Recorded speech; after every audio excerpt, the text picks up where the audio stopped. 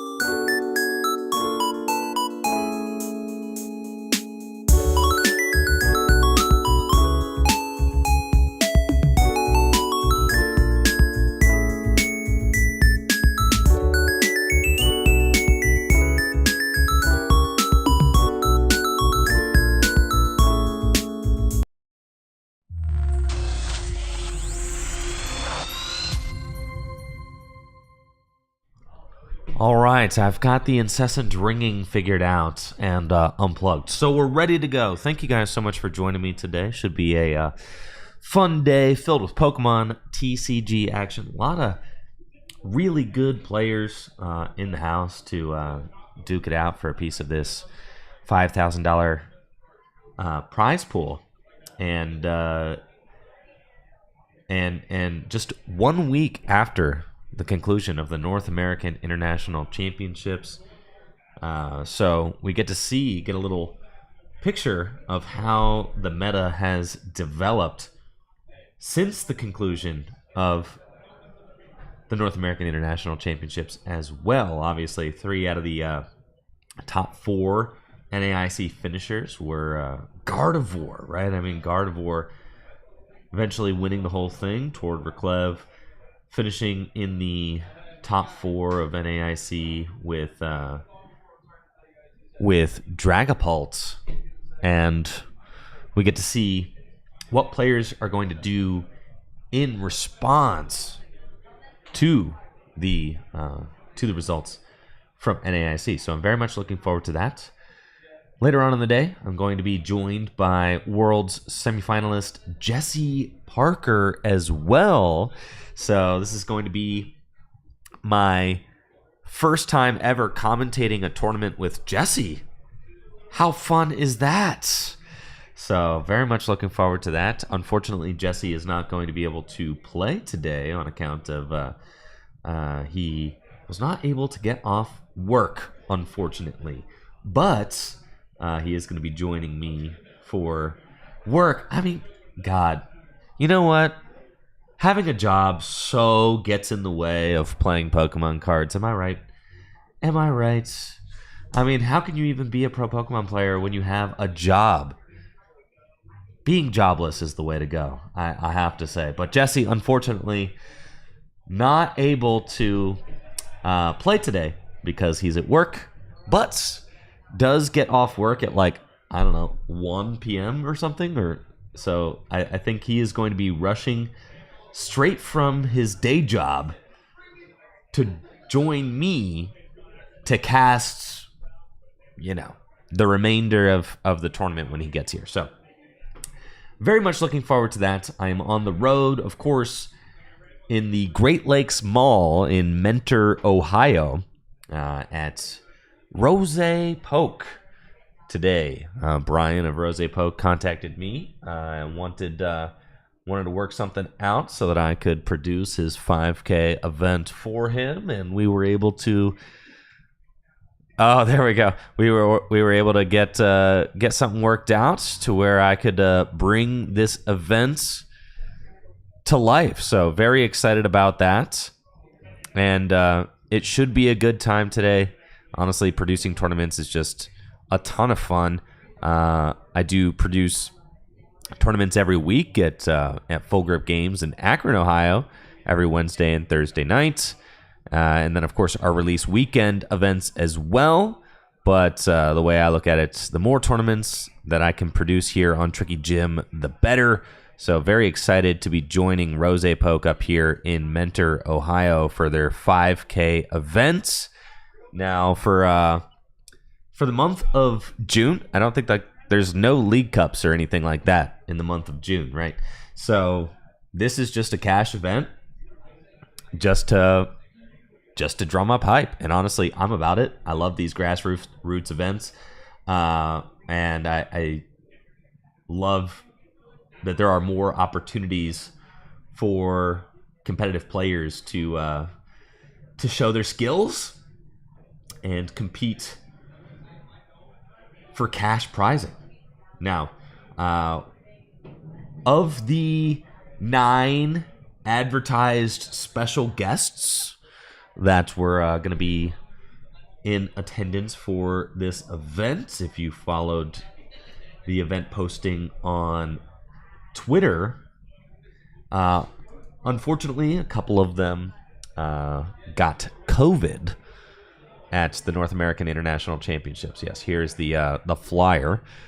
A few of these players got COVID. So, no Cal Connor and no Alex Szymanski. They were not able to make it.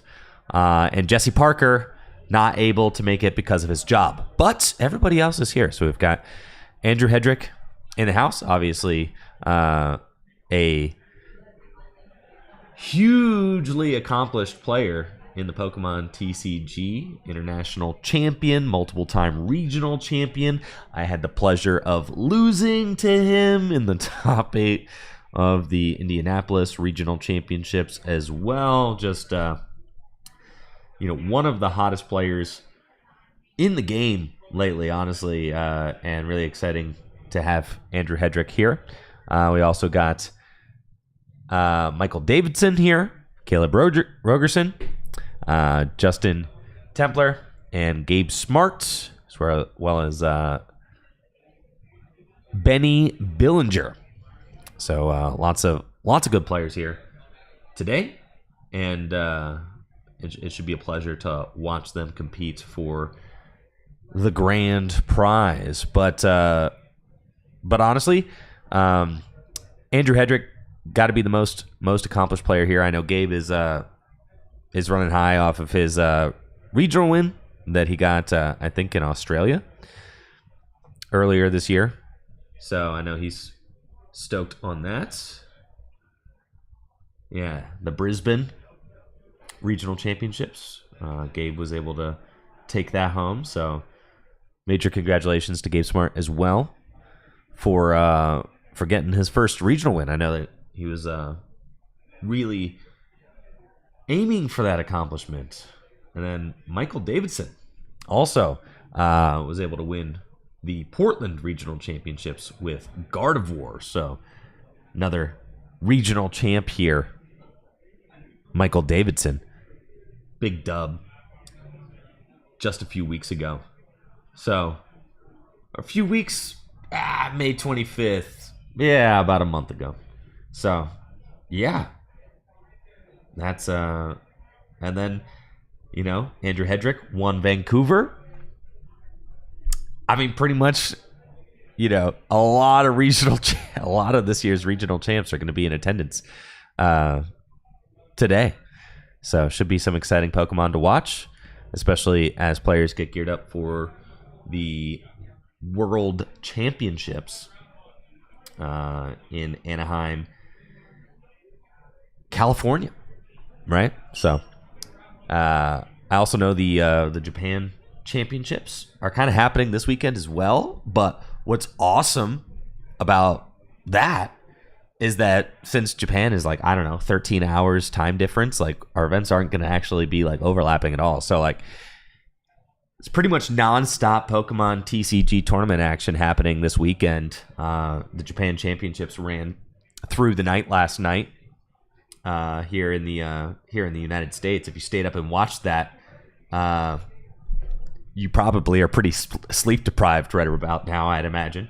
And then they'll be kicking off again for day 2 later tonight and run through the night again. And then our event today will run through the entire day. We've got, I don't have a final count on the attendance numbers right now, so I will have that. I will have that soon. So I'll know exactly how many rounds we have, but I do have the guaranteed prize payout for today's event. So let's take a look at that real quick. The tournament will be best of 3 Swiss 50-minute rounds with the top 8 cut, 75 minutes plus 3 for top 8. First place taking home $2,000 cash. Second place, $1,000. Third and fourth get $440. Top 8 gets $200. And then 9th through 16th gets $40. So they get their entry fee back.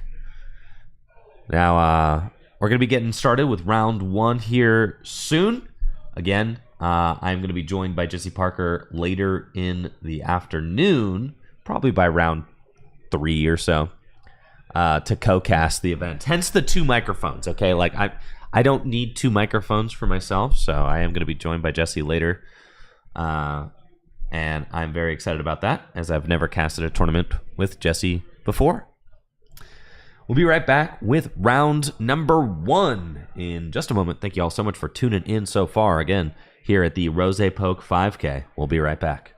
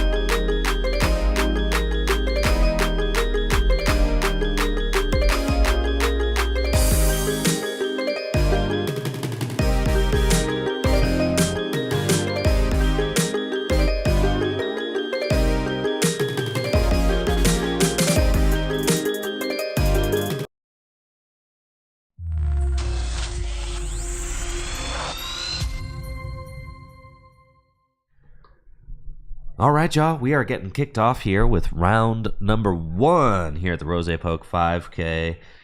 And round 1, we've got Zach Laska versus Sanjay Sundararajan. And I am stoked to see how Sanjay does and what he's playing today. I know Sanjay had a pretty decent run at the North American International Championships. I was playing in day 2 with him at NAIC.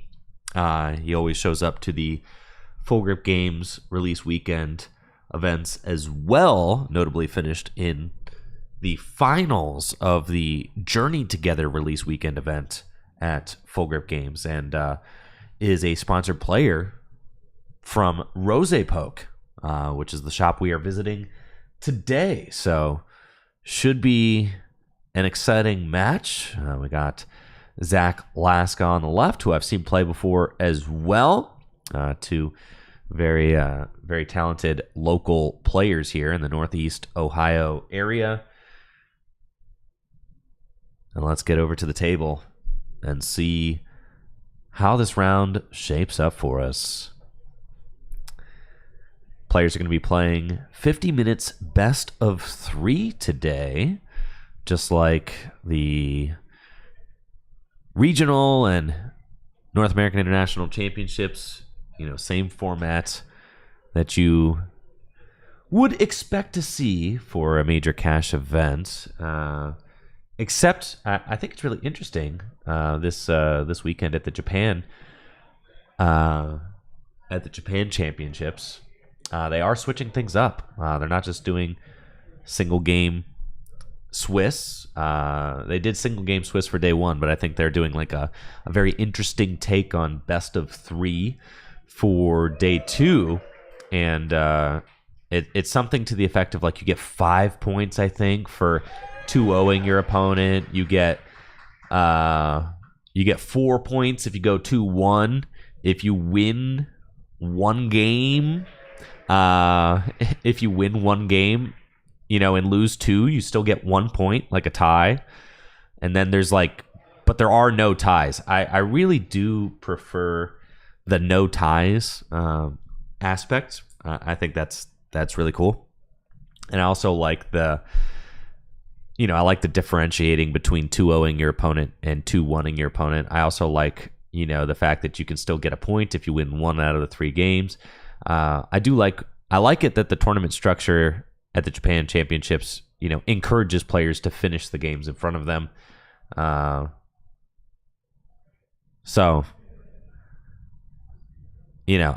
think that there's always a conversation to be had about, about how best to run a Pokemon tournament as far as like the time goes, and as far as, is it best of 3? Is it single game Swiss? I feel like the formula hasn't been perfected yet. 50 minutes best of 3 is something that, Pokemon just kind of imported from Magic the Gathering about a decade ago. And Magic the Gathering is a game that was like kind of designed from the bottom up to be 50 minutes best of 3. Whereas like Pokemon is like more designed to be single game, 25 minutes. So I'm always happy to see the format of tournaments be experimented with, especially given how many ties results with the 50-minute best of 3 structure that we have right now. All right, round 1 is underway here at the RozayPoke 5K. We've got Sanjay versus Zach. It looks like Sanjay opens with a Mew, water energy to it, and a pass. Zach looks as if he's going to be playing Dragapult. So I think Sanjay has a Flareon deck, and I think I see a Leafeon in there as well. So going to be Dragapult versus Flareon. And this should be an interesting match. I mean, energy on Mew as your turn 1 drops, like not the strongest start to a game, of course, but It looks like Zach is having no problem getting started with a Buddy Buddy Poffin of his own and is going to start to be able to set up his strategy immediately. Now, Sanjay probably plays a Clefairy EX in his deck, which could be a really big facet of this matchup, right? Because the Lily's Clefairy EX has the Fairy Zone ability, which makes it so that the weakness of each of your opponent's dragon Pokemon in play is Psychic, right? So Sanjay could be able to one-hit KO these Dragapults very easily.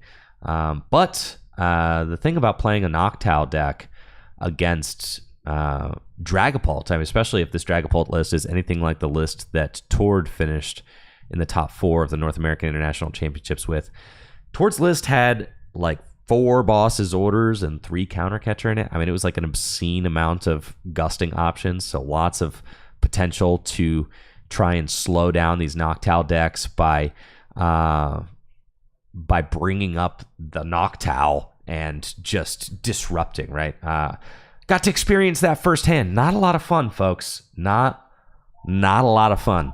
So that can certainly be a tough part of this matchup, and we'll see if it's something that Zach employs here in round number 1.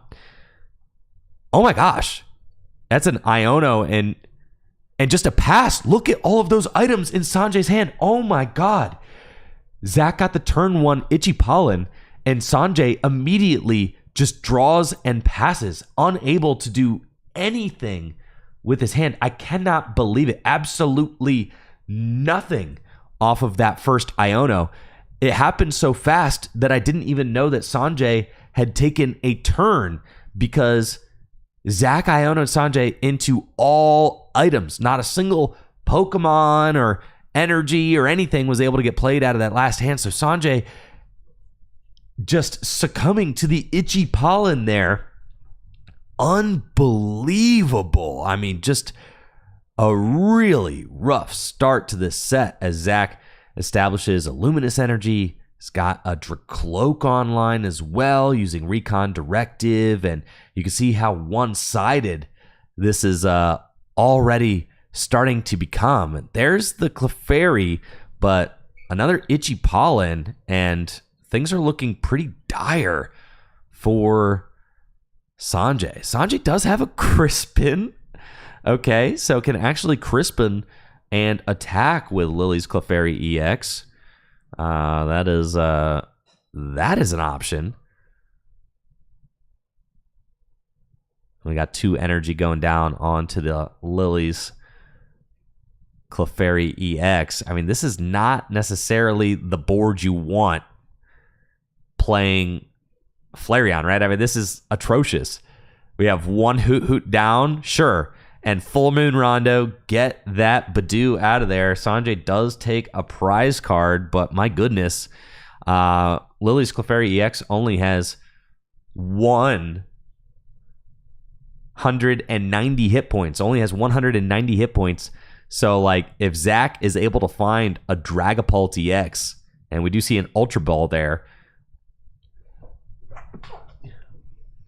then this Lily's Clefairy is going down, and I think that this game 1 could be over very shortly. It has just been a disastrous start for Sanjay. Now, meanwhile, Zach doing exactly what he needs to do in this game. The early disruption, allowing him to have the time to set up. And we see Sanjay, is over it. And that is game number 1. Wow. Zach did not even need to get a Dragapult online. And that's it. Unreal. I mean, just, it all happened so fast. I can't believe it. It's like, dang, that's game 1 already. Sanjay scoops it up. Plenty of time left on the clock, as Zach is now just 1 win away from taking the set here in round number 1.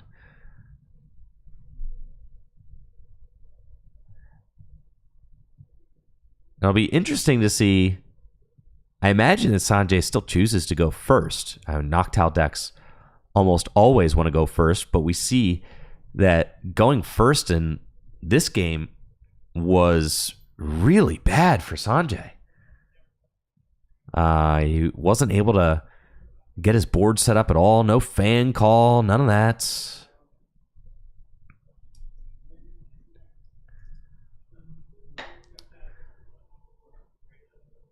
So really tough start for Sanjay at this 5K today. But the mark of a great player is being able to brush off a rough start like that and carry on. I like Sanjay's early scoop. I think that is that's certainly the maneuver. I mean, I think that a less confident player would have continued to play that game out and not given them the chance to win. But Sanjay scooping that game up kind of says like, okay, I'm confident that I can win 2 games in the remaining 42 minutes that we have. We also see that Sanjay chose to go second in this game. So I do like Sanjay's choice to go second. We see Zach now is the one with the weak start. Just has a Badoo and a Latias and has to pass. So Zach not able to get too much going there on his first turn. Now Sanjay is opening with Eevee. The Eevee that has the ability that allows it to evolve on the turn it is played if it's in the active spot. At the North American International Championships, I actually had somebody get a turn 1 Flareon against me, which felt really bad. I don't know if any of you guys have ever had someone get a turn 1 Burning Charge, but like, it was horrible, okay? Yeah. And I had I had a Teal Mask Ogre Pawn in the active. So my opponent went turn 1 Burning Charge to knock out my Teal Mask, which was absolutely crazy. I still won that set though, but yeah, that hurt. And then that is like kind of bad, right? Like a turn 1 Burning Charge, like nobody likes to see the turn 1 Burning Charge. The toughest thing that I faced at the entire tournament was my opponent went turn 1. I'm playing Raging Bolt, and my opponent went turn 1 Terapagos, like whatever its second attack is. Yeah, that was horrendous. But I ended up winning that game too. So like, yeah, turn 1 Crown Opal. Yeah, my opponent got a turn 1 Crown Opal versus me. Dang, Terapagos, why are you so big? But yeah, my opponent went turn 1 Crown Opal. They just had the Crispin, and they opened the Terapagos, so they had no other bench Pokemon. Yeah, it was rough. But I started using Crispin to my Blood Moon Ursaluna.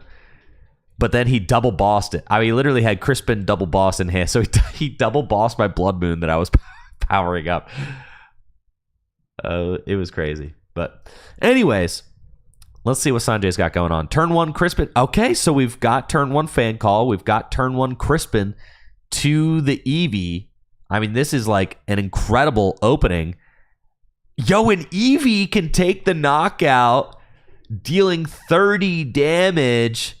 Wow. All right, Sanjay getting in there right away.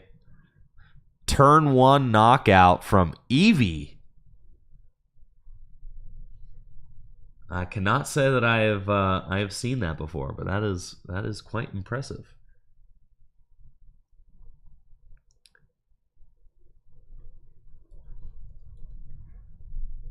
Looks like Eevee has an attack that does 10 damage to itself. It's like a Reckless Charge style kind of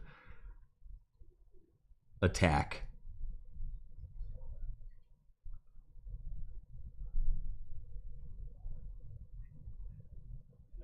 And now Zach has to try and establish a board. Obviously wants to find some Dreepy, get those down. I see one Dreepy.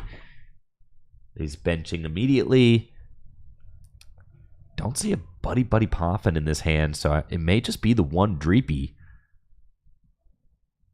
But here's Maractus. And Maractus, certainly annoying. Makes it so that Fan Rotom cannot retreat while dealing 20 damage. So the corner attack coming into play. Maractus also has the explosive exploding needles ability. So if it's in the active spot and is knocked out by damage from an attack, you put 6 damage counters on the attacking Pokemon. And it looks like Sanjay is going to evolve into Leafeon. Not necessarily the evolution that you want right here, right? I mean, you'd prefer Flareon or even Sylveon. Leafeon is certainly the weakest link as far as the evolutions, but for this specific matchup, I would say.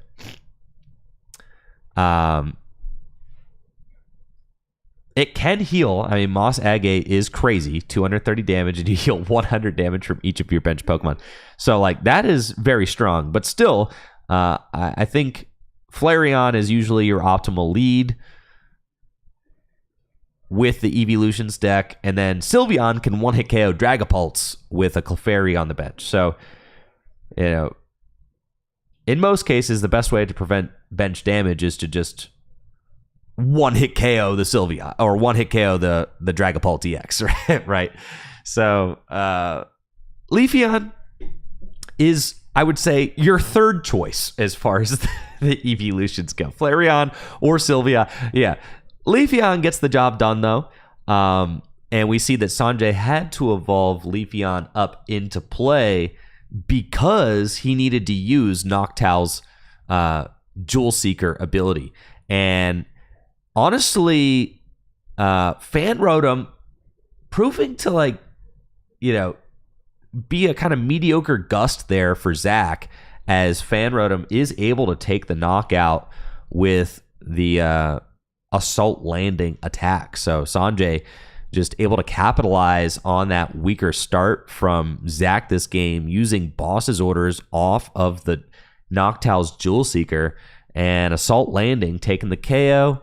Sanjay fetching the Stadium, the Area 0 Underdepths, out of the deck so that he can use Assault Landing, deal 70 damage, take that knockouts. And that is one of the reasons why Fan Rotom is just such a powerful card in this format. I mean, not only is it a consistency Pokemon with the Fan Call ability, helping you to get your whole deck set up, but it is also just a really valid early attacker with the Assault Landing attack. I mean, Assault Landing knocks out pretty much all of the evolving basics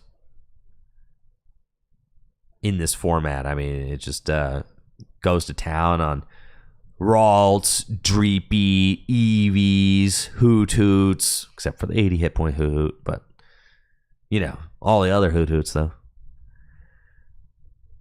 All right, Zach is able to get Paradreepy down, and a Monkey Dory decides to commit the Luminous Energy to Monkey Dory, so ensuring that he won't get an energy drop onto a Dreepy this turn.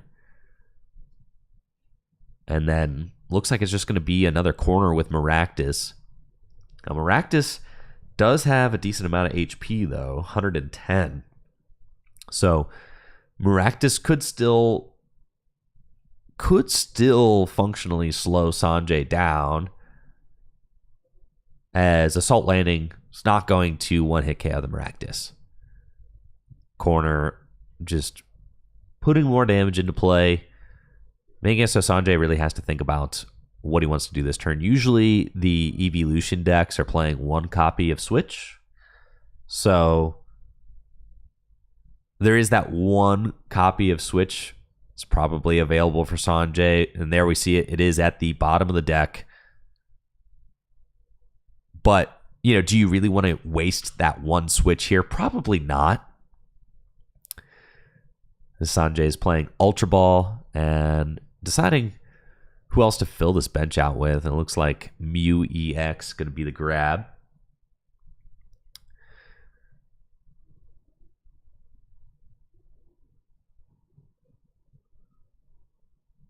Instead of an Eevee. So Sanjay kind of committing to not having a secondary evolution in play right now, which definitely feels a little bit scary. And then we see Sanjay's got Iono in hands, kind of weighing that, and is just going to play it. Yeah, super underwhelming turn from Sanjay right here. Sanjay, Ionoing his opponent up to 6 cards, only getting 4 himself. Does find Nest Ball, though, so that's good. Can actually go get the Eevee if that's something that he wants to start setting up a second Eevee, and here it is. So I do like that. Being cornered into just a single evolution. Get it? Corner, because that's what Maractus is doing. But being limited to just a single evolution feels really bad. I mean, you almost always want a backup evolution. Especially, you'd prefer to get one that's like actually relevant in the matchup. Leafeon, again, can heal from the bench. I mean, sure, it does do that. But at some point, you need to start thinking about who your next attacker is going to be. So I like Sanjay's decision to go get the Eevee EX here.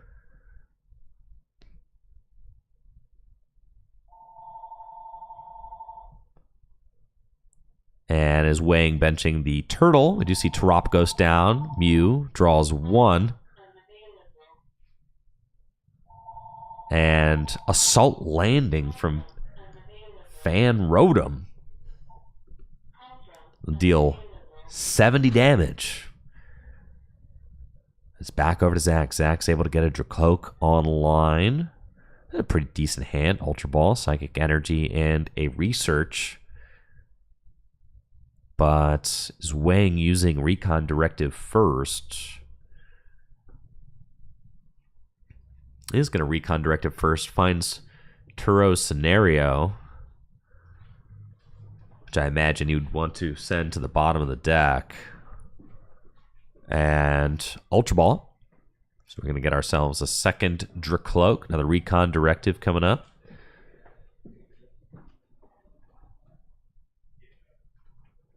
And that board is looking mighty fine now.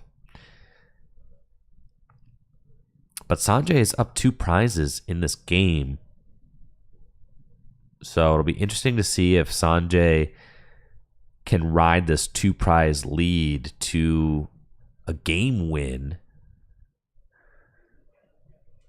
Recon Directive. And I see Boss's Orders in Zach's hand. I think Zach might be wanting to use Boss's Orders this turn instead of the Research. And I like that, considering he's got the Psychic Energy already in hand. Can put that on a Dracloak, use Boss's Orders to just corner something else. And I really like this play from Zach. I think this is the play you want to make. Just really be as annoying as possible. That's kind of what I've learned that the Dragapult strategy is against these Noctowl decks. Just be as completely annoying as you can possibly be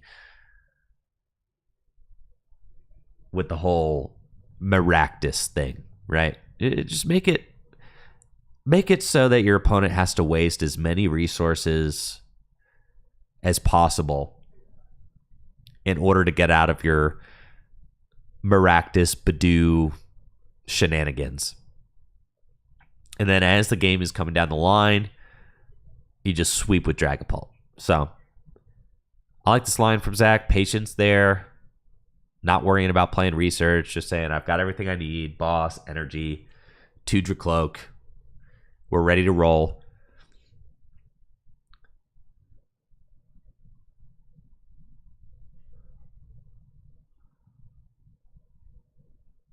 And we've got Mew for 2.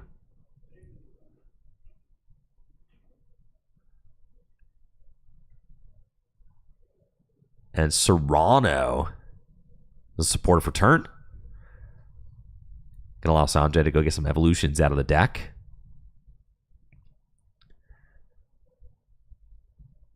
And is this... Do I not know what Serrano does? What? Do I not know what this card does? What does Serrano do? Man. I thought I knew what it did. I thought it got evolution. It's 3 EXs? Okay. No, that's right. It's 3 EXs. I thought it was 3 evolutions. No, it's 3 EXs. Okay.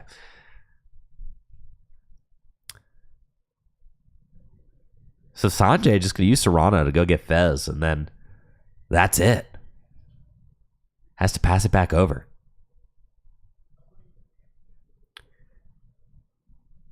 So Zach getting the result that he wants out of that corner. I mean, that's exactly what you want to do, right? And with the Monkey Dory now is using that Adrenabrain ability to just continue to haze Sanjay with corner. And this is exactly the situation. This is why playing against these Dragapult decks, playing against these decks with all these counter catchers and these bosses orders and the Maractus, it's so difficult for your Noctowl based decks because there are just so many Pokemon that you can stall in the active spot.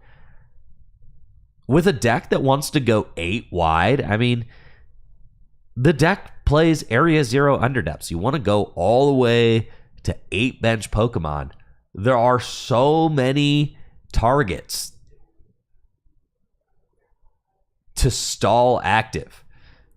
Noctowls, Hoots, Mew, Latias. I mean, just in general, in the format right now, there's just a lot of targets.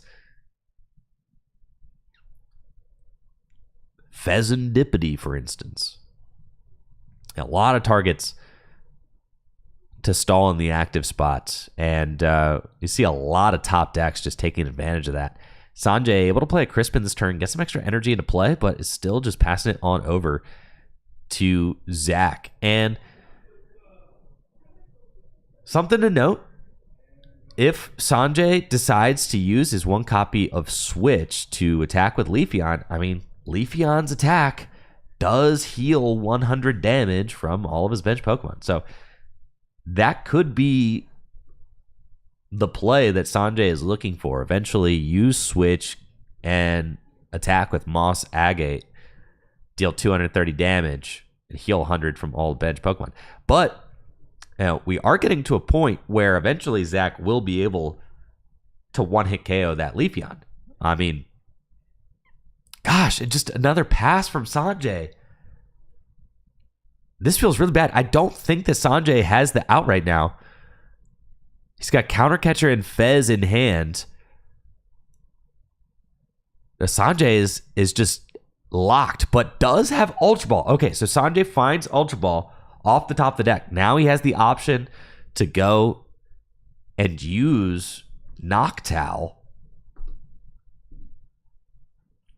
his Jewel Seeker ability. And not a moment too soon, because really, if Zach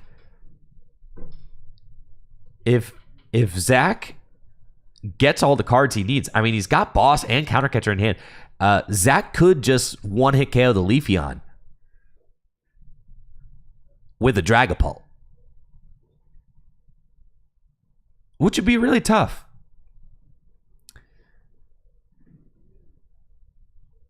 You know, and Sanjay does not have... Ooh, okay. Sanjay does play the mountain, the mountain card. Makes it so that Stage 2 Pokemon only have 300 hit points. Gravity Mountain. It's interesting. It's an interesting card there in the deck. So something to keep in mind. Gravity Mountain. Yeah, we see that maybe Sanjay is eyeing up the Gravity Mountain as well. And could put the Gravity Mountain in play to bump some of his own liabilities off the board. But what's, I think, pretty devastating about Sanjay's board state right now is that he just doesn't have an easy way to answer a Dragapult. Obviously, you could just Crispin to a Clefairy and answer a Dragapult that way. But it's starting to feel like Sanjay's final 4 prize cards are going to be pretty tough to take. So here's the switch into Leafeon. That is the 1 copy of Switch that Sanjay has, by the way. And Gravity Mountain going to be the stadium counter. So Sanjay can try to bump some of these annoying Pokemon that he doesn't want to have stalled in the active spot, right?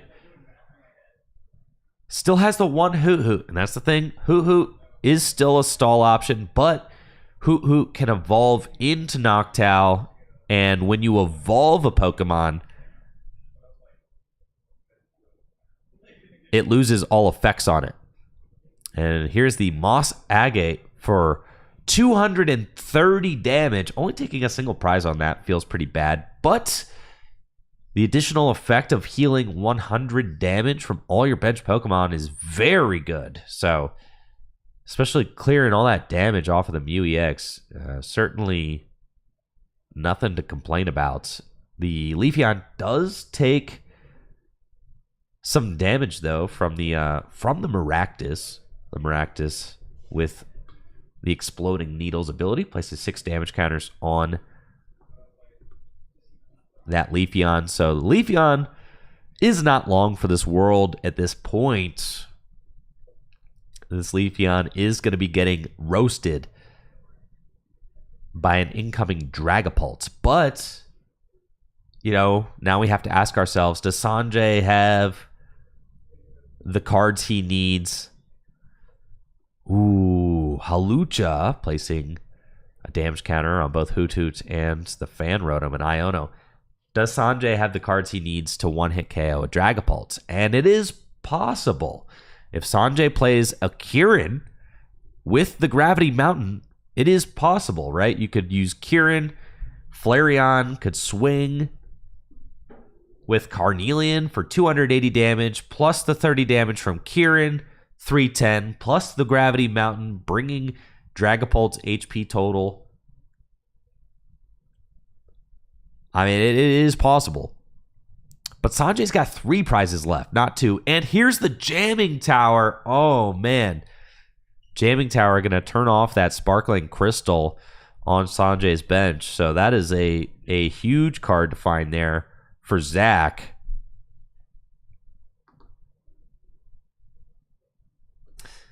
And a big 2 prize take.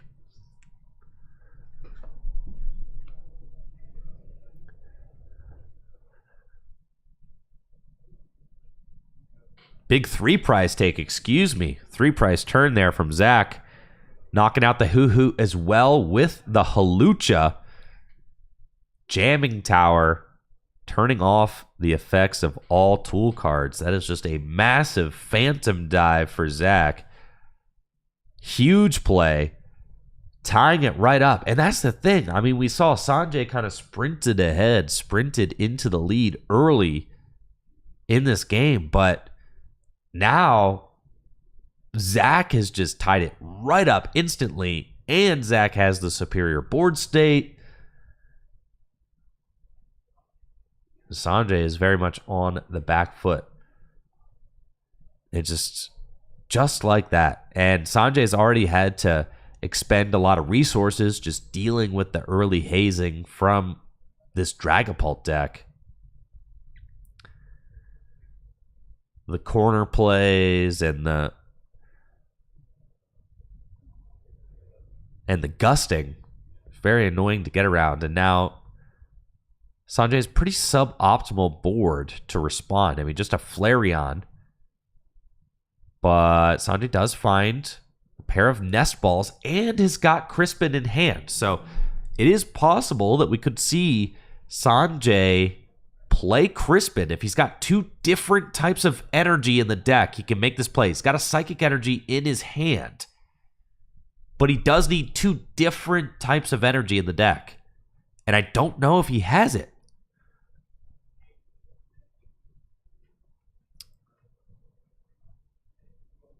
He has to wait, because I imagine that he would just slam it if he did. He's going to shuffle up first. Maybe he needs to find a Super Rod off of the Mew and the Fez before he plays the Crispin. So Mew for 1 first. Finds Iono. And trying to weigh his odds, saying like, okay, I've got maybe a dozen cards left in my 15, 20 maybe, 15.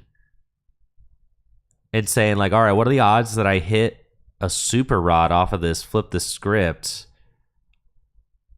Because I imagine that if he has the energy, the 2 different types of energy, that he just rips it here.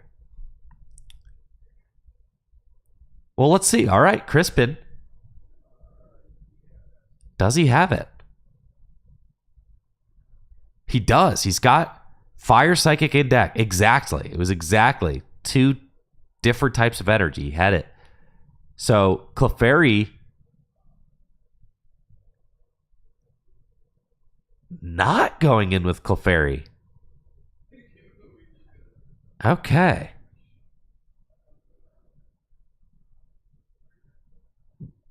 This is interesting. Why are we doing that? Huh. Oh, because he loses if he attacks with Clefairy. Right. Because then just Dragapult comes up. Now, yeah, because Dragapult just comes up and takes 2 prizes on the Fan Rotom. Or 3 prizes on the Fan Rotom and the Clefairy. So Sanjay cannot actually even afford... Oh my gosh. Yeah, Sanjay's cooked. The 1 counter on the Fan Rotom is just completely ruining it. Yeah.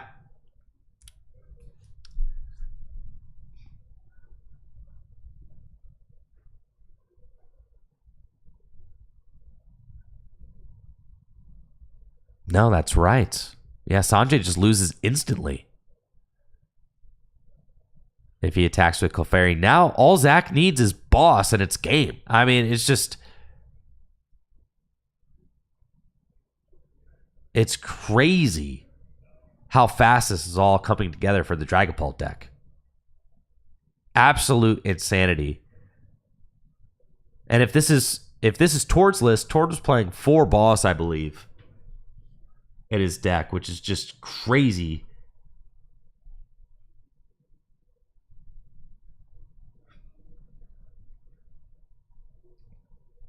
Yeah, 4 Boss's orders with 3 counter catcher.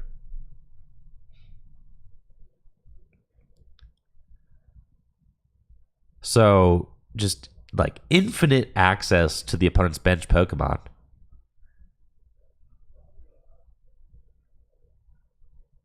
And now Zach digging with Dracloak. I don't think Zach actually has the Boss in hand right now, or else he would have just ripped it. He's got Counter Catcher. He's got Turo. Right? Counter Catcher not active right now. So crazy that Zach doesn't have it. 4 Boss's orders in the deck. And a hand as big as they come.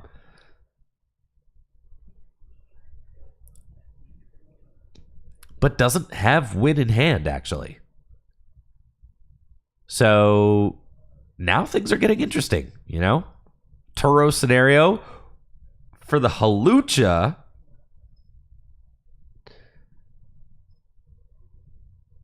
And gonna just use a Dread Brain, move some damage counters to the Terapagos.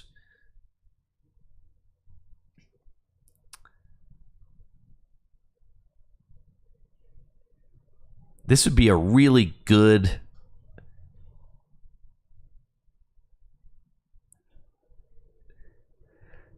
time to get that Fan Rotom out of here, but I don't think that's an option for Sanjay. Finds Briar, and Sanjay is just inching closer to defeat here with a big Phantom Dive from Zach. 200 damage to the active, 6 damage counters spread to the bench.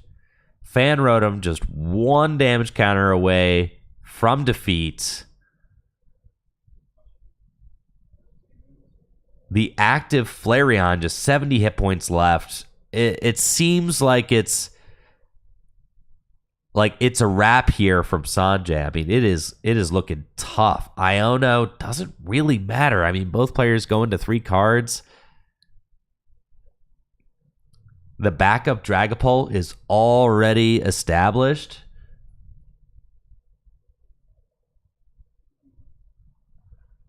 Now Zach does have boss's orders, so I think it's guaranteed. Sanjay kind of scrambling, trying to figure out a route, but Zach flashing the boss's orders, and that is game. Round number 1 going to Zach Laska with Dragapult. Looked very similar to the list that we saw from Tord Reklev that he used to finish 3rd place at the North American International Championships with. Well played round 1. Unfortunately for Sanjay, unable to get going in game 1. Game 2, just not really going the way he needed it to go. I mean, starting with the Leafeon, proving to be a problem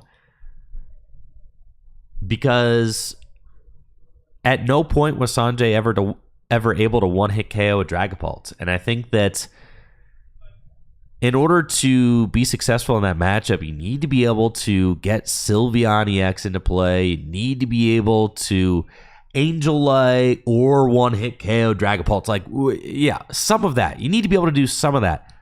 But that's just the power of Tord's list. I mean, Tord's list was so good against those Noctowl decks. The 4 bosses orders, 3 counter catcher, Maractus, Badoo, all of that. So difficult to deal with as a Noctowl deck.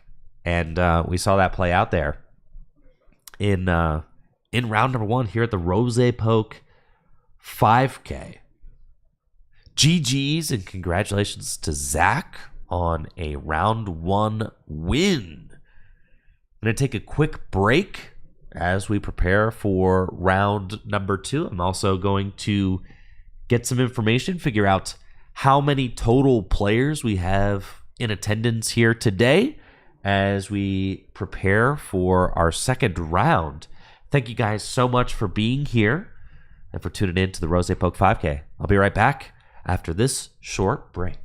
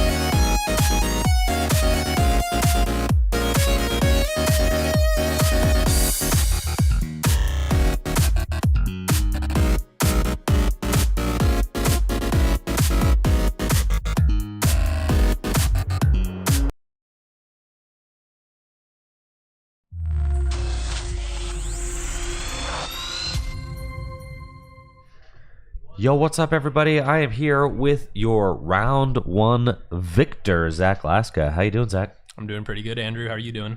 I'm doing great. Always a good day when I get to watch some Pokémon TCG. Now, you're a player who I've seen play at Full Grip. You've been on stream at the Full Grip release weekend events. A few times. Yep. And now you're here with Dragapult. What are your goals today coming into this event? What are your goals as a Pokemon TCG player? You seem pretty good, like you know what you're doing. What's sometimes introduce yourself? Yeah, I'm a local menace. I've been playing for like 12 years or so, since like mid black white. I don't know. I kind of like just switching up decks. So I went to NAIC. Well, okay, let's start off with this. Okay. I was at Full Grip. You saw me. I was playing Raging Bolt. Yes. Deck felt okay. Also, I did not play like a single game with that until like the week prior, and I like won a cup here. It was like 37 cup, and I changed like one card. That's besides the point. Heading into NAIC, I didn't know what to play. I always usually look to other people for inspiration because I just never know what to play, and I can always just, I don't know. I like to just switch decks. Like even the night before, I've done it so many times at regionals. Like I've woken up at like 3 a.m. and I'm like, yeah, let's just change my stadium count for whatever reason. But yeah, at NAIC, I didn't know what to play. Someone told me to play Dragapult Charizard, so I played that. I got day 2, didn't do too well into day 2. Heading into this, didn't know what to play, so I saw Towards Dragapult list. That seemed pretty cool. I didn't really feel like playing Guardy, to be honest. So yeah, I picked Towards 60. That's what I brought today. Yeah, I was gonna say it looked awfully familiar. Yes, yeah. But it's a you would know. It's a good deck. It turns out. Seems like it. Yes, and quite good against the Noctowl variants with all those gusting options. So local menace been playing since black and white. Wow, you've been around for a long time then. Half my life. Yeah, I'm 24. I've been playing since I was like 12. That's pretty hype. So what do you do? What do you do as like during the day? You got a job? You go to school or anything like that? I got a full-time job. I work Monday through Friday, so I get weekends off, which is really nice because that's when most events are. For sure. And my free time, I haven't been playing live as much as I probably should to practice, but I do watch like a lot of VODs of people playing decks that I enjoy. So heading into this event, I was watching Tord play some of his rounds, even the one against you, as somewhat preparation to see if I can figure out what kind of lines are good into certain matchups to help me win games. Nice. Yeah. It's definitely cool, the amount of content that's out there, and being able to watch decks get piloted by really good players. Yeah, for sure. Now, you went to NAIC. Do you have plans to go to regional championships and things like that? Do you travel out to like, you know, the kind of regional championships within our region? Yeah, I usually do like the ones on like the East Coast. I usually try to do like 3 or 4 regionals plus the IC every year. This year, excuse me, hold on. Excuse me. This year I only did 2 regionals, which is like the lowest I've done in a while. But honestly, I feel like I'm almost getting a little bit of confidence, and I might actually try to go for a Worlds invite next year. Maybe. Let's go. I haven't actually tried too hard. It was kind of like a if I get there, I get there. Sure. 2 seasons ago, I ended with like 540 points when it was still 600 required. Okay. So I was like almost there, but didn't entirely expect to get there. This year I only had like 400, but like I said, I only went to like 2 regionals. Sure. But I don't know, man. I'll see.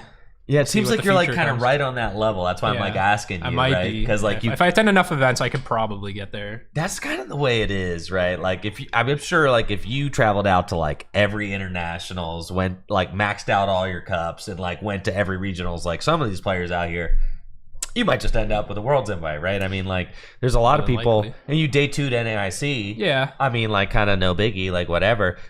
So like it's certainly like if that you kind of seem like you're in that situation where like if you spike an event, you know, anything could happen. So what is your best regional finish? What's like your best finish that you've ever had at a big tournament? All right, so I played your Mew VMAX deck to Indianapolis 23, and I had a record of what I think it was 10-2-3. Actually, no, I think it was Yeah, it was 10 wins, 2 ties, 3 losses, and I lost my win and in to the mirror match, and I even won game 1, and then I double brick games 2 and 3, and I think about that often, and I'm a little sad, but I got 23rd in that That's one. hype. That's hype. And I was pretty happy with that. I got a box and like 250 cash because that was before they upped it. I know, but yeah.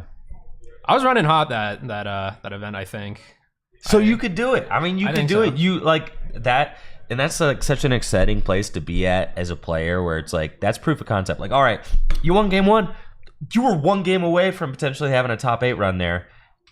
And you did finish in the top 32. I feel like anybody who finishes in the top 32 of a regional championship could top 8 a regional championship because it's usually one game off. It's literally 1 game. So like if you're if you finish in the top 32 of a regional, you could certainly top 8 a regional. It's just a matter of like things happening right the way that you need them to in order for that result to happen.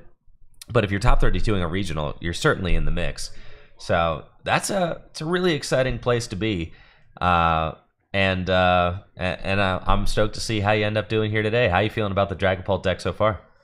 So far it's going pretty good. It seemed like my opponent had rough starts, but we take those still. 100%. I think it's just a good deck. That's kind of also why I picked it. But there's a lot of lines. I hope I can figure a lot of them out, but only time will tell. So we'll see.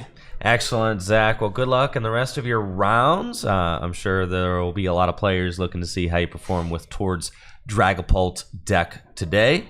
We'll be back with round number 2 in just a moment. So hang tight. Don't go anywhere. We'll be back soon.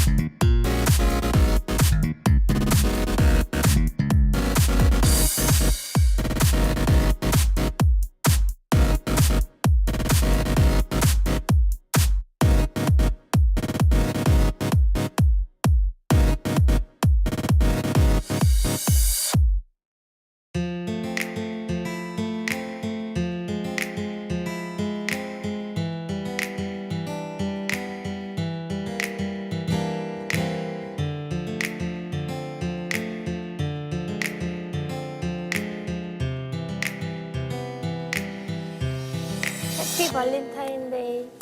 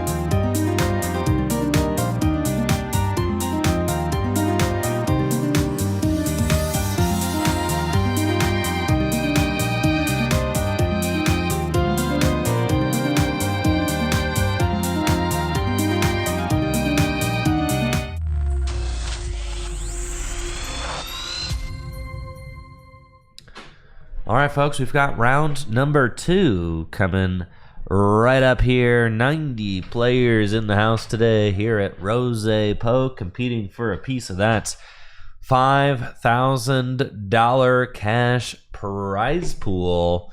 And here on the feature match table, we've got Zach Cooper on the left at 1-0 versus Benny Billinger on the right. It looks like Zach is going to be playing a Goldango deck, and Benny is playing a Dragapult deck. So another Dragapult deck on stream seems to be a popular choice for this event, which is funny considering that Gardevoir was 3 out of the top 4 at the North American International Championships. Obviously, Tord had kind of a tough time playing against those Gardevoir decks and was eventually knocked out of the event. Benny Billinger is a player who has seen a lot of success over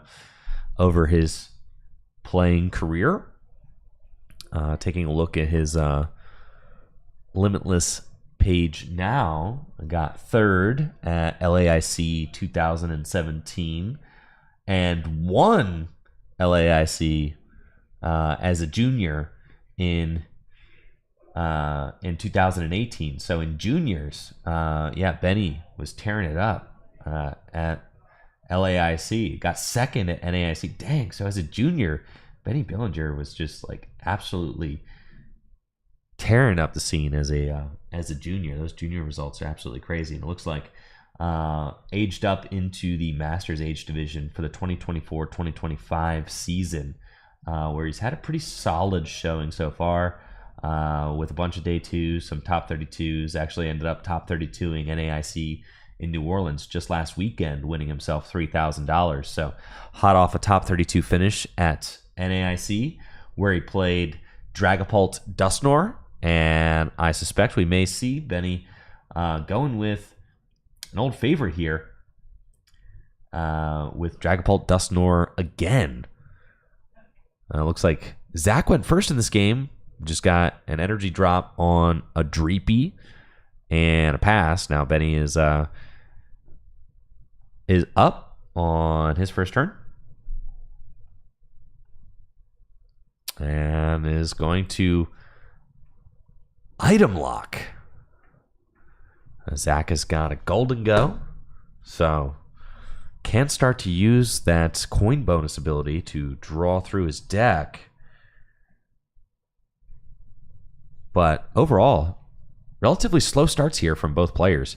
Zach is now item locked, does have an Arven in hand, but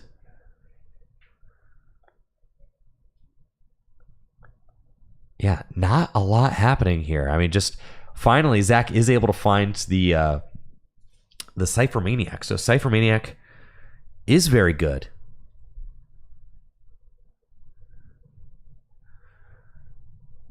As it will allow Zach to stack 2 cards on top of his deck.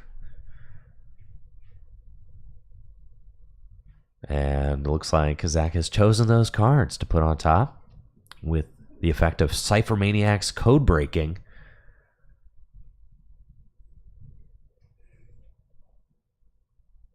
And Benny top decks Research. So huge draw there for Benny, as things were going to start getting pretty dire in this game if he continued to just draw pass with Badoo active. But now is able to find a Dracloak himself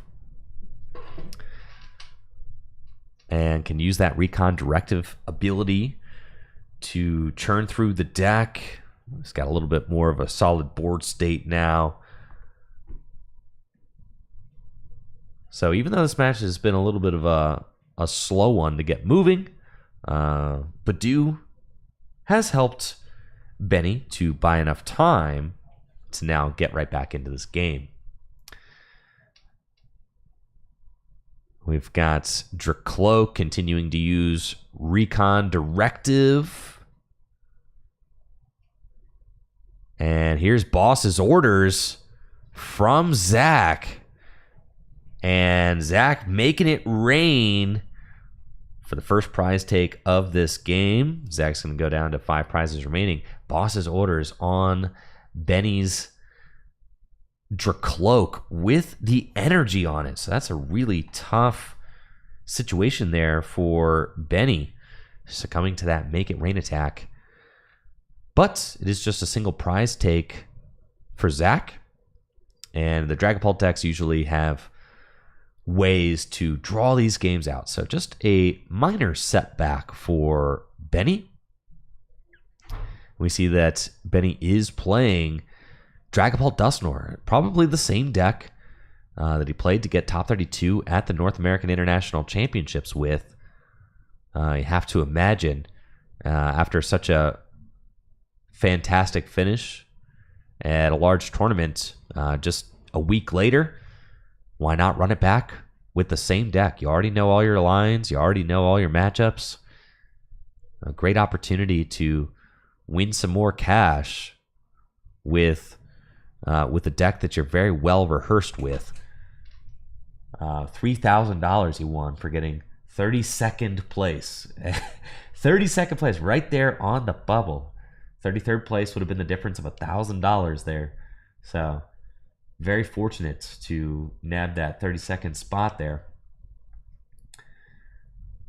Other than that top 32 NAIC, 12th place finish at Stockholm was another great finish for Benny this year.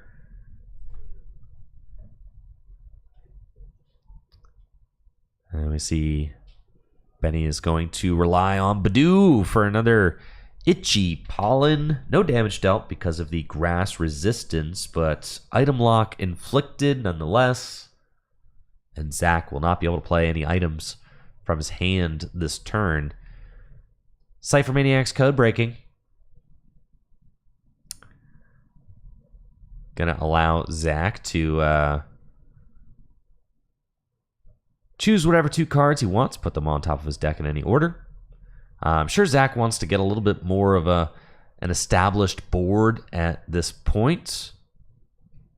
He's only got a single Dracloak on the bench. I mean, I like this play from Zach.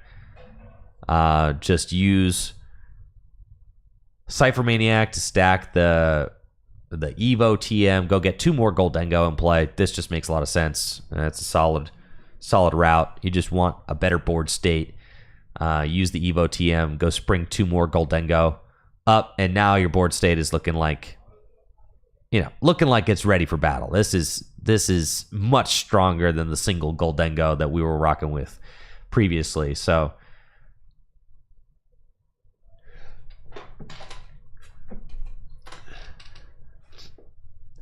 Zach effectively does have to, give up attacking a turn in order to do that, but definitely worth it. We see the Dusclops and the Duskull on Benny's bench. I mean, things could get pretty hectic here in the turns ahead with Dusknoir's ability to Cursed Blast and place 13 damage counters on one of the opponent's Pokemon. And we do see that Dusknoir coming down into play now on Benny's side of the board.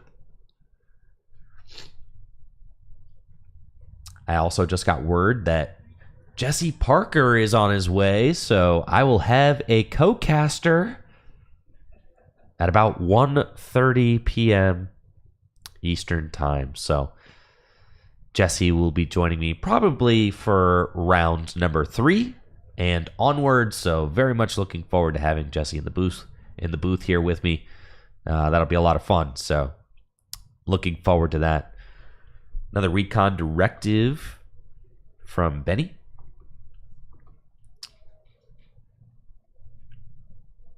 After the Iono to reset both players' hands, another Psychic drop onto Dracloak so that both of these are ready to go.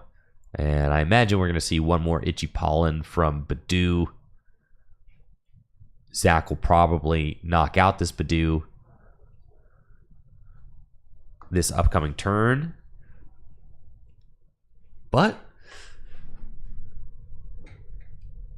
So Benny's going to be down 2 prizes, right? If Zach takes the knockout on this Badoo this turn. And then there's the fear of Dragapult attacking. If that Duskull stays on Benny's bench, Dragapult could attack and take a knockout on Duskull. I mean, with the single fire energy on the Dracloak, that's just always something that you have to think about here. But then also, with Zach potentially being up 2 prize cards,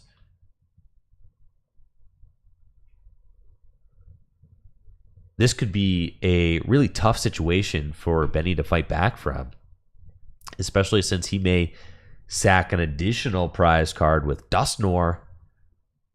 Here's another Boss's Orders from Zach. Is Zach going to take the knockouts with Goldengo, going down to 4 prizes remaining, taking out one of Benny's Dracloak? It's a second Dracloak that's been bossed up and knocked out.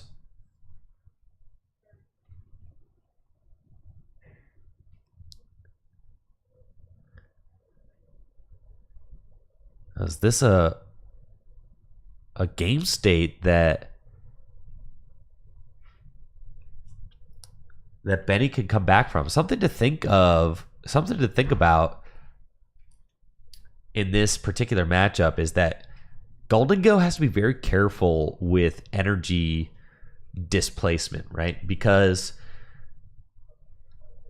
this Dragapult deck always has the option to just counter catcher up a Goldengo and stall it with Badoo's item lock. Since Badoo doesn't do any damage, so say Zach has all of his metal energy in the discard pile except for 1, then that means that another Goldengo cannot possibly attack because all of the metal energy are accounted for, right? So you have to think about stuff like that when you're playing Goldengo against decks that play Badoo.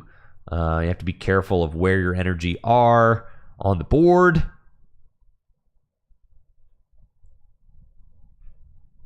All right, looks like Benny's going to use Curse Blast to take out the Dracloak without the energy on it, which is strange. Leaving the one, oh no, I guess it makes sense because you're trying to deny Dragapult access, or you're trying to deny Goldengo access to another energy in the discard pile. So that makes sense. I guess Benny is not really afraid of the Dragapult attacking, more so afraid of there being an extra energy in the discard pile, and Benny just wants more energy to be allocated, right? Doesn't want to actually send another energy to the discard piles. That would make it easier for Goldengo to be able to take a knockout on the Dragapult EX. And here is counter catcher, Iono, and swing, right? So this is the play that Benny's going for. This is the gambit right here. Can Zach draw out of this situation and find a way to take this knockout? Keep in mind, Zach does still have Energy Search Pro live in the deck, does find a Cypher Maniac's Code Breaking as well. So Zach can get whatever cards he wants out of his deck with the Cypher Maniac's Code Breaking. And the Energy Search Pro still being live in the deck could allow him to get enough energy for this knockout, though it will be tough. I mean, because he's played a significant amount of this game already, so the Energy Search Pro is not going to be as effective as it would be later in the game. However, with an Energy Search Pro and a superior energy retrieval, then this should be a very easy knockout to take for Zach.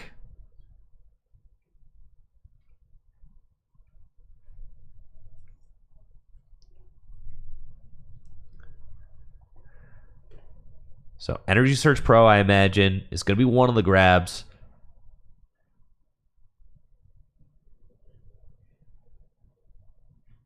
Needs to play a superior too. Needs to have enough cards in hand to play all those cards. I think already has the superior in hand, so that's not a problem.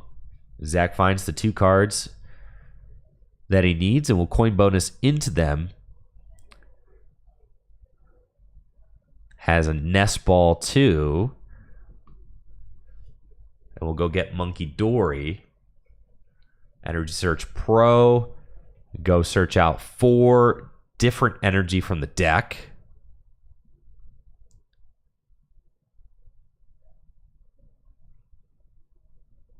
And then Zach still has a pair of coin bonus left and a recon directive to fill this hand. Switch. Another coin bonus for 2. Recon directive.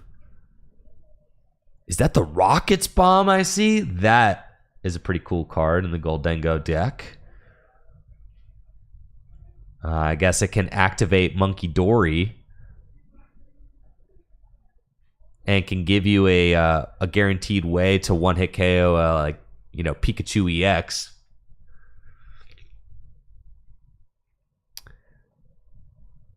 So that's a pretty cool card in this Goldengo deck.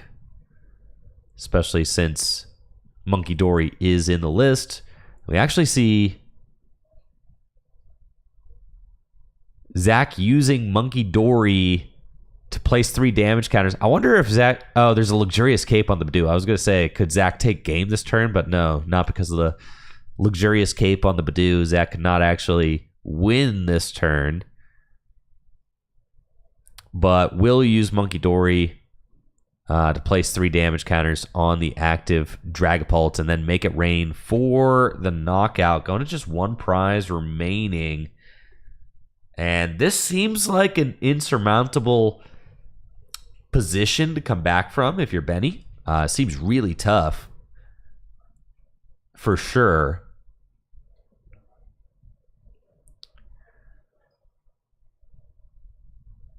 Benny's got an Ultra Ball. Can't use Dusknoir, obviously, or else Zach would... Okay, could use Dusknoir, but would result in a loss because Zach's only got 1 prize remaining.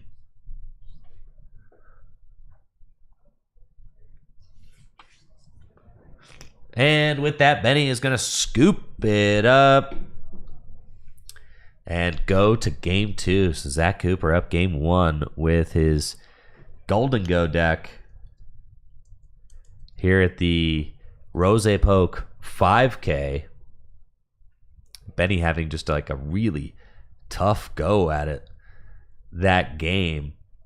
Didn't really seem like there was a point in that match where Benny was going to be able to carve out a place for him to make a comeback. I mean, Goldengo just put on so much pressure, and something that's a little bit different about the Goldengo deck as opposed to maybe like the Noctowl decks. There's just like less stuff to stall active with the Goldengo deck. I mean, the Goldengo deck can kind of limit its board to just a bunch of Goldengo if it wants to.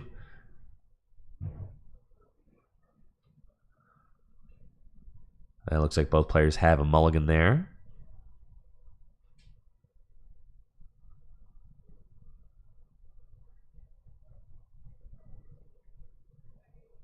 Damage sleeve there for Zach, so gonna replace that.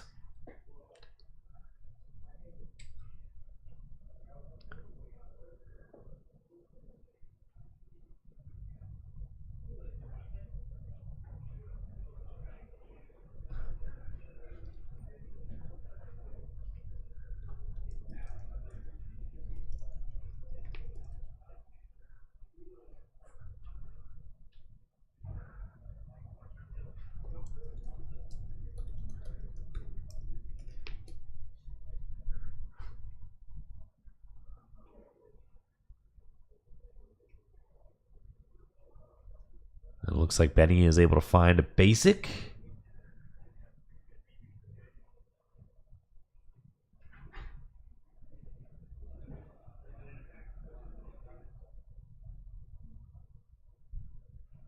And here we go. On to game number 2. Zach Cooper up game 1. 31 minutes left on the clock. Benny going to choose to go second. Whoa. How are both players playing cards at the same time? Like, what is actually happening here? I did like what is happening? Like,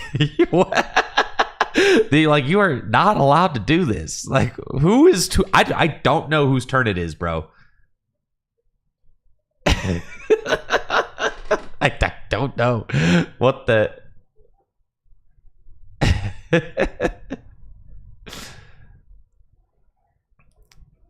All right, I'm pretty sure Zach went first. It said, I'm just going to use Poffin and pass. All right, so they're playing very fast and loose. I see. Yes. These two are just playing fast and loose. Got it. Okay. I don't prefer to do stuff like that, personally, because I feel like if you say, you know, like if you're Benny, for instance, right? And you start playing your board before Zach resolves his Buddy Poffin, like, you know, Zach could resolve his Buddy Poffin differently depending on the information he gets from what you're doing during your turn. You know, like stuff like that. So like I don't prefer to make shortcuts like that, but I get it. Yeah, 50 minutes best of 3. It's tough out here sometimes. So Zach's just going to play a Cypher Maniac's code breaking, stack it, and pass. And now it's on to Benny. Benny has got the Neo Upper Energy on a benched Dracloak. And has established a couple of Duskull Research, discard his hand, draw 7. And 2 more Dracloak off that Research. So huge draws there. A couple more Recon Directives.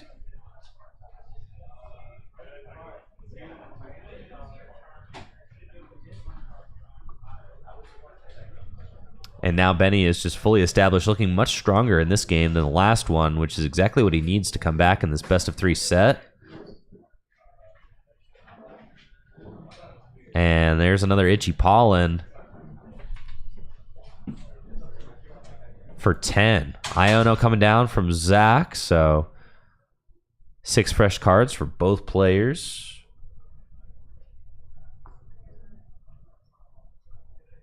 And Recon Directive from Zach, too. A lot of Recon Directives going on in this game.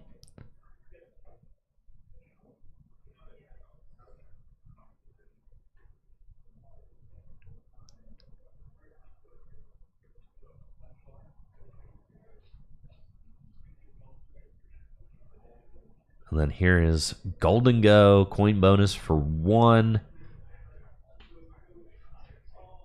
And TM Evolution from Zach, just to get another Golden Go into play.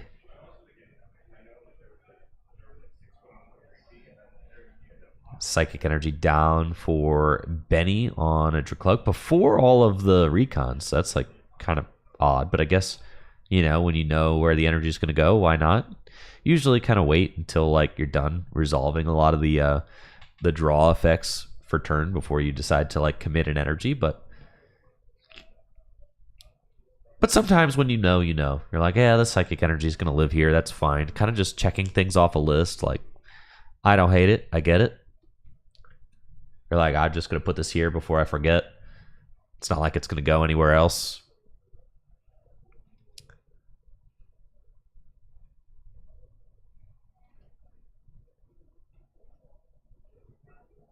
Ultra Ball.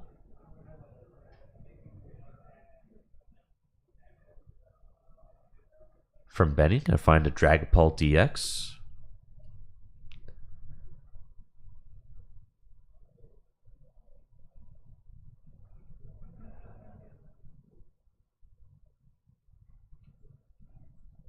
And here comes a Dusclops with a counter catcher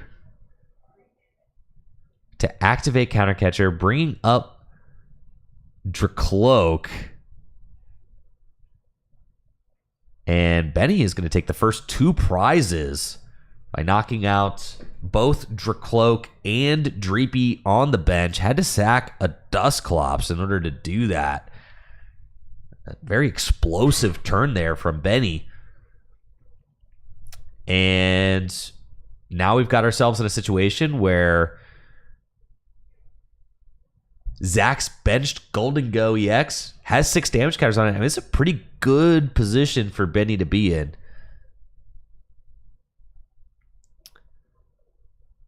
Six damage counters on the active Golden Go.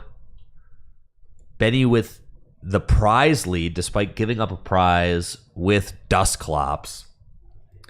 Kind of fixing the math just right in order to make this play work. And you can kind of see how Benny might be able to map out this game to work out in his favor. I mean, he's obviously walking these lines exactly the way he needs to in order to come out with the win.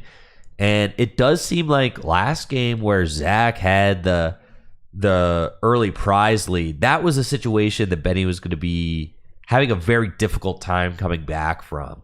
But now that Benny was actually able to take this aggressive lead, kind of activating counter catcher by giving up a prize card, taking 2 single prize knockouts early.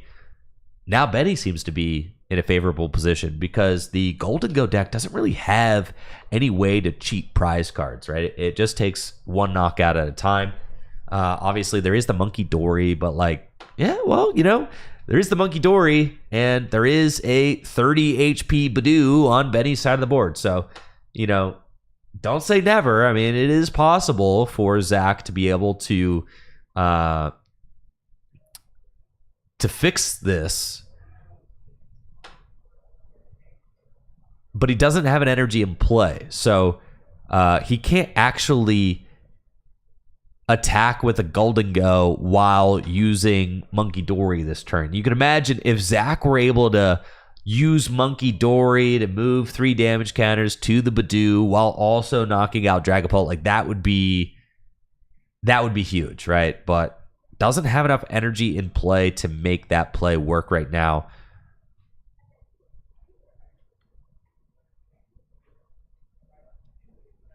Oh, Zach's got Energy Search Pro, Jamming Tower, and actually just has to use TM Evolution. Does not have the knockout. And what is going on? Actually does not get the Golden Go out of the deck with TM Evolution. So what did occur? What happened? Oh, because he put Jamming Tower into play himself, so he couldn't actually use the TM Evolution. Oh, no, because he put the Jamming Tower into play and was not actually able to use TM Evolution because he jammed himself. Oh, unfortunate. Extremely unfortunate. Yes, he didn't see his own Jamming Tower. And I imagine that Benny should be able to run away with this one. If I'm Zach, I'm starting to look at the clock and say, all right, might be time to scoop a Rooney on over to game number 3. Missing the knockout this past turn. It all just seems like really bad, right? I mean, another 2 prize take from Benny. What can you really do at this point?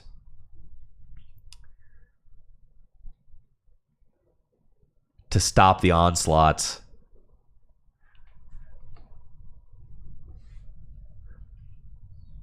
Just 2 prizes left for Benny.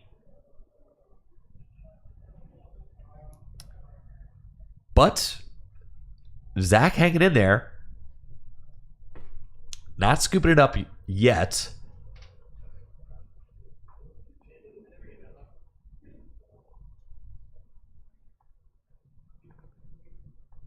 And we'll see what Zach could do. Got a Earthen Vessel for 2 energy.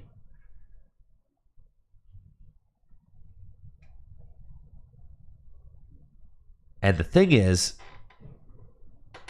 at this point, I was going to say with the Dusknoir. Yeah, I was going to say with the Dusknoir in play, it feels, it feels inevitable, but Benny just flashes the Dusclops, and with that, Zach's going to scoop it up, and we're on to game number 3. Benny able to seal that one away convincingly. So we've got a very bombastic series coming to a game 3 here. I mean, these players are playing quick, so you can see how they're able to finish their best of 3s by just playing fast and loose. I get it. No need to dwell on plays. We got 50 minutes to play a best of 3 set.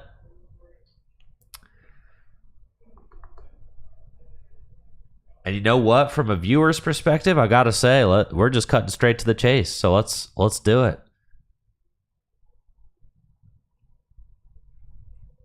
No need to sit around while players dwell on, 5-minute turns. Let's just get right to the cake. All right, Benny up first. Buddy poffin. Got a Dreepy in the active spot. Duskull on the bench.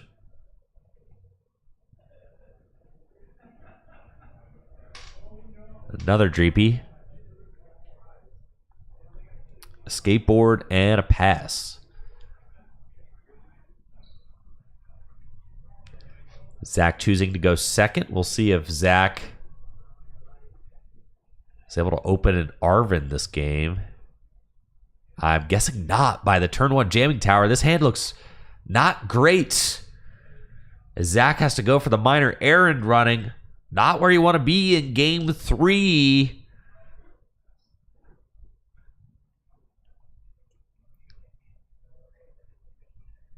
I do see that Zach has a Pheasantipity EX in hand, so not like a totally dead hand, but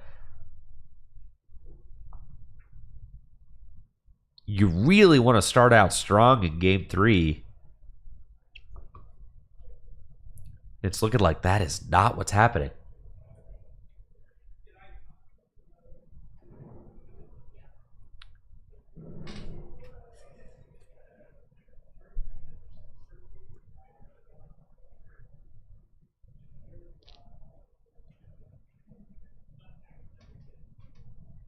Now I'm curious as to what is happening at the table. Maybe a judge is talking to them real quick. Because play has stopped, and that is not something that we typically see from these two. All right, big research there from Ben. And now we've got a recon directive.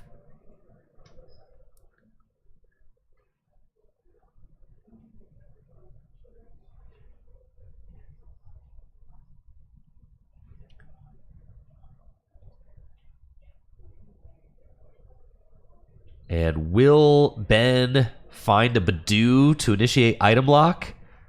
Jamming tower. Okay, was the retreat initiated? Does this thing have to pay? Or are we just going to pass with the Dracloak active?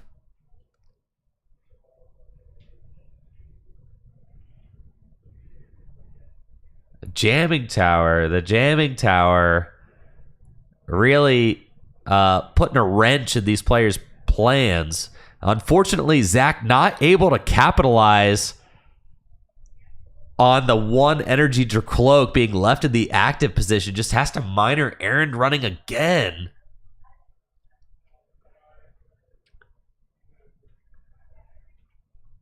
This is really going to set Benny up for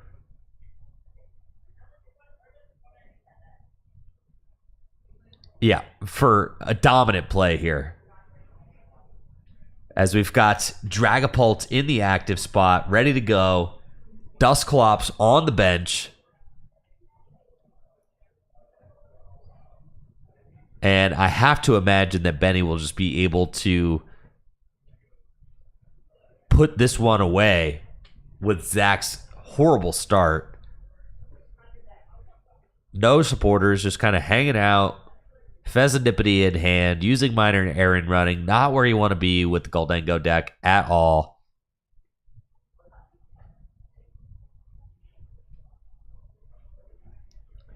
Nest Ball from Benny. Honestly, if there was another Duskull in the deck, you could get that, but there might not be. It might be prized. Looks like it's maybe going to be Badoo. Benny's board is already very strong. It's not like there's too much else needed. Halucha, though, is going to allow for Benny to take a multiple prize knockout without popping that Dusclops either. So, flying entry, big play. Placing a damage counter on 2 of Zach's bench Pokemon.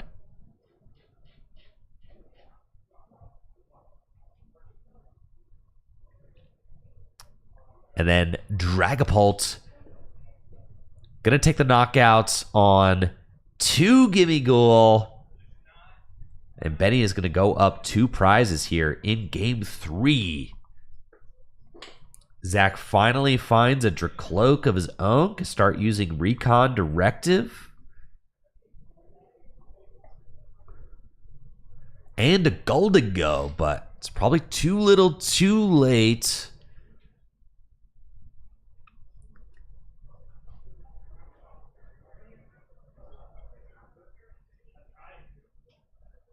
Zach does have Buddy Buddy Poffin. I mean, if Zach can cook up a one-hit KO on this Dragapult this turn, Zach's not totally out of it, right? I mean, like, if this Dragapult goes down, Betty doesn't have an energy on a bench Dracloak. I bet he does have access to Neo Upper Energy. And that could get him an attack. But if you can't find the Neo Upper Energy, then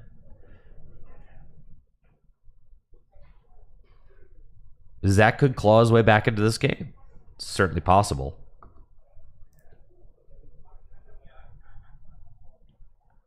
Yeah, flip the script from Zach. Does find Energy Search Pro. That, have to imagine, will enable, or at least get close to enabling. Oh, only 3 off the Energy Search Pro, so probably has a lot of energy. Yep, a lot of energy already in hand. Have to imagine that that'll be able to enable the one-hit KO. Has Superior as well. It could be a question of, are there too many energy prized?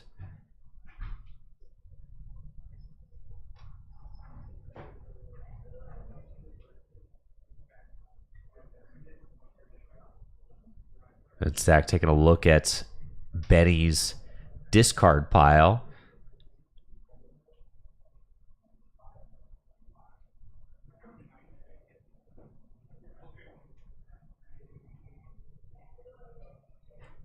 Now there's at least 1 energy in the discard pile for Zach.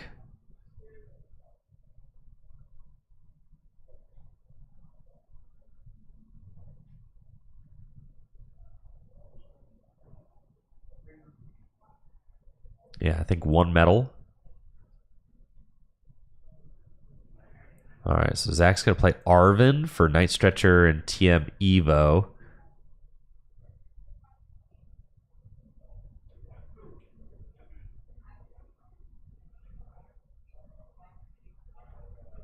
And then let's see if he's got it. Superior, discard TM Evo and a Goldango.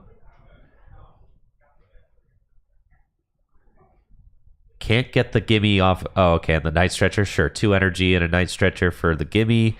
Energy to the active. And here we are. Make it rain. And that Dragapult is vanquished. We're at a 4-4 prize game. Wow. Still got just over 10 minutes left on the clock to play. So plenty of time left to resolve this one. going to be a question of whether or not Benny can find that Neo upper energy to attack with Dragapults.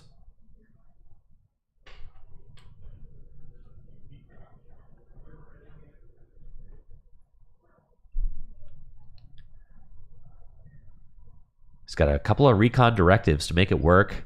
I know he's got a Fezandipity EX in hand as well.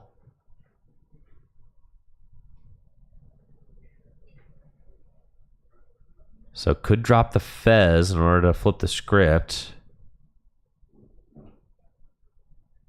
Buddy Poffin from Benny.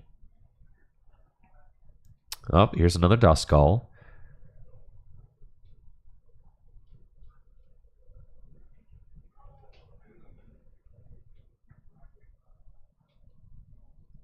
And Night Stretcher bring back Psychic Energy, so no Neo Upper Dreams this turn. Is probably just going to be a Boss Badoo situation. That's what it looks like from Benny. So Boss, the Fez, Itchy Pollen, Item Lock inflicted. No items from Zach can be played.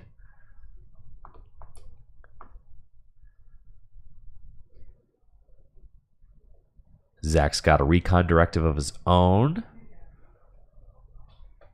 And it could be a situation where Zach has all of his energy accounted for in the discard pile. So this item lock could just like completely stick Zach, aside from a Turo scenario. So it looks like that is what Zach is doing. Zach is getting Turo scenario with the Cypher Maniac, but with all of his energy in the discard pile, it looks like he does have one energy in hand. You do have to be very careful when you're playing Gull to Go against these item lock decks, because it is possible to get into a scenario where you cannot attack. If all of your energy is in the discard pile and all you have left is superior energy retrievals, you could just get stuck, right? Because superior energy retrieval is an item card, and Badoo's Itchy Pollen literally doesn't do any damage to like your Goldegos and stuff. So, or is only doing 10 damage to a Fezandipity, right? So it's not like this Fezandipity is going to get knocked out anytime soon.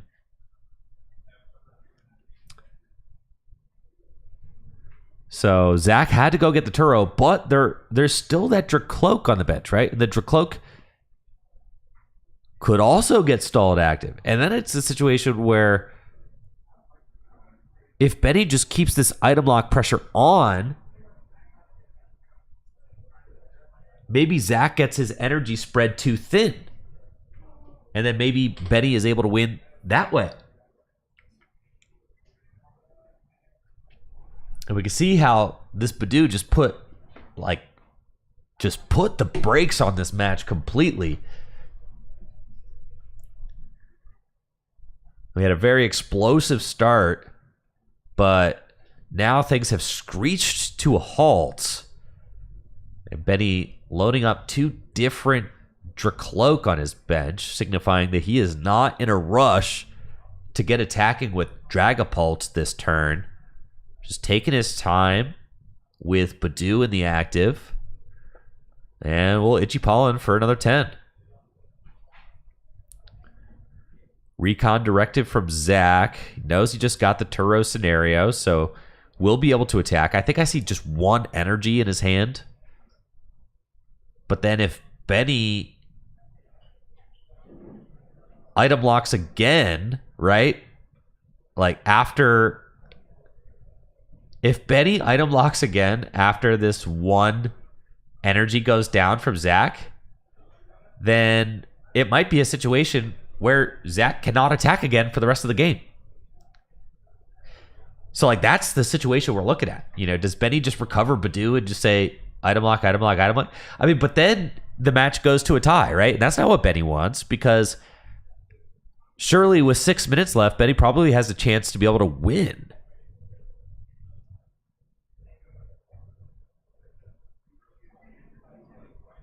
4-4 prizes, very close game. Zach's going to go to 3, but is probably out of energy after this one.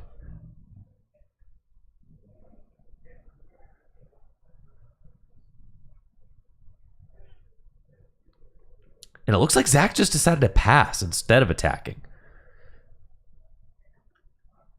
And it's probably because... Does Zach want to use boss instead?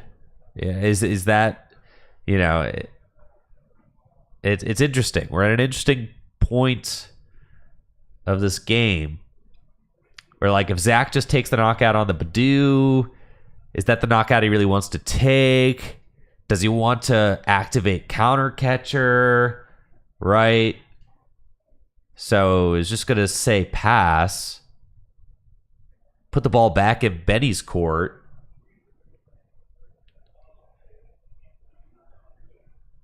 Got an Ultra Ball from Benny, and Benny's going to search out a Dragapult.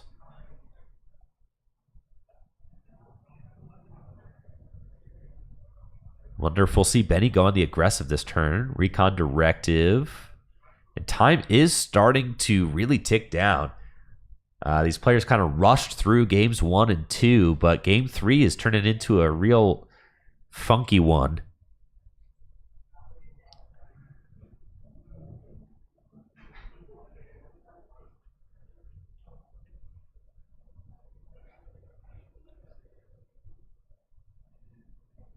Benny will evolve into Dragapult, Night Stretcher for the Psychic Energy needed to attack, and Iono.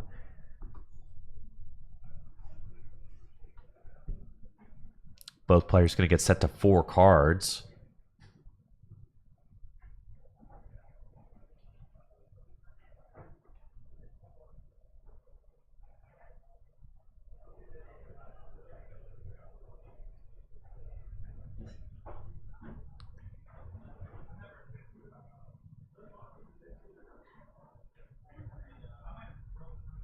And here comes Dragapult EX.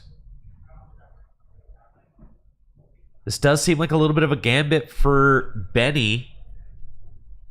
I mean, but item locking will not help Benny to win the game. I mean, at most, Benny could certainly force a tie by continuing to item lock, I think. So Benny's going to go in. And now it's a situation where Benny just wins the game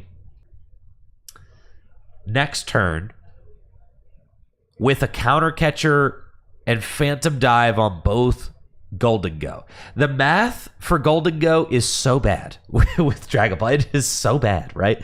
Like 260 hit points.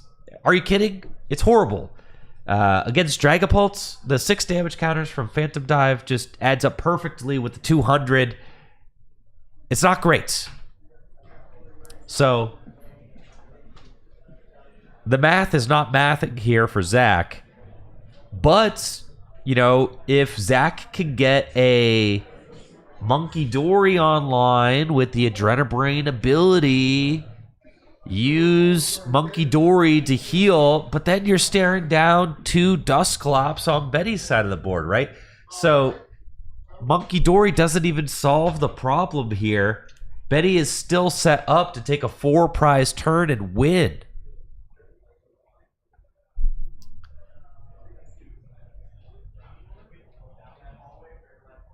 And even though there's just a minute left to play, it doesn't really matter. Because in +3 turns, Benny should have the amount of time needed. I mean, Turo Scenario is already down, so Zach doesn't have that option to completely remove damage from one of these.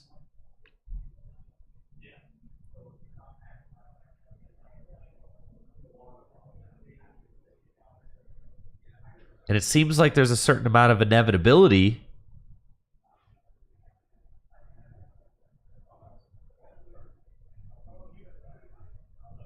to Benny's win at this point. Zach has to play Superior, letting go of Boss and Switch. And that hand is nothing but energy. And a boss. And make it rain. Zach goes to 2 prizes left. Does Benny have the pieces needed to get the win? Let's see it.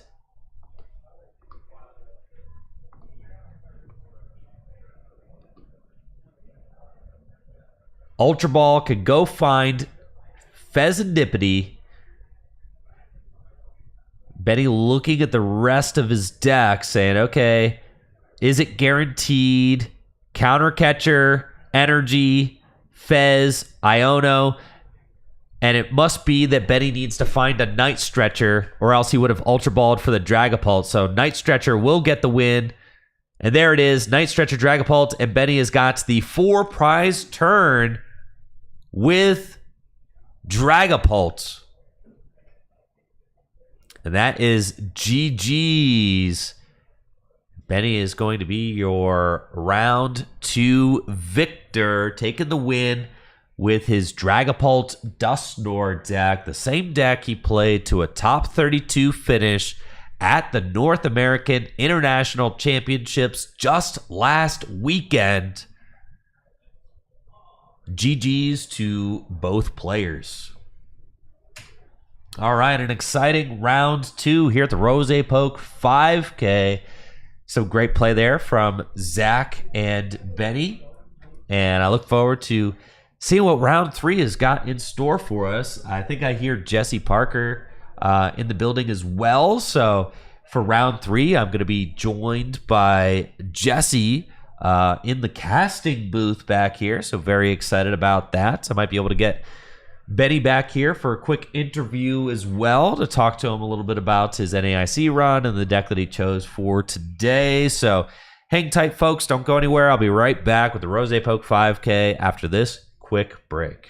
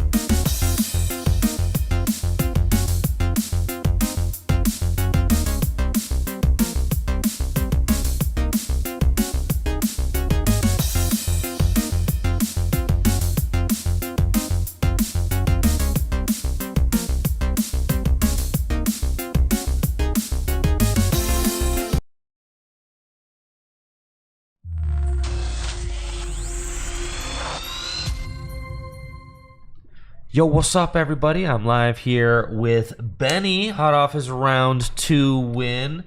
How you feeling, Benny? I'm feeling pretty good, especially considering I got pretty lucky game 3 with him missing Monkey. That probably would have it would have been bad. I mean, I could have gone like Iona to 1 and hope he didn't hit his like last Superior and Boss. I think that was like his only win con.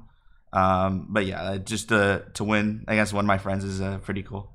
Yeah, for sure. You guys, it was evident that you guys were familiar with each other with the pace of play that you guys were playing with, no cutting. I mean, I think like during game 2, you two were both like searching your deck at the same time, and I was like, "What the heck is going on?" Yeah. Just like Zach must have said like, "All buddy pass," right? Yeah. And then, exactly. so it was cool to kind of see you guys just playing fast and loose there. Obviously, you guys are familiar opponents, so.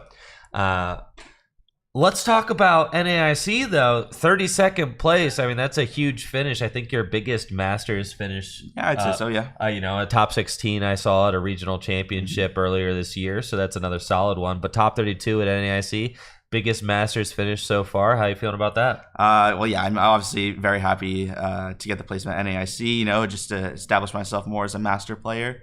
I wish I'd done a little better. I started off 8-1 in day 1, so I need to go 3-1 for top cut, but fell short versus Ryuki on straight Dragapult and then Rowan on Poltzard in day 2. But I rebounded and got the last 2 and then bubbled into 32nd, which was pretty nice. Yeah, that's hype for sure. I mean, it's a difference of $1,000, so yeah, not too bad. Now, what is it that you like so much about the Dragapult Dusknoir variant? Looking at the straight Dragapult versions, like the kind that Tord was playing, why are you favoring the Dusknoir? What do you think that the Dusknoir brings to the deck that you're really enjoying about it? I tested like a lot of Dragapult before NAIC, both the straight and not straight version. And the one with Dusknoir just felt like you can apply a lot more pressure. Like you don't even have to use it, but just having it on the field as like something that can just potentially like blow up your opponent's entire board, it's just a really good threat to have. And then when you can do those cool plays, there's like no satisfying feeling like that. It's just amazing. For sure. The board wipe potential is crazy. Absolutely gives you a lot more control over your opponent's board. Now, are you playing the same 60 from your NAIC run, or was there any changes that you thought you wanted to make to your deck, or are you not leaking in case anybody, I guess? No, I don't care. I am playing the exact same 60. The one card I didn't want to change was Arvin because he's like, as a one-of, I don't think it's like very useful. I would have much rather have a card like Jock or Brock Scouting in a lot of scenarios where I have Arvin. But I just decided to play the same 60. Just one last run, I guess. It's kind of fun. Yeah, kind of fun to get a like an encore, with the same deck. That's pretty sweet. So, anyways, thanks for taking some time to talk with us, Benny, and good luck in the rest of your rounds. Awesome, thank you.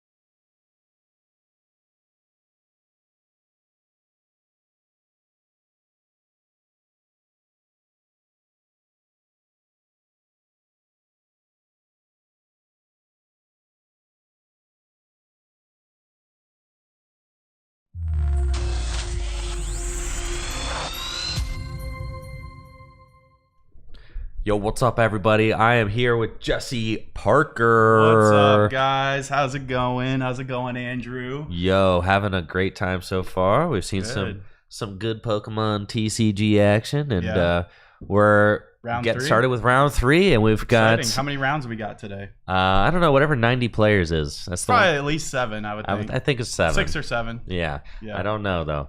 That's one of the questions that I have to ask, that I have yet to ask. But there are 90 players here competing for a piece of that $5,000 prize pool. Big money. And we got some really good players here. I mean, I actually was running some numbers.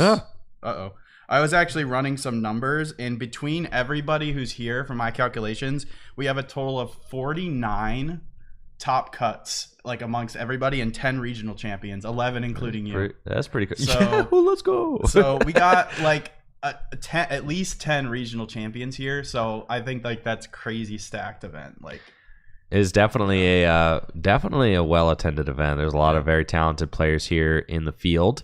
And speaking of talented players, we've got Gabe Thompson and Andrew Hedrick here for round number 3. Andrew Hedrick, obviously an international champion, multiple-time regional champion, and how many he's won one IC, right? He's won an IC. He won NAIC last year. That's right. With That's Lost right. Box. Yes, that's correct. That's correct. And he's won, and he's best known for winning back-to-back regionals with Lugia. That's right. Back when Lugia was extremely broken. Yeah. So Andrew, I don't know much about Gabe Thompson, but he's got his work cut out for him. I mean, I see he's got the notepad there, so that's a good sign. He's doing some prize checking. That's usually the sign of someone who kind of knows what they're doing, you know. Oh, no, bro. I try not to read too much into that. Really? Yeah, bro. You think I carry a notepad with me? I mean, there's a higher chance that he knows what he's doing than if not. I don't know. Sometimes I think if you've got a notepad, maybe you're just trying to look like you know what you're doing. That's totally possible.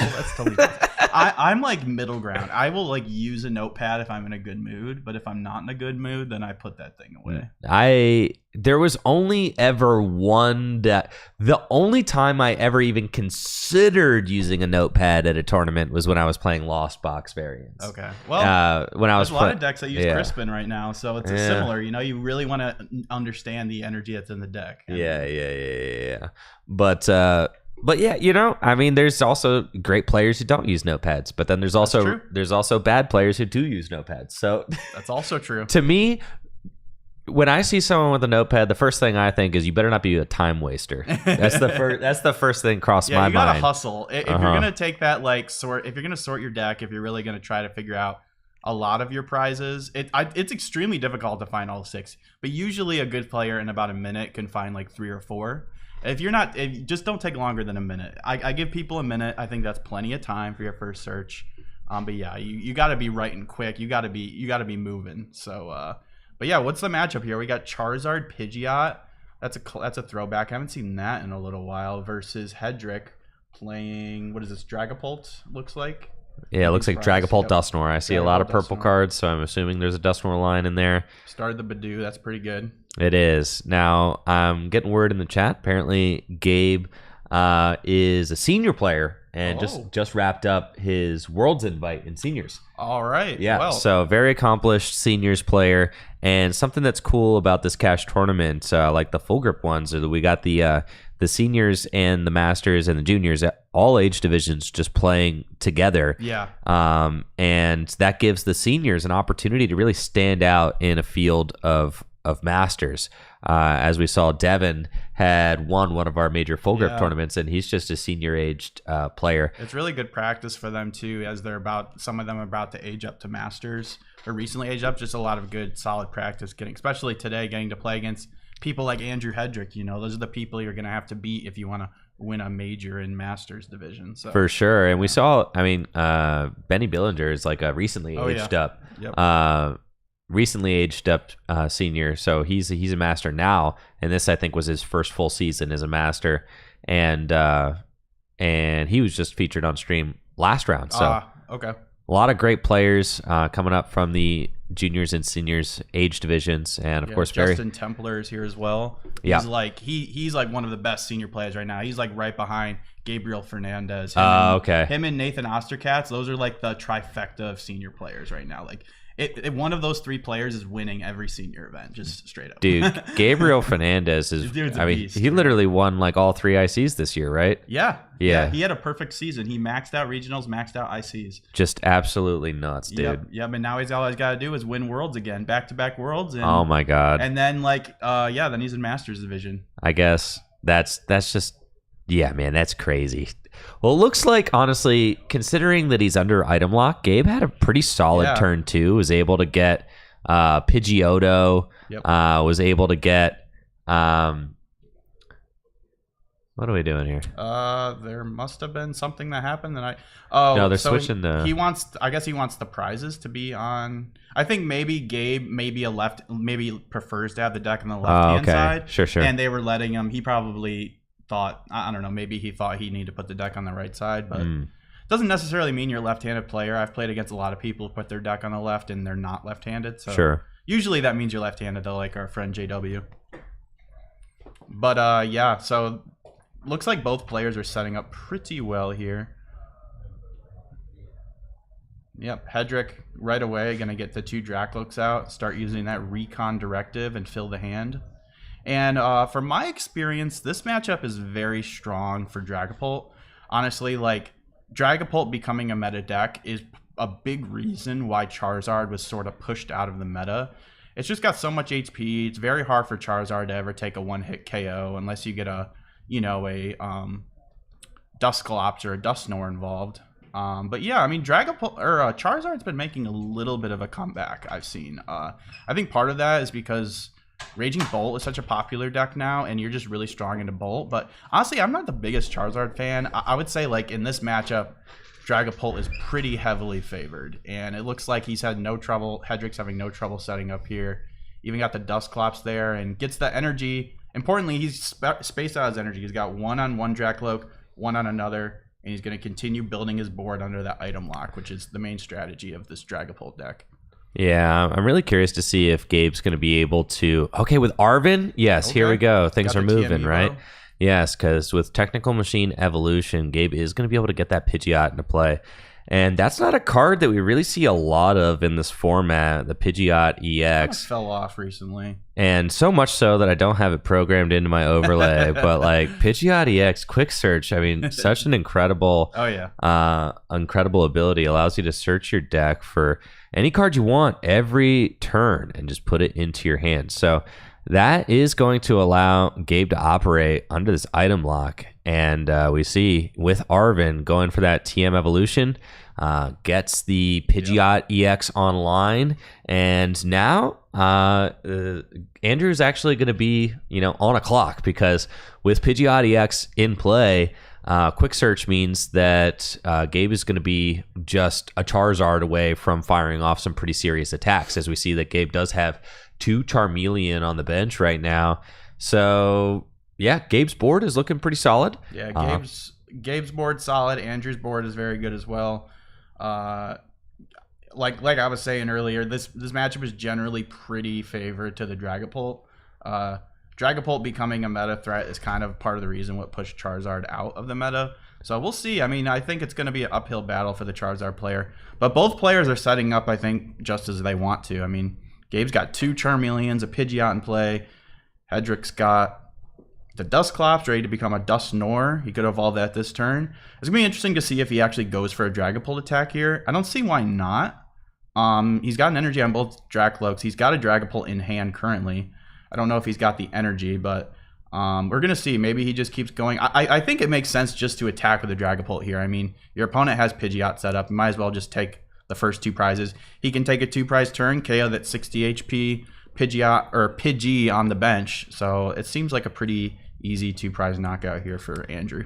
That does, it does seem like pretty cut and dry. Like if you could take a 2-prize lead with the Dragapult deck, which tends to be like a step slower usually than in a good spot. Yeah, right. Like if you're taking a 2-prize lead with a slower deck like Dragapult, then you're probably feeling pretty good about the situation. And of course, we see Andrew diving in there with the Dragapult saying, yeah, I don't mind this. Let's take a double knockout, probably remove the Pidgey from play.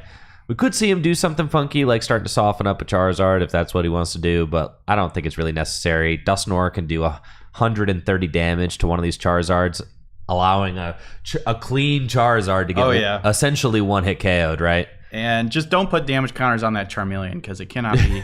Yeah, on the one with the ability. Yeah, don't put him there. Okay. Oh, okay. Yes. Interesting. Okay. So he is spreading them out here. Interesting. You said I don't really play this matchup very often. So I mean, I trust Andrew Hedrick knows what he's doing, but like I would think just taking us 2 prizes right in a row. But I guess there's a reason why he doesn't want to do that. Interesting. Yeah, I think that it could have something to do with the math. Though I think even with 2 prizes taken, the Charizard is not going to be able to threaten the 320 hit point Dragapult quite yet. Yeah, you definitely don't need to like rush here as Andrew. I mean, you got a really strong setup here. You don't need to rush and potentially like get Iono to a 4-card hand and not be able to set up another Dragapult. So I guess just take it slow and easy. Set up math for future turns. For sure. Yeah. Charizard is online though, so here comes Gabe roaring in with Charizard EX. Infernal Rain. Burning Darkness is going to be doling out 210 damage now because a prize card has been taken, but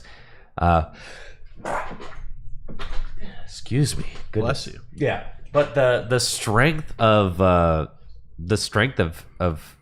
Andrew's board is that Andrew has those Dusknoirs in play, and we see Gabe acknowledge that by targeting down the Dusclops, right? Because the Dusclops and the Dusknoir are what is going to allow Andrew Hedrick to take those big knockouts on Charizards. For sure, yeah. This is I think pretty heads up from Gabe. I think Gabe obviously realizes if the Charizard and the Dragapult just keep swinging into each other, the Dragapult's going to win that war. So you really need to... You can't let your Charizard just get one-hit KO'd. So now the ball is on Hedrick's court here to, I mean, potentially get like... I'm not sure how many Rare Candy his list plays, but he could potentially like go like Rare Candy. He's already got the Dragapult Charizard up. He could go Rare Candy, Dusknoir, and just take a big prize lead here. But I think he's probably just going to take a slower approach. But he's got a very big hand, so he's really mulling over these 2 cards here. It looks like he's going for... Oh, no, changing his mind. Considering the Recon Directive. The counter catcher there. He's got a Jacques for turn to search out a pair of evolution Pokemon. And he's going to get another Dusclops and another Dracloak. So not going to have that Dusknoir available. It doesn't look like this turn anyways. And that is big because that means that Gabe is not going to have his Charizard get one hit KO'd. I mean, right? So that is big. We'll have to swing into it. And I'm curious to see what kind of things Gabe has in his Charizard Pidgeot list, right? Because there's no Dusknoir. There's kind of no other things, no frills going on in this Charizard like no list. frills, like consistent. I'm just going to get Charizard out, keep swinging. Maybe he plays something like a Picnic Basket or something. That could be good. Or a Turo scenario, right? Turo would be good too. He's got the backup Charmeleon. And Jacques really strong there for Andrew. Jacques is really strong in these Dusknoir variants of Dragapult. In the non-Dusknoir variants, you see people opting for Brock Scouting, as it's generally just better. But with Hedrick, he's got he plays the Neo Upper, very nice. Neo Upper seems like the preferred ace spec in Dragapult nowadays.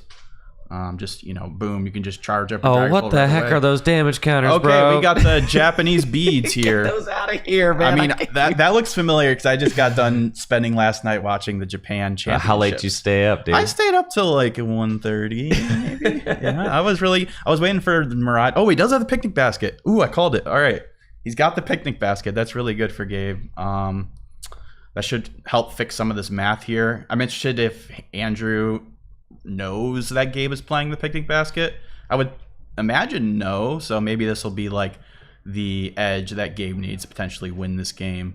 I mean, picnic basket heals 30 from everything, right? 30 from everything. So, but what math is that fixing right here? Well, it is fixing the Pidgeot math, so it can't get too, because right now it's in range. Well, it's also in range of a Dragapult knockout. It is, and now it's not. So, and also healing that. So how much does? Yep. So that's also going to heal Charizard. So Hedrick cannot just go Dusknoir KO the Charizard, because it was in range of a Dusknoir boom, just KOing it. That's true. It actually did a lot for his board there. So picnic basket paying off there. I don't. The real question is that going to allow Gabe to actually win this game? But it's definitely putting him in a way better spot than he was before. Yeah, I see that for sure. And with he's the really boss targeting these. Oh yeah, he is. He does not want Dusknoir to come online. Now, that's some heads up play here from Gabe targeting down the Dusknoir, saying, in the early game, it just doesn't make sense to 2-hit KO a Dragapult, right? Because you're thinking at the end of the game, I will 1-hit KO these things. And I don't know that we've seen Gabe's ace spec yet, so it could be max belt, right? Maybe. And maybe he's given himself, that option to take some big 1-hit KOs at an unexpected time. What are the ace specs we could see? It could be Prime Catcher, could be Unfair Stamp, right? Unfair Stamp or Prime Catcher, I think, are like the two premier ace specs in Charizard. But what does he have there? Is that? Oh, it is Max Belt. You got it. Yep, that's Max Belt. Told you, bro. All right, that's pretty good. Okay, so game's actually looking not too bad for Gabe here. He's doing what he needs to do. I mean, you have to think when you play a deck like Charizard Pidgeot, you have to be having some kind of game plan for, Dragapult. I don't think you're just saying, I'm going to take an L to Dragapult. It's one of the most popular decks. Yeah. It's maybe not as bad now because you also have Grimmsnarl in the mix, taking some percentage points away from the Dragapult players.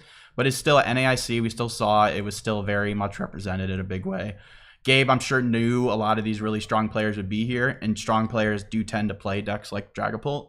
So you really want to be teched out for that matchup. And Andrew's going to continue just recon directing here. And so that means that Gabe has the option to put this in perspective, right? Gabe has the option to take a 320 hit point knockout when Andrew has only taken 3 prizes. Yes, so, exactly. Yeah, so that's a big difference, right? Being able to go from 270 to 320, it essentially allows you to take your final 3 prizes of the game one step quicker, which is the same reason why Charizard decks would play Dusknoir in the past, right. Just to allow you to take those knockouts a turn sooner. But Max Belt just allows you to control the prize trade in a similar sort of fashion. So it looks like Andrew here, not taking the bait, is actually going to bring up the Pidgeot and swing in for 200 damage. Says, I know you probably have a Max Belt. I'm not just going to take an easy knockout or whatever and just allow you to farm my Dragapults. And why is he rolling the dice? What is going on? I think he's just playing with them. Well, Andrew decides where he wants to all play. Right. I was gonna say, what are we rolling for? But yeah, heads up play here from Hedrick, who is not going to take the bait and go down to 3 prizes remaining so that Gabe can start farming these Dragapult. Now I'm curious to see if Gabe is playing a Turo. I would want a Turo desperately in my. Maybe he has another picnic basket. Charizard Pidgeot deck. Picnic basket. Yeah. But yeah, the Charizard right now, Hedrick has made it so there's 90 health remaining on that Charizard. So that is enough for Dusknoir to get the KO here. It's still going to put pressure on Gabe. Are we going to see Gabe gust up another Dusclops? That'll be interesting. I will throw off his prize map, so I don't know if I would go for that. Again, Gabe is just in a pretty tough spot here. I think Andrew's doing a good job, again, not taking prizes to power up that Charizard attack. Right. He's at 5 prizes right now. That's what makes Dragapult so strong. You don't give your opponent Pheasantipity. You keep your Iono strong. You just take like 3-4 prizes all at once, and you set up kind of like a checkmate. And that's what Andrew is doing here.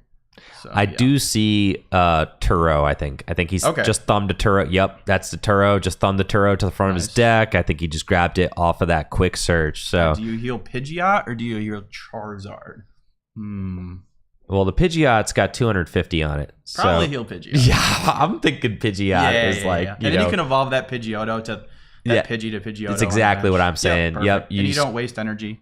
Yep. You scoop the Pidgeot. I like it. Send up the Zard. Not ideal, but still in a pretty good spot. You do hate to give Hedrick a turn where I don't actually have Pidgeot in play. That feels really scary because you could get yourself into a situation where just like one foul, Iono or something. Ooh, we got Monkey Dory in the Charizard deck I also too. saw Mist Energy in there. He's also playing Mist. So he is ready for the Dragapult deck. So he's ready. Like, he's got Mist Energy, he's got Picnic Basket, Turo, Monkey Dory. I mean, Monkey Dory is just like the best card in the format, so it just makes sense to play.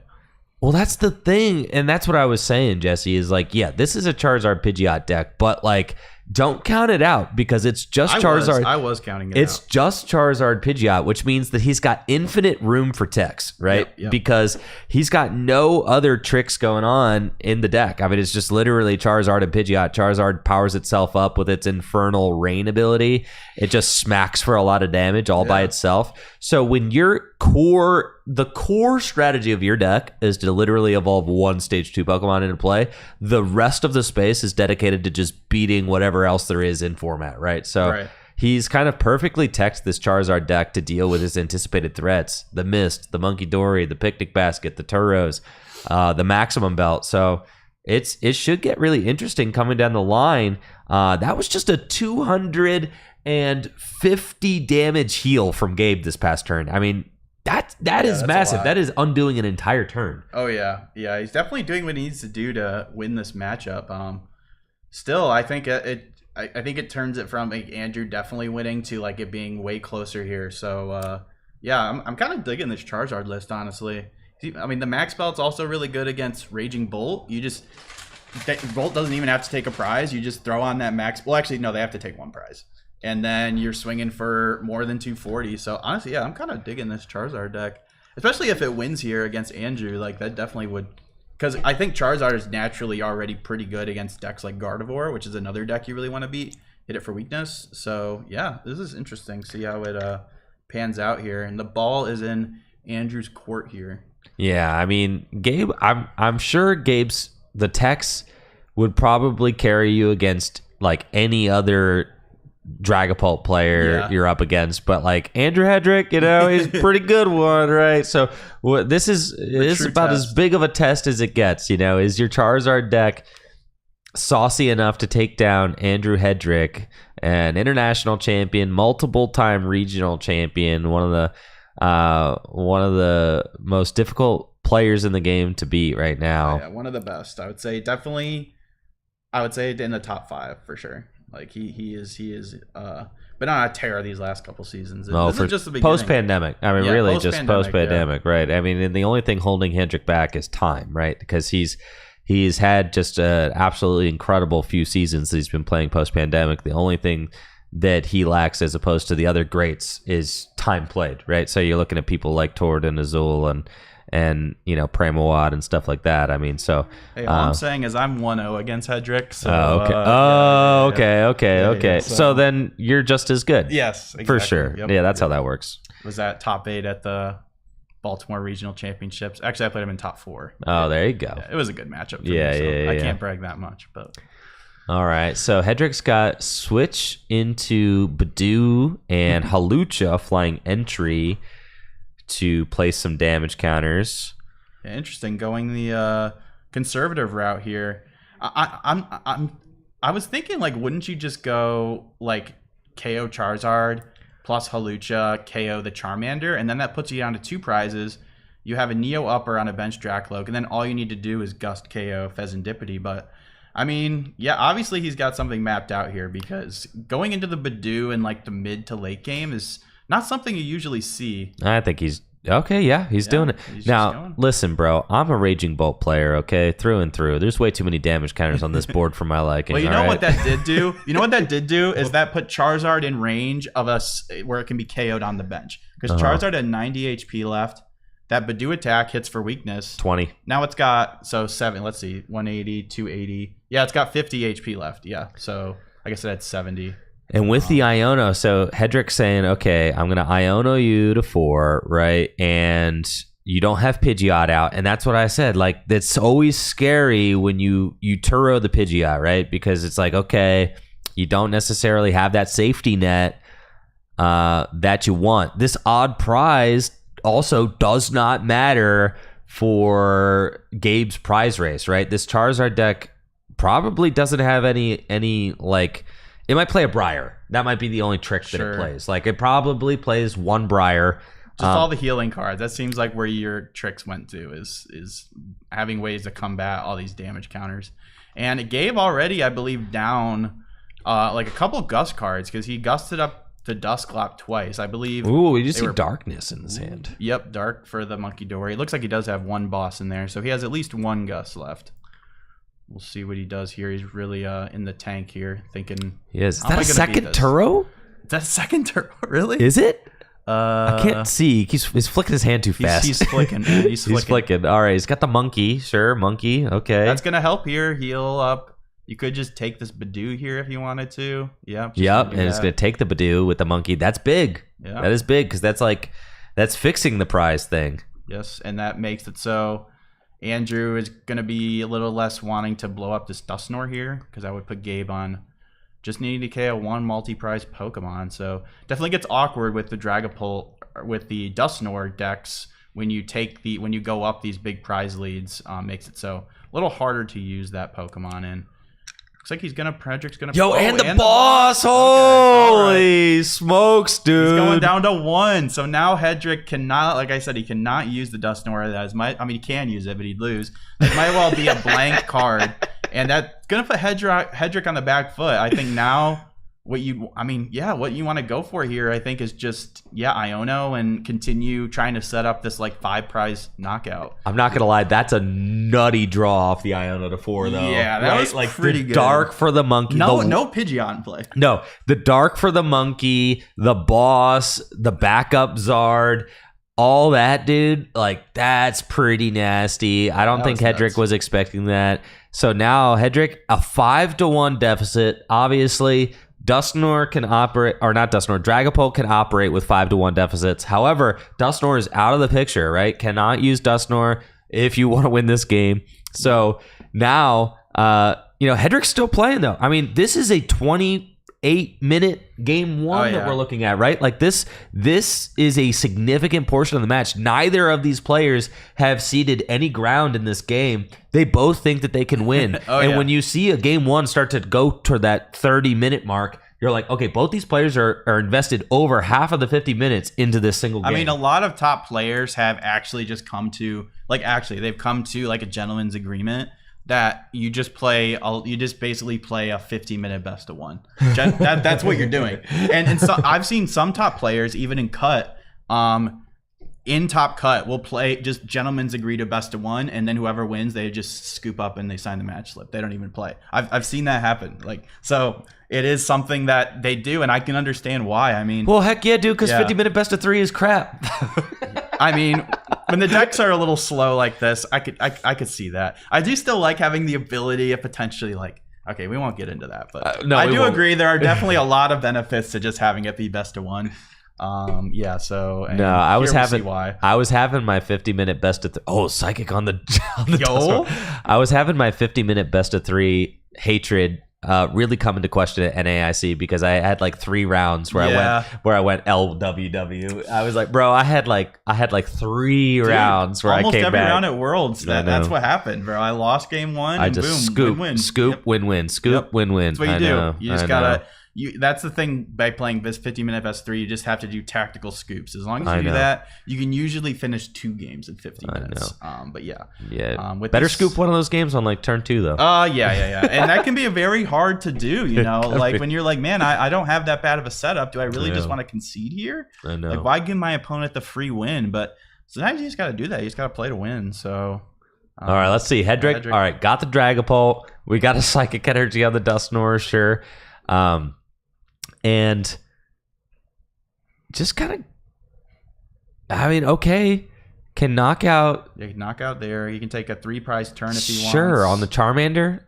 Yeah, I mean, I think you But just then do Gabe that. just wins. Does he just win? Oh, I guess not. But there's max belt, right? If, Yeah, there is max If max belt, then yes. So maybe you just... Oh, man, you can't even take a 2-prize turn. And research was the supportive return, so Yeah, there's that's no tough. Iono, no hand disruption. If you just take 2 prizes, you're in range of max belt. Does the Charizard have... The Charizard on the bench has 2 fire on it, yeah? I think so. No? Just one fire? I cannot tell. I think it has it's one fire. I do think it's So one. I think Gabe needs... If Hedrick does take... That's what he's... I think that's what Andrew's debating right now. He's got the counter catcher in hand. He's really mulling over this decision right now. And it's hard because Gabe has the Monkey Dory set up, so it's harder for Hedrick to just play it slow like he was before because Gabe can just keep healing these Pokemon to put them out of range of Dragapult's attack. So, Andrew, this is a big decision he's making right now. What does he counter catcher up? He's really thinking hard about it. Counter catcher, right. You could counter catch up the Charizard with the fire, and then Gabe misses a turn to attack. I mean, that is probably maybe something he's thinking of right now, potentially. But Gabe has fire in hand. What Andrew doesn't know that, but right. he does have That's fire in probably what hand. he's thinking right now. Yeah. That's probably what he's... Okay, he's going for the Monkey Dory. Maybe he's just going to take a single prize here and set up for like a 4-prize turn. Sheesh. I guess. I don't know. We're going to see where he puts this. Okay, puts them all on the Charizard. So then that 150, Charizard... 250, that's at 310. Okay, 20 hit points left on the Zard. Sure. All right, Hedrick going to 4 prizes remaining. Yep, so Gabe, not I mean, in range of max belt. Hedrick just doing everything but playing into it, right? Yeah, like yeah. literally is just saying like, I will not allow you to 1-hit KO my He Dragapult. must know he plays max belt. I mean, he must. He must, right? I didn't realize that because I Dude, don't see too much Charizard now. But you're not playing Charizard unless you're playing Max Belt, I think, in this format. I guess. I mean, I think you're probably right. Yeah, it makes a lot of sense. It also helps you reach on decks like Grimmsnarl too. Yeah. Because Grimmsnarl's got an effective 300 hit points with Frostlass. Rod, Energy Search. Oh my. Okay. Arvin. No, I think he might have it. Dude, bro. I think he has it, bro. That's it. Max Belt. Oh my my God, dude. Oh my That's God. crazy. I didn't even think about getting the Monkey Dory back. The now, monkey bro. back, dude. Dude. Oh my God. He just freaking did it. He That's did it, bro. crazy. Bro. He did it, bro. That was so He only nuts. took 2 prizes, man. The power of maximum belt. Dude, that was an 80 damage swing. Like Andrew Hedrick did everything correct to make it so that he could not reach the 320 number. Oh yeah, yeah. But then he still said, "No, I will reach the 320 number. Like I just will. Like Yeah. I will force myself to." I don't think there's anything Hedrick could have done there. I mean, I think Gabe here is really teched out for this matchup. He's clearly played it a lot. He seemed very confident in that series. So, oh yeah, dude. I think he got a little lucky there off that Iono to 4 to have that like 2-3 card combo. But sometimes that's just the way it goes in Pokemon. Hey, bro, when you're hot, you're hot, That's what I'm dude. saying. Like, I'm sure Hedrick has had many hot streaks. Yeah, dude. In his time. yeah, So, when you're hot, you're hot, dude. Yep, Who yep. cares? That's so sick. That was a crazy. that was crazy. Crazy game one. And dude, I mean, 30 minutes in, like Gabe's Yeah, it's up game basically one. cooked, bro. It's cooked. Yeah. Gabe's up game one against Andrew Hedrick. At this point, if you're Gabe, you can't lose the set.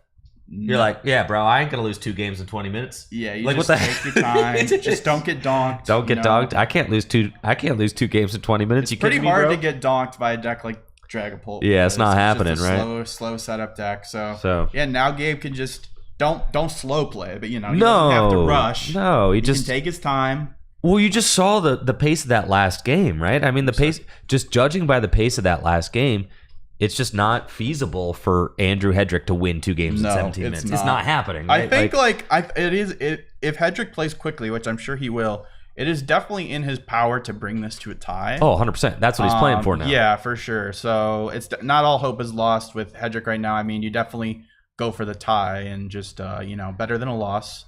Not much better, but definitely better. Chi-Yu in the deck too. God, Yeah, Chi-Yu is a menace, bro. Dude. I played against 3 Charizards, 3 at freaking Milwaukee, and they all had the freaking Chi-Yu, which one-shots the Goldengo, and it's miserable. It's like, what am I supposed to do, bro? I'm not going to swing into this thing. Yeah, well, it's rough, man. Nobody told you to play Goldengo, dude. Bro, my brain told me to play Goldengo, and I don't really regret it. I think the deck was fine, okay? It was fine. And guess what? It's getting big buffs next season, or next format, bro. We got So true. Genesect is insane, bro. I know. I was solitaring with it. Were you? Yeah, it is crazy. You can just go first, pop 2 evolutions in your hand, and then next turn just pop 2 more in your hand. That's and then you 4 got all your Goldengo. Goldengos. Like, it's Turn crazy. 2. Yeah, it's nuts. You playing 1 or 2 Genesects? 2 Genesects. 2 for sure. Genesects? Yeah, you don't want to prize that thing. And you play 4 Nest Ball, 4 Poffin. You go first. You Poffin, Nest Ball, boom, and you're off. That's your whole deck. Yeah, yep. Okay, Broken. I gotta say, Genesect is actually making Air me Balloon's like insane it. too, which you can draw 2, Air Balloon Retreat, draw 2 more. It's like a +1 every turn. Tool Scrapper if you're afraid of Genesect. Sheesh. Yeah, so I don't know. That's definitely a deck I'm going to be testing a lot for the Worlds format. But Oh heck yeah! honestly, I was going to say before the game started that this format, like, you might be like, oh well, you know, this format doesn't have any much more. There aren't any more major tournaments because Worlds format's going to be different. But I think similar to Destined Rivals, the meta is not going to change that much. No. Like with Destined Rivals, you basically had 1 new deck come into play. You had the Grimmsnarl, everything else was the same. With this, I think you're just going to have no new archetypes, but like slight buffs to existing archetypes like Goldengo, like Miraidon. But in the landscape of the meta, I mean, just because Goldengo's getting buffed doesn't necessarily mean it'll be a better play. We'll just have to see how well it's positioned in the Worlds format. But I think you can definitely take results from this tournament and apply them to the next format. Not like, I mean, maybe it'll change more than what I'm thinking, but I don't think, when I look at this tournament, I don't think like, oh, I don't care because it's not the same format. It basically is going to be the same format. So I'm excited to like see how this whole tournament pans out because obviously I'm going to Worlds, so like this is valuable information for me, info gathering, to see how people respond to the NAIC meta. Gardevoir winning again. And I think it's just people playing these broken stage 2 decks. I mean, those seem to be the best decks right now. Like the broken stage 2 decks and Raging Ball. That's basically what we got going. 100%, dude. Yeah, we did watch Sanjay get kind of farmed with the EV box there in round 1. Yeah, EV box is kind of a wild card. I don't think that deck is that bad. I think it's fine. I mean, it did get top 16 at NAIC. Yeah, that stinks. He got farmed. Rip Sanjay. But I believe in Sanjay. I think he won his last round, so he's going to run it back for sure. I have faith in my boy. It's a really strong turn 2 from Gabe. Oh, yeah. Gabe's got the great. Rare Candy Pidgeot EX. It's got TM Evolution as well with the Chi-Yu, double Charmeleon. No Badoo from Andrew Hedrick. Hedrick just with the Iono, a single Dreepy, single Duskull, and pass. So Gabe taking full advantage of that less than stellar start from Andrew Hedrick, and now has got just like the board of dreams on his side right now. Yeah, this is looking real good. And another Iono from Andrew Hedrick to give Gabe a fresh 6-card hand. Yes, I'm please. sure he's loving that. Yeah, this is it's looking like it's wraps here for Gabe. I mean, I'm just saying, like, I know Andrew Hedrick has got For Hedrick, you mean? wraps for Hedrick. Yes, Gabe's got it squared away, I should say. Yeah. Yes, it's looking like this board is just kind of impenetrable at this point. And with only 12 minutes left on the clock, I mean, Andrew really sunk. He put all his chips in that game 1. I mean, and it's what you do. It's you would think, deck. right? It's Dragapult. You got to, right? Because with a deck like Dragapult, you're never out of it. And like Andrew Hedrick wasn't like, it's not like he was getting thrashed or anything. Like it's like the lines were there, Very right? close, It was very close. So yeah, but now that Gabe's got that Pidgeot in play, I mean, just anything he wants to make happen every turn is just going to be happening, right? If that means aggressive Charizard, then here we go, right? Well, it's looking like Charizard could just start bossing down. I mean, Gabe could even be in a situation where he's chasing the energy, and I think I see bossing. Dracloak, That's bro. what I'm saying, dude. He's chasing maybe the he energy. bosses the Duscloak. I think you definitely boss a Dracloak, 100%. I'm feeling Dracloak, but if Gabe bosses the Clops, I respect He's it. got the mist Then the energy mist, on the Pidgeot. Clops, dude. I told you the Clops, bro. He's not playing, bro. He hates it. Well, okay. So think of it from Gabe's perspective. The Dragapult, he is not scared of the Dragapult, bro. The Dragapult can do nothing. Worst case scenario, if he did target the Dracloak, Gabe or Andrew could go Rare Candy, Dusknoir, Neo Upper, blow up Dusknoir, boom, and then he's back in the game. So I guess that's like your one lose con as Gabe. So you just remove that by KOing remove the ability for Andrew to go for these explosive plays, and that's what we've been seeing this series for sure. In this matchup, Gabe is just like, you target the Dusknoir, the Dusclops. You do not ever let that become Dusknoir, and you go up enough prizes where you just put on so much pressure, and Andrew can't have these explosive turns. So yeah, that seems like it's been working really well for Gabe in this series. Oh, heck yeah, dude. I mean, this is exactly where we would want to be. Charizard in the driver's seat. Fully established board. Got the ability Charmeleon on the bench. Man, Pidgeot. Oh, yeah. Established through the Pidgeotto. It all feels very good for Gabe here. Yeah, Andrew can't put damage counters on the Pidgeot or the Charmeleon. That's because the Pidgeot's got the mist on it. Bro. Oh my god, it's bad. It's not looking good for Andrew. Dude, the matchup is looking like pretty favored for Charizard. I'm not gonna lie, man. The mist is nuts. All you had to do was tech like 5 healed cards to win. Who would have thought? Yeah, but you got the space, right? Yeah, and the crazy thing about the heal cards, right, is that they're a tech for Dragapult, but they're also a tech for Grimmsnarl. Yep. Right? So when you got two like devious spread decks in the format, even Gardevoir will spread with the monkeys. Saying, so right? yeah, I mean, I think that's why like Picnic Basket was like the tech of the tournament for NAIC. Everybody's talking about Picnic Basket. One, because it just heals against all these matchups, but two, because healing Grimmsnarl's Monkey Dories is actually good for you because you remove their damage. So it just makes sense. And Andrew's gonna counter catcher Pidgeot, and he realizes he's going to have to remove this bird if he wants any chance of winning this game. Remove the bird that lets you just go get all these heal cards, and he can't snipe it. So he's going to have to go like back-to-back Dusk here, or back-to-back, or at least do this plus like a Dusknoir. Yeah. So we'll see. But obviously Pidgeot has free retreat, so he can keep the Mist Energy on, which is nice. Yeah, this is a great play from Hedrick. Obviously, since you can't snipe the Pidgeot, you're going to have to just target it down, put 200 damage on it. Energy Search, the Darkness, and we're right back where we were. Like, okay, we've got the healing power of Monkey Dory. And it makes sense. It makes sense that Monkey Dory works well in this deck, right? Because just put that card in anything, man. It's like Frank's Red Hot. Put that on everything. It's just like you just put that monkey in every deck, dude. Because you've got the Charizard Infernal Rain. I mean, it charges itself up, so you're actually free to attach whatever energy you want per turn. It just makes sense, right? It's the same thought process with the Mist Energy. Like, you don't have to attach from hand for turn. So why not play a Mist Energy? Because you can just slap that thing down 100%, whenever you want, because Charizard's Infernal Rain charges up your Pokemon for you. So the Mist Energy, the Darkness on the Monkey Dory, it all makes sense. I mean, this isn't the first time we've seen Charizard play Mist Energy. Back when Lost Box was very popular, that was a popular inclusion in Charizard as a ways of combating Sableye Lost Mine. Look how far off the board this freaking monkey is, dude. Gabe, put the monkey on the board. Is that Gabe. monkey in play? Yes, it's in play, bro. Bruh. I told them to keep it within the tape. I told you keep the cards it? within the tape, bro. No, it's cool. Listen, if they don't want to play on camera, whatever, man. What can I do? Bro, you put the tape I down, put the tape down. I told you put the cards within the tape.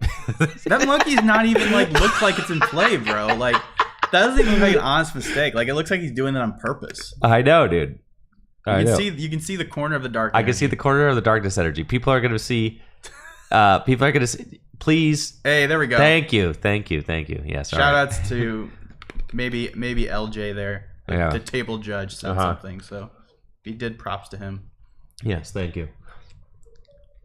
All right. So Hedrick, where are we at from Hedrick? 7.5 minutes left to play. Man, I don't know. I think you're just like kind of going through the motions here, trying to think of any way you can. I mean, if you can get this into a position, maybe you play out this turn, you maybe play out like 1 or 2 more turns max, and then you go to time and you play like 2 more turns. So you have like maybe 4 more turns left So I think Dragapult could win in 4 turns. You just really got to make them count. You got to hope that maybe Gabe prized a couple Gust cards so he can't keep gusting this Dusclops. Because you got to imagine that's probably what he's going to go for again. We've seen, I mean, how many rare candy do you think Hedrick's playing? Like, I mean, maybe one. Maybe one, right? Well, no, probably 2. With Dusknoir, you like playing the candies. Straight Pult usually plays 1. I'm pretty sure Duskpult plays 2, but I could be wrong, honestly. I'm not too well versed in the Pult archetype. All the right, Pult deck I see the most is the Straight Pult. I feel like I don't really see Dusknoir. It's our second Dusknoir Dragapult on stream today. Oh, really? Okay. Yeah, dude. Well, I mean, I know Hedrick's been a huge fan of it. I mean, ever since he got, I believe he got second at UIC. I'm pretty sure. I could be wrong. At a major, he got second with Dragapult Dusknoir pretty early on, and that seems like that's the deck he's just been sticking with. So, like a lot of top players, you kind of just pick a strong archetype and you just stick with it, you know? For sure. No, we have Benny Billinger is also playing Duskpult. He just top 32 to NAICU with Duskpult, so we had him on stream. Yeah, I can just look it up. And yeah, I'm getting word in the chat that they don't think that they're playing any rare candy, dude. Yeah. Oh no. Yeah, dude. Okay. Yeah, none rare candies. You just jock. You just jock, dude. That's yeah, fair. That's why Gabe is chasing down these Clops, dude. You chase down the Clops, like you're basically saying no Dusknoir for you. Yeah, so I mean, you're seeing like how that can sometimes bite you in the butt, not having the rare candies. Well, right, because your deck is predictable at a point too. It's like your Dusknoirs have major summoning sickness. It takes multiple turns for those suits to come into play. It's interesting he's playing the Neo Upper. I mean, I knew that Straight Pult was playing Neo Upper, but I didn't think Dusknoir Dragapult would also play it. But I mean, it's just a really strong card. It's just funny that these decks aren't playing any way of searching it out. They just have it in the deck for when you just draw into it. So that's interesting to me. Usually a card, an A-spec like that, you play like a way to search it out, like a Colress's Tenacity or something. But actually, there is a card coming out next set that could be good with Neo Upper. Hilda's a new supporter. Lets you search for an evolution and an energy. So that could be pretty good in this deck. I mean, that's kind of what you want. Exactly what you want, isn't it? And the decks are already playing these slow supporters like Brock's Grit and Jacques and stuff like that. Yep. So certainly could be a thing that we see, the new Hilda card. Yes, being able to search out the Neo Upper Energy, which the Neo Upper Energy has proven to be favorable over the Sparkling Crystal as of late. I mean, there's jamming towers and stuff are being played. No one's playing E-Hammer. Yeah, no one's playing E-Hammer. But that's the thing; it's all meta dependent, right? Because you could get to a situation where there's more special energy hate, and it wouldn't, and then Neo Upper wouldn't be, optimal or whatever. So it's just, I think, just generally the stronger card too. Yeah. The downside, you don't have a way to search it out. Like Arvin just gets you your crystal. But we see a lot of these decks like shying away from cards like Arvin, more powerful supporters. Yeah. Because Arvin kind of sucks. I've been saying this, dude. I'm kind of on that train. I've been saying this for so long, bro.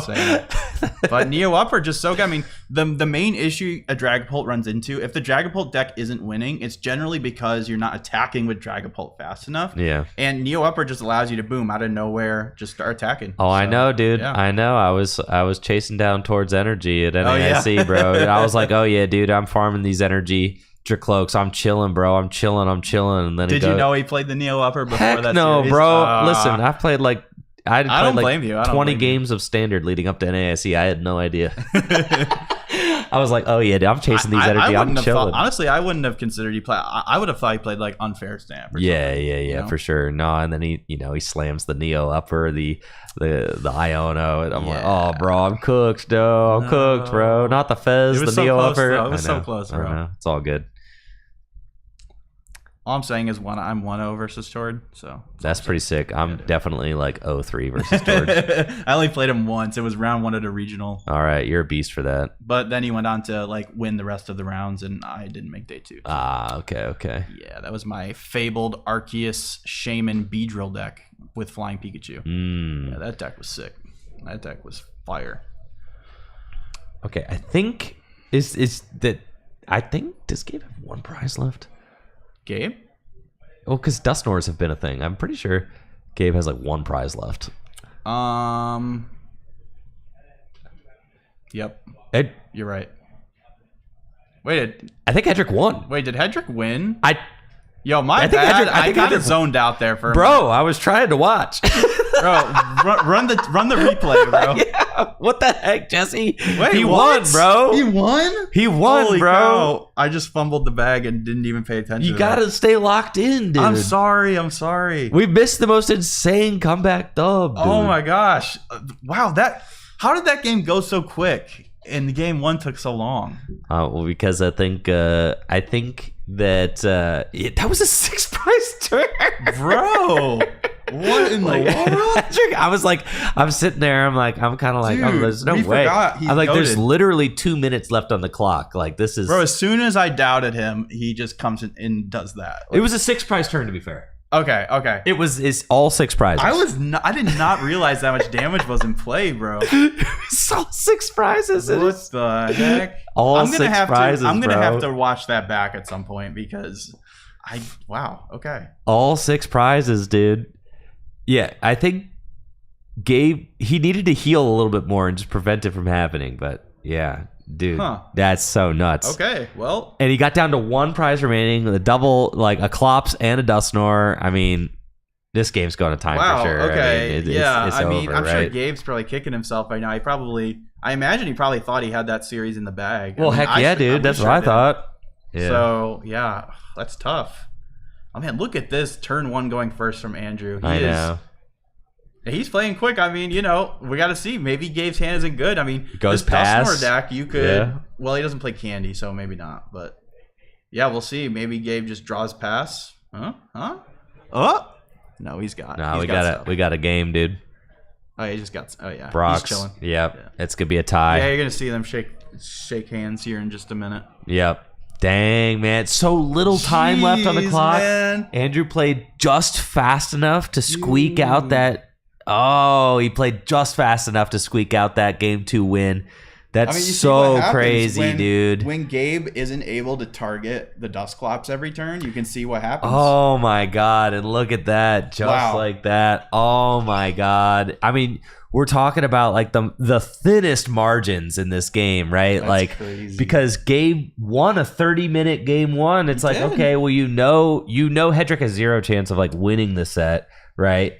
But like if a couple things happen differently there in game 2, if Gabe is able to hit like 1 more healing out, I assumed that with 6 prizes left that Gabe had like, I mean, and with all the healing cards in Gabe Gabe's did- deck, I was like, there's enough healing in his deck. He's not going to let the 6 prize turn happen, right? Gabe did so much in that game 1 to like counteract Andrew's strategy. I just figured if he even mimics a fraction of that, he's going to be know. fine. But I no, know. he just ran him over. I mean, know. Andrew just.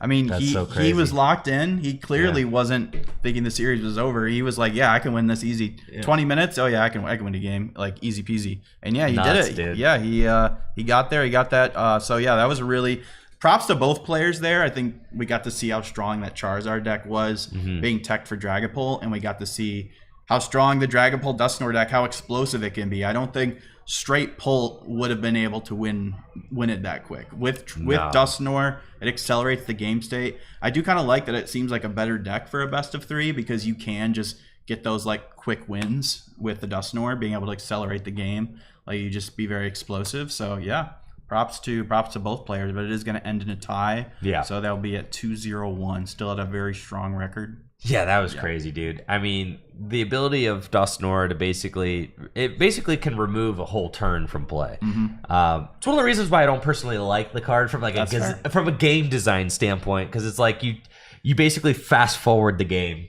a turn or 2. But in a situation like this, strategically in a 50-minute best of 3, like, oh my God, I would just absolutely insane being able to use Dustnor to accelerate the game to a point where you're taking 6 prizes. It's in a so much turn. damage, man. Yeah. 260 from the Dragapult plus 130. You're doing, let's see, 390 damage, bro. Yeah, it's a lot, man. That's a lot of damage It's a for lot of damage. like one attack, one ability. Like do that a couple times and the game's practically over. It's a matchup I'd like to see played out in top 8. So yeah, maybe, that was a good one. Yeah, maybe those players will continue having a solid day here, and maybe we'll get to see them play again. But That's only 2 of the very cracked players we have. Oh, for sure. Today, like, I mean, that's just 2. There's like probably 6 or 7 other players in the building that have like won a regional. So like the competition is about as high as possible that a local can be. I mean, I keep saying I think this is the most stacked local of all time, like just by the numbers. All tournaments are local to somewhere. Well, okay, fair. All right. Listen, you know what I mean, okay? I don't know. No, I don't know what you mean. Like, you know what I mean? Local to what? Yeah, everybody's a local to somewhere. That's true. That's fair. That's fair. You can't call it a league cup because it's not a league cup. Okay. It is a 5K. There's $5,000 on the line. There is. So what would you call it then? A 5K. Okay. But it's still like a local tournament though, right? All tournaments are local to somewhere. Oh my gosh. The most stacked tournament to happen in a mall. All right, I'll give you that. Yeah. We'll go with that. But anyways, that was a very exciting round 3. We're going to be back with round number 4 in just a moment, folks. Don't go anywhere. Hang tight. We'll be right back with RozayPoke 5K right after this quick break.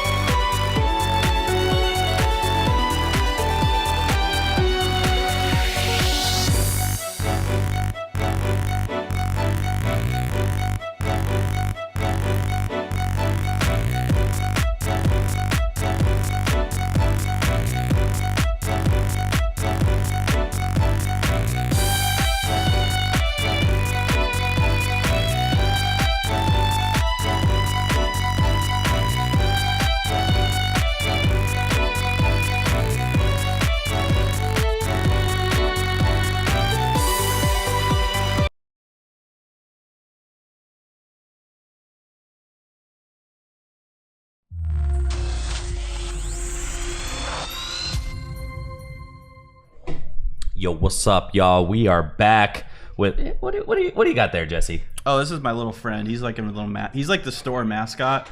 So Brian, the owner of RozayPoke, he's a big Meowth fan. It's like one of his favorite Pokemon. Yeah. He's got Meowth and Snorlax, but Meowth, and he's kind of like my little guy that I have whenever I'm here at RozayPoke because he's like my little friend. So he's made for babies. It's got that it's that comfy cuddler. The comfy cuddler. I love those, bro. They're so sick. Yeah. I have like a whole collection of these. But yeah, because the plush gives you the heebie-jeebies, right? Yeah, I'm weird. I don't know if it's like my autism or something, but like really, really soft, like things that are super soft, like a super soft blanket. It gives me the willies, and like the stuff that a general plush is made out of, I don't like. That's crazy. So, but I like this because it's nice and portable. I like the texture. He lays on his belly, so it's cute. It's nice. It's a nice little guy to have, like a little plush guy. He is a nice little guy. He's perfect on like a little desk. Like I have one at my work. It's like boom. Yeah. Excellent. So I got Meowth with me. That's sick. We've got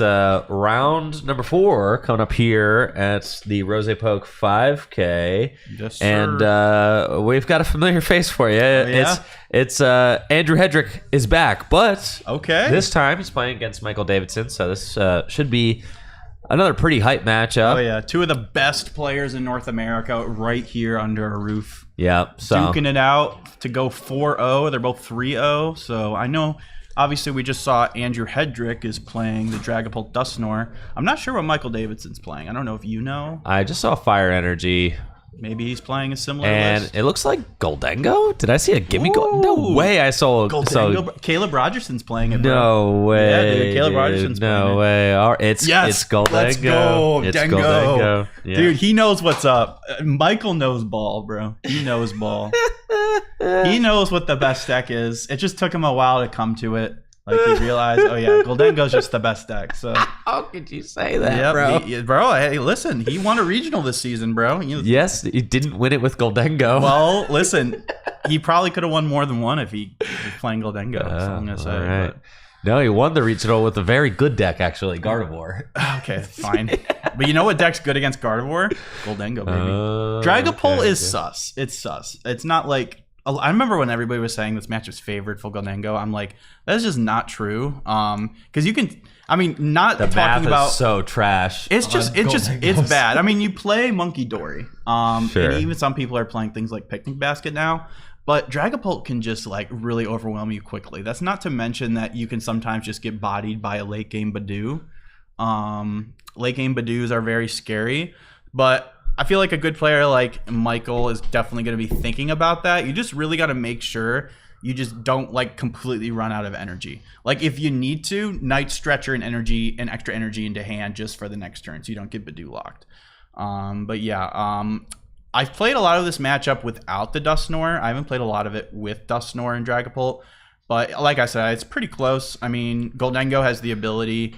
Not a lot of decks do right now, and that's to just completely one-shot the stage 2s. I mean, we got Raging Bolt that does that, but Goldengo does it even easier. All you need is a couple Superiors, Energy Search Pro, and boom, you can just knock out. So you put a lot of pressure on the Dragapult's energy situation. But honestly, now that all these Dragapults are playing Neo Upper, I don't know if that's as easy for you to do now that they can just boom, slap double rainbow on their stage 2.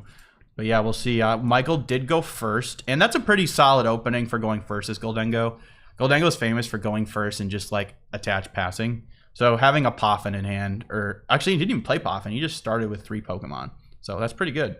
Yeah. And now Andrew's going to go. Because a lot of times what happens as Goldengo is you go first, like you're forced to go first. You just have the 1 Pokemon out, a bunch of supporters pass, and then you get Badooed, and then you cry. Because you can't Poffin anymore. You're just like, what do I do? It's very bad. So like you really want to go first. So being able to get 2 Gimme Ghouls and a Dreepy down is pretty solid. Thank God I got Jesse here for the Goldengo commentary. Man, this guy knows his Goldengo stuff. Look at that. He's got the Dengo in hand. All he needs here is a metal and an energy. Not much to ask for. This is why I also like playing Force Cypher in my deck, because these situations right here, having a Cypher is so good. Because you Cypher for a metal plus a Cypher for next turn. So yeah. Ooh, there's the metal. Let's go. But he can't attack actually because he started the Dreepy. So next turn. He didn't, bro. You're not even paying attention, dog. Come on. Happened? Hedrick had the boss, man. Oh, he bossed. Yeah, Oh. you're so Good caught on. up in your Dengo brain, bro. My bad. Keep your That was eyes a- on Hedrick, bro. That was a heads up play from Hedrick because that's going to buy him a turn here. So that's pretty good. Exactly. No, yeah, it's also want to correct, these players are not 3-0. They're both 2-0-1 actually. Oh, yes. So I right. did have to amend that. They both have a tie. So this is actually a really big game between these two players because 7 rounds today.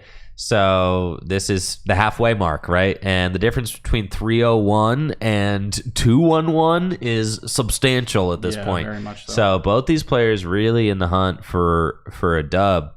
And it is worth noting, Andrew did have to sack the Luminous Energy there to retreat his active in order to get this Badoo active for the Gust play. But it seems like it was worth it. I mean, Michael for did sure. have a very solid turn 2, and we've got the we've got Recon Directive, we've got Dracloak, and both Goldengo, both online. So super solid there. And is Michael just using Cypher and Past and is allowing Hedrick to go play like his turn? I always feel like this is very funny because it's like you're using a card like Cypher Maniac and then you say pass, right? And then your opponent starts playing their turn, but you haven't resolved your Cypher Maniac yet, right? But then your opponent starts giving you more information about what they're doing and you haven't finished stacking your deck yet. Yeah, generally I would advise against that. Yeah. That's kind of like when people like with Pikarom would like before accelerating their energy, they'd be thinking about it and then their opponent starts playing their turn. I always just wait, Nah, bro, I never start playing my turn until my opponent completely resolves. I think maybe both these players realize that they don't want to tie. Yeah. And so I think they're just using every second to their advantage to try to, resolve these games. For sure, yeah. So, yep, there we go. He just swapped 2. Boom. Yep. So I think he stacked, like I said, he stacked another Cypher for next turn. And I believe I saw an Artisan. Yeah. So a way to search out Pokemon that isn't locked Under by item lock. Badoo. Yeah. And Hedrick's already got a pretty full bench, so you don't really mind giving it to him.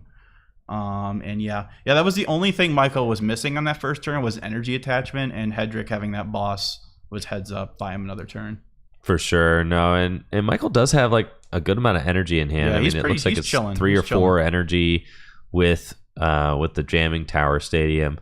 Hedrick going double Badoo. Yeah. Which does open him up for, maybe potentially some Monkey Dory shenanigans for later, sure. right? I mean, because each of those Badoo that's in play could be a Monkey Dory free knockout. I kind of have to imagine that this Badoo is going to get knocked out by a Goldengo this upcoming turn, so that's probably why Hedrick went ahead and benched that second one, saying like, well, I want to have the free retreat pivot. I'm probably not done item locking yet. Like, that's fine. Yeah, for sure. I agree. And sure enough, we do see Michael decide to retreat that Dracloak to get the coin bonus for 2. We've got another Gimme Ghoul in hand. We know he stacked the Artisan the turn previous as well, so also has that if he wants to go get yet another basic Pokemon. Probably going to go get Monkey Dory here, assuming it's not prized. You really don't want to prize it in this matchup, so I hope it's in deck. Ooh, might not be. That's not good. I assume he plays Monkey Dory and he just prized it. But yeah, you definitely do not. I've actually considered when I was testing this for NAIC, I considered playing 2 monkeys because it's just so important in so many matchups right now, bro.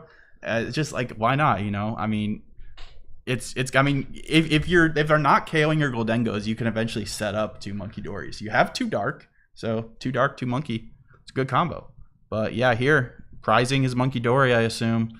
That's really going to be tough for him to win this game without that card. I'm not totally convinced that the Monkey Dory's prized. Maybe he doesn't want to get it out yet. I'm thinking that he just is wanting to establish a second Dracloak. I'm not like totally convinced that it's prized. I guess, yeah. Actually, you might be right. I might be tripping. Because he didn't like do a full like. You don't need to get it out yet. Really careful scan of the deck. I didn't. Yeah, I don't know. Obviously, he already knows what's prized and what's not. But I didn't necessarily see that it wasn't in the deck. Yeah, yeah. That's a good point. Maybe just being able to get another Dracloak out here is better than just because you're not attaching to the Monkey Dory this turn, so you might as well just leave it in deck. But now Andrew's going to get that a Pheasantipity draw. He's setting up very beautifully here, exactly what you want to see as the Dragapult player. getting that energy down on Dracloak, and it's just going to keep itchy polying here. That's another itchy pollen from the Badoo. Okay, here comes Monkey. See, I told you. Maybe. Oh, yeah. Well, you figure Whoa. the 5th bench spot you'd figure would go for the Monkey. I just didn't, when he flipped through his deck early, I didn't see it, but, oh, there we go. See? No worries. I told you, bro. I was worrying for literally nothing. I know. You're the boy who called prized Monkey. Yeah. Well, I'm still getting my commentating chops, so. It's all right, Jesse. You're doing great. I'll figure it out. Just make sure you don't miss the 6th prize turn next time. All right, I won't. Wait, hey, you missed that too. Yeah, but you were yapping. I was yapping. You had the yapping wheel. All right, I did. It's all good. So, Monkey Dory coming into play for Michael this turn. Just took down a Badoo last turn, so I forgot to update the prize counter for that. Yes. Hedrick does have Luminous Energy on a benched Dracloak, and no other energy to speak of. Does have a Clops and a Monkey Dory with the Fez down. And it seems like in these situations, if the Goldengo deck goes up multiple prizes early, it does seem like it's in a pretty good spot, right? Like if the Goldengo deck can go up 2 prizes early, like this, right? Then all you have to do is go knockout game. I mean, so like the prize map is there for Michael Davidson. I mean, all he needs to do is knock out these 2 little Badoo, knock out 2 EXs, game's over. That's the game plan you want with the Goldengo deck, and he's got the board to back it up right now.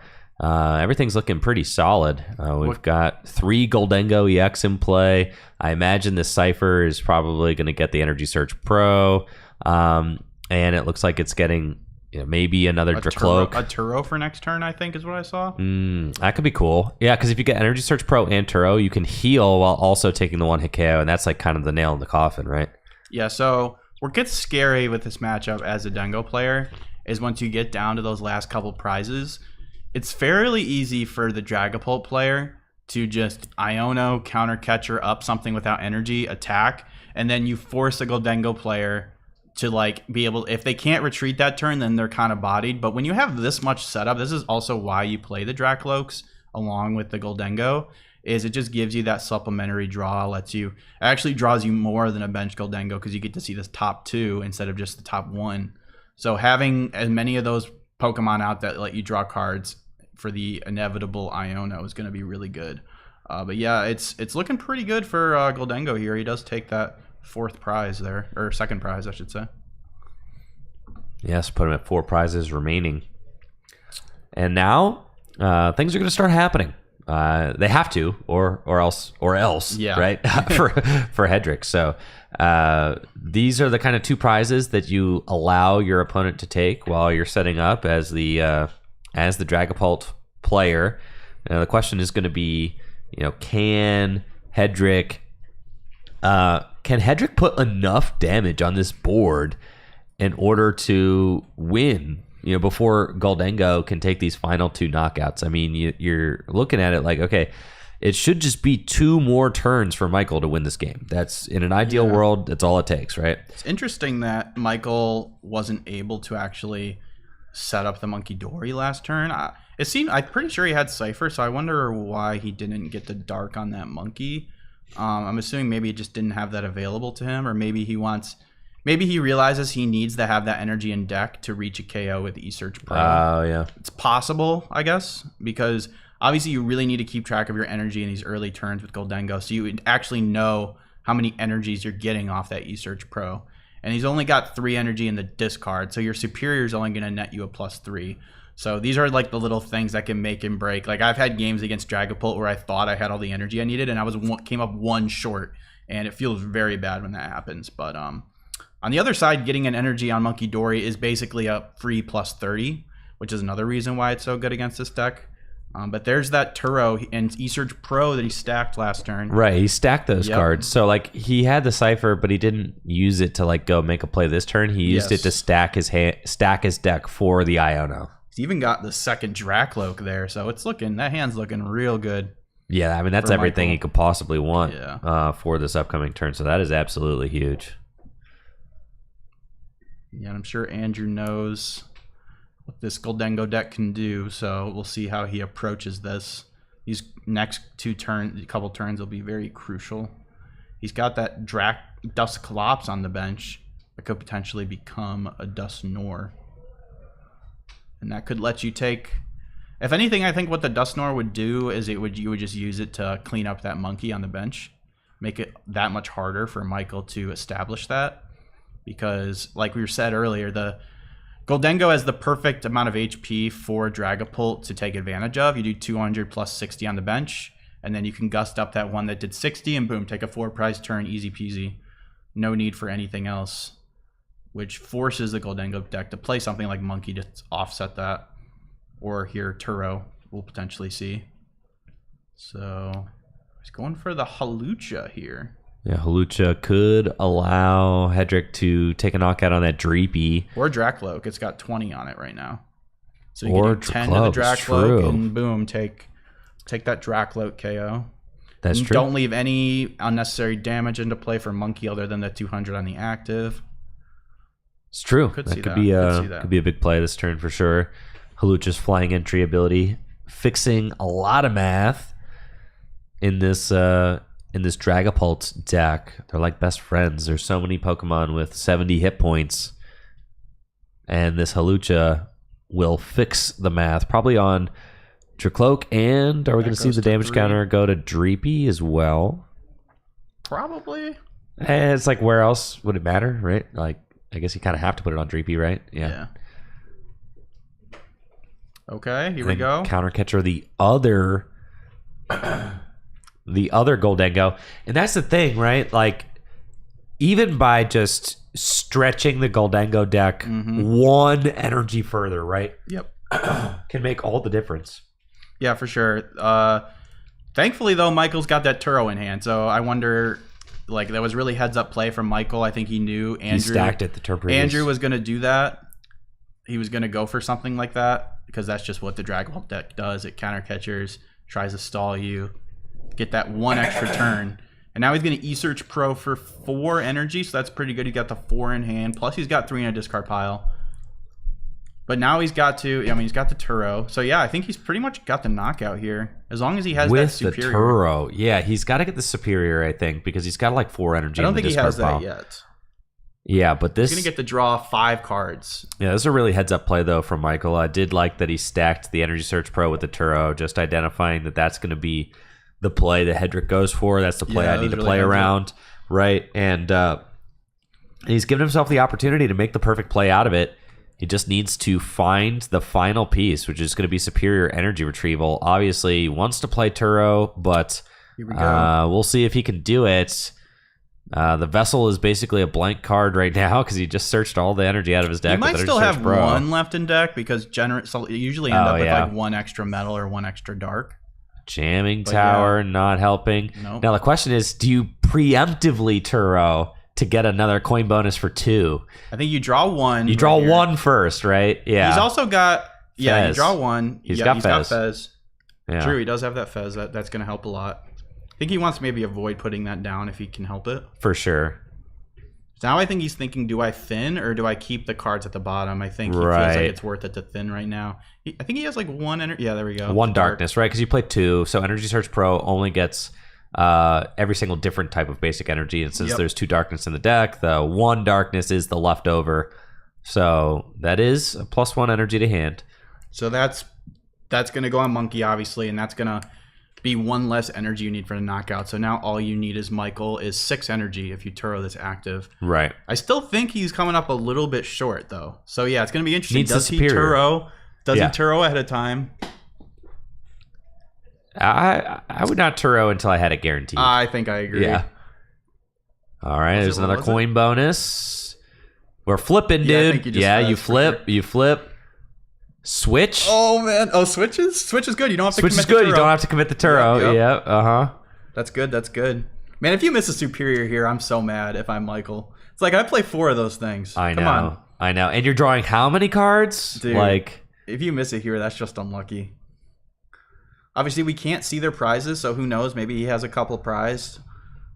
Generally, you prize like on average 1 of your Superiors when you play this deck. All right, he's going for the switch. Yep. Yeah, not committing the Turo yet. And yeah, that makes sense. Yep, right? I agree with that. Yep. And coin bonus 2. Do we find it? Yes, sir. Did he get it? No, Arvin. Ah, Oh man. So yes to the knockout, no to the Turo, right? Oh right, he can just play Arvin. Yes. Sure. Yeah. So yes to the knockout, no Man, to you the would have Turo. really liked the Turo there. Of course you would, right? Man, that's unfortunate. Actually, gonna going boss for the Fez. Okay. That makes sense, I guess. You get the TM. You have to expend less evolution. energy. He can save his superior doing this play, He can. which is nice. You don't have to play the Arvin for the superior. You do have to watch out for getting item locked, right? Because like I feel like as the Goldango player, I'm always just so worried about weird I stuff get it. happening, Yeah, for right? Sure. There's a grass. He got a grass. Okay, off the got prize. one grass. He's okay. I was gonna say as long as you are careful and Okay, just so- have like the one energy, you're fine. No, I disagree. No? What if You disagree? Oh, because there's Turo. He still has Turo. All right, Yeah, so Turo, so yeah, it's like, well, what if he like goes Badoo's again twice. Badoo's twice? Sure. I Right. mean, yeah, he can, but then that forces them to recover their Badoo, retreat it back to inactive. So I mean, yeah, it can get a little scary It sometimes. gets sketch, dude. If you're really that scared, just play Lanazade. I've actually considered that. Lanazade is a very good card in Goldengo just in general, but there's just Yeah. other cards you want more. Supporter that lets you put energy and Pokemon into your hand from your discard pile. So it's like a way to like make sure you never lose against the Badoo. But yeah, obviously there are other cards you'd rather be playing than a supporter like Lanazade, because in general it's just pretty weak. Yeah. So, No, the scariest thing, is just because the Goldango has a grass resistance, so the Badoo doesn't do any damage, and Right. it's like you could just deck out. Right? yes, exactly. That's the it's fear. happened to me before. Yeah. I'm saying, bro. Not very often though. For as much as I've played Goldengo, it doesn't happen nearly as much as you'd think. Yeah, it could happen. It definitely can, especially against a player who knows what they're doing. And That's what I'm realizes- saying. And I think that's what Hedrick's looking for. He's right now. checking right Oh, now. yeah, 100%. I know. He's gonna go check. He's gonna put him to 1. He's gonna Iono and then potentially Badoo or just attack here. Yep, he's gonna that puts 5. That undoes that monkey heal. Gonna get that prize. Well, I think that might have been a Cypher. It's a pretty good thing to get off there. Counter catchy up. Here we go. This is what gets scary. Right. And Michael's, yeah, you got it. Cool. Oh, yeah, boy. got the counter catcher. Iono to 1. And all Dragapult needs is that like one turn where you miss a beat, and then it just like overwhelms you with damage. And this is the play where like Hedrick's saying like, all right, I'm basically gonna Iono you to 1. I'm not gonna take a knockout, and then the following turn, Yep. I'm gonna win and take a 4 prize turn per game. Right. This is a very common way Dragapult wins this matchup. Oh, That's why it can be 100%. Pretty Yeah. scary because you feel like you're in such a good position. You're gonna be like, Right. they're up 5. There are 5 prizes. I have 2. All I had to do is get one more big knockout. But, Right. But it's hard, especially when they don't trigger Pheasantipity. Oh yeah, dude. It will end with the Fez active. It's like, all right, so I need an energy to retreat, and then I also need all of the energy I need to knock out your guy. It's horrible. Yeah, it's bad. That's why. I mean, back Got when a lot of draw on board though. well, I know, yeah, back when we were playing Goldengo at NAIC, 2 NAICs ago, 2 we had, NAICs we ago, had yeah. Beaverell, dude. Oh yeah, Beaverell was sick. Although that guy would get stuck sometimes. Wait, did Hedrick get 5 cards off Iono? Uh-oh. Did he? Can we rewind? Hold on. I'm not gonna lie, I don't know. There's a lot of people are saying that Hedrick might have drawn 5 cards off. Yeah, might have drawn 5 cards off. All right, we're getting confirmation he drew 5 off. I don't know. Hey, I think Andrew drew 5 off. Just Iono. go. Okay. Yeah. All right, we're getting confirmation he drew 5 off Iono. Yeah. So I'm sending Jesse over there. I don't think he is. Does he have 5 prizes? Hold on. He's got 5 prizes? All right, we're chilling. Put the prizes on the... Tell him to scooch the prizes over, bro. He has 5. Oh, you gotta scooch them over. We can't see. All right. He's got 5 prizes left. I put the tape on the table. Told him to put it within the tape. Scooch them in, dude. Scooch them in. Yeah. All right, so he took 5 off Iono, but it's fair. That's fine. All right, crisis averted. It's all good because Michael Davidson won.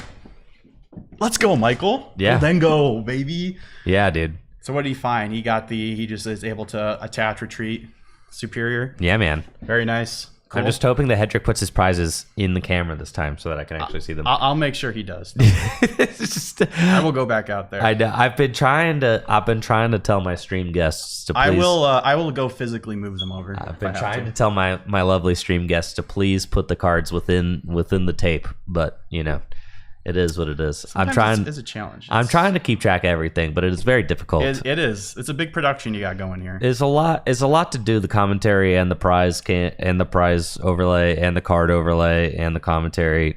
You know, it's a lot, but we do what we can. Anyways, it's great, man. The broadcast looks amazing. I appreciate that. Michael Davidson's up game 1. Your community is spoiled. This is great, man. You're not going to get coverage like this anywhere else. I'm doing what I can. Except maybe like a major tournament or something, like an officially run Pokemon broadcast. Yeah, I'm doing what I can. So, anyways, Michael Davidson's up game 1, so that's big. Able to just sneak in the dub there. That's crazy. That's exactly what we want to do as the Goldengo player. That's generally how it's supposed to go.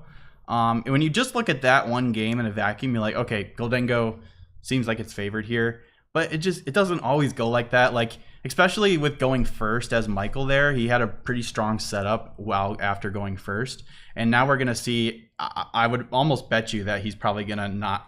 If he doesn't open a Poffin, then it could get really bad for Goldengo really quickly. So it's these opening turns a lot of times that determine how good of a game you're gonna have.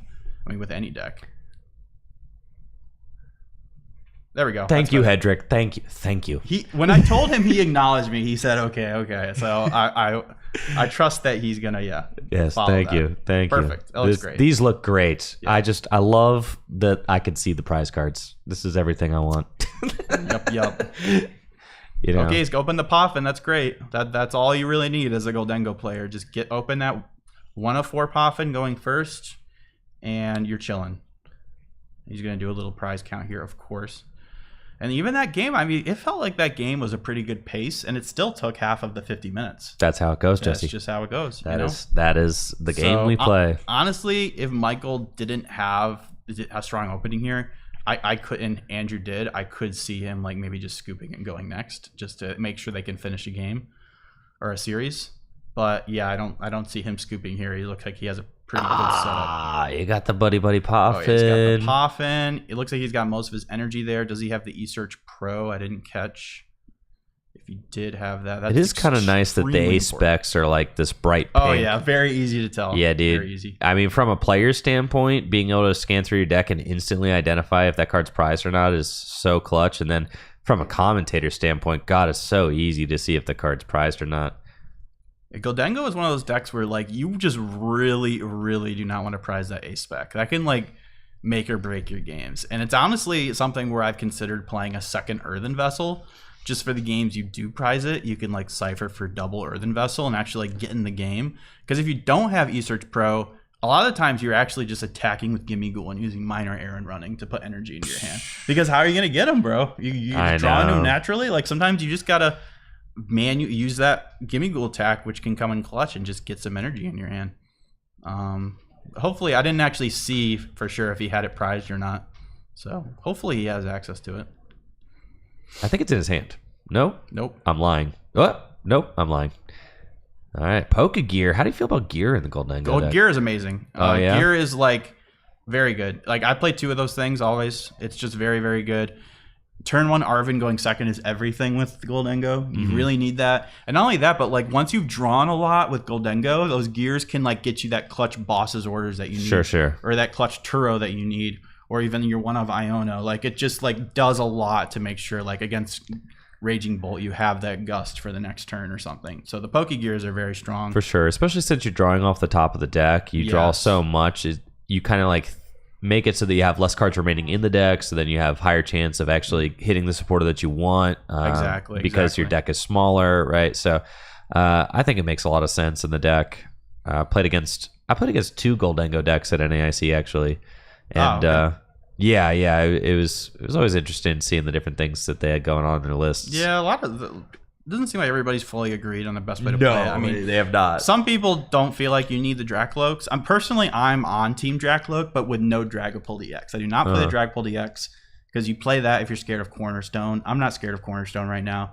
Save yourself the deck space. Just play your 2/2 Dracloak. I've even at Milwaukee I played a 1/1 Dracloak just to like have some supplementary draw.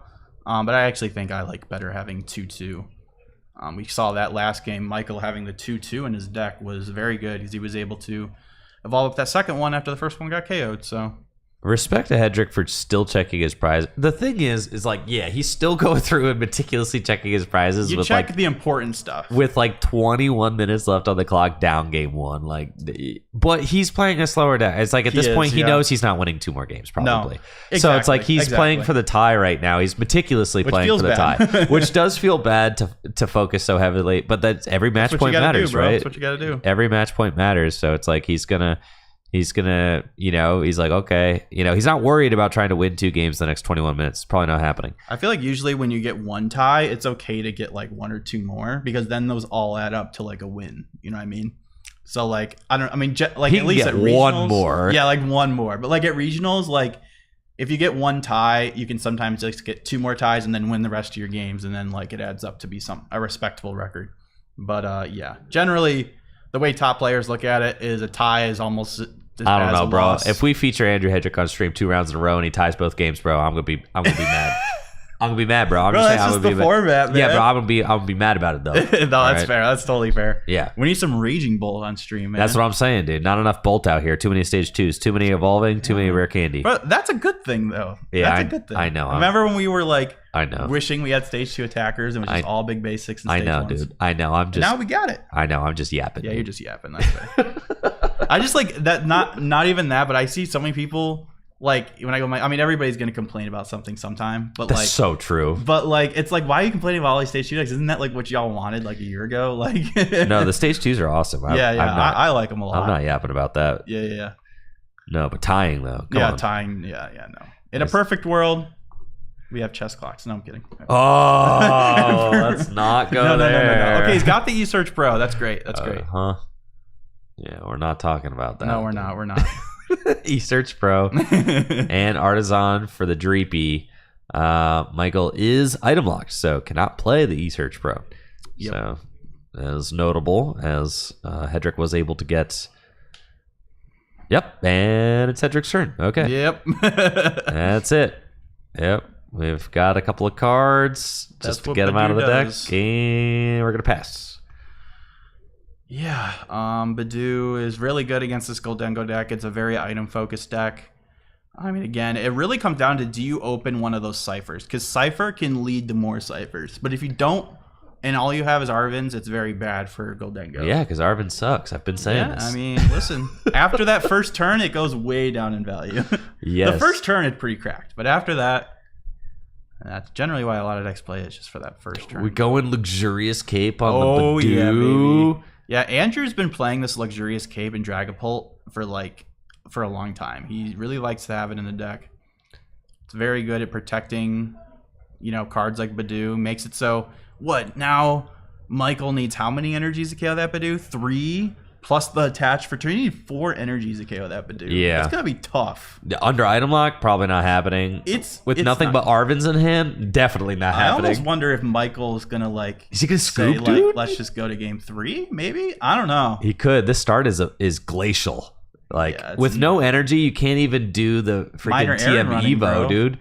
You can't even do TM Evolution. Can't do anything. Yeah, it's bad. It's bad, man.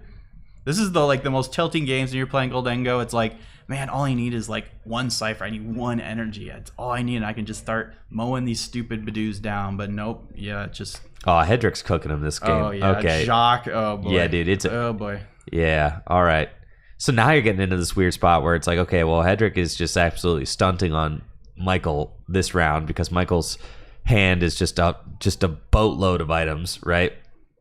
And so you're like, okay, well, well, I was saying previously that Hedrick cannot win 2 games in the final 20 minutes. Well, now that this game is actually not like turning into a non-game for Michael, does Michael scoop it up now and say like, okay, well, 17 minutes, 15 minutes after we're done shuffling, that's plenty of time to play a game 3 with turns. Yeah, I'd say like if you leave 15 minutes left, that's with good. turns. So I think maybe, yeah. I mean, Mike, they're both players obviously very aware of the clock, so I think maybe I would imagine Michael's thinking I can let this one ride for another. See if I get a top deck in these next two top decks. See if I get something that can help me. If not, we'll just go next. But because this is going to get ugly really fast. Yeah, and then the thing is that.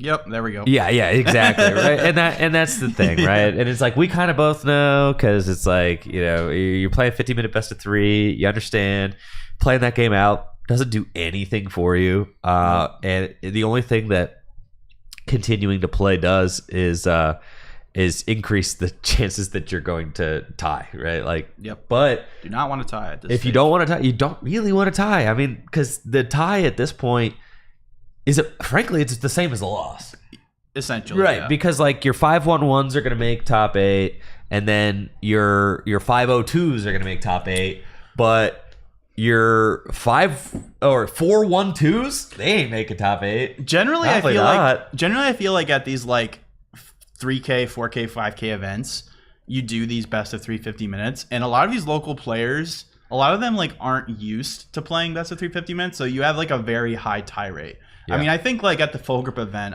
you guys probably had a pretty high tie rate at that event. Oh, where yeah. Like a lot of 5-2s made it in, or I'm not sure how many rounds there were. A lot of the X and 2s made it in, which generally they don't. But when there's so many ties, having that one extra win where there's a lot of 403s. It's the format too. Yeah, and it's the format too. Yeah, you gotta be on your P's and Q's. You gotta be like on it. And if you're not, then you're gonna tie.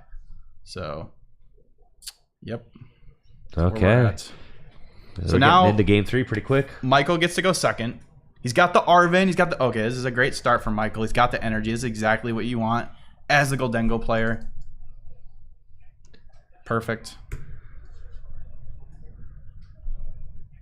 Yep, Hedrick's going to go first here, and we'll see if he has anything on that first turn. I don't think he has much. It's looking like Psychic Pass. Big attach pass. I think he has an Ultra Ball. Yeah, Ultra Ball. Do you play that? I don't know. I think you have to save it for Dracloak. Oh, yeah. Michael's got the cracked opening hand. Yeah, he's debating playing it, but yep, no. Pass it on over.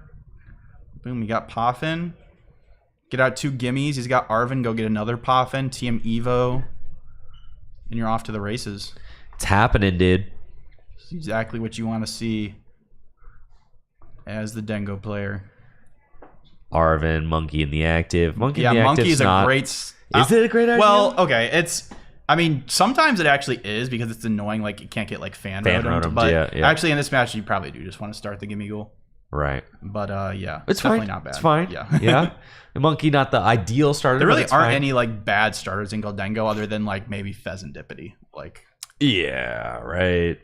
Yeah, you definitely don't want the Fez. Yeah. No. And the Dengo deck's playing 2 tools. Do you play a board and a?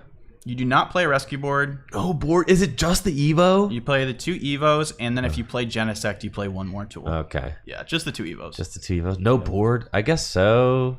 Yeah, you don't need board. You just attach. You just attach, right? Yeah. That makes sense. If you're playing Genesect, then you could maybe argue a rescue board, but usually you'd rather play something like a Vengeful Punch or a Rigid Band. Sure. There you go. Turn 1 TM Evo. The Dengos have hit the bench. Here's a Dracloak for Hedrick and Recon Directive. What do we see? I mean, this Dracloak is certainly staring down a pretty scary board there. Yeah, certainly could get smoked next turn. Man, what is he? Does he even have a supporter in his hand? No, I think it's just Ultra Ball, dude. I think he has like 1 supporter. I'm not sure what it is though. I'm like tilting my head like it's gonna help. He's like, let me just see around. Yeah, no, bro, he doesn't have anything, bro. He's got Ultra Ball. That's it. That's what I'm saying. He's got 2 Ultras, I guess. He's gonna have to retreat this Dracloak and item lock. Yep. That is what we're doing here. Yes. And I mean, could potentially buy him a turn. That's the play, though, right? It's got to be that. Yeah, I think so. Yeah, 100%. Could even see him play. I think maybe this other Ultra Ball you save for a Pheasantipity. You know, going with Badoo. If they Badoo you, I mean, if they KO Badoo, you draw with Fez. And then you go from there. Does he have... Oh, man, Michael has Boss in hand. It's very possible this next turn, if Andrew does do Badoo, it's very possible this turn that Michael could just go, this next turn, just Boss KO your Dracloak. Like, that is definitely something that could happen. I know, but... And if that does, it's basically like... I don't know, is Hedrick going to do a 2-minute prize check, bro? Like... I mean, it's going on like... It's like 30 seconds right now. I know, He's all right. I know, but... It's in their blood, man. It's in their blood. Uh-huh. Yeah, a lot of strong players here. Is going to be a lot of in-depth prize checking, for better or for worse. A lot of in-depth prize checking. Yeah. All right, here's the Badoo. Sure. So that wasn't too bad. That was like less than a minute. That was fine. That was fine. I know. But yeah, I get what you're saying though. You definitely want to. But honestly, on Hedrick's side, like you're in like a pretty unfavorable position. Like maybe you don't mind taking a little extra longer. For potentially, you know... Well, he's got 11 minutes. I mean, really, and no other Pokemon in play, so like this game could end very quickly. It could. Yeah. He does have Ultra Ball. The other Ultra Ball will allow him to get Fez if a knockout's taken, though. So, like, he will be able to do something. The Night Stretcher for the Psychic back is quite good. This is it. I think Michael could very easily boss KO. He just needs one more energy. He needs two more energy, dude. He plays the Venture Bomb, bro. Yeah, oh yeah, that's sick. This is the second Goldengo I've seen on stream with the Venture really? Bomb. Yes. Okay, the Venture Bomb is awesome. I love that. Because you can use it, I guess you could use it to break Pikachu. Yeah, you break Pikachu, and also I think like a plus 20 is never bad. I mean, it fixes Goldengo, fixes Dragapult math. Oh, he's got one more energy. You got to retreat. Just go for it. One more energy. You got the boss knockout. All right, does Michael find one more energy? Yes! Oh, he finds it. Crazy. All right. That is busted. Right. Boss's orders, baby. You might just see Andrew scoop it up here. No way, dude. You don't think so? No, he's going to go for the tie. I don't know, man. Yeah, he'll play. We play on. I'm telling yeah, dude. He doesn't have to waste that much more time. That's true. I mean, yeah. If you're only taking one prize each turn, and especially if you're item blocking, dude, and you got counter catchers in deck, I'm telling you, he's just gonna. All right. He's gonna play for the tie. That's just what you're doing here. Man, why can't they just scoop, man? Come on. No, dude, because that's not what it is. That's what kept happening to you at NAIC, right? You're like, oh, I have this in game 3, and then they're like, Badoo. Literally. Maractus, and you're just like, please, man, just let me win. Twice, dude. Yeah, I know. Twice, like I had like very clear win. I think that stuff like that, I think, is part of why we decided to play the Pecharunt. We're just like, we do not want that to happen. Yeah. But I mean, you know, Turo's good too. It's all good. The Turo was clutch. Worked out better for you. So. Yeah, the Turo was definitely clutch. I had definitely had a lot of games where Turo could have been clutch, so I get it. And at this point, Michael just wants to keep cooking as fast as he can. Just find an energy. There we go. I found an energy. All right. Yeah. Take that knockout. Just say go. Right. Send it back over to Andrew. Yep. Of course, draw a couple more. Just has the one energy in hand, but I imagine you're sending it to just knock out this Badoo. I don't think you attach that TM evolution. I actually think it's correct to keep it because a lot of times late game with Goldengo, you actually like having a useless card to grab off Arvin because it lets you more easily use your superiors with a low hand size. Makes sense, right? So you actually do not attach the TM Evo here. Yep. There we go. Michael going to 4 prizes remaining. Gets another energy off that prize. That's very good. There's still a good chunk of time left on the clock considering how bad Hedrick's board is. But he does find Arvin and Research off that Flip the Script, so that's big. So now Hedrick's got options. But will Hedrick be able to cook up enough game actions, really? That's... I wonder if he's thinking, like, do you think he's thinking that he could potentially still win this game? Like... Bro, maybe. Yeah. Because I feel like with this much time on the clock, I don't know if you could like straight up just play for the tie. With Badoo, you absolutely can. Quit playing with me, bro. I guess. I don't know. All you need to do is like counter catcher. There's still like 7 minutes left. Plus all turns. You have to do is counter catcher with Badoo. With turns, you can take 2 prizes. Well, I guess unless it gets trapped. Yeah. Dude, right, fine. Badoo counter catcher. I told you, dude. I told you, it's so easy. I mean, he's got to buy turns. Even if Hedrick's playing to win right now, he's got to buy turns somehow. I'm telling you, bro. I experienced front row seat. I experienced this as an NAIC.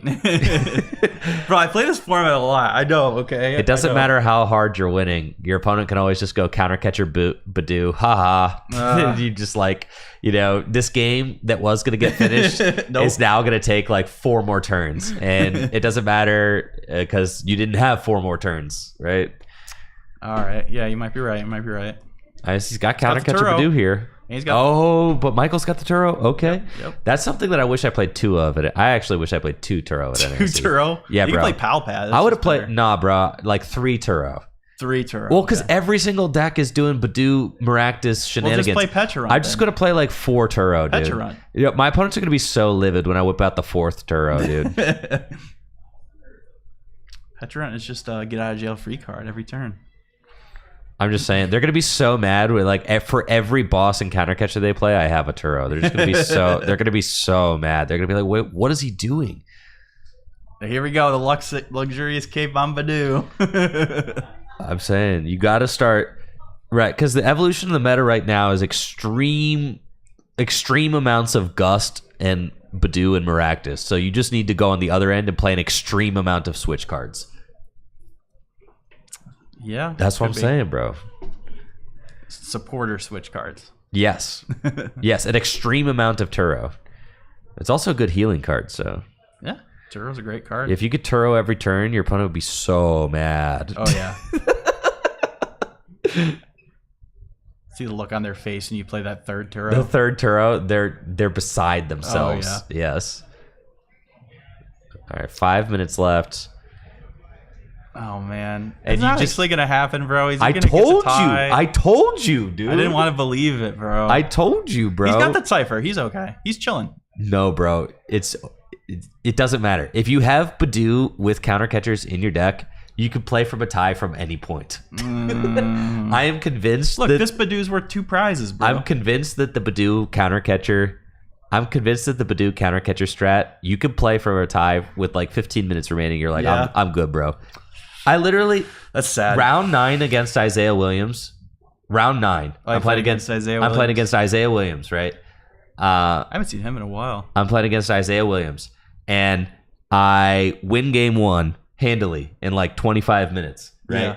And he's like, "Do you want an ID?" I'm like, "No, bro. I just won game 1." Yes. And then he's like, "Don't worry, I'll just force the tie." Oh my word! Bro. And then he did, bro. Oh, no. Yes, dude. Bro, how do you just say I'm gonna force it, man? That's what he said. He wasn't kidding. He said, "He's like, it's cool, bro. I'll force it." He's like, this guy doesn't know. He was playing 4 counter catcher and 2 Maractus in his list. That cannot be good, bro. That cannot be good. He top 64. I mean, he got his invite. Okay, all right. Well, I mean, 2 Maractus, bro. That just seems overkill. It was in. Just play Night Stretchers. It was in Frostlass. Okay. With Grimmsnarl. I guess he just really wants to lean into that strategy. I mean, he was prepared for Raging Bolt. I mean, that's for fair. sure. It was most I know, dude. So yeah, dude.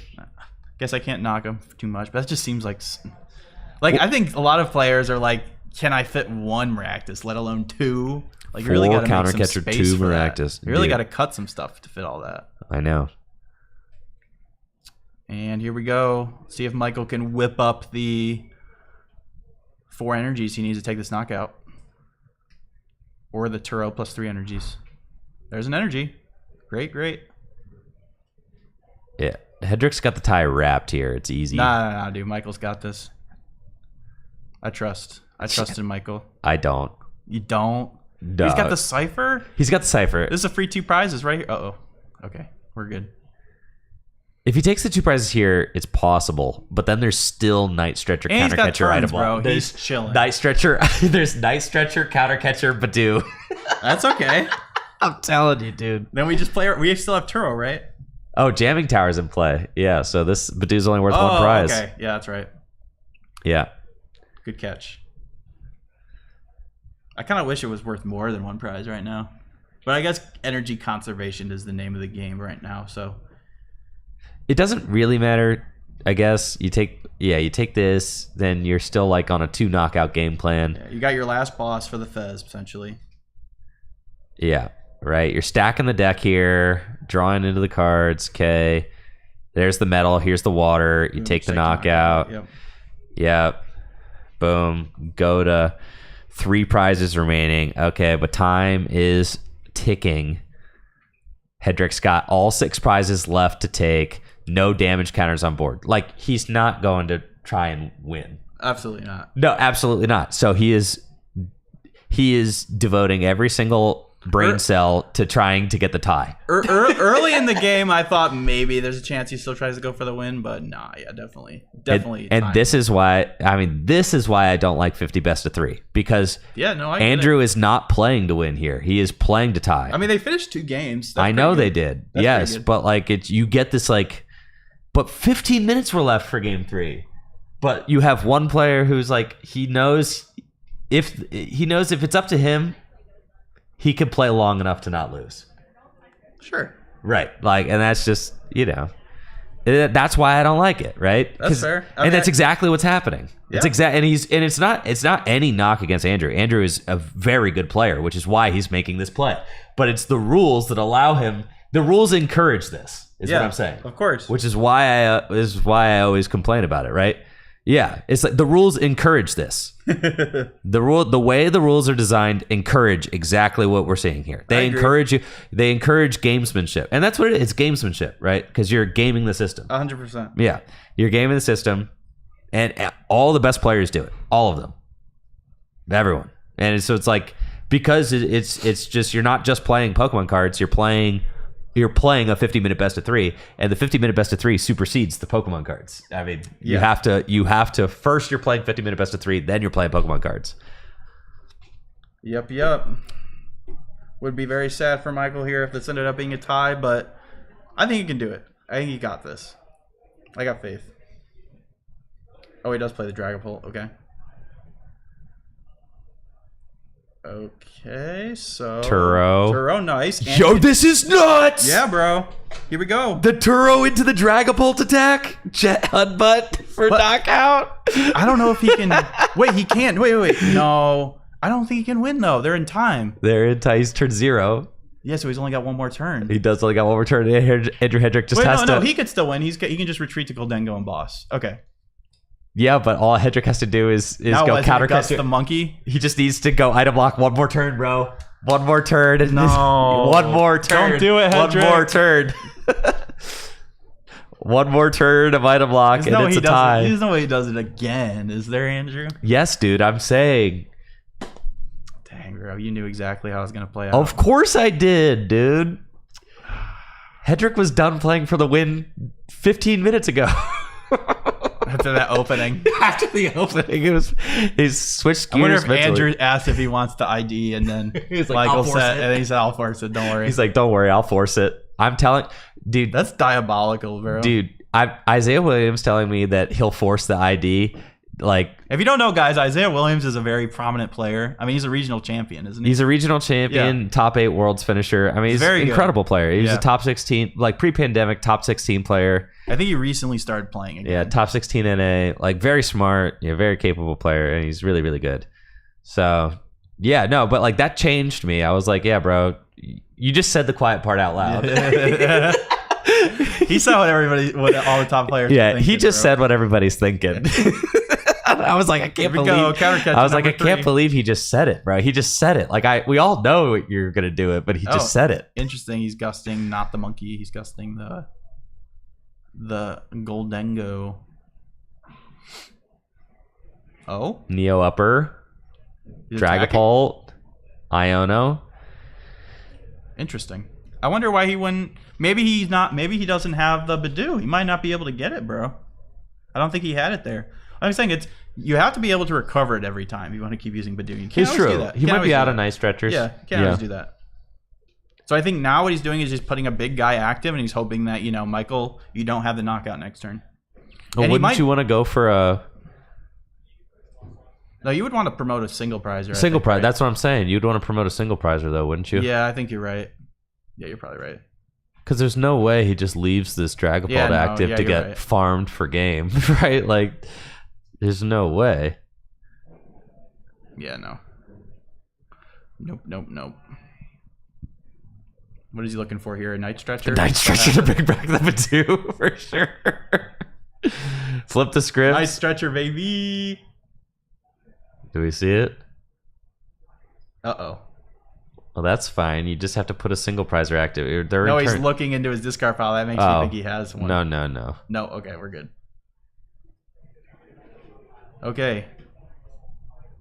What's he thinking right now? Which single prize he's going to retreat to? Which single prizer to retreat to, yeah. Because I imagine they're in turns. Yeah, I'm pretty sure. They're definitely in turns. Because I started the timer right on. So Andrew is in turn 1 right now, I believe. Yes, I believe that's the case, yes. No way. He's just attacking, bro. Interesting. No way. Well, then Michael might just win. He doesn't have a lot of draw, bro. He can top deck +3 off the Goldengos. He can see 4 cards. All right, does Andrew have Andrew cannot take 6 prizes next turn. That's not possible. Can he? I'm like, is there something he's seeing? I mean, if he's attacking, so he must think he can win, right? That's what I'm thinking. He was playing for the win all along. I'm looking at this and I'm saying there's absolutely no way he takes 6 prizes in there's one no more way, turn. Bro. Well, we're assuming that Hedrick is turn 1 of time. Yeah, maybe they're not. He has to be. He's playing slow. I mean, like they're definitely in turns. Yeah, 100%.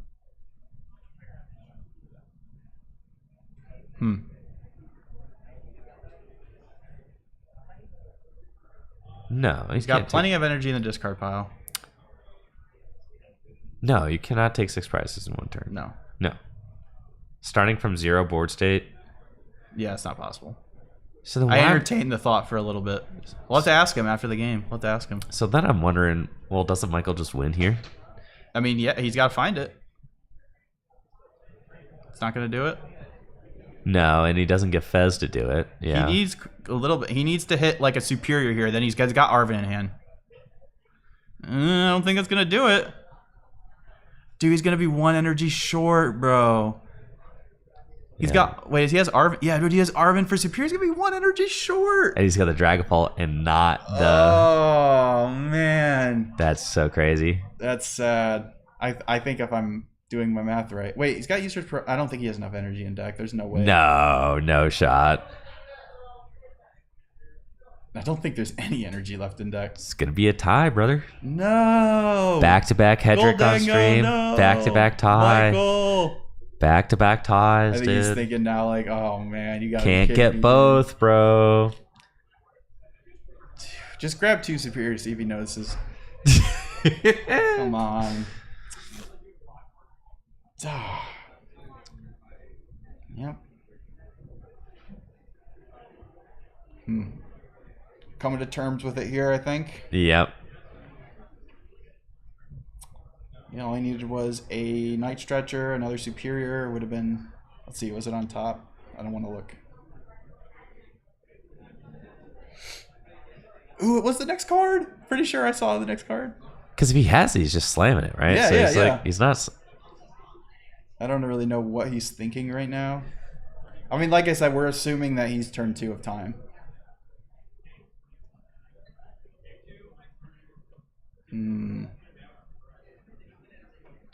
Let's tie City out in here. So that's why we need Miraidon to come back, bro. It's on its way. Miraidon would be like freaking finishing up their second lunch break at this point. Oof. Yep. Superior for 4 energies, and that's 6. You get the dark and put it on Monkey, but that doesn't change anything. You might as well though. Put the dark on the Monkey.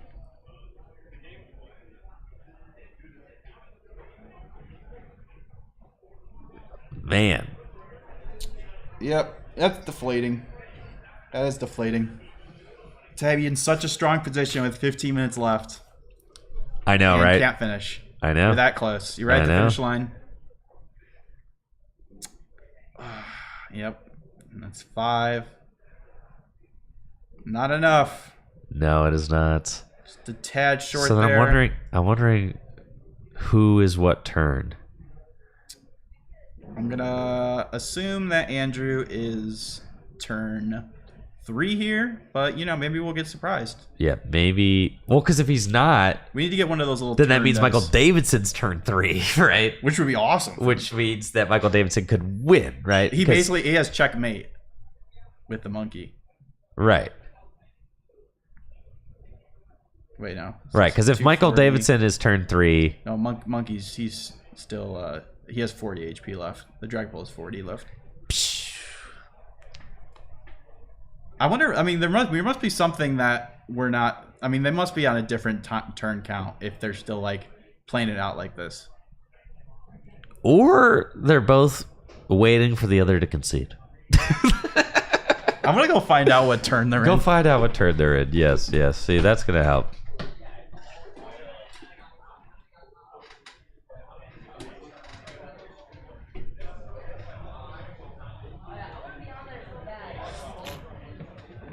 They're on turn 3. We were right the whole time. I don't know what's going on here. Hedrick is turn 3. Yeah, Hedrick is turn 3. And this is the exact situation I encountered multiple times at NAIC, Yeah. bro. Whereas like I have a dominant position in game 3, but my opponent was able to use Badoo to squeak out the couple extra turns they needed to like have the game not finish. That's infuriating. Because my calculations up until this form, and I didn't play cards all year, right? So like last year's calculations is like, well, if I go into turns with 3 prizes remaining, I can do it. Oh yeah, right? for sure. But- You at least have that going for you. Yeah. But like this year, it's like, oh, if you go into turns with 3 prizes remaining, Badoo can stop that easy. Maybe they have a gentleman's. That's possible. I think that's extremely possible. That's probably what's going on right now. It I could think be. they're doing a gentleman's based on board state is generally what these players would do. So I think that's what's happening. Andrew's playing his turn 3, and then from there they're going to talk about board state, and one of them's going to be the winner. I think that's what's happening. Think so, huh? Yep. Otherwise, why would It'd they be be very. playing it out? Why it'd would they be playing it it'd out? be very hard to argue that Michael wouldn't win. that Michael wouldn't I agree. win here. I agree. Right. I agree for sure. Yeah, it'd be very difficult to make an argument. Yeah, most top players will do gentlemen's based off board state, which means like at the end of turns, you kind of talk out how the rest of the game would have went to come to a reasonable conclusion.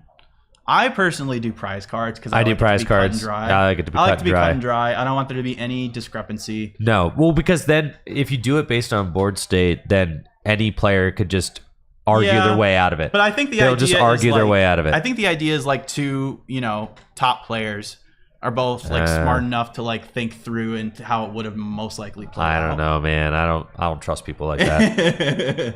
No, it's too subjective. I That's agree. fair. I do agree. I won't. That's why I won't do it. That's why I don't do board state. I will do it based on prizes, and I will only do it ahead of time because that way we're both playing towards the same end Yeah, goal. exactly. Right? It's I like agree. we both knew going into game 3 it was going to come down to prizes, right? So there's no excuse. Literally, there's no excuse. It's like we've been playing the whole time. So you could say like, oh well, 4 more turns I could have won. It doesn't matter, bro. Like we were playing the same time. We were playing the same rules. Like.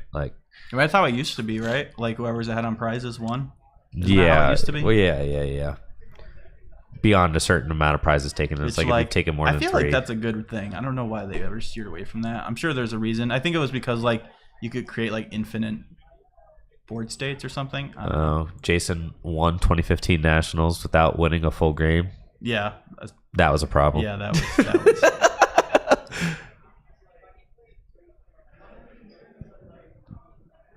Yeah, because see, Hedrick here is thinking. I think this is his last turn. He's gonna hit. He's setting up a. He's trying to set up like a 6 prize turn. Yeah, because then with Halucha, he could take 6 prizes at once. Is how it works out. See, so like there so now is they're no. playing it out. See, they're doing board state now. The game's over, but Michael's gonna, I think, just play this out real quick and see how it would have ended up. See, And they're but like gonna- that's like is this even like legal? Like judges could certainly stop this from happening. It's like a gray area, I think. Like, but see, and see, this is the thing. They're is just that- talking right now. They're just talking.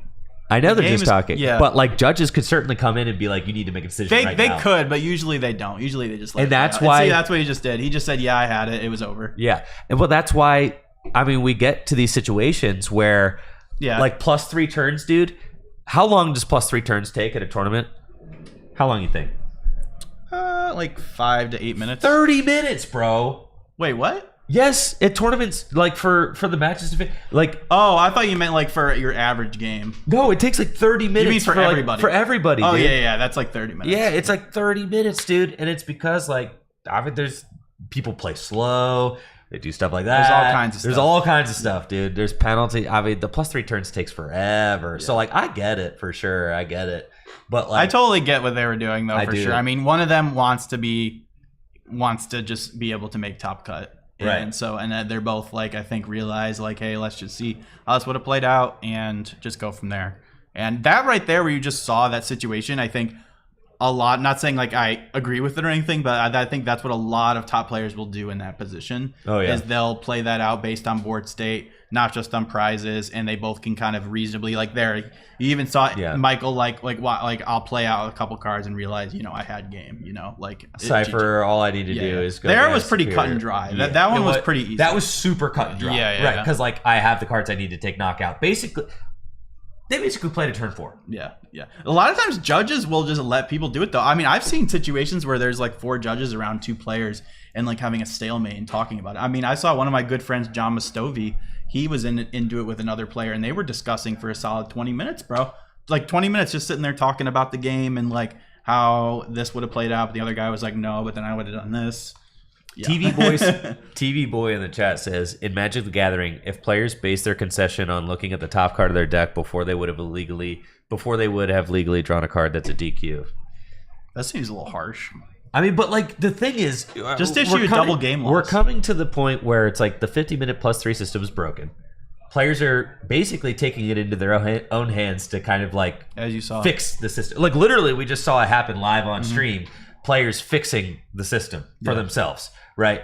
And the fix could easily be determined by like, just the prize winner in game 3, if they've taken more than 3 prizes, is the winner of game 3. Yeah. They wouldn't have to do that in that situation No. because like then it'd just be like, oh well, I have 2 prizes left, you have 6, I win, right? Like, so to me, players shouldn't have to fix the system themselves with their own remedies. right? No, Yeah, definitely they shouldn't. not. They just Definitely shouldn't, not. right? Like they shouldn't, and it increases the amount In a of kind of perfect like world, definitely not. it increases the amount of kind of gatekeeping that there is between competitive players and players Right. entering their first tournament as well. Now, a Because, lot like, of players might be intimidated by that, like oh yeah, a lot of people really are. I mean, I've offered gentlemen's to a lot of people, and some people don't know what it is, so I explain it to them. And then when I explain it to them, it feels like they think that I'm like punking them or something. And I'm like, no, this is like this. I I'm know. not trying to like juke you out of a win. Like this is just because I try to explain to them like it ties into anything for us. But it's annoying that you even have to go through I that know conversation. the system's broken. I've been saying it for so long, and Yeah, you're right. I get it. I get why players like it. Like I Yeah. get it. I get why. I just players- think like in my Yeah. defense, the alternative I don't think would be better. But that's just like I think that's the argument. Like I don't think either systems are like perfect. It's just like no. But yeah. this It's system like the is lesser of all evils. This system's like really gatekeepy and weird though, because you have all these kinds of like weird things happening. You have like top players, basically, we just saw a turn 4 get played out. yeah. Like we literally just saw a turn 4 get played out on For stream. sure. I mean that is don't act like that's not what happened because like he was like, oh yeah, I'll use my ability. I think if they were on like an official broadcast, I don't think they would have done that. But I think they would have like verbally talked it out. Like, you know what I mean? Because sometimes that happens on stream and you can see the 2 players not immediately sign a slip. You see them having a conversation, talking back and forth. But you have to be a little extra careful when you're on like an official broadcast, you know what I mean? But people still do it. I mean, and also they come to agreements like before they walk up on stage. And I think with these 2 players, a lot of times it's just like an unwritten thing that they do. They're like, oh yeah, I know Hedrick. Like we know one of us needs to win. So yeah, I don't know. Yeah, Right, it's a weird gray area. It is for sure. It is, weird. and I don't think it should be a part of the system because like Yeah, it's really hard to explain. It's like the rules are there, but players are kind of bending them, Yeah. like brazenly, right? Yeah, Even I mean, in at front least of you do judges. have like you do have like a winner, which is kind of satisfying in a way. Like, if for us, like that's kind of unsatisfying for that to be a tie. At least we know that, like, okay, you know, he would have won if it played For out sure. one more turn, and he did win. You know, Yeah, they like both are reasonably so. Yeah, I mean, we'll see. We'll see if that happens anymore today. For Probably sure. will. Yeah. We'll see. Yeah. Maybe we'll get a full conclusion to this in this next series. Well, yeah, it is nice that Michael was able to get the win in that series. Yeah. I'm happy. Goldengo, let's go. I'm happy that there was a winner decided for sure. It is strange that, you know, how it was assessed, but it not really. I mean, if you go to the regionals and you go to nationals, and that's that kind of thing is very commonplace, even with judges around watching, because it's like everybody kind of knows that the system doesn't really make sense, right? I think that the judges realize that too. I think that's why they're not super harsh about it. Although they definitely are allowed to be if they want to, because, you know, you can just. I've also just seen players. If judges aren't at the table, players will just keep playing. just play. Well, that's players why, will go just that's go why turn 4, judges turn will, 5, turn 6. Judges have to hound the tables. Well, that's why Right. judges will come up to you in times and be like, "What turn are we on?" What turn is it? Because they'll just play without keeping track, and then as soon as a judge asks, they'll be like, 1. Yeah. So like, yeah, you know, that's the system. It's the weird gray area of is. competitive Pokemon, ladies It and is. gentlemen, and you witnessed it firsthand. So Yeah. I got to go to the bathroom. I gotta go to the bathroom too. We're gonna be right back after this quick break. Don't go anywhere. We'll be back with round number 5 here at the RozayPoke 5K. Hang tight.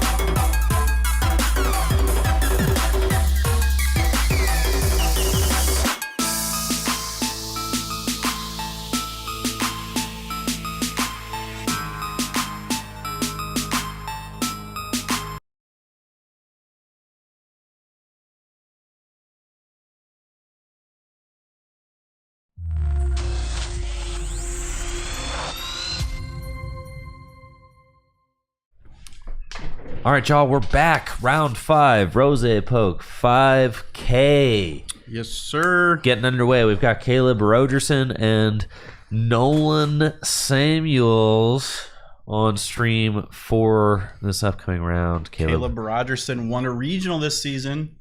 That's right. Very strong player. Consistently finishes in like the top 16, top 32, top cut every now and then.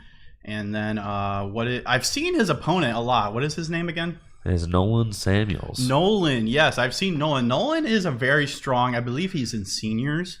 Very strong seniors player. I've played against him here before. He's one of those seniors who really like knows what they're doing. Is on their P's and Q's. So he's very strong. Yeah, the kids are crazy. The kids are cracked, man. He's very strong from what I've seen. And again, you keep seeing these like world-class players being broadcasted here. Caleb is not going to be an easy opponent to take down, playing the best deck in the format, Goldengo. What is up with Goldengo, dude? Telling you, man, it's a good deck. You can make fun of it all you want, all I'm saying is if you run back those last like 3 or 4 majors, Goldengo wins 1 or 2 of them. That's all I'm saying. What do you mean if you run back? Like if you re-rolled the tournament. Why didn't Goldengo win it the first time around? Well, I mean, sometimes it just doesn't do well. Not enough good players play it. I mean, you never know. I mean, like run it back. Chad knows what I'm saying. All right, Nolan Samuels playing Charizard. This guy's about to get Chi-Yu'd, dude. Bro, Charizard's pretty tough for Goldengo. Yeah. Oh, okay, it's Dragapult Charizard. So sure. I don't think he plays Chi-Yu. You don't think so? Nah. Yeah, you're just hoping that, no, I don't have a list. You're just hoping that there's no Chi-Yus. You're coping that there's no Chi-Yu involved. Bro, there's no shot he plays Chi-Yu. Chi-Yu is not necessary when you have the Dragapult, but it would be good for this matchup if he does play it. Yeah. So Nolan Samuels is going to be playing the Charizard Dragapult deck, and it looks like Caleb is on Goldengo, and that's crazy. Now, I played against 2 Goldengo at NAIC. I felt like it was a very easy matchup for Raging Bolt. It's a good matchup. That's something that we're seeing none of today, though. Not a single Raging Bolt that we've seen. In fact, the Noctowl decks, we've only seen 1 Noctowl deck. It was round 1, and it was Sanjay losing with the Eevee box deck. Everything else that we've seen has been Goldengo and stage 2s. Yeah, for whatever reason, and I think maybe it's because some players just want like more like options in their deck. Although Raging Bolt right now is definitely more intricate than it was pre-Noctowl.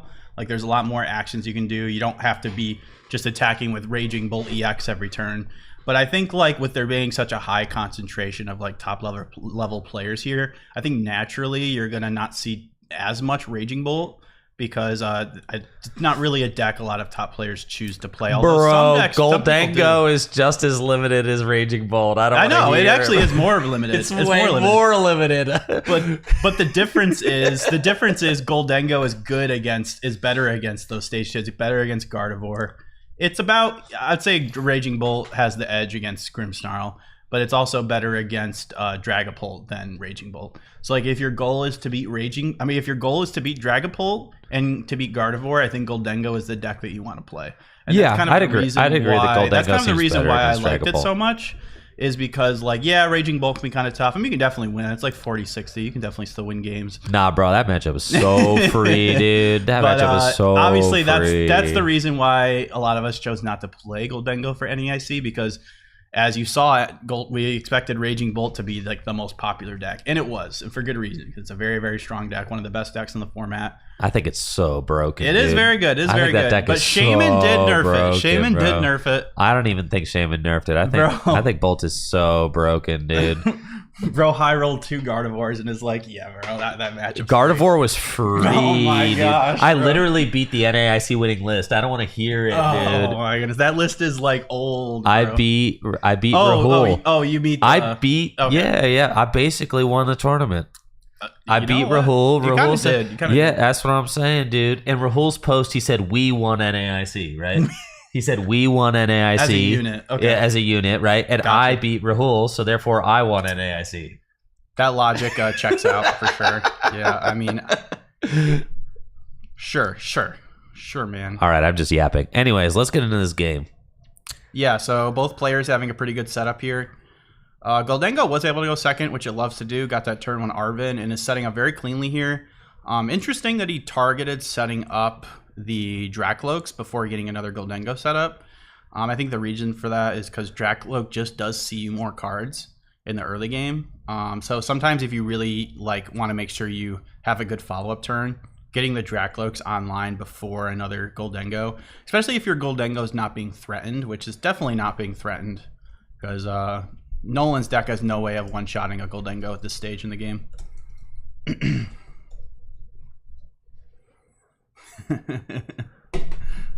But yeah, he's got the Cypher here, exactly what he needs. Turn 1 Arvin, turn 2 Cypher. He got Badooed, so obviously a Cypher is like the perfect card to see when you get Badooed, because it just lets you go get whatever, your raw energy. Usually what you're getting is a raw energy and then a Cypher for next turn, or a raw energy plus something that'll be useful once Nolan attacks with, his Charizard next turn. And I think what he did was stack an eSearch Pro there. I think the eSearch Pro is the next card, which really heads up because now he could get Iono'd into the eSearch Pro. It's crazy to me. It is so crazy to me that Goldengo is becoming like a conclusion for many players this week. It's interesting evolution, and I think it makes sense. Gardevoir was being a little disrespected, I think, at NAIC. Yeah. Same thing happened at last NAIC. Literally the same thing. Raging Bolt was the hotness, and then Gardevoir came and wiped the floor. Yeah. Which, there was still Bolt and top cut, so, it didn't completely flounder. Its day 2 conversion rate wasn't that bad either. But yeah, and I think Goldengo, I have always looked at Goldengo as a deck. Like, if you want to beat Gardevoir, you play Goldengo. Especially now that they're cutting Drifloon. Like, that is so good for Goldengo. Oh, for if they don't sure. have any way to one-shot you, you're chilling, bro. It's not like, Gardevoir's broken. You could definitely still win as the Gardevoir deck. Don't get me wrong, but yeah, Goldengo just makes so much sense. It's a consistent deck. It's just got a lot. It's pretty simple to play, which is, even for a top player, that's still appealing because there's just less room for error. There's just you can play the deck at a higher capacity more often, more of the time. You can play it at 100%. That's how I look at it. Whereas a deck like Dragapult Charizard, you have to be operating at a higher level consistently to get the max capacity out of that deck. It's true, bro. And the unfair stamp coming in here. That's why I played Raging Bolt. Hey, listen. Raging Bolt has a lot of actions, bro. Raging Bolt, I actually found out the hard way. I had been crapping on Raging Bolt as like a simple man's deck. Like, it changed, dude. Raging Bolt is actually got a lot more moving pieces than it used to have. All right, he grew up. He grew up. He's mature now. He is. There's a lot more thinking to do with the Raging Bolt deck than there used to be. Back with Radiant Greninja, it was it was pretty straightforward. It was pretty straightforward, but you just draw a bunch of cards and you smack them with the bolt. For sure. No, there's more stuff going on in the Raging Bolt deck now. But Goldengo, it's a Noctowl deck. Goldengo is like a resource management deck. You do have to just make sure that you use your resources correctly. For sure. If I'm looking at like easy decks, the easiest by far is Joltik Box, and then I see Goldengo as that number 2 deck. And then I guess I'd go Raging Bolt and then all the stage 2 decks. That's how I look at it. But yeah, because Goldengo is pretty straightforward. Get your Goldengos out, get your energy, take big knockouts. But yeah, it just makes sense. It's just a good, honest Pokemon, that Goldengo. All right, here comes Dragapult. Headbutt for 70. Okay, it does set up math. Feel great, but now he can monkey. Yeah, this just feels really bad. I guess it's better than nothing, but I almost would have rather to see. I don't know if Nolan plays Badoo. I'd rather see anything else. Just feeding a 2-prizer for 70 damage just feels horrendous. Maybe he's just saying, to win this game, I just got to hope Caleb doesn't have this knockout here. With a fully set up board? Listen, I'm just trying to justify the play, okay? Yeah, a fully set up board. It just is. It doesn't seem good. And is that another Luminous Energy? No, on the bench. What's on the bench for Cloak? Is that a? That is a Technical Machine Evolution that is in play because of Jamming Tower. Oh, I see. Okay. I was like, what the heck is that? that there. Since Jamming Tower is in play, you do not have to discard the TM Evo. It's funny because it has no effect. Yep, and it's funny because when you're playing Genesect and Goldengo, that is something you do very often. It's like Garbodor with the tool. It's like you put the tool on Genesect that stays in play, and then even if they remove the Jamming Power, they still can't use their A spec, and then the next turn you just got to find another tool for it. So it's kind of funny how that works out, but that is funny. Yeah. Yeah, Caleb looks like he's kind of routing here. Yeah, he's got the E-Search Pro thinning the deck. The crazy thing about E-Search Pro gives you like 8 cards, and then you thin all those out of your deck. So you might think like, oh, maybe I should. You might think like maybe I should draw some cards and then use E-Search Pro at the end. No! But no, yeah, you E-Search Pro, you thin all this energy out of the deck. Because lots of times if you don't, you're just going to be drawing into energy. For sure. So you get maximum value.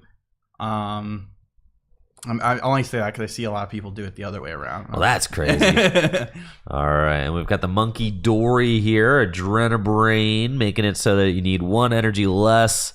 Boom. Discarded, take that knockout, make it rain for a big 300 damage knockout on the Dragapult EX. Not feeling good here for Nolan Samuels. Nope, definitely on the back foot here. He does have if he can just rare candy Charizard, he's got the response KO. I think the best case for Nolan here, rare candy Charizard, Iono, and just keep forcing Caleb to have these like huge amounts of energy. You also aren't leaving any damage in play, so Caleb will need 8 energies to take the knockout. He'll need 1 for his Goldengo and 7 to discard. So attacking with Charizard here, I think Nolan won't be in a terrible spot, but he's going to be on the back foot. Caleb's going to need to miss a beat at some point. So we'll see if he can even get the candy Charizard. There's the candy. He's got Arven. He's got Ultra Ball. Perfect. He just fezzed into Ultra Ball rare candy. That's really good. Sheesh.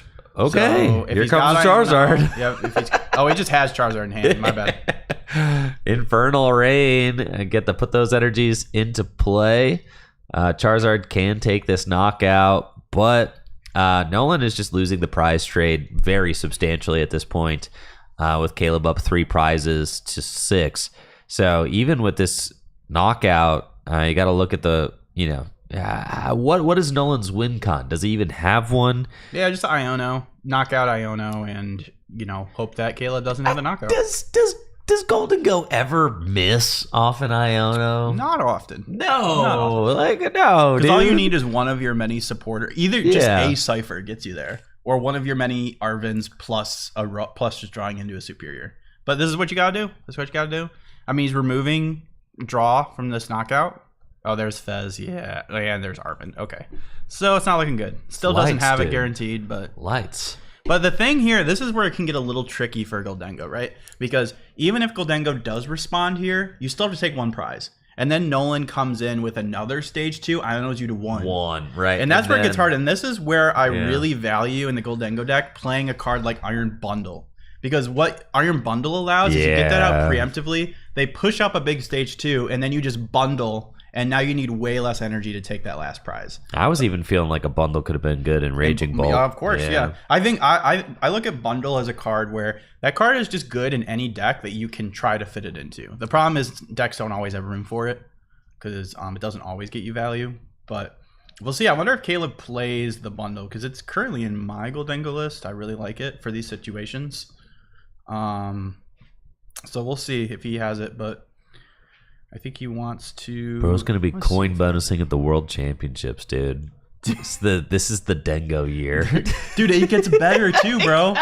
He's so excited. It gets better, dude. He's so excited, dude. I'm so gassed up that Goldengo is like the play for this tournament, because your excitement for Goldengo can be felt through the stream. Yeah, I'm glad that all my testing with Goldengo isn't like completely irrelevant. It is. Good players are playing it. It is nice. You did spend like this entire season playing Goldengo, so and some Mewtwo. Yeah. so you've got a lot of insight into the Dengo. I was lifestyle. encouraged at the full grip of 3K. I was encouraged when I show up with Dengo, and so did Grant Manley. That makes me feel good about it. It did make you feel good, didn't it? Yeah, it didn't work out for either of us, but no. But Grant, he's a really good player. So you're like, all right, I'm not totally off my rocker. Yeah, for sure. Right. No, it always feels good to see somebody who you respect make the same deck choice as you. You're like, all right, I'm not totally nuts. Exactly. But Like any deck, Goldengo has its issues. The main issue with Dengo is it's a little one-dimensional, but sometimes it's all you need. Just take your 6 prizes. You don't got to be fancy about it. I know. That's why. Well, I ended up really loving that about Raging Bolts was that For sure. Not that it was, it does just like knock out. It just takes 1-hit KOs. Doesn't place damage counters. Love that. It just is just clean 1-hit KOing anything in front of it. But the thing I really loved about Raging Bolt is the fact that you can just go with your single prizers. That's the one thing I feel like Goldengo doesn't have. And it is just true. Yep, and that's what the Raging Bolt takes advantage of when you play that against Goldengo, is it has single prize attackers, you don't. And people for a while were trying to play the baby Goldengo. Right. But after my experience with the deck, I'm pretty sure that card just stinks. Yeah. Pretty sure that card's just bad. I've seen people try to play It's not good. Scizor. People try to play Scizor, dude. Scizor, I actually think Scizor gets a little better next set because you can Genesect for it, which is kind of cool. So, but yeah, a lot of people in Japan right now are playing Scizor with the Genesect. Yup. I played against one. I don't know, though. NAIC Scizor with just like a 1/1 sucks, Scizor. I know, dude. Scizor sucks, but it is good against like Raging Bolt, though, because they have a lot of abilities. No, dude, because it's only good against bad Raging Bolt players. Because really? I played against a Scizor and I You limited. can play around it. I limited him to like Exactly. 150 That's why damage. the card stinks. That's why the card stinks. I was like, yeah, bro. Like, exactly. Like, what are you gonna do with that Scizor, dude? As soon as you see the Scyther come down, your whole mentality changes. I'm like, oh yeah, the Scyther comes down. The Scyther came You can down, see it and from a I was mile like, away. yeah, bro. Guess what? I'm not gonna let you knock out a 2-prizer with that thing, and it was useless. It probably just sucks then. Yeah, you're probably right.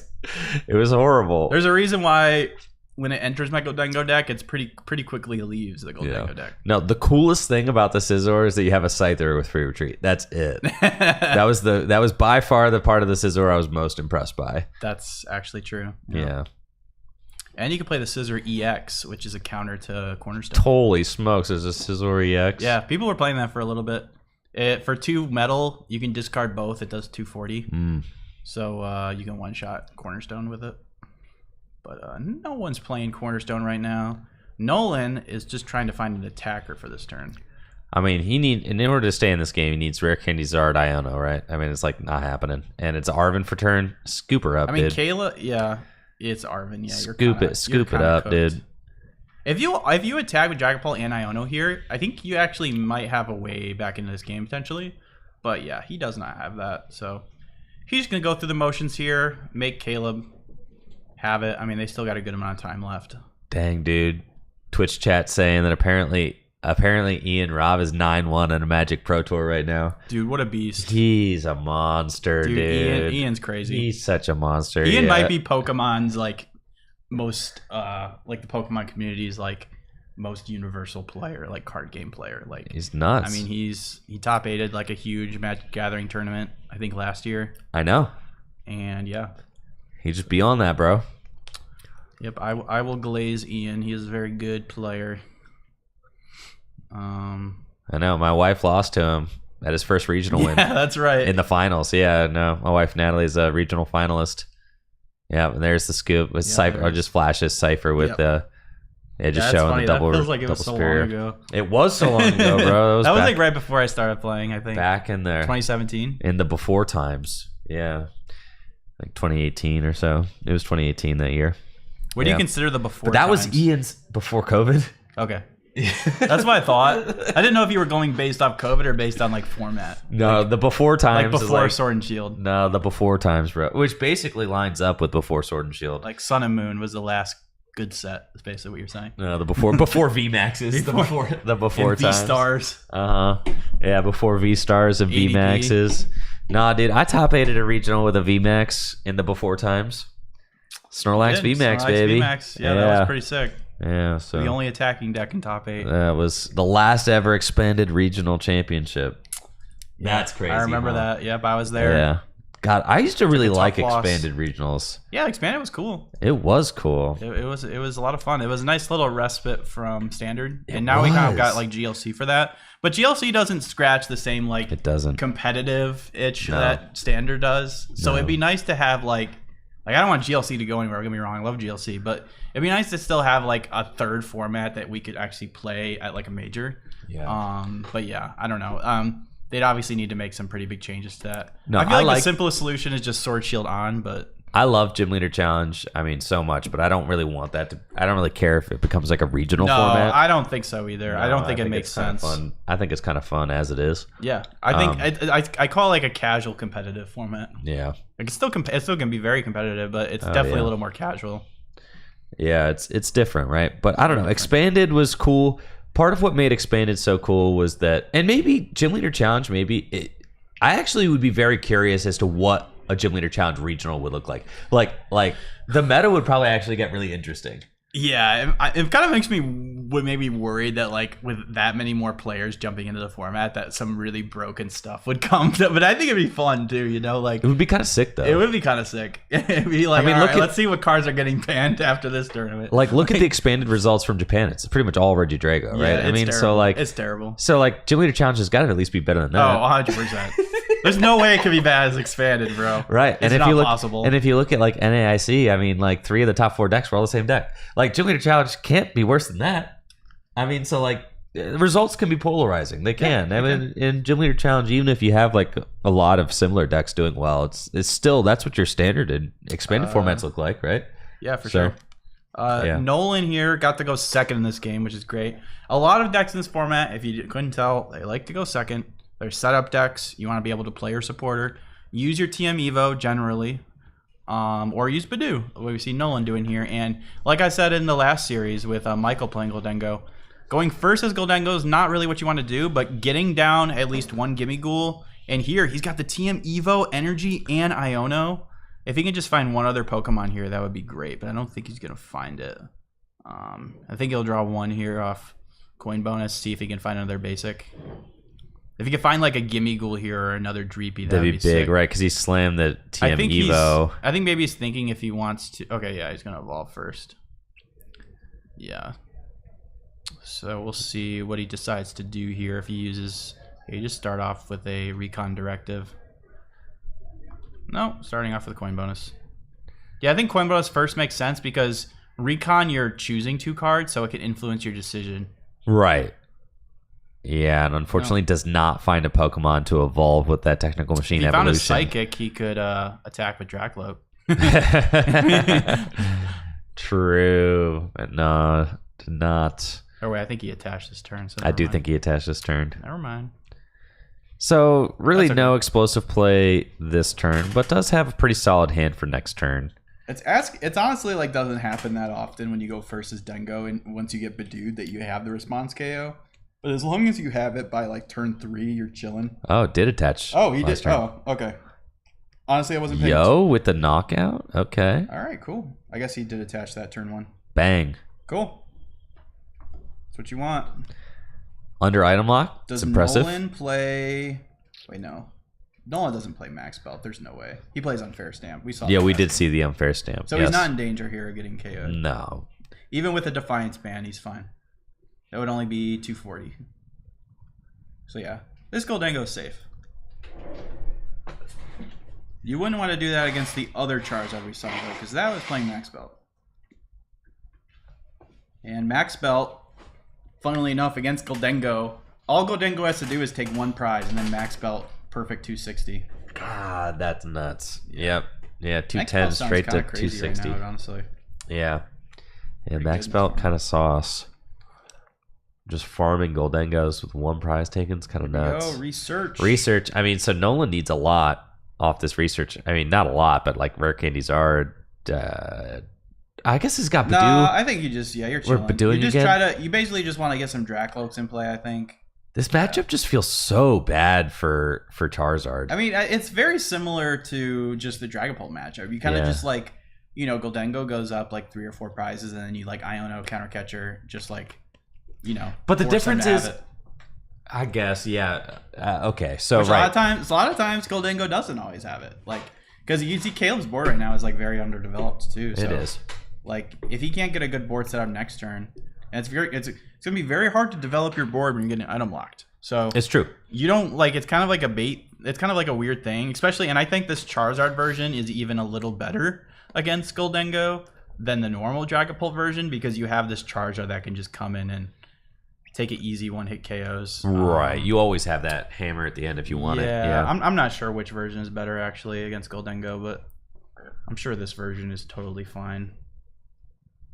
No Chiyu though, from what I see. No, it did.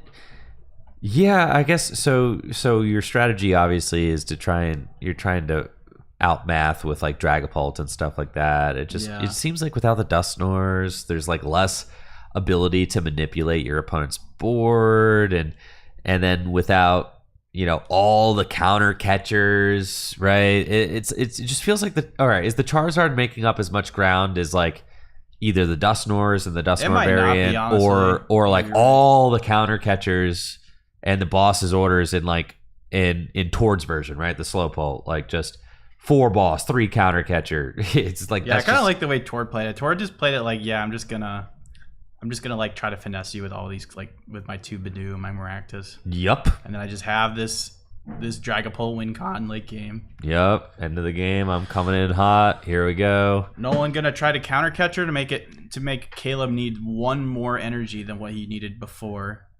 Not gonna be a problem for Caleb. He's got that Cypher, so he's got the knockout guaranteed. But it's gonna be tough here. Caleb, I think, has to decide. Do I take the knockout? I think what you have to do here is maybe take a slower turn as Caleb and try to just like develop your board a little bit. Maybe like Cypher for like 2 Gimme Ghouls or something. The Cypher, I mean, like now that Caleb has actually used Dracloak, Cypher doesn't guarantee it, right? Well, you can. Or you Cypher for 1 energy. No, because.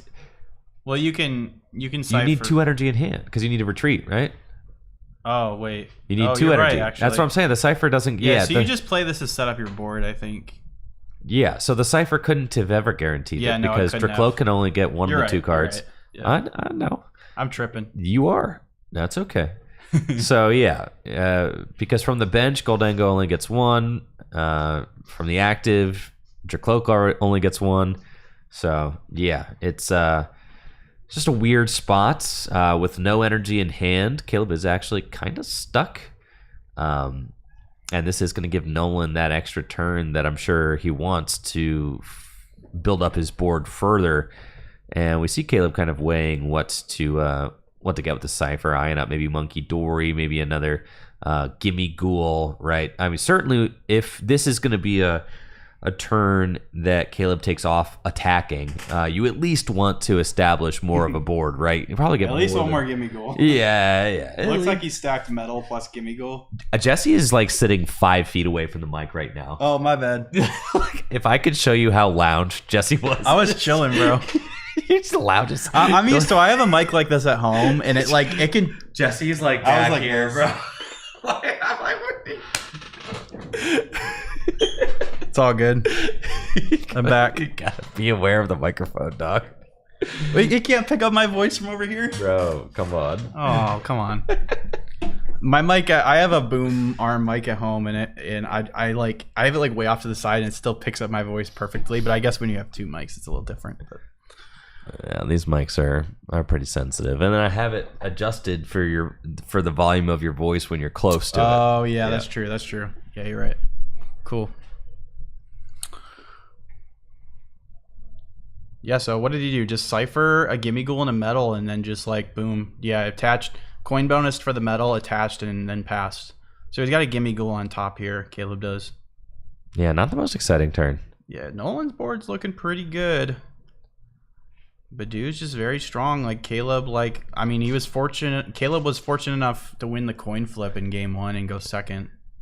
And this is the thing, like as Caleb right now, I think like you gotta start thinking about like maybe I should just go next and just go second and get another clean setup and not tie. Try to win this game. Right, because you don't 5-2s. Yeah, 5-2's not like.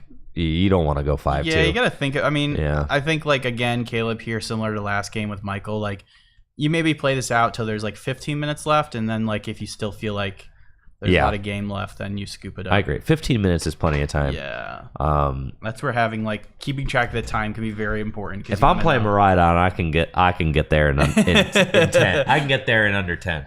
Yeah. But dude, you can win games in 3 turns as Miraidon. I know. Bro. That's what I'm saying. Not anymore. But back in the day, under 10 minutes, I could get there. I could get there with Miraidon 10 because you only got to take like 2 prizes, so that's fine. Yeah. And you go 4-6 and it's over. But in this format, You need a little 15 more minutes. time. 15 minutes. Yeah, Yeah. You're gonna, and And you're even still, that like technically wasn't enough last game. It I was told one-turn you, shy, bro. I told you. It was Yeah, close. I know. Yeah, you got to give yourself that 15 minutes. So, all right, here's Counter Catcher. And the Dragapult All right. swinging Phantom Dive, 200 damage, and 6 to the bench. Dracloak. Caleb, how do you respond? Energy Search Pro. Yeah, this Dragapult is going down. But, I mean, the damage is dealt, right? So long as there is the potential for another Dragapult to get charged up next turn, and that is what the Charizard does offer this version of the deck, right? And we do see that, I mean, Nolan's got Unfair Stamp and Illuminous Energy in hand. So, like, kind of ready for this knockout to happen. And Caleb, you can pretty much guarantee Caleb is not going to disrupt your hand, right? Playing the Goldengo deck. No, definitely not. Absolutely. You got your one Iono and that's it. And that card is not being played this turn, right? No, he's definitely going to take this opportunity to, yep, there it is, Buddy Poffin. Honestly, Caleb is in an okay spot here. All you need to do, now that you're out of item lock, you can go ahead and set up some more gimme ghouls, but it is worrisome, like you said, to be able to, Nolan being able to next turn just go Unfair Stamp potentially and attack with Dragapult would be very strong, because then you remove all of Caleb's draw. You remove all of it. So I think Caleb has to A, get down a couple gimme ghouls, which he's doing now, and B, maybe preemptively bench a Pheasantipity as like a way to just have something to draw off this Unfair Stamp. And as Caleb, I'm sure he knows that Unfair Stamp is coming, and yeah, so he's just going to do his best to preemptively. I don't think he used Supporter yet, so oh wait, no, Cypher doesn't matter because of Unfair Stamp you shuffle, so never mind. Yeah, Cypher would not protect you from Unfair Stamp. No, yeah. No, so now he's just kind of assembling all the pieces he needs to take this knockout, trying to protect his board against the upcoming Unfair Stamp as much as he can. If you're Nolan, you know, you want to try and take that multiple prize knockout next turn. Monkey could be helpful if you can move 3 damage counters off that active, right? Sure. And keep it from getting pushed to the bench and knocked out that way. That's a huge grab. It's very good.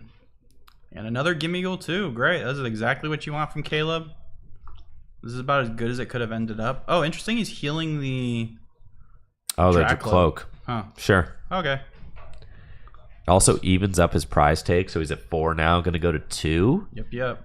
So definitely a huge grab there. And then having the energy to attach to Monkey Dory while still having the energy in hand to knock out the Dragapult, I mean, that's massive. That is big. Has to discard a Goldengo, I think, off of the Superior to get these energy. So that won't be in deck. Cypher can stack, but again, if it's Unfair Stamp, that stack is not sticking. No, but I guess like you might as well. As Caleb, you know, maybe you're just gonna get Iono'd here. Obviously, he doesn't know. So I think this probably is still correct. Because, like, what else do you even want in your hand at this point as Caleb? Like, all you really needed to do was get down your basics, which you did. You have the knockout. You don't need much more. You might as well spend your Cypher to stack the deck for, you know, maybe Nolan prized his A-Spec. You never know. Right. So, yep, he's stacking the Fez, like I mentioned. I think ideally you'd want that down, like, on this board. But that's okay. He's got a lot of potential. It's really just going to come down to if Nolan can get a follow-up attack here, which I assume he's going to be able to do off an Unfair Stamp plus a potential Supporter plus Fez plus Recon Directive. It's a lot to draw. So make it rain. Boom. For a huge one-hit knockout. Caleb going down to just 2 prizes remaining.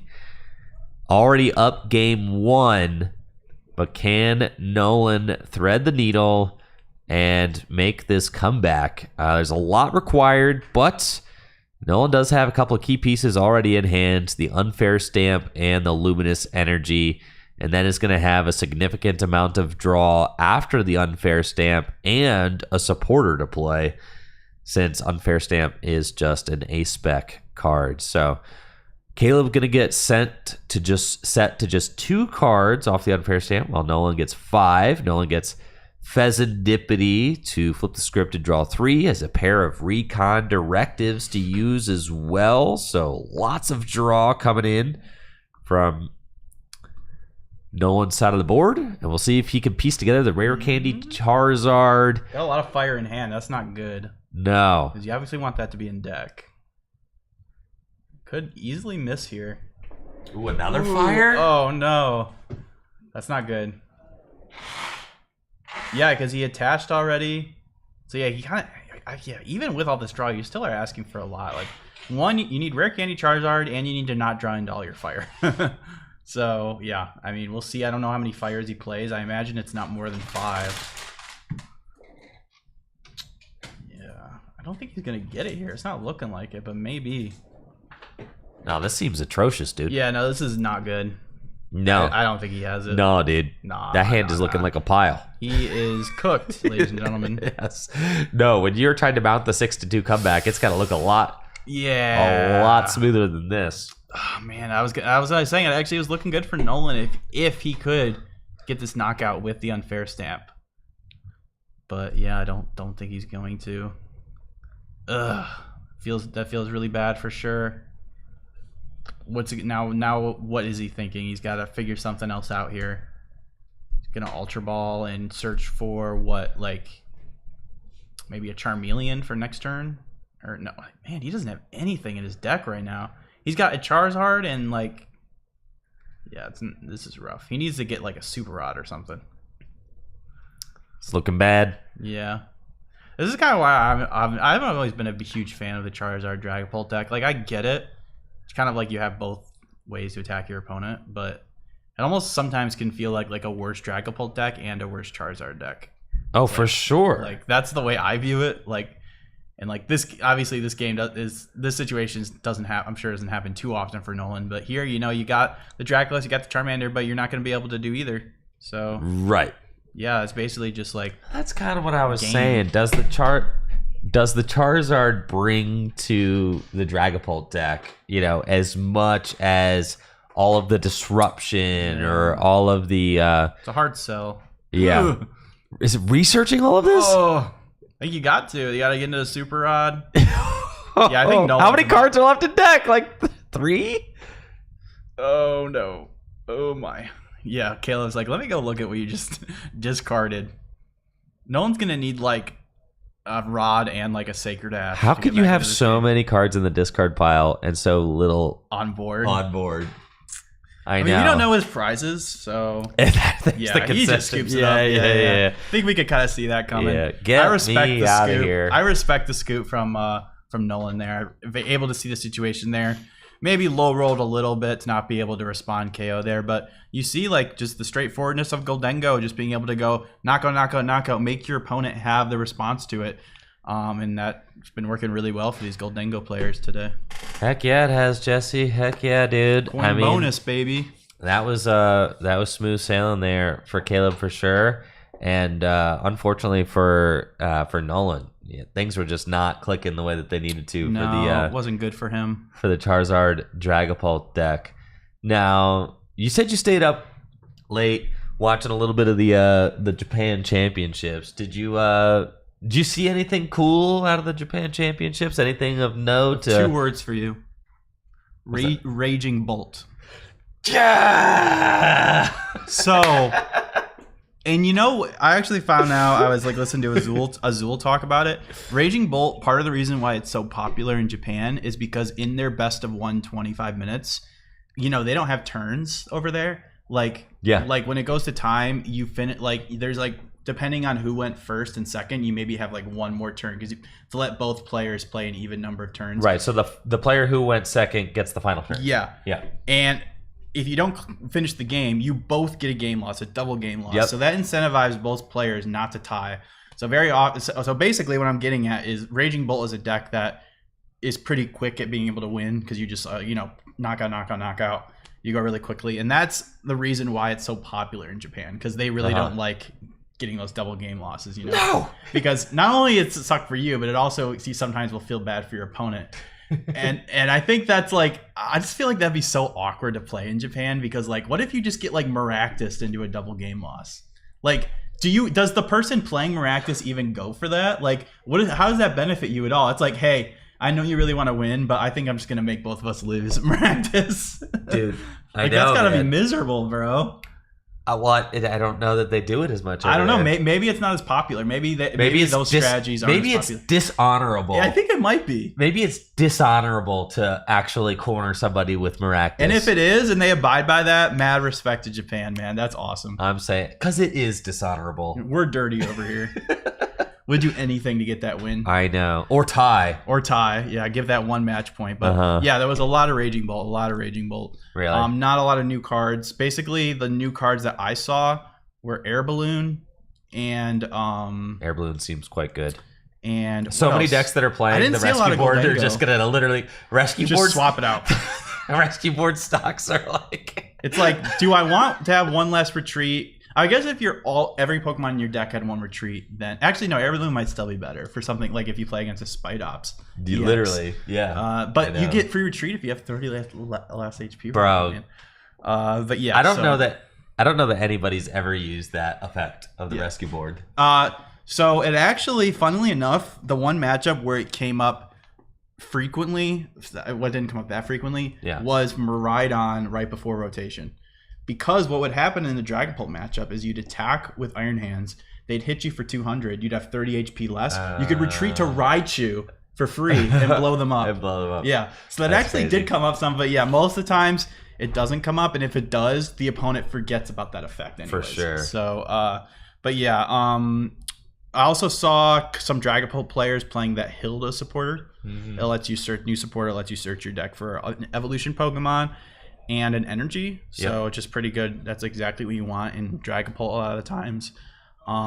Their format's a little different because they have Psyduck and we don't, and we're not getting that for Worlds. But who's playing Psyduck? See, people play it over there, dude. Yeah, but nobody's playing Dragapult or Dusknoir. I mean, some people play Dusknoir. Yeah. It does change the meta a little bit. It does. Sure. Like, it makes you think about one extra thing that you wouldn't necessarily have to think about. Sure. But yeah, it was pretty straight, like cut and dry, like similar format to what Are people actually playing Jellicent? I mean, that's what we got multiple people in both chats saying. Was Jellicent on there? Someone on YouTube and someone on Twitch. Both chats are saying that Jellicent. I mean, I definitely didn't watch every game last night because it went later than that. So like, there was some cool stuff I missed. And maybe there was some cool stuff I didn't see. I didn't watch it. It was on stream. Yo, the Jellicent. That's sick. Okay. The item and tool lock Pokemon. Is it's item and tools? Yeah, when it's in the active. Yeah, bro. That's crazy. I thought it was just item lock. Yeah, item lock and tool lock. So it's even better. So Guardy Jelly is bad. Yeah, that's what I think, but that doesn't sound very good to me. But I mean, it is a strong effect. Yeah, Frillish also has the item lock. That's true. Dude. I'm excited today, though, because today's going to be day 2. So today we're going to be able to see, if there were any... Like, to me, Goldengo just seems so nutty. I feel like there's got to be some Goldengos doing well. There's got to be, bro. Miraidon, I don't have total faith in. You are so Goldengo pilled, bro. I just think it's a good deck, bro. You can't even... You can't even. Bro, you can go search your deck for 2 evolution Pokemons for free, bro. He's like, there's gotta be some Goldengos doing well. It got such a huge buff, bro. It got such a huge buff. You can change your deck for day 2. Yeah, you can. There's gotta be some Goldengos. Oh yeah. Oh, the deck I'm most excited for, actually even more than Goldengo. What's that? I'm excited for Ethan's Typhlosion. Why do you say that? Because Brave Bengal is insane, bro. Yeah, there's a new tool coming out in this next black and white set called Brave Bengal. If you remember Silver Bangle, it's similar to that. Yeah. It makes it so your non-rule box Pokemon do 30 more damage to your opponent's Pokemon EX. So perfect for Typhlosion. Typhlosion loves it. So what it does with Typhlosion is Typhlosion, I think, is already like almost a good deck. I like playing with Dracloak. Some people like playing with Pidgeot. I like Dracloak because you create a full single prize board. But you do 280 fairly easily. And then with Bangle, you do 310. That one-shots Guardy. And then with one Victini, you do 320. That one-shots. So you can just start one-shotting the Stage 2 Pokemons pretty easily. Yeah. And then the other downside is sometimes you can prize an Ethans, but it's fairly easy since you have ways of just tutoring the Ethans out of your deck. Ticket. You just play the ticket. And the ticket is a very easy way. You play 4 Arven, and since you play 4 Arven, the Brave Bengal fits so good into that deck. So the only Pokemon you're not consistently one-shotting is like Charizard. But I mean, if I'm one-shotting Dragapult and Guardy, that's all I personally would care about the most. And if you really want to one-shot Charizard, just play a second Victini. Dude, but yeah, I think Typhlosion? Typhlosion might be a real threat. And you remember Goldengo's getting a huge buff. You know what's good against Goldengo? Typhlosion. So I think Typhlosion might be the truth, bro. Yeah, there's no way Goldengo beats Typhlosion. No, absolutely not. Absolutely not. All you need is one. Let's see. Let's 60. Raging Bolt doesn't beat Typhlosion 2 either. Ethans. We know that because that's the matchup we played in Typhlosion. It does like 35-40% of the time, but yeah, not a lot. No, yeah. It definitely can still win, but yeah, it's not great for the Goldengo deck.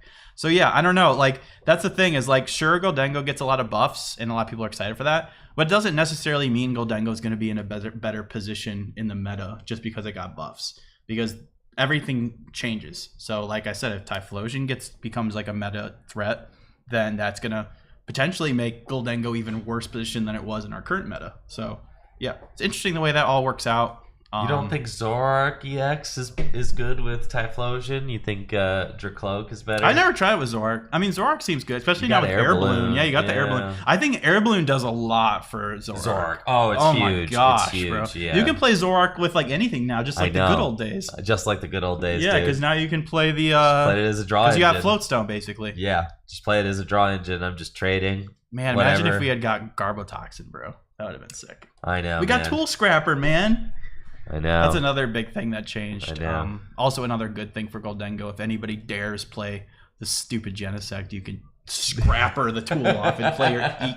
If I ever do that, it's going to be so cathartic, bro. I'm going to be like, yes, get that tool out of there and play my eSearch Pro. But I don't know how much people are actually going to play Tool Jammer because Jamming Tower is still a really good stadium, too. So, well, yeah, we'll see. Other than that, though, yeah, Miraidon, obviously. You got the new Zekrom EX. Looks pretty cool. That ramps up extremely quickly.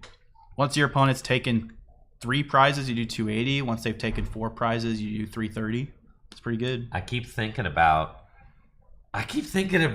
Miraidon, electric generator decks. I don't know, it just keeps bro. not mathing in my head. I just think, like, you know what I think? The more I think about it, like, I think the biggest hit to the deck was, like, Force Sealstone going away. And like the V Pokemon, because getting that like +1 to like get that turn 1 Iron Hands KO, I think that's what like made the deck. But before, I don't know, but like the deck was successful before Iron Hands came out. It was successful before Iron Hands, yeah. But I think the landscape of the meta was just a little different. I don't know. I still have to test it. I haven't tested the new Miraidon yet at all, so it's all just conjecture at this point. The problem is like your massive basic Pokemon, Raging Bolts, and then like your weird stage 1s, your Goldengos, and then your stage 2s. None of it feels good to want to get. None of it feels great. That's why I'm actually thinking that Magneton might just be the better way to play it than Eels, because it combos with Zekrom really well. Because you power up your Iron Hands over the course of 2 turns. And then they carry Iron Hands, and then you blow up Magneton, and then you force them to 3, so then you can swing for 280. So I don't know. Right. We'll see how it goes, but I do like the idea of playing the Eels and choosing first as Miraidon, so you can go like turn 1 attach to Iron Hands, they play their turn, and then you go evolve, attach, generator for 1. You only need to hit 1. For sure. And then boom, you have Iron Hands attack. Then you could it just makes it that much easier just to chain Iron Hands, and then at the end of the game, use Zekrom. So I don't know. We'll see how it goes, but yeah, I don't know. Something just doesn't feel the same. I don't know what it is. I think it's like a combination of a lot of little things, but I don't know. We'll see. Like I said, I haven't tested it yet, so maybe I'll be surprised. But I guess in Japan, it's doing okay. It's not like the worst deck ever. But there aren't city leagues, so it's hard to judge things in Japan right now. There's only gym battles, which gym battles are like even lesser than city leagues. Really? Gym battles are like their local, their leagues, yeah. And then city leagues are like our league cups. Got it. City leagues are on hiatus until September. Right. Because this Japan City Championships is like their NAIC basically. Okay. It's like their big big tournament at the end of the year. How did Torg get an invite to this thing? He got top 16 at one of the city leagues, or top 16 at a Champions League. previously. Remember where he played Terrabox and got top 16? Okay. When Terrabox was the hottest. Got it. Right after rotation. Okay. So he got an invite. So he lotteried into a Champions League. That's why at the last one he played Mewtwo because there was just no stakes. He just wanted to play a fun deck. So he lotteried into it because you have to lottery in. So he lotteried in. Lotteried into the champ. Well, he got invited because he top 16 the Champions League. Yes, he lotteried into the the Champions League. Yeah. Yes. So that's why a lot of top Japanese players, as long as you get invited to one, you can chain events because if you do well enough at one, then you get to qualify for the next one, and you can avoid the lottery. So by lotterying into one and top 16ing, then Tord was automatically invited back to another Champions League. Yep. And then was also automatically invited to the Japan Championships. Yeah. As far as I know, that's how it worked. So because I'm looking at it, I'm like, how the heck is he even There was a couple. How is he even participating? I mean, a lot of people went straight from NAIC to Japan to play in this tournament. So they didn't even go home; they just went straight to Japan. Yeah, dang, bro. A week later, bro. Yep. And it starts a little earlier since they start playing on Friday. Or wait, that's Saturday? so crazy that Pokemon is in a place where this is the kind of thing that's happening. I mean, we're worldwide now, bro. My whole life growing up, you pretty much have to not have a job. Oh yeah.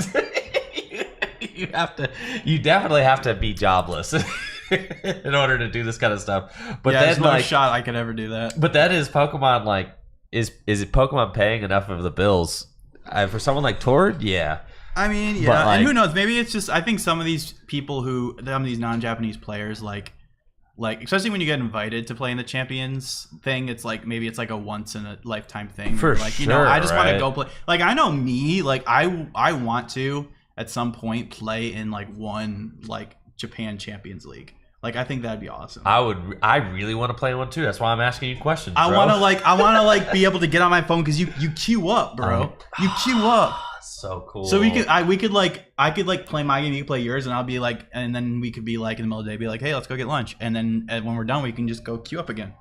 That sounds sick. That's crazy. Or we could queue snipe. We can both queue up at the same time, so we get paired against each other or something. That's so crazy. Yeah. It's cool. You queue up like that, so you don't even God, so they're keeping rounds going constantly. Yeah, so you can if you want. But players with the same record are always getting paired. Yeah. If you want, you can just go just play them all out as fast as possible, but it lets you play at your own pace. God, no, we need that, bro. Yeah, bro. We need I know single game Swiss. I hear what you guys are saying, but that sounds cool. That sounds far superior than waiting for 30 minutes, 45 minutes between rounds, which is what we're doing now. Yeah, which is absolutely horrible. I don't know. Well, we'll see. I don't know. It might be one of those things where grass is greener on the other side, because apparently a large majority of the Japan player base really wishes they had our system. I know, but the grass is always greener, dude. That might be the case. I don't know.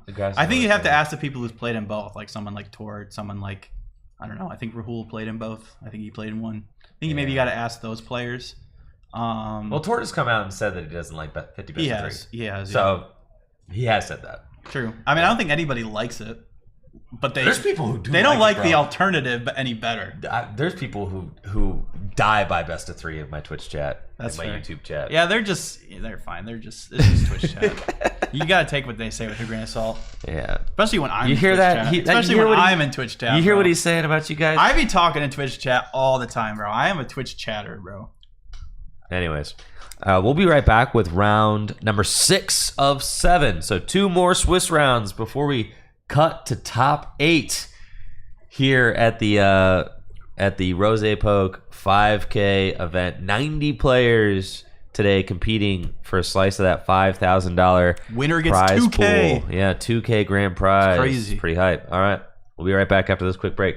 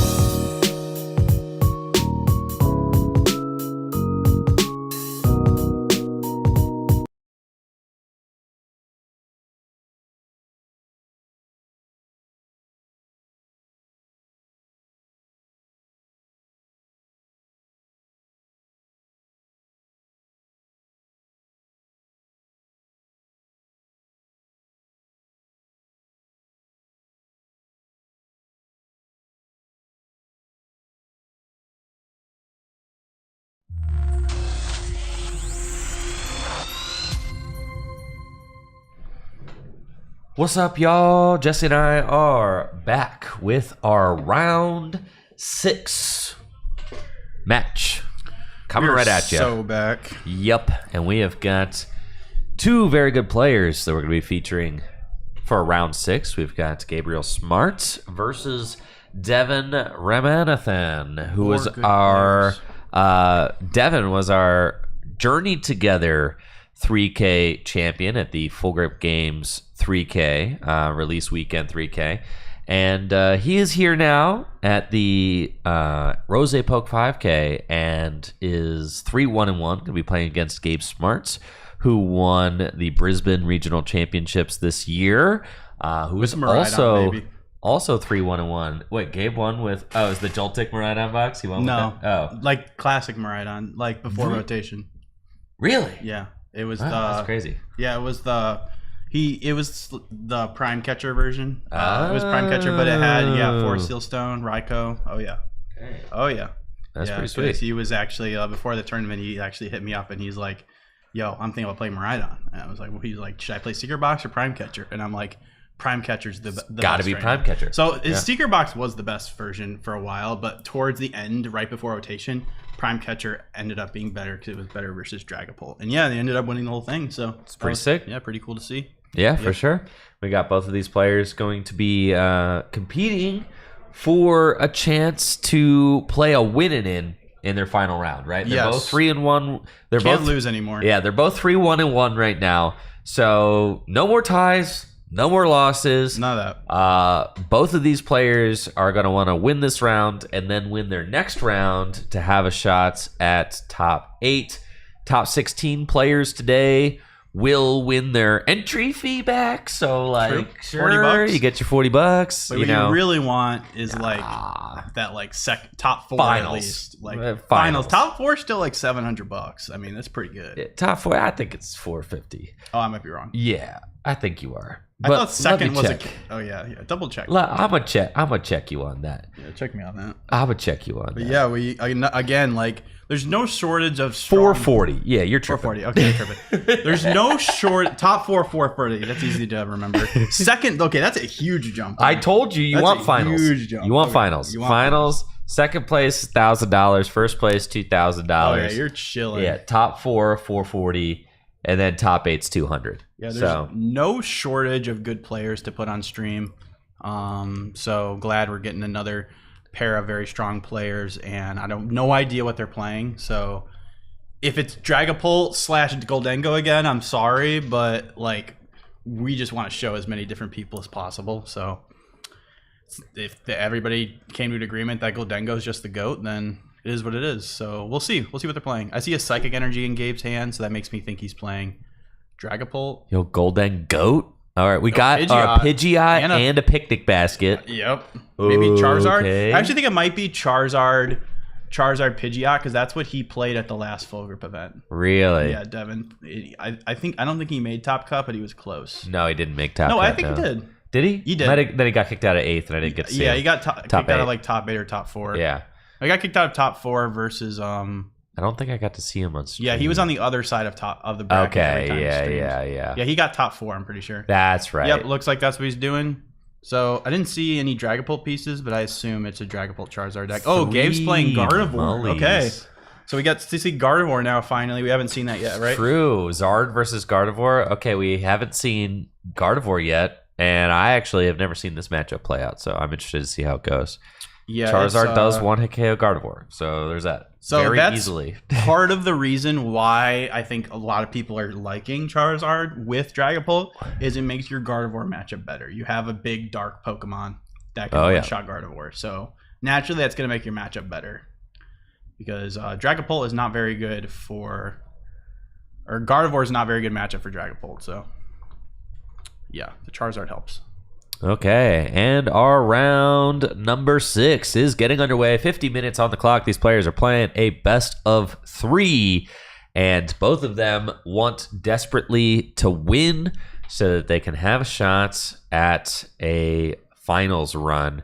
In order to make top 8, you're going to have to go 5-1-1, since both of these players are 3-1-1 right now.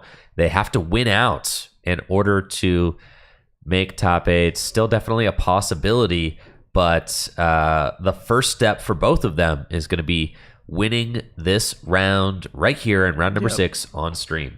And Gabe does not have a supporter in his hand, I'm pretty sure. Wait, he might have an Iono. He might be okay. He's getting a Nest Ball for the Ralts. Gardevoir, obviously, one of, if not the strongest deck in the current format. Everybody doubted it because of Grimmsnarl at NAIC, and what does it do? It comes back and wins another event, just as Gardevoir always does. Yo, So, where the Grimmsnarl at today? where the I don't know, bro. I think Grimmsnarl is a pretty good play, honestly. I mean, you're good into Gardevoir, you're good into Dragapult. Like, seems pretty good to me, but I don't know. I guess we just have people who are maybe just running back their NAIC play. Maybe all these people didn't play Grimmsnarl because it's a pretty quick turnover. Last week was NAIC. Oh yeah, and so with travel included. Oh yeah, a lot of these players are probably playing. Yeah, we didn't have a very strong turn there from Gabe. Just very modest bench Ralts and attach and pass. So I think I was right in looking that he did not have a supporter to play from his hand, which is unfortunate because when you go second as the setup stage 2 deck, you really would like to have a supporter. But yes, you would. That's what you want. Devin doesn't have one either. He has a boss, and that's it. Okay, but a Charmeleon and a TM Evo. So we're cooking. And with that, can go get a Charmeleon and a Pidgeotto. He has no follow-up for next turn, though. No, but thinning, dude. Thinning. I know. I'm just saying, like, technically his hand is dead, so that's good for Gabe. Thinning do be winning. It's fun when both players draw not great. I agree. It's very fun. Those games end up being some of the most interesting games. Yes, I agree. And right. I didn't see what Gabe got off the top, but I don't. It's got to be a Nest Ball because that's what he's playing. Oh yeah. I think unless that was ball from last. No, it is. He's using Artisan. You're correct. Yeah. You're correct. You're correct. Yes, he's using Artisan, and just as good, almost as good as a Nest Ball. Go get another Ralts, but I think it might be a potentially attach and use Mind Bend angle. Maybe 60 damage. This is where having Cleffa would be clutch. But actually, his hand is not. He can't play his hand down, so never mind. Uncleffable. No, there's 2 Artisan in that hand. Yep, Mind Bend. Yeah. Hate to see that. But I don't think Devin has much going on his side either. So we'll see if top deck saves him.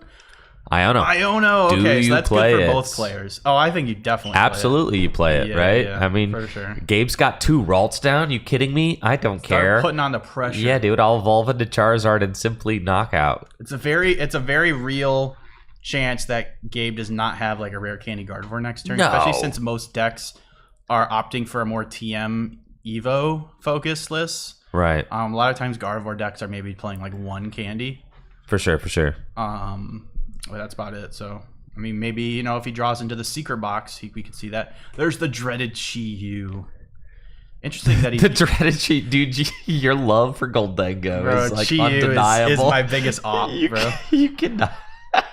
you love Goldengo so much, I don't love it. I'm really not in love with the deck. It's just the deck that I'm not in love with any deck right now, but it's the deck that I can put up with the most. You love Goldengo, don't you, Squidward? I love Miraidon, bro.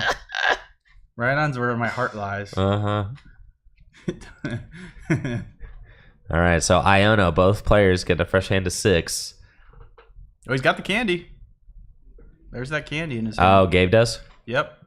Does have the candy. But does he have... Oh, his hand looks rough. Like, what are you doing? He's got the TM Turbo Energize. This is looking like it's probably very similar. That's a pass from Devin. Bro, Devin actually his hand is still terrible. How are the next 6 cards still bad? This is the reality. This is Gardevoir. This never happens for my Gardevoir opponents, bro. Never.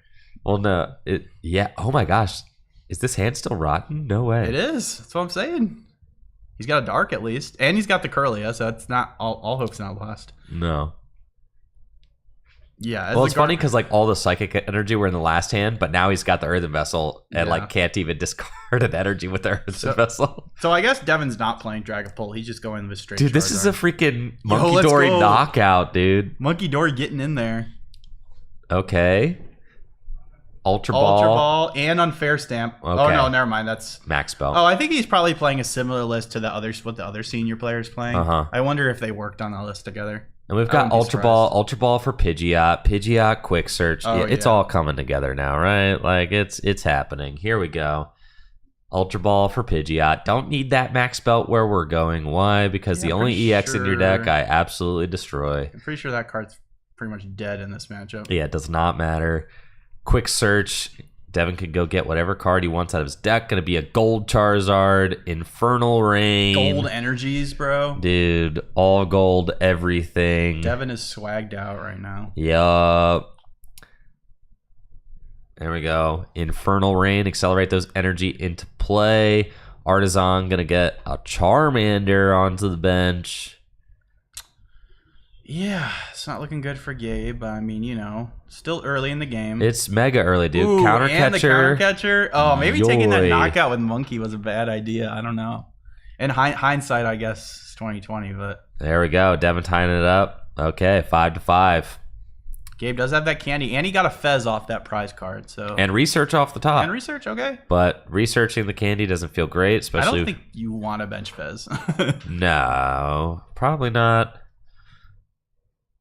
It does feel like a pretty tough position for Gabe.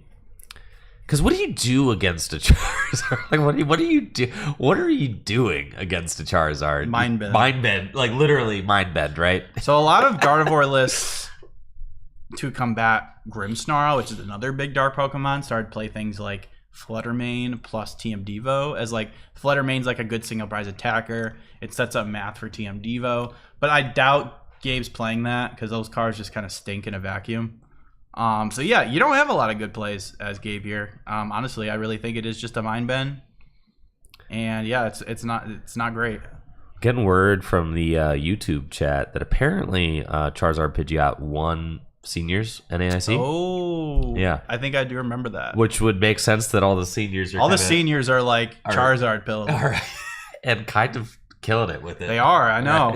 Charizard's so back. I'm telling you, the kids are cracked, dude. So like if you're a senior, do you just like automatically like on a team with every other good senior? they all know each other, know each and other. they all know what each other are playing. It's just funny that you wouldn't go off like the Masters results. They like no, this dude. other senior. I'm played telling you that post pandemic seniors are cracked. It's different. It's different, dude. It's different? It's different. It's a different time in the game.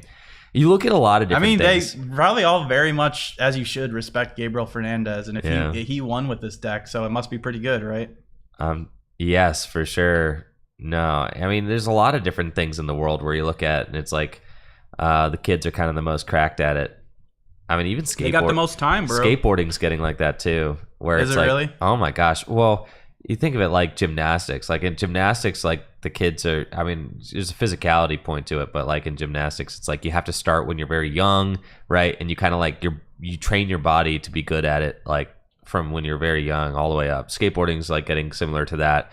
But even like Pokemon and like music, right? Think about like music, right? Like if you start training for an instrument when you're very young, then like your brain kind of like learns. It's like attaches itself to that thing. It's you like know? learning a language, Yeah. right? So like playing trading card games is the same exact way. Like, Your mind's still being formed. dude, if you're learning how to play a trading card game while you're while you're growing up, you're just going to be so cracked at it. Yeah, for sure. You know, by the time you actually reach adulthood, it's like playing an instrument or like It's like Isaiah, learning like a Isaiah sport or Bradner. anything like that. Like Isaiah just won NAIC, and like he was one of those players. I know. believe that like tear it up like juniors I know. and Oh, he seniors. was for sure. Yeah. Speaking of skating, Tony Hawk Pro Skater 3 and 4 is about to come out. Which is Oh, pretty heck yeah. I'm pretty Yeah, stoked dude. about that. Heck Yeah. yeah, dude. For sure. For sure. I'll be picking that up. I'm playing it on my Switch too. To come out Switch 2. It probably does. You're probably Yeah, right. it does. Yeah. Let's go. Yeah, for sure. All right, we got a rare candy Guardy Okay, that's off what of you the want. Fez, right, for Gabe. So a lot of Fez, liabilities in play right now. yeah. So was able to find that that Gardevoir already had the rare candy. Was able to find the Gardevoir off of the flip the script for 3. Rare candy Guardy research. So this is pretty good. Yeah. One thing's for sure, Gabe definitely needs to use that Night Stretcher to get a Ralts back, because it's pretty much guaranteed that Charizard's gonna Pidgeot search for boss here. KO Gardevoir. Also, you could see Devin just take another single prize KO to even up the prizes, but I'd imagine you want to chase down What did he get? What is that? Oh, that's a monkey. Okay. I'm saying, dude, it's getting to the point we should eliminate Seniors Edge division, bro. They're too good. You think so? Yeah, they're too good, bro. Just lop them in with the Masters, man. Because they don't have jobs, bro. They have so much time. Honestly, you're kind of spitting. It should just be 2 divisions, bro. There should be 2 divisions. If you're like 10 or younger, you have your own division. The Seniors are too cracked. They should just start playing with Masters now. I'm convinced. Bro, I'm convinced. I actually kind of agree because whenever Seniors play with me, like at these locals, like they're always cooking me, bro. I'm saying, dude, They're always cooking me. The seniors are so cracked that they don't need their own age division anymore. Just lop them in with the Masters. Juniors can have their own age division. That's fine. 10 and under, for sure. 2 divisions. People have jobs, people that don't have jobs. The jobs and the jobless. I agree. There should be an employment division, bro. I agree with employment division. I think I heard Natalie mention that before. That's facts. Yeah, your wife definitely said that at some point. Yeah, that's facts. I high key agree. Yes. Yes. She's kind of spitting. No, but the seniors, I'm saying the seniors are so cracked now that that really just let them play with the Masters. Dude, me and JW test together. We both like Goldengo, okay? We both came to the same conclusion that the deck is broken. Dude, I need to be put in the seniors division like the elder seniors division, bro. With the E-Switch coming in here, we're seeing the cool little E-Switch, or not E-Search, E-Switch tech that was played in Isaiah Bradner's winning NAIC list. Letting you basically cheat a Monkey Dory ability, letting you use Monkey Dory, pass the energy, use it again. Kind of like how the Blissey deck does. And yeah, we're going to see Gabe here. So yeah, he's gonna take the prize on the Charmander. That's good. Evens up his prizes. So, but then what do? You just mind bend this Charizard. I think it does put Devin in kind of an awkward situation. Yeah, it's gonna force Devin to. I don't know what Devin has to combat this, because I doubt he plays something like a Switch. Gabe was able to that was pretty good. Actually, get like an Gabe. obscene amount of energy into play and into the discard pile. Yeah, that was really heads up from Gabe because he KO'd the other Charmander, which that was Devin's easiest response. Just For like sure. Rare Candy Charizard, Retreat, attack with another Charizard. Right, yeah. So the monkey here, kind of doing work. Right. I mean, sometimes in these situations when you get confused, sometimes it is correct just to go for the coin flip. Oh heck yeah, dude. so I think that some people get too locked in on like, oh, I shouldn't flip. That's like the new thing heck to do. yeah, but no, dude. sometimes you just go for it, bro. Flip, bro. Flip for sure. 50% of the time, that is a blank status condition. He could retreat and use Flare Bringer on Chiyu, which lets him accelerate the energies back into play, I believe. Yeah. I know, but that's probably bad. I mean, Gabe is like in the prize lead. That seems cringe. Yeah, I'm not trying to do that. Should have bossed. Iono, countercatcher, Guardy, flip, dude. Heck yes. Ooh, is mist energy. The mist energy makes it so does you it can't remove get it? confused. It no, does not. It does not remove it, right? No, it doesn't. He's reading it. No, it doesn't remove it, dude. It doesn't work like that. Yeah. But maybe for next turn. Or maybe just slap that on your bench, Charmander. Yep, he's going for the Flare Bringer. Let's go. Chiyu getting in there. Gabe's going to read it because he's probably never had this happen to him before. Yeah, but I played GLC, so I know exactly what that does. Oh, yeah. You're familiar with Chiyu's game. I am. I'm very familiar. He's going to get the miss there on Charizard. He's like, you're not going to confuse me once. Shame on me. Confuse me twice. Something. Nice. All right, Very so cool. the Flare Bringer. But, I mean, Devin still had 5 prizes to Gabe's 4. So, like, now this does feel kind of bad, right? And it's like that early knockout with a double monkey mind bend is actually what's kind of putting Gabe in this favorable position now. Ooh, Devin needs to put that 60 back on Charizard. Yes, we do need to see that. Yes, there it is. Very good. Yep. Excellent. Looks like Gabe does have a research. And an Iono. But it's this situation... Yeah, it's this situation where, okay, so Gabe Candy Guardy Gabe just gonna knock out what's in the active spot, right? If you knock out what's in the active spot, you have to do it with Guardy, which would bring Gabe down to 3 prizes remaining, and would allow Devin to just take a easy 2 prize knockout. So How you much HP does Chi have? Like 90? I'm wondering, could he monkey plus it's mind like bend? 100, 110 maybe. Something. Yeah, it's let me pull that up. Let's I see. would look it up, but I have like no connection in here for some reason. You're good, dude. I've got it right here. Do you have it? I have it, dude. What the heck? It's in my GLC overlay, dude. Dude. 110. 110. Yes. Cool. So, yeah, I don't know. I can't imagine you just want to attack with Gardevoir here, right? Put it I in mean, harm's like, way. there are literally no other options, right? I mean, there's so much energy allocated guess. as well. It's not like That's he can accelerate energy No, he anywhere can't, else, right? Yeah. He can't. Yeah, it's just yours in a hard spot. Especially he doesn't have room for Screamtail, which is annoying. I think Screamtail would be maybe good here if he had room for it, but In a room, these lists are playing like 4 monkey, dude. yeah, they are. They just it's all monkeys. 4 monkey, 4 dark, and an E-switch. Uh-huh. Oh, good God. Yeah, man. There was a time when Gardevoir lists were only playing 1 monkey. I know. Last year. Yep. So yeah, Gabe just kind of trying to think ahead. Next couple turns here. Realizing, yep, I'm taking a single prizer, so I'm going to want to soften up another single prizer. Right, try and skip ahead at some point. So it might be annoying if Devin's able to evolve this Charmander to another Charizard to deny Gabe that odd prize. Force Gabe on a 7 prize game here. Meaning Gabe needs to take like the 7th prize when he doesn't want to, but he might be forced to.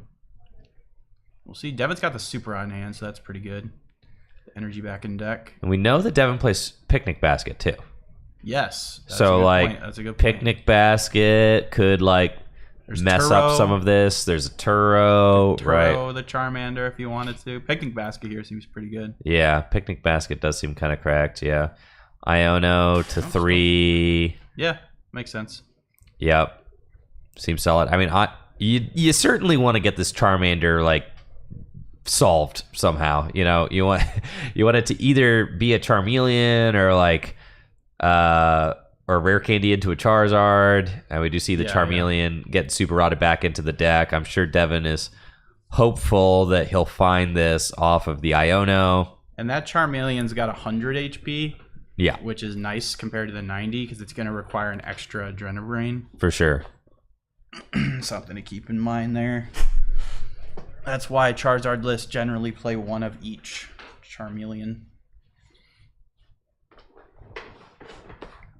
Counter catcher Fez. okay. Yep, Iono, knock out the Fez. Yeah. Stifling all the draw. Not getting rid of the energies, although I guess Gabe could just retreat those But off. still, It makes it because there's a psychic energy on each of the monkeys, so you cannot retreat off That's the guardy. true. That's true. Yeah, There is indeed. It's like each of those, You only play 7 psychic max. right? so Like each of those, and there's the Charmeleon off the Iono. Nice. Exactly what Devin wants, right? Perfect. Yep. Yep. So right, I think counter catching the Fez, super heads up. That makes sense. Yeah, I like that for sure. In my head, I was like, "Oh, just KO the Gardevoir." You know, it's sitting right there. But Yeah, yeah, I like this. I think this might be a little more because he's got the backup Guardy. So for you're sure. not really doing. Honestly, you're doing him a favor by KOing the Guardy. Right. Whereas this, you're just putting him in a more awkward position. So For sure. Limiting the draw, stifling the draw, right? Like coming down the line, you're like, okay, maybe you draw out of this one, but then I've got another Iono. You probably don't recover the Fez again.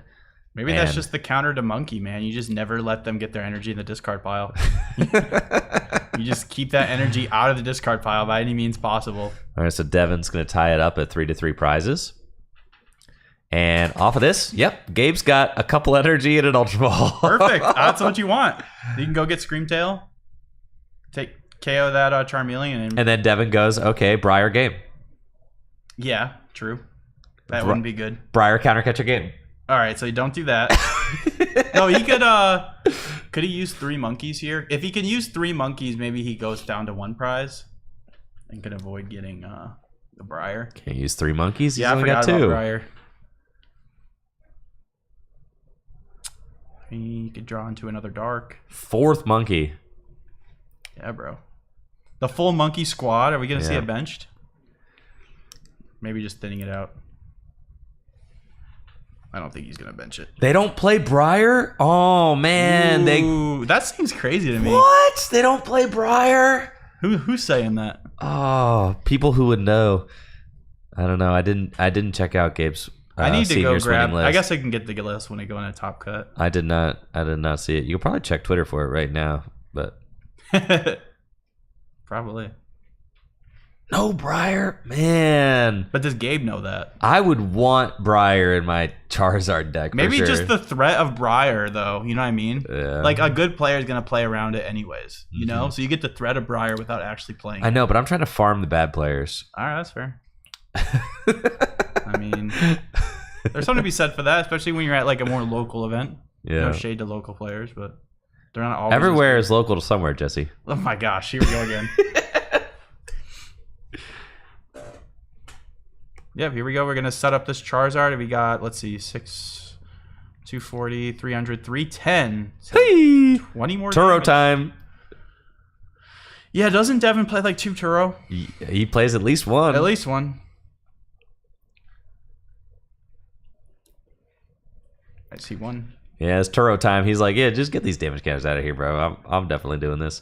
He may need to toss some energy back into the deck. So, like, there that a might be Turo a in thing. there? Actually, I thought I saw Turbo. There's Turo's in the deck. Okay. I saw it earlier. Okay, cool. I didn't know if maybe it was like prized or something.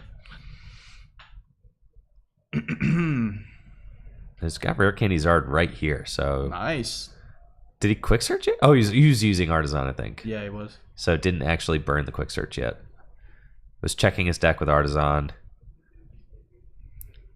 Now we'll use quick search. Turo. See? Let's go. Told you. Here it comes, baby. Turo's scenario. Who needs Briar?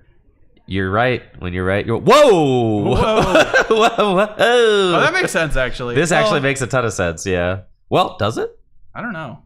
Because can't he just finish off... Can't he finish off this active with a monkey? Yes. But then I don't think Gabe has the way to get enough energy to kill. I mean, I think Devin knows that Gabe doesn't play Drifloon. God. I don't think Gabe Gabe has a way to do that. Right, much like damage. there's not playing Drifloon. Yeah. My God, that's so crazy to me that these decks are not playing Yeah, Drifloon. man, you dude. can abuse that, and that's You think absolutely that's why can a lot abuse of that. I think that's why a lot of players chose Goldengo today is because no Drifloon is just like that. That's amazing because that's why Goldengo plays a jamming tower, so you can like take that bonus prize. But if they don't even play the Drifloon to begin with, gusting up the Charizard here. 4 monkeys plus Gust, dude. Yep. These 4 monkeys. Can you do 4 monkeys? There's all right. Here's the monkey for 1. Yeah, there's 1. Does he have a way to close this out? Take this final prize. We're retreating. No, we're mind bending, bro. Methinks he does not. No. Time to announce mind bend. And then does Devin have a way to close this out that doesn't involve flipping? Switch that'll be would the go question. crazy. A 1 switch. It's crazy how many scenarios where like a 1 switch can just like be so busted. A card that's been around since base set. The simple act of switching. No missed energy on this guy. All right, mind bend. What are we gonna see here? What does he got? He's got the picnic basket. He's got the dark energy plus a monkey dory if he wants to. God, just 1 energy on Pidgeot solves he this. might have to flip, bro. He might have to flip. Arvin, no, he's got the answer for sure. Trust, he's got the answer, dude. He's got it. He's got it. I don't think so. Picnic basket. That's. I mean, it's something. He's revealing the basket tech. Okay. Flip, flip, flip. Half the time, it literally doesn't matter. There's no way. Let's go. Whoa, Yeah, you whoa. got to, bro. I No can't tell way. What it is. Is it heads? That's a tails, dude. Dude, is it a tails? I'm like pretty sure that's a tails. Looks like a tails we to need me. to get a different coin flip dice, bro. Oh my God, dude. No shot. Should I go make sure? Yeah. Okay. but I'm pretty sure it's tails. Let's find out.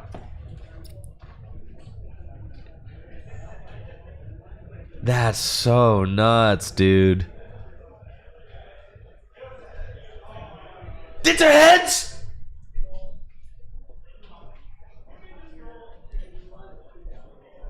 Dude, please don't roll that yellow one, bro. It was heads. Yeah. It was heads.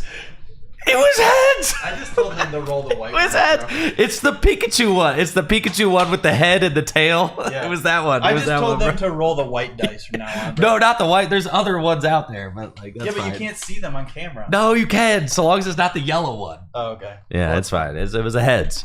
It was a heads. Hopefully they don't have to flip again. It was a heads. It was a heads. All right, Devin up game one. That's crazy, dude. That's crazy.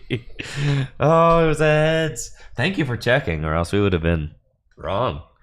Yeah. Yeah, I could. Something just told something. I was like, I don't know. Like another body language. It could have been either. Well, because I think with the way it's like, you at least make like Gabe do it. Well, Yeah, I guess- mean, I was gonna say it doesn't make sense for them just to all scoop up. I would think at least make Gabe have the knockout because I don't know if he necessarily had it. Yeah. God, All right, that's Charizard nuts. goes up. Yep. He's able to maneuver out of the first confusion, but the second one, he's got to flip for it, and that's another thing that makes Monkey Dory so insane. Not only does it have that broken ability, you also can just do 60 and confuse. Like that's just like pretty good. Like a pretty good like I don't have the knockout. I don't have anything better to do. Let me just confuse them, and maybe I just get a steal turn. So like, yeah, Monkey Dory. That card's kind of gross. Kind of gross. Yeah, it capitalizes on like the general lack of switch cards being played in decks. Same with corner, True. Maractus. All right, into game number 2. Devin up game 1. Popping off the top there. Very nice. Yeah, we got His hand didn't look that great, but the popping off the top there fixed it. Gabe chose to go second, it looks like. And Devin slamming that buddy poppin'. Yeah, he slammed that thing. He ripped it off the top and was like, boom. Whoop-a! Dude, is this his hand? His hand's actually looking kind of cracked. He's got another buddy popping right there. Oh, he's got 2? He's got 2, dude. Bruh. Why do they always have 2 going first? They always have it, bro. He's not playing the second one.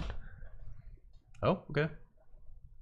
Well, I think he might have Ultra Ball in hand and is like thinking Yeah, I guess maybe he feels like he needs to keep that to discard. with Ultra Ball. I think so, right? Because Yeah, that second I card guess there so. is an Ultra Ball, and he's like, I actually don't need to That's a heads overextend up. here. Heads up by Devin. I Yeah. think most any other kid would just slam that thing. That's what I'm telling you. This, Honestly, I probably would have slammed it. I'm telling you, bro. The seniors are cracked. He had self-control, They bro. no longer need their own age division. They've evolved out. I'm telling you, they've evolved past the seniors age division. It's getting to the point where we should pay more attention to them. I mean, they're on Limitless now. Are they on Limitless now? Well, the results are, yeah. Are they? Yeah, like when Yeah. you view like Benny's record, like Oh, it yeah. has SR at the end. I mean, I know. No, I did see that. I saw that because I was like looking at Benny's. I was like, holy crap, he won LAIC in 2017. I was like, oh, it's juniors. Yeah. It's got juniors results on there. Yeah, I actually like added up like all their results and like That's just crazy. to do some like homework. Yeah. Yeah, this man did his own research. 10 regional champions in the building, bro. Okay, wait, Alex isn't here actually, so it's 9 regional champions. Yeah. That's crazy, bro. Yeah, That's a lot of champions. This guy did his own research for sure. There's a lot of talent. Okay, Gabe start looking a little bit better than last time. I'd say so. A lot of bit better than last time. Got a TM Evo. That's all you really want. The Bravery Charm on the Ralts there, just in case. I don't really know why that's on the Ralts. Oh, I think he would have had to discard it anyway. Probably so, with the research, yeah. yeah, might as well slam that thing down. Yep, and TM Evolution. Gonna get this ball rolling, but yeah, Devin's hand's not looking exceptional. It is this weird Ultra Ball hand, right? I mean, that's just kind of what you're looking at. You're like, I got this buddy, and maybe like a Chi-Yu. Well, we had Luminion. That would be broken. Another Ultra Ball off the top, and it's like, okay, you're thinking, all right, do I have to do like you double do here? Ultra Ball here, right? You use Artisan. Well, you Ultra Ball maybe for Pidgeotto. Cleffa. Oh, Cleffa, that's right. Money. Cleffa's Let's so go. broken. So good.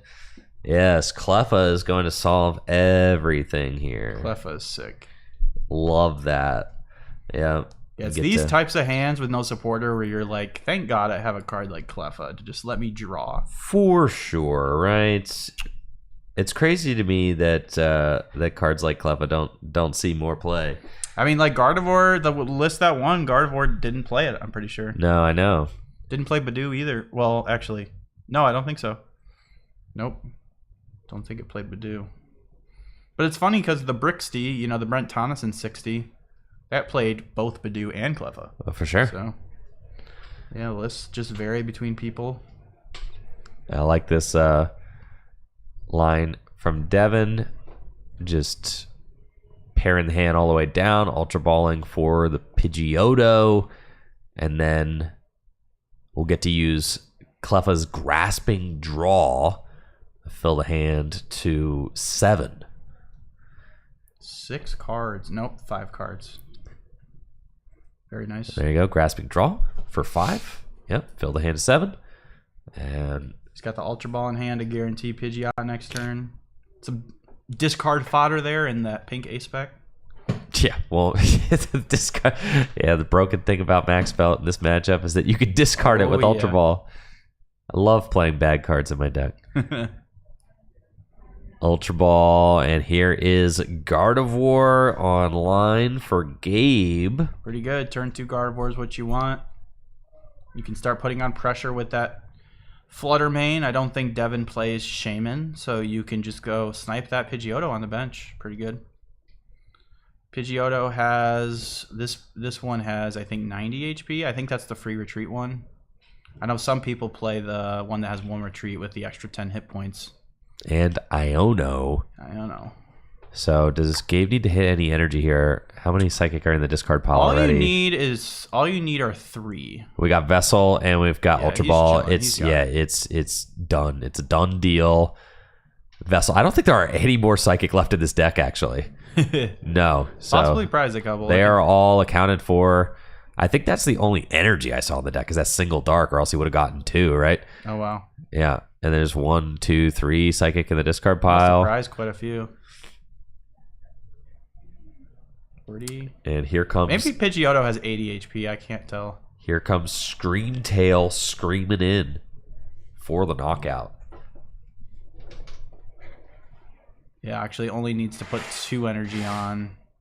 Nice. So he puts energy on Gardevoir, Adrenabrains to KO Cleffa. Sheesh. And then Devin immediately promotes Pidgeotto, and now Gabe continues to play out his turn. Got another Monkey Dory off that prize, and boom. 80 damage, perfect math to KO that Pidgeotto. Yep, 2 prize take there from Gabe on this turn. That is the thing about Cleffa. Only having 30 hit points. Easy target for the Monkey Dory. Yeah, you never really want to put a 30 HP little Pokemon against Gardevoir, because you know that you're just giving that prize up even easier than normal, because boom, they just Monkey Dory. Oh, yeah. A lot of times Gardevoir, if they can help it, will save that prize for later if they can, and then just later in the game they'll just take that prize. But here Gabe just decides, I'm just going to take that prize now. Try to stifle your draw a little bit. But Devin does have the Pheasantipity. Good old Fez. We'll see. No Pidgeotto is tough, Pidgeotto. right? Might have to TM Evo this turn potentially, which would feel real I did with bad. 15 minutes left.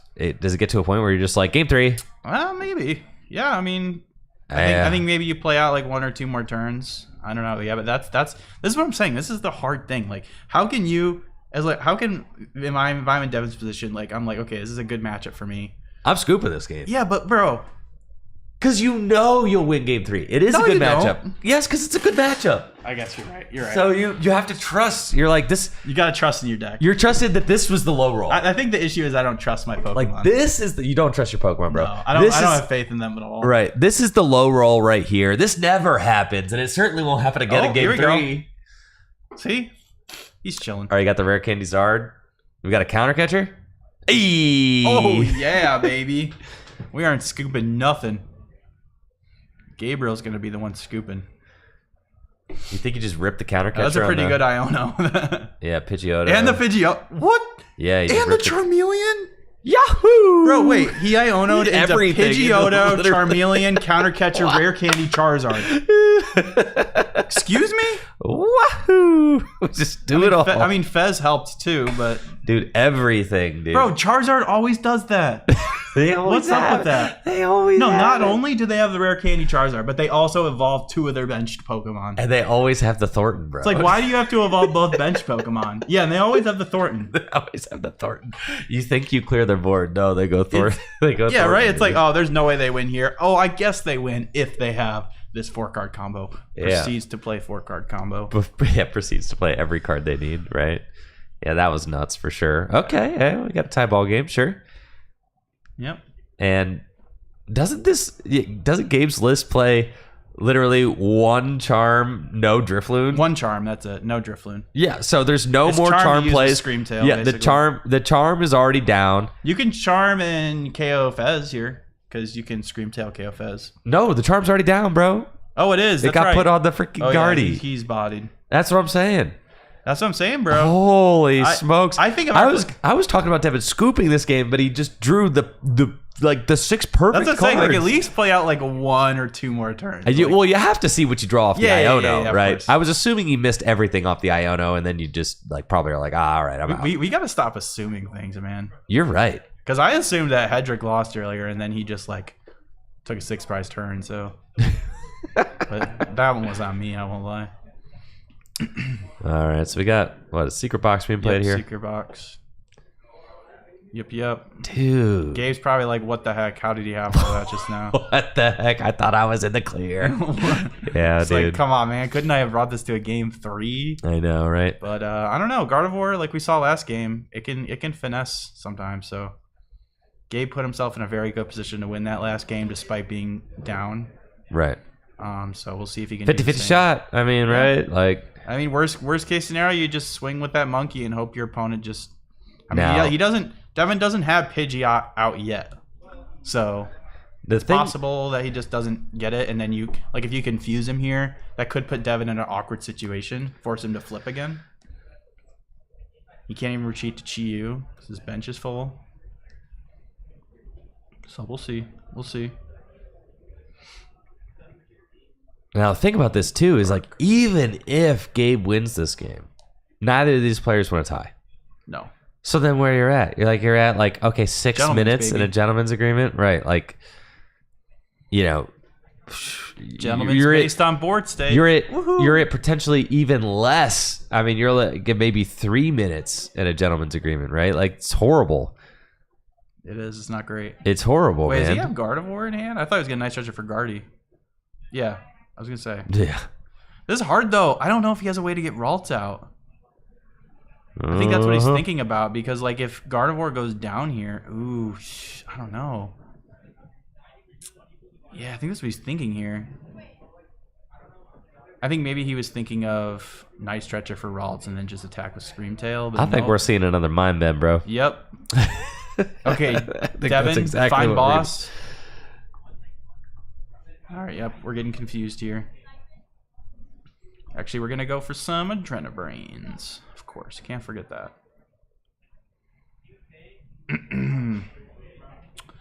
Now, where do you put these damage counters? Maybe just on the active. We got to soften up this Charizard.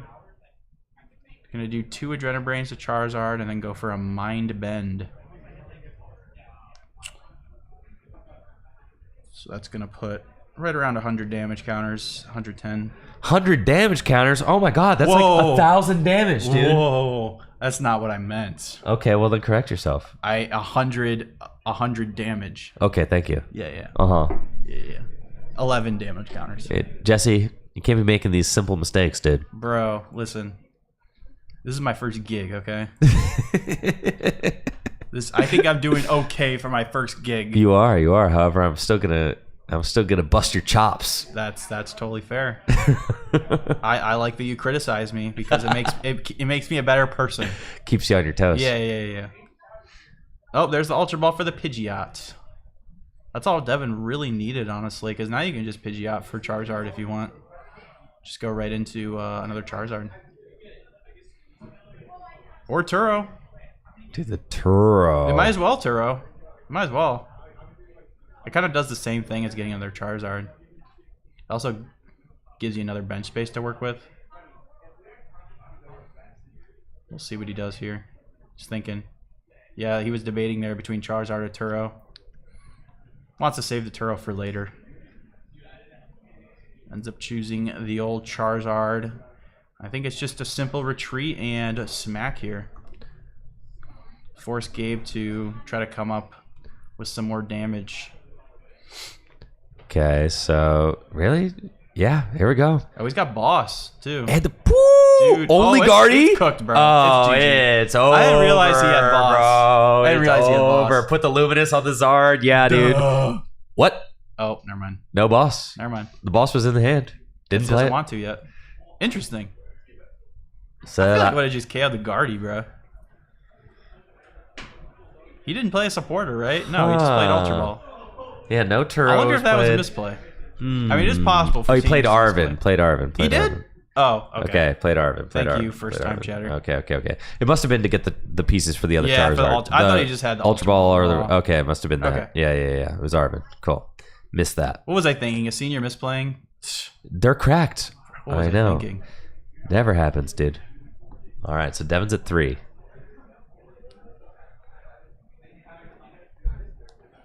That was almost lights out. Still though, I mean, incredible board position here. Devin, it is Devin's game to win right now, for sure. Yeah, especially being up game 1. I mean, and then Yeah, you just gotta. Yeah, it's so tough, man. Because you can just.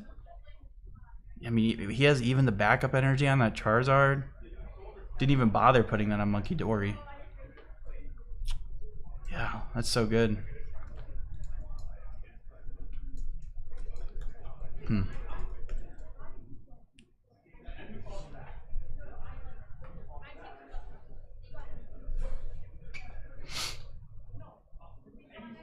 Gabe gonna counter catcher up that damaged Charizard with the 1 energy on it. And a research, fresh hand at 7. So yeah, I think he's probably what he's looking for right now is a Ralts, an out to Ralts. Could even see he could bench the Clefairy and power that up ahead of time. Then he doesn't need to get another Ralts. Yeah, because then Clefairy could take your last 2 prizes on the Pheasantipity. Because Clefairy with an almost full bench plus Monkey. Yeah, we'll see if that's what he does. I could definitely see that. You also have to keep in mind the Mew copy Burning Darkness. Yeah, because that's very real. oh That yeah, actually might be better. Mew EX can 1-hit KO Zard. Oh It's yeah, true. with Monkey. Oh yeah. Shoo. All right. I was thinking Clefairy, but Mew's just better. Because then you don't have to worry about gusting the... Yeah, that's crazy. We haven't really seen the Mew, and that was something that was. It used to come up more back when Charizard was more popular. This was something that was kind of interesting about Bradner's list, was that it did play the Mew EX. Yeah, because not all every list plays it nowadays. No, not at all. Right. So like this is something that was interesting. You know, may not have played the Drifloon, I was but going into it now. does play this. Right. It takes a knockout now. Yeah. We'll just push Gabe to 2 prizes remaining. Yeah, might as well. I just thought maybe you go in with the Gardevoir first. And then Devin's in the spot where if he takes 2 prizes, Yeah, then then you just- Gabe's got counter catcher, Fez for game. Or just knock out the active with Monkey attack. Right. Or could Mew again. Right. Yeah. Because I thought like if you attack with Gardevoir here, like you have to Monkey 1 and then Gardevoir KO. And then you can do your second Monkey on the bench Charizard. But maybe that's too easy for Devin to play around. Because then Devin could just quick search for boss. I guess he can still do that here. This might actually just be better. So Mew can use the genome hacking attack to copy Charizard's Burning Darkness for the knockout. Gabe going to go down to just 2 prizes remaining. Again, neither of these players want a tie here. A tie is as good as a loss. Tie bad. I've been saying Briar, bro. What if he had Briar What here, if he bro? played Briar, bro? What if he played Briar? I've been saying It'd be this, GG. dude. I've been saying Briar, dude. It's made for Terra Pokemon. Did you? I've been saying, dude. I was surprised to hear he didn't play it. Turo Are we Fez still came. sure that do we still know for sure he doesn't play it? Well, it's probably Gabriel Fernandez's list, right? Why And didn't Gabriel Fernandez did I guess not if play Gabriel didn't need it, then Yeah. neither do the other seniors. it. Yeah, you could Turo the Fez and knock out. It's possible. I think the reason is because Briar's kind of like a win more card. When like I think decks like Gardevoir and Raging Bolt decks would be most useful. You Yeah, kind of already beat them winning anyways. more games, bro. Yeah, I mean, listen. I guess that can be taken a different way. Winning more games of Pokemon. It's usually what you want to do. That's what I'm saying, bro. Devin going to flip the script. You just freaking go Briar GG's, extend the hand onto the next. Flips the script before Pidgeot, of course. He's looking at Iono. Okay. So we're going to maybe play the Super Rod. Just playing Poffin, I think, just to get it out of the hand. Then thin that thing. Is he going to play a Super Rod? Maybe not. Maybe he doesn't want to. Maybe he doesn't want to thicken his deck up with cards. He does. Thicken. Yeah. You've heard of thinning the deck, but what about? He doesn't want to make it any more thick. You've heard. Keep that thing. You've heard of thinning the deck, but what about thickening the deck? Thickening the deck is not usually what you want to do.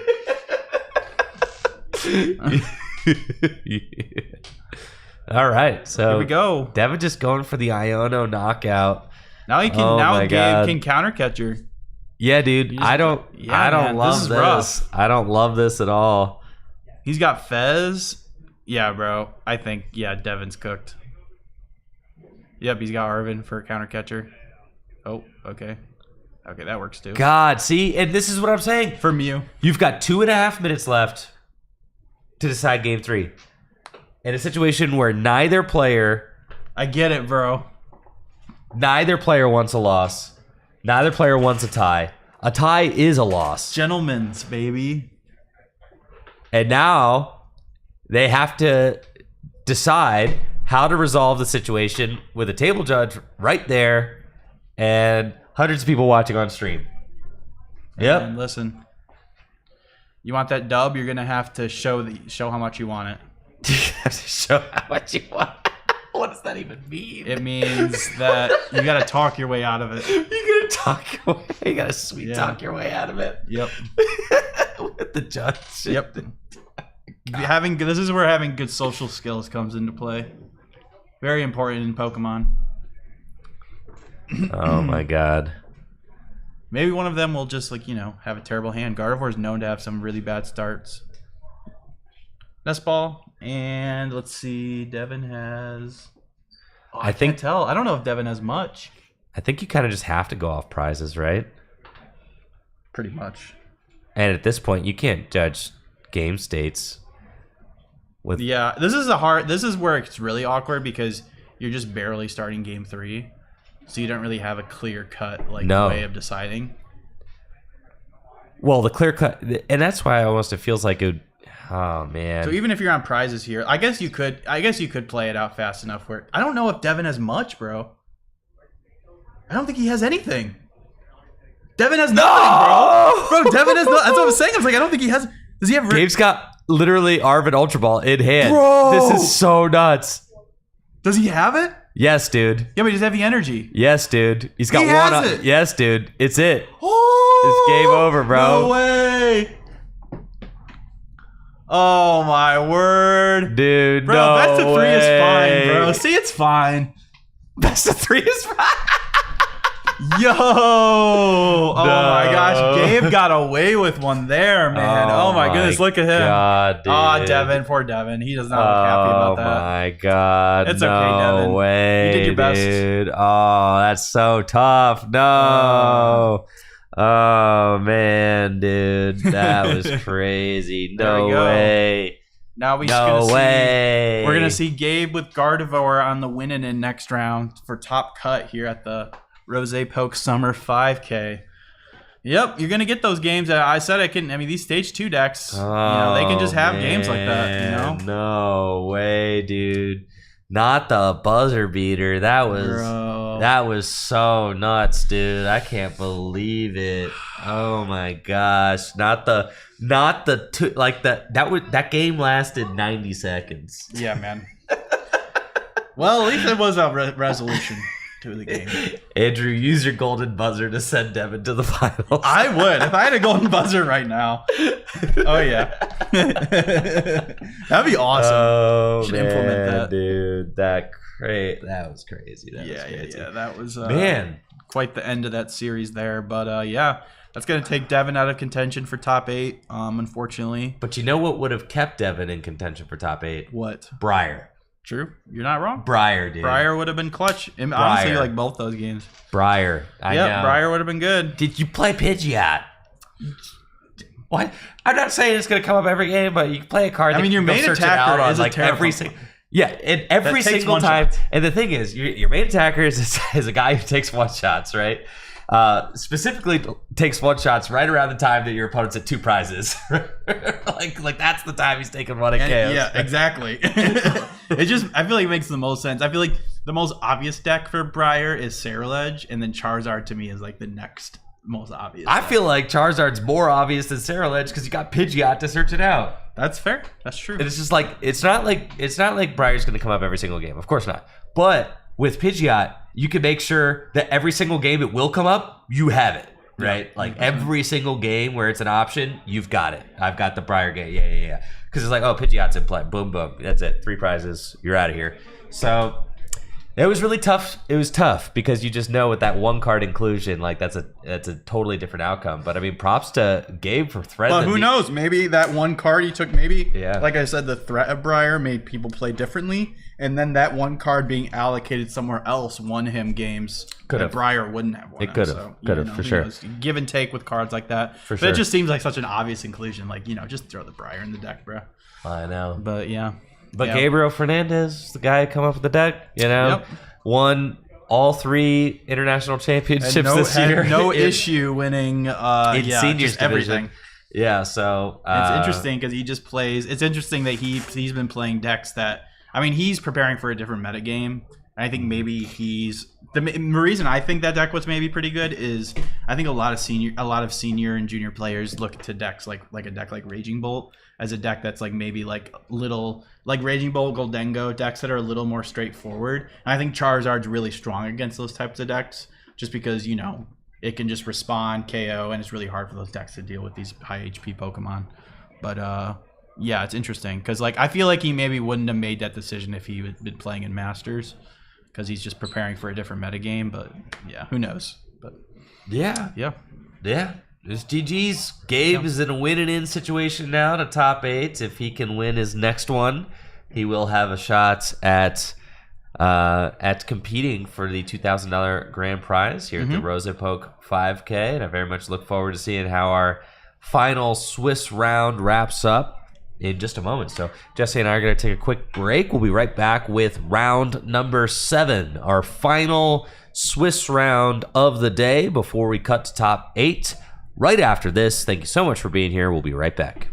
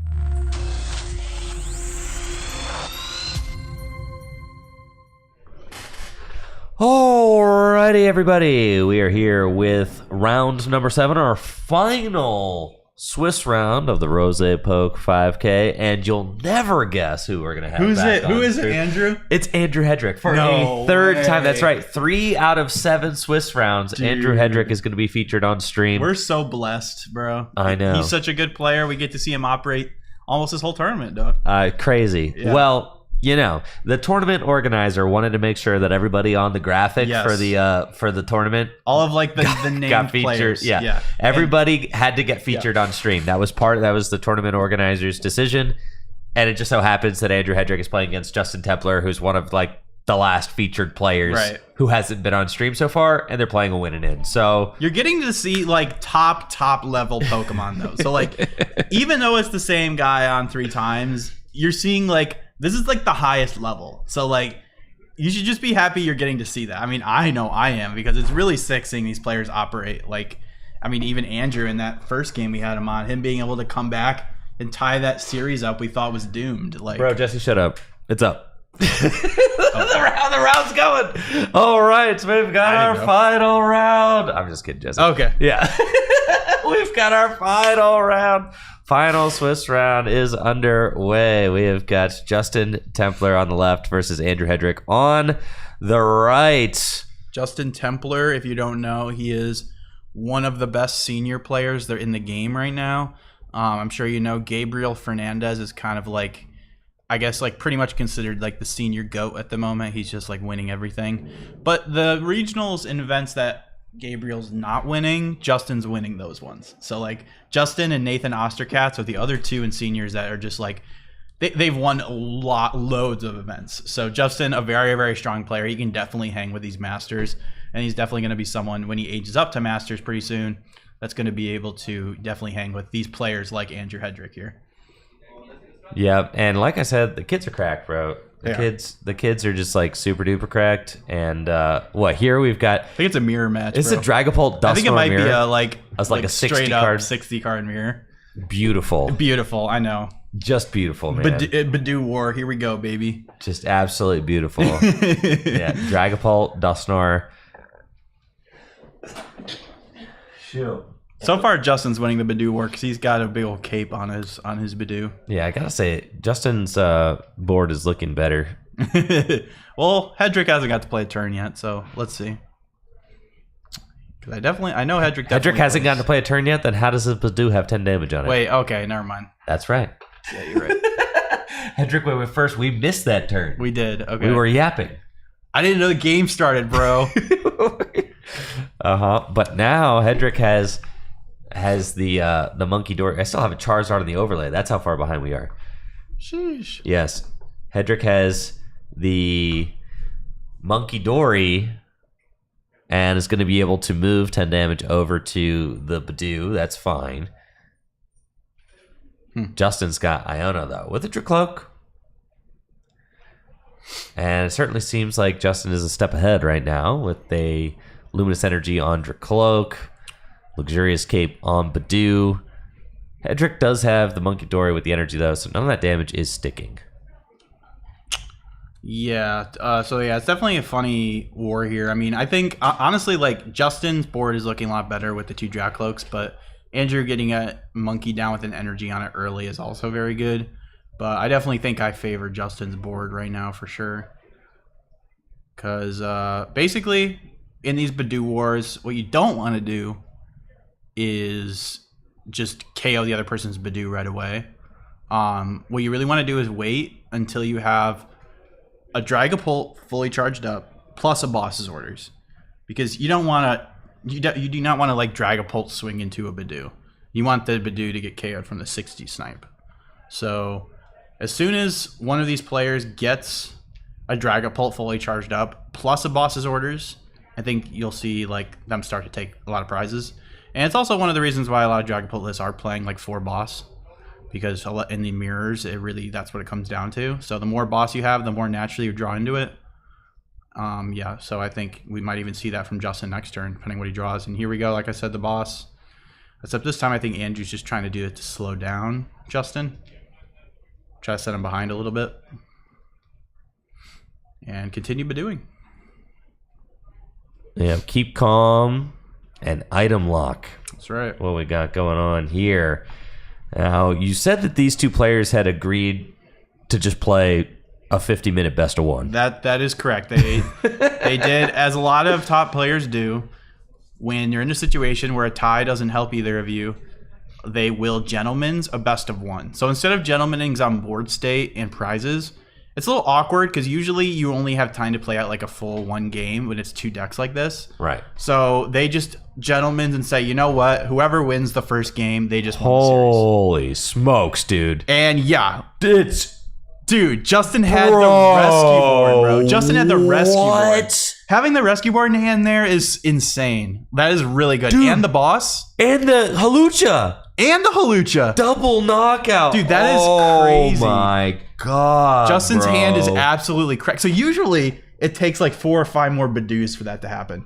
But it happened on turn 3 or 4. Oh my God, bro. So yeah, that's very much an outlier. Usually the game does not accelerate you this think quickly. Hendrick's going to be like, yeah, bro. You know that best of one? Just kidding, bro. Yeah, nah. A scoop. Game 2, bro. Game 2. I was just kidding, bro. I was just kidding. Just joking, bro. I was just joking. That would be so sick if he did. Bro, I had my fingers crossed behind my back. I was just joking, bro. I didn't mean it. Yeah, if you ever agree to a gentleman's, you can just say I was just kidding. You know, you can always back out of it. No, don't do that. Don't do that. I don't know, man. I was in day 2 of NAIC and I heard someone like kind of bragging about how many gentlemen's they've backed out of. That's insane. I was like, what? Like, oh that my guy God. Sounds like a psycho. Yeah, dude, he was nuts. We're like, oh yeah, dude, I've denied. I've gone back on so many gentlemen's before. I was if like, if anybody ever backs out of gentlemen's on me, just know I'm putting you on blast, just straight up. Yeah. Like you are being put on blast, 100%. Don't agree to it if you can't honor it. That's why it's called gentlemen's. It's not called swindler's agreement. It's called gentleman's agreement. this is what the world has come to, chat. Yep. Yeah, I don't know, man. This is top level poke, ladies and gentlemen. I don't know. I know a world champion who backs out of gentlemen's agreements. What? I know. That It's is true. Not my world champion. I know. It's true. Yup. My goat Fernando would never do that. Yep. I've experienced it personally. That's a shame. Hopefully it never happens to me. Maybe people have wised up. We're going to see Andrew, attempt another counter catcher. That's kind of crazy that not only did Justin have the rescue board and the boss, but also the Halucha. That is like, I'm still reeling from that play. Yeah, absolutely nuts, dude. But, it's this. Dragapult is a deck that can fight from behind very well. So, I'm not going to say it's like over yet, but it's definitely not looking great for Andrew here. But we'll see. We'll see what he can do. He does have Justin does have a 2 prize liability there on the bench, a Badoo with a luxurious cape. So that's something. Could always gust that and take a free 2 prizes at some point. But Justin does have the energy to just attach retreat. That gust is not going to stick. But the one thing it does do is it makes Justin burn an energy to retreat where he can't like prep another Dragapult.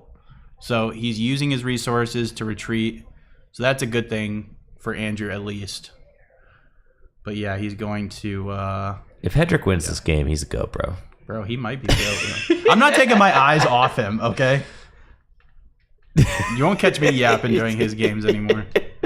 If he wins this game, bro, he's nuts. If he wins this game, I don't think he can wiggle his way out of this one, bro. I don't know, man. I'm gonna go ahead and say it. Those damage counters can rack up very quickly. Yeah, oh, well, it goes both ways, man. That's true. It is a mirror match. Justin is playing the other side, right? It is, yeah. I wouldn't be surprised if this is a... I don't really know who Hedrick works with, but I wouldn't be surprised if they had a very similar, if not 60-card mirror going on here. Yeah, it's not looking great. Not great. And the horrible thing about this is just it's for content. It's absolutely horrible if they play a single game. if they're playing a single game. Yeah, when they asked me, I almost wanted to be like, can we just like get somebody else on stream, please? Yeah, that would have been But well, this is top level Pokemon, ladies and gentlemen. This is it. It's not always pretty, but this is it. You're seeing it. I appreciate the spin, Jesse. Thank you. I'm just this is what it is. Jesse, the spin machine over here. It's you get to see some real top level play and some top level tactics like the gentleman's best of one, like I was mentioning earlier. It is a thing. Yeah, but the practicality of having to fill 40 minutes of airtime. Okay, I don't care. I'll go throw another person on, bro. I don't care. You're gonna go uproot another match? No. That's so easy to do. No, it's not, dude. No, it's not. Like, hey guys, I know you got you're playing a win it in over here. But what if you picked up all your cards and moved them over here? See, I think those players would be excited. You think those? Yeah, because people want to play on stream, bro. I don't know. I was saying at NAIC, I was hoping that I didn't play on stream. Yeah, but I don't think a lot of people share that mentality. No, I don't think they do. I think people are like, ooh, stream, I get to play on camera. Yeah, at least that's how I think. I prefer not to play on camera. See, that's fair. Yeah, I mean, there are definitely people like that too, 100%. The headphones suck. Well, yeah, no. So for sure. I would love to play on a stream like this. I'd love to play on a stream. Yeah, like a grassroots stream. But not the headphones with the bright lights. Well, the bright lights don't bother me at all. Oh, really? No, They because bother me. no, it's just the white noise machine is I can barely think straight. I like white noise, bro. Oh well. I feel like that's how I fall asleep at night, and it's soothing to me. I don't know. Yeah, I mean, falling asleep is not playing the game. Those are not the same things. I don't know. It puts me in a calming state.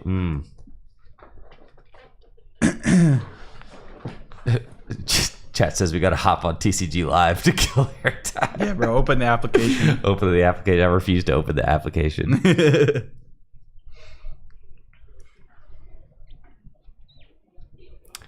All right, Hedrick. Do not count Hedrick out, dude. I'm not. My eyes are not leaving him. Do not count Hedrick out. He's gonna finesse his way out of this one. Trust. I believe it. Trust that he can finesse his way out.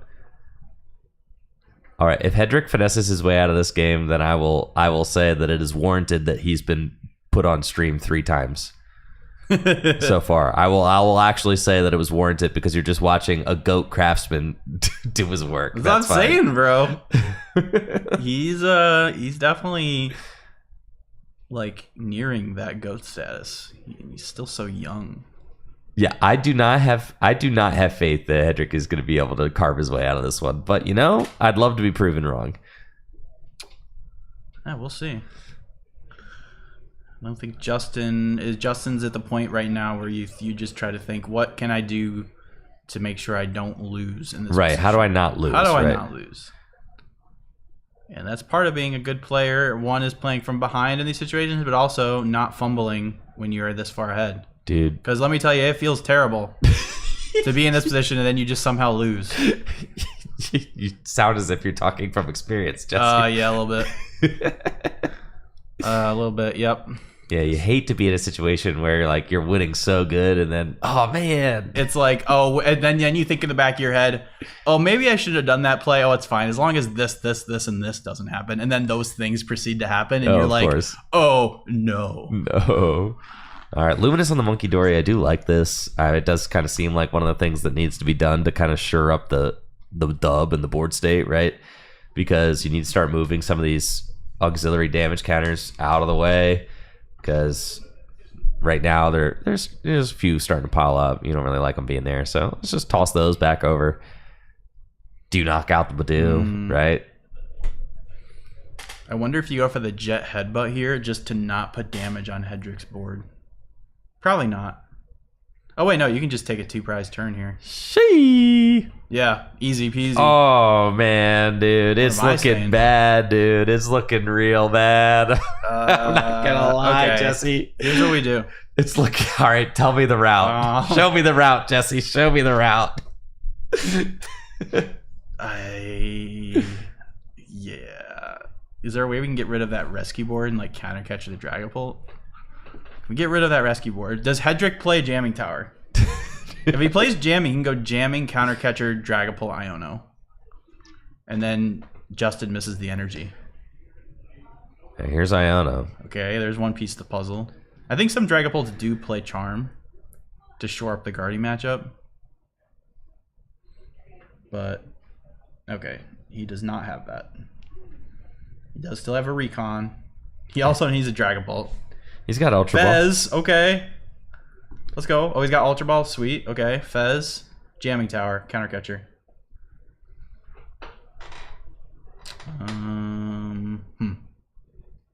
Nope.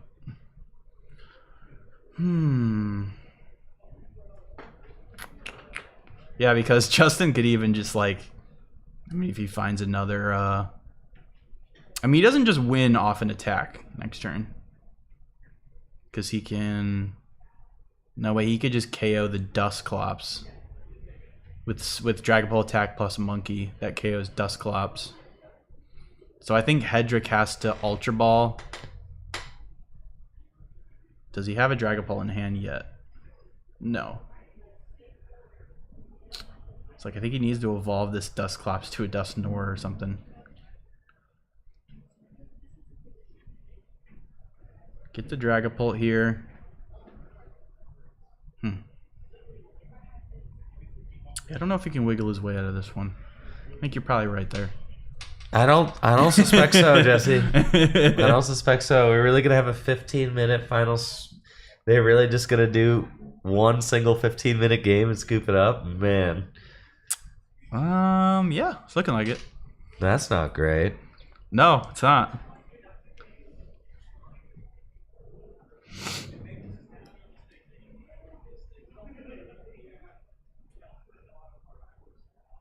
Do you know what deck Tord was playing at the Japan Championships? I have no idea. Was it Dragapult again? He made day 2. He did? Uh-huh. I saw he lost round 1, and then I didn't Did look he anything really? up after that. Yeah. Oh, well, he ended the day X1, I think. Oh, okay. That's the Tord right there. Dude, losing round 1, that's nuts. I mean, it's like 13 rounds or whatever, right? So one loss isn't as compounded as it is in. I guess I don't know if he ended X1. I just know he sealed up day 2. Okay, good. Judging from his X post. I think he was like, I know that you can't make top cut with more than 3 losses. Like you can make day 2 with 2 losses, and then in day 2 you can only afford 1. Tord is playing Dragapult, I'm hearing. Okay. That's what I figured. I figured as much. He did end the day X1. Got it. Cool. Nice. What a goat. 8-1. 8-1, yeah. I thought it was more than that. More rounds than that day 1, since it was single game Swiss. I thought it was too. I thought it was like 13. Yeah, I thought it was like 12 rounds or something. Maybe they play extra in day 2. I don't know. I'm not 100% sure. Because I think the Japan Championships is different than a normal City League. I don't know. All I know is their events are freaking massive. Okay, Andrew's going to heal up this Dragapult. And doesn't Justin just Monkey plus attack plus Monkey? Yep, so that's game, right? GG. GG! Attack plus Monkey to what? To knock out the Dusknoir? The Or Dusclops. Yep. Well, that was fun, huh? How about that, Andrew? See, are they... Is that it? Are they going to sign the slip, bro? Oh, see. This was the information I was fed from Jesse, is that they were playing one single game. We'll see. Jesse, are you lying to me? No, they asked me. They said, "Is it okay?" And I said, "I guess." I said, I get it. I thought it was fine. Well, who am I to say no? I mean, they're the players. You can tell them, no, that sucks, bro. I mean, the way this matchup goes, usually it does last like a solid like 30, 35 minutes. So I thought we'd get like at least a 30-minute game. They're not looking like they're in a real rush to get to game 2. I'm not going to lie. So Did you not? no. Yeah. They're just having a friendly chat. Maybe they're talking about how much they love this format and how much they love 50-minute best of 3. Oh, yeah, they are. Yep. There's a slip. LJ's dude. like, go ahead and sign this. Go ahead and sign the slip. Well, this makes it official. Okay. Like the match slip is There it is. It's done. Yep. Okay. Done deal. So Well, if there's... Hold on. Give us 1 second, folks. We'll be right back after we'll be this right quick back. break, all right? We'll see if we can get some more content going. Give us a minute.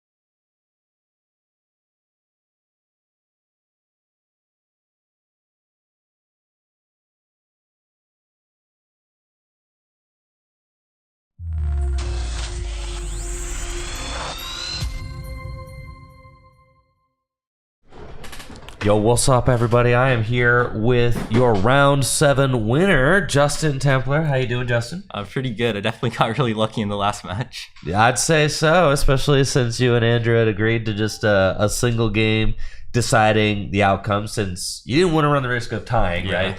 So, Dragapult Dustnor, obviously you're playing against Andrew Hedricks, pretty good, very experienced with the deck as well. What made you want to bring that deck to this event today? I've just been playing it for so long. I think I had 7 events this season I played it, so yeah, I just wanted to play the deck I had the most games with. And you are how old? 16. 16. So are you in seniors right now? Or Yeah, masters? last year seniors. This is your last year of seniors. Holy smokes. Okay. So tell us about how your season's been going so far in the seniors age division. I've been really happy. This is definitely my best season. I got number 1 NA, which was my goal. So yeah, definitely really happy with that. Heck yeah. Okay, so you got high hopes then for the World Championships. Okay. Have you ever placed at the World Championships before? No, so I'm hoping I do good at this one. Okay, and how many have you been to? I think I've been to 3. To 3. Yeah. Okay. Never done good. Are you impressed at all with Gabriel Fernandez this season? Yeah, it's definitely really good. He's pretty good as far as other seniors are concerned, right? Probably somebody to look out for at the World Championships, Yeah, I'd for say. sure. Excellent. Do you have any how are you feeling just generally about aging up into Masters next year? Are you excited to play in the Masters age division? Or are you thinking Yeah. it'll be any different than seniors? Or Definitely really excited for aging up. all right, I was joking with Jesse, but not joking, that the seniors are so cracked that they need to actually just eliminate seniors age division and just have them all play with the Masters. That's right. Straight from juniors to master. Good idea or bad idea? Probably bad. Like I feel like the first years you're gonna get like a lot of practice, you're gonna get a lot better, and it's gonna help you like when you age up to masters, like be better. You think just more of a transition is good? Yeah. To have that stepping stone. That's for sure. that's fair. However, I think the kids got a lot of free time. The kids got a lot of free time to play, though, is That's the thing, true. right? And your brains are still formulating, still forming. So, you are literally forming synapses in your brain around the Pokemon cards, which makes you a more powerful Pokemon player. Do you ever think about it like that? Yeah. Guess maybe. I don't know. I have this theory that the seniors are actually just the most cracked Pokemon players. That they're all the kids are crazy. I think they're nuts. I'm scared about Justin and Gabe. No, yeah, real life. The seniors are too good. We got to just toss them in with the masters now, and I'm sure they would tear it up. But then also having that stepping stone is probably pretty nice. With the new set. What's that? Tested any with the new set? I haven't looked at it yet. No. Goldango's gonna be. He's locked in, dude. He's locked in. He's gonna play Dragapult on the task at Probably. hand. So, anyways, congratulations on top 8, and we look forward to seeing how you finish up here today. All right, thank you. Yeah, of course.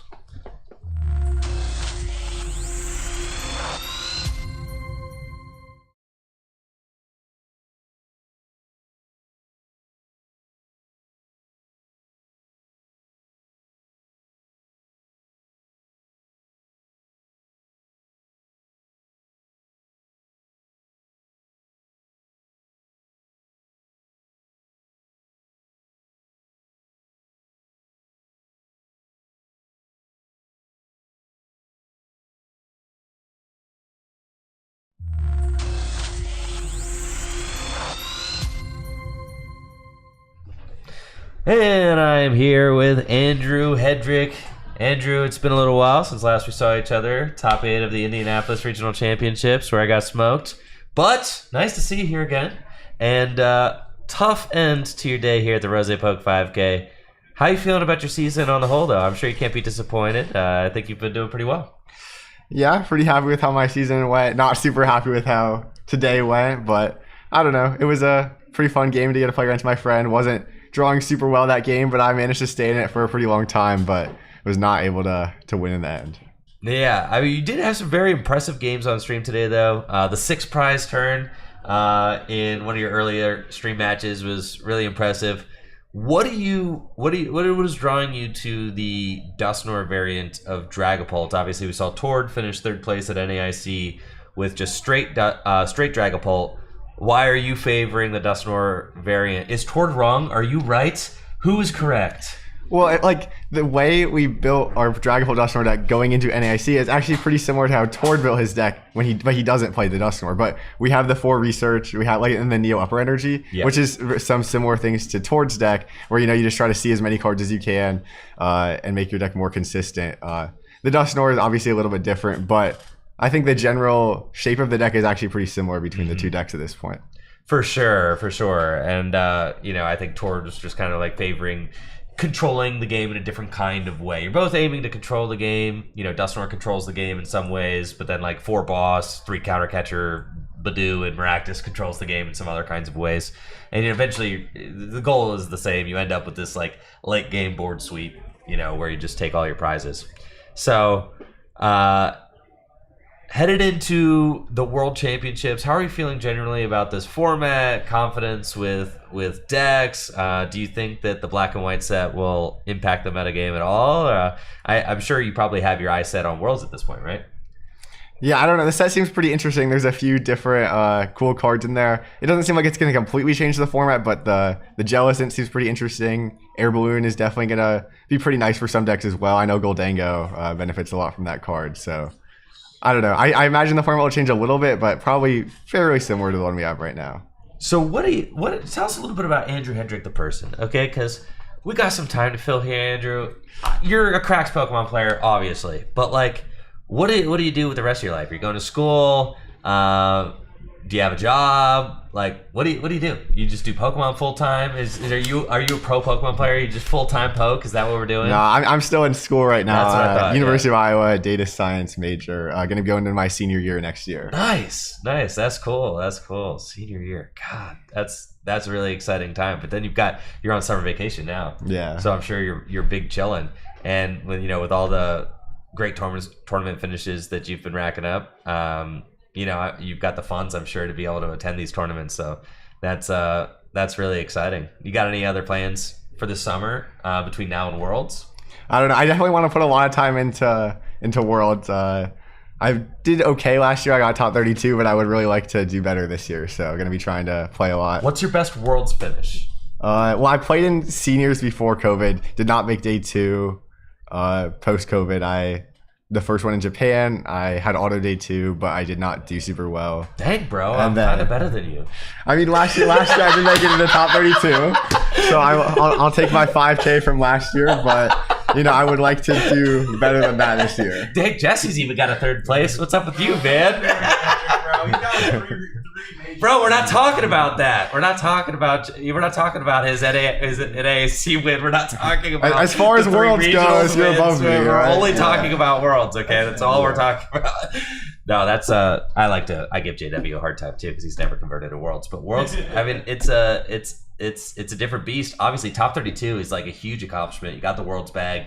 You got $5,000 for top 32. I mean, that's more prizing that they've offered for Worlds in years previous. So that's a big deal. And I'm sure it feels nice just to crack that top 32 because it is just it's such a crazy event and having everybody represented from all corners of the world is always pretty exciting.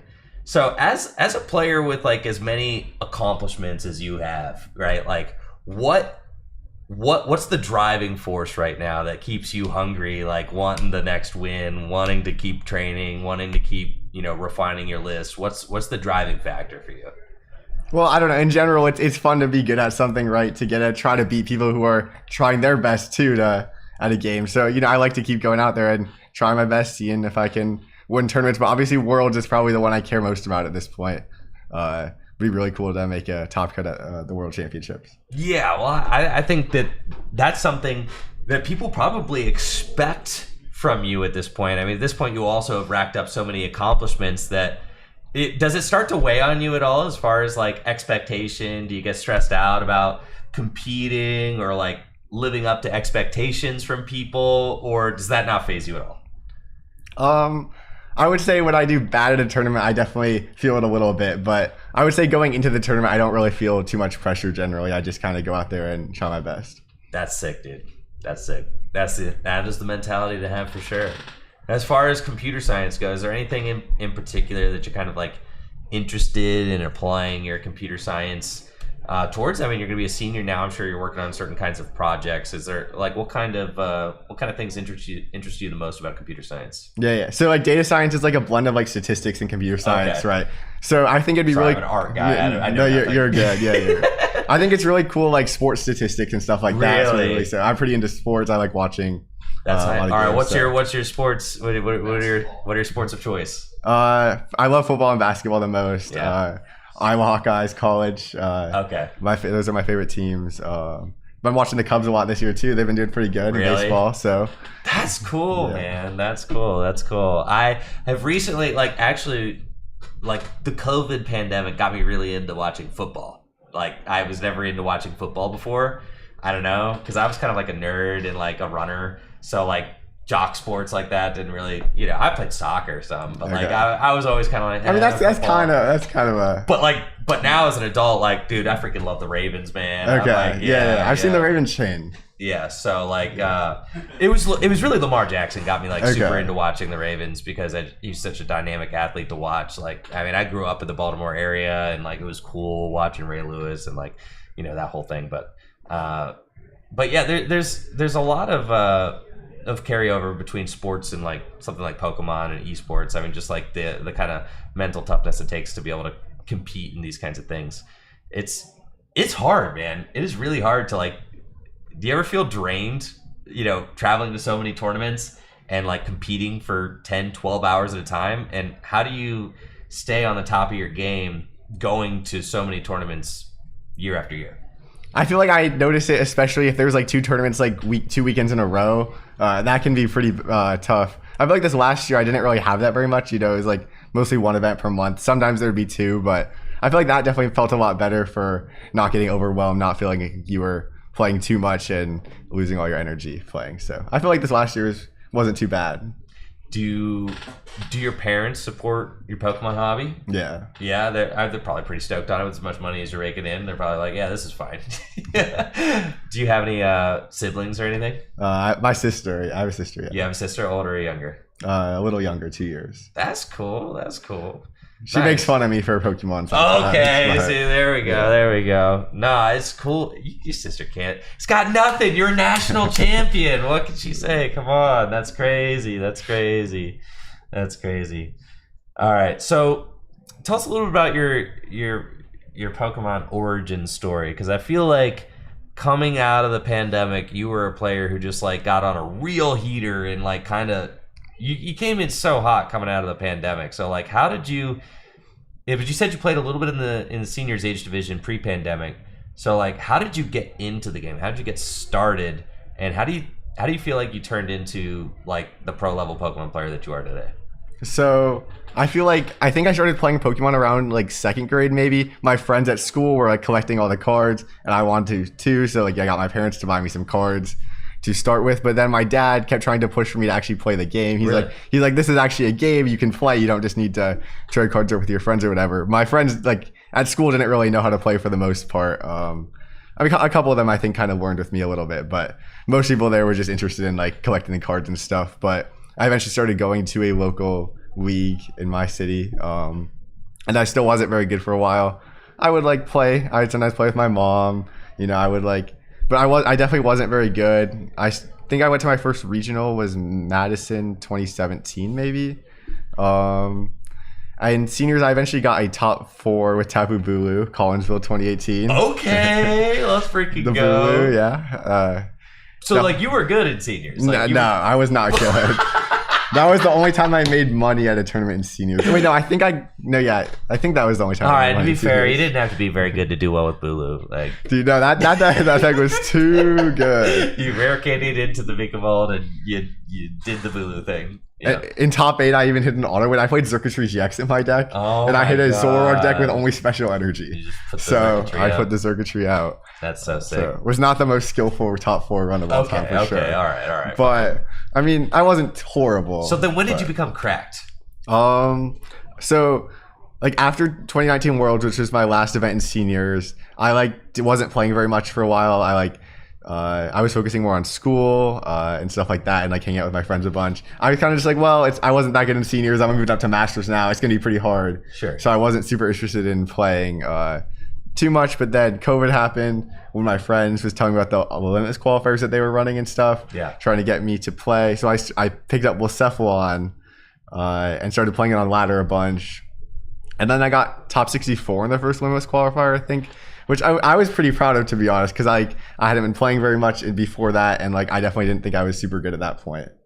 And so that was pretty good. And then I just started playing more and more online over COVID. There wasn't too much else to do.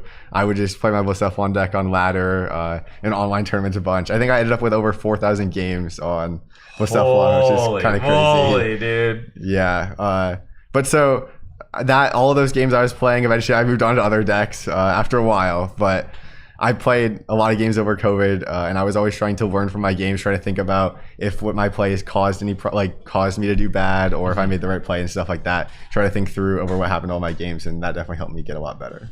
Yeah, dude. And then, obviously you had that kind of breakout season with Lugia, which was absolutely phenomenal. Do you see? But then I think what has really impressed me the most about you as a player is your ability to adapt and learn any kind of deck, right? Like I think like if it had just been like the couple regional wins with Lugia and then but no, it was like the couple regional wins with Lugia, then the national win with Lost Box, which is like an entirely different kind of deck, and then a regional win with Dialga V-Star, which is like a deck that was like not even taken seriously, right? Which I also happen to be a big fan of, so I was like, okay, he's like one now with one of my favorite decks. Like that's so cool. So I think your versatility is really what has impressed me the most about you as a player. Do you feel like you get locked into singular archetypes, and that you feel like you kind of like are overcommitted to certain decks, or do you feel like going into any tournament, it truly is a matter of like I could play any deck, I'm just going to pick the best meta call? How do you go about choosing decks for events throughout a season?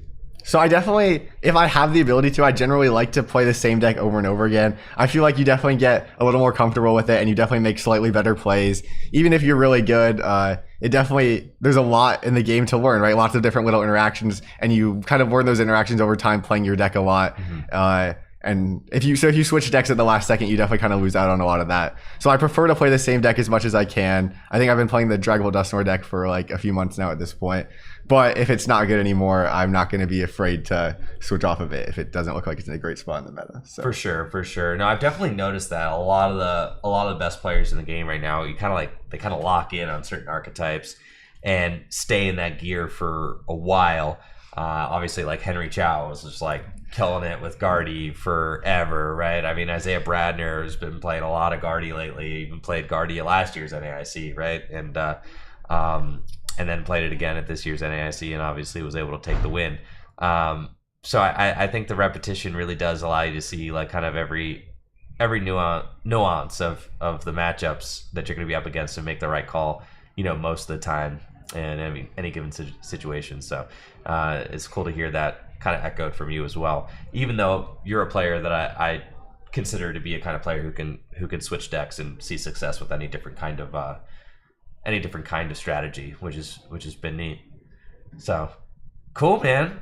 Well, thank you so much for taking the time to interview, man. It's really been nice to chat, so appreciate it. Thank you for having me on. Yeah, of course, man. All right. Well, hopefully we'll see you around, Andrew Hedrick. We'll be right back with either another interview or top 8s or information about what decks are in top 8. I don't know.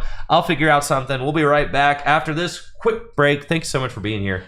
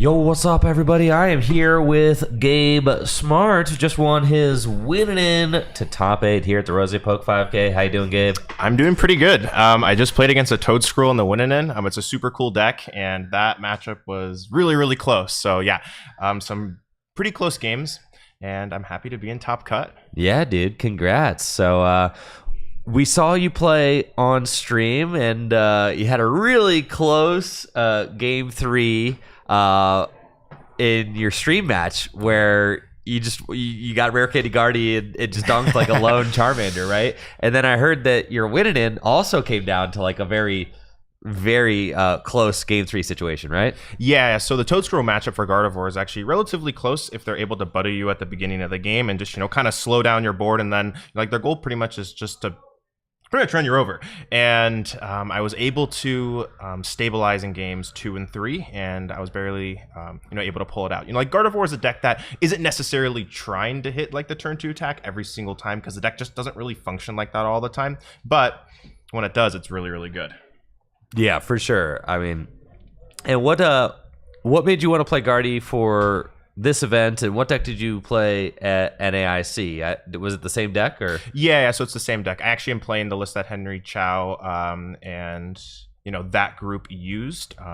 Last weekend, I just played a little bit more of a conventional list. I was able to place top 64. So I'm kind of a big believer in playing comfort decks, and this is a deck that I've played for so long. So it's just something that I felt like heading to a big tournament like this, I want to play my best. So yeah, that's the reason why I chose Gardevoir. Very cool, very cool. Now, you stoked for the World Championships coming up?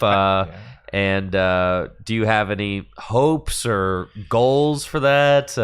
Any personal expectations? What are your thoughts going into Worlds this year? Yeah, so Worlds is I guess in about 2 months. So I'm most excited for the break at first. Now, Worlds has kind of been an up and down event for me. I lost my win into top 8 in 2022 Worlds. I was 5-1-1 and just drew relatively bad, and then these past couple Worlds have been really shaky. So I'm really looking for a big finish. So what did you finish in 2022? Top 32. Yeah, yes, top 32. I was so close, but that's good. Top 32 is good. Right? Top 32 is good. Yeah. I think the more Worlds you play in, the more you'll come to appreciate that top 32, Gabe. It's true, because not everybody has one. It's true. I just talked to Andrew Hedrick, and his best finish is the top 32. It is, yeah. And there's a lot of good players who don't have a top 32 Worlds finish. Actually, it's true. It's a really hard tournament. You know who doesn't? Caleb Gademer. Isn't that crazy? Yeah. I mean, what, 4-time regional champion? It's like 6 or something. He's a monster. It's like it's a ton. I mean, Caleb Gademer is like one of the best players I know, and it's like not.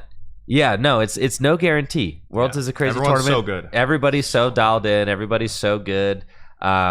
JW does it. JW's won 3 regionals. Yeah, he's a monster too. I know. Yeah, JW's 3-time regional champion. Doesn't have a Worlds top 32. So it's like, yeah, the Worlds. Like I said, top 32. That's a good finish. It's a good finish. But obviously, top 8.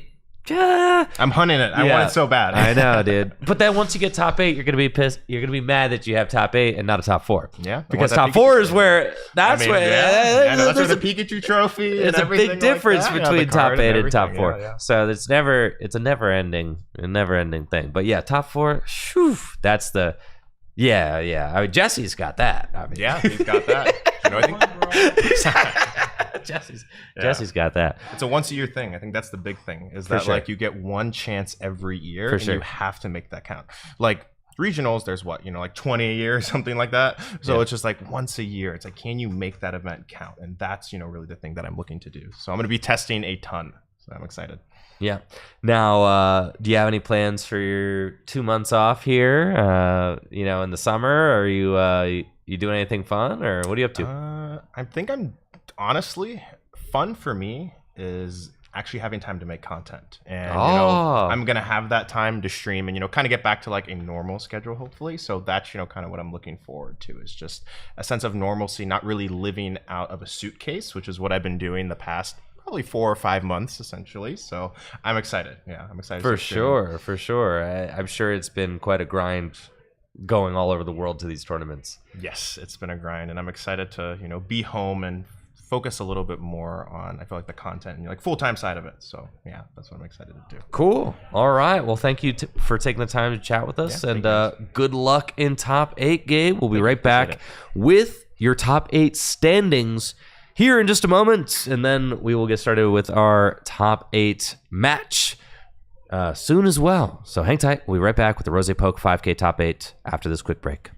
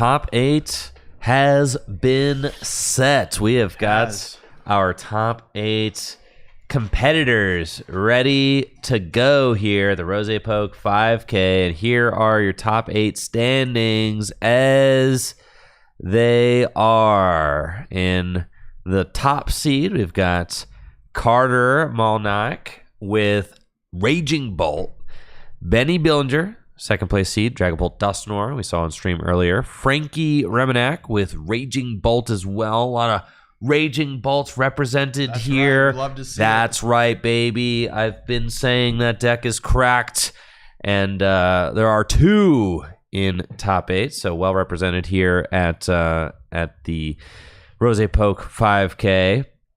Carson Washer with Dragapult Dustnor, so another Dragapult Dustnor as well.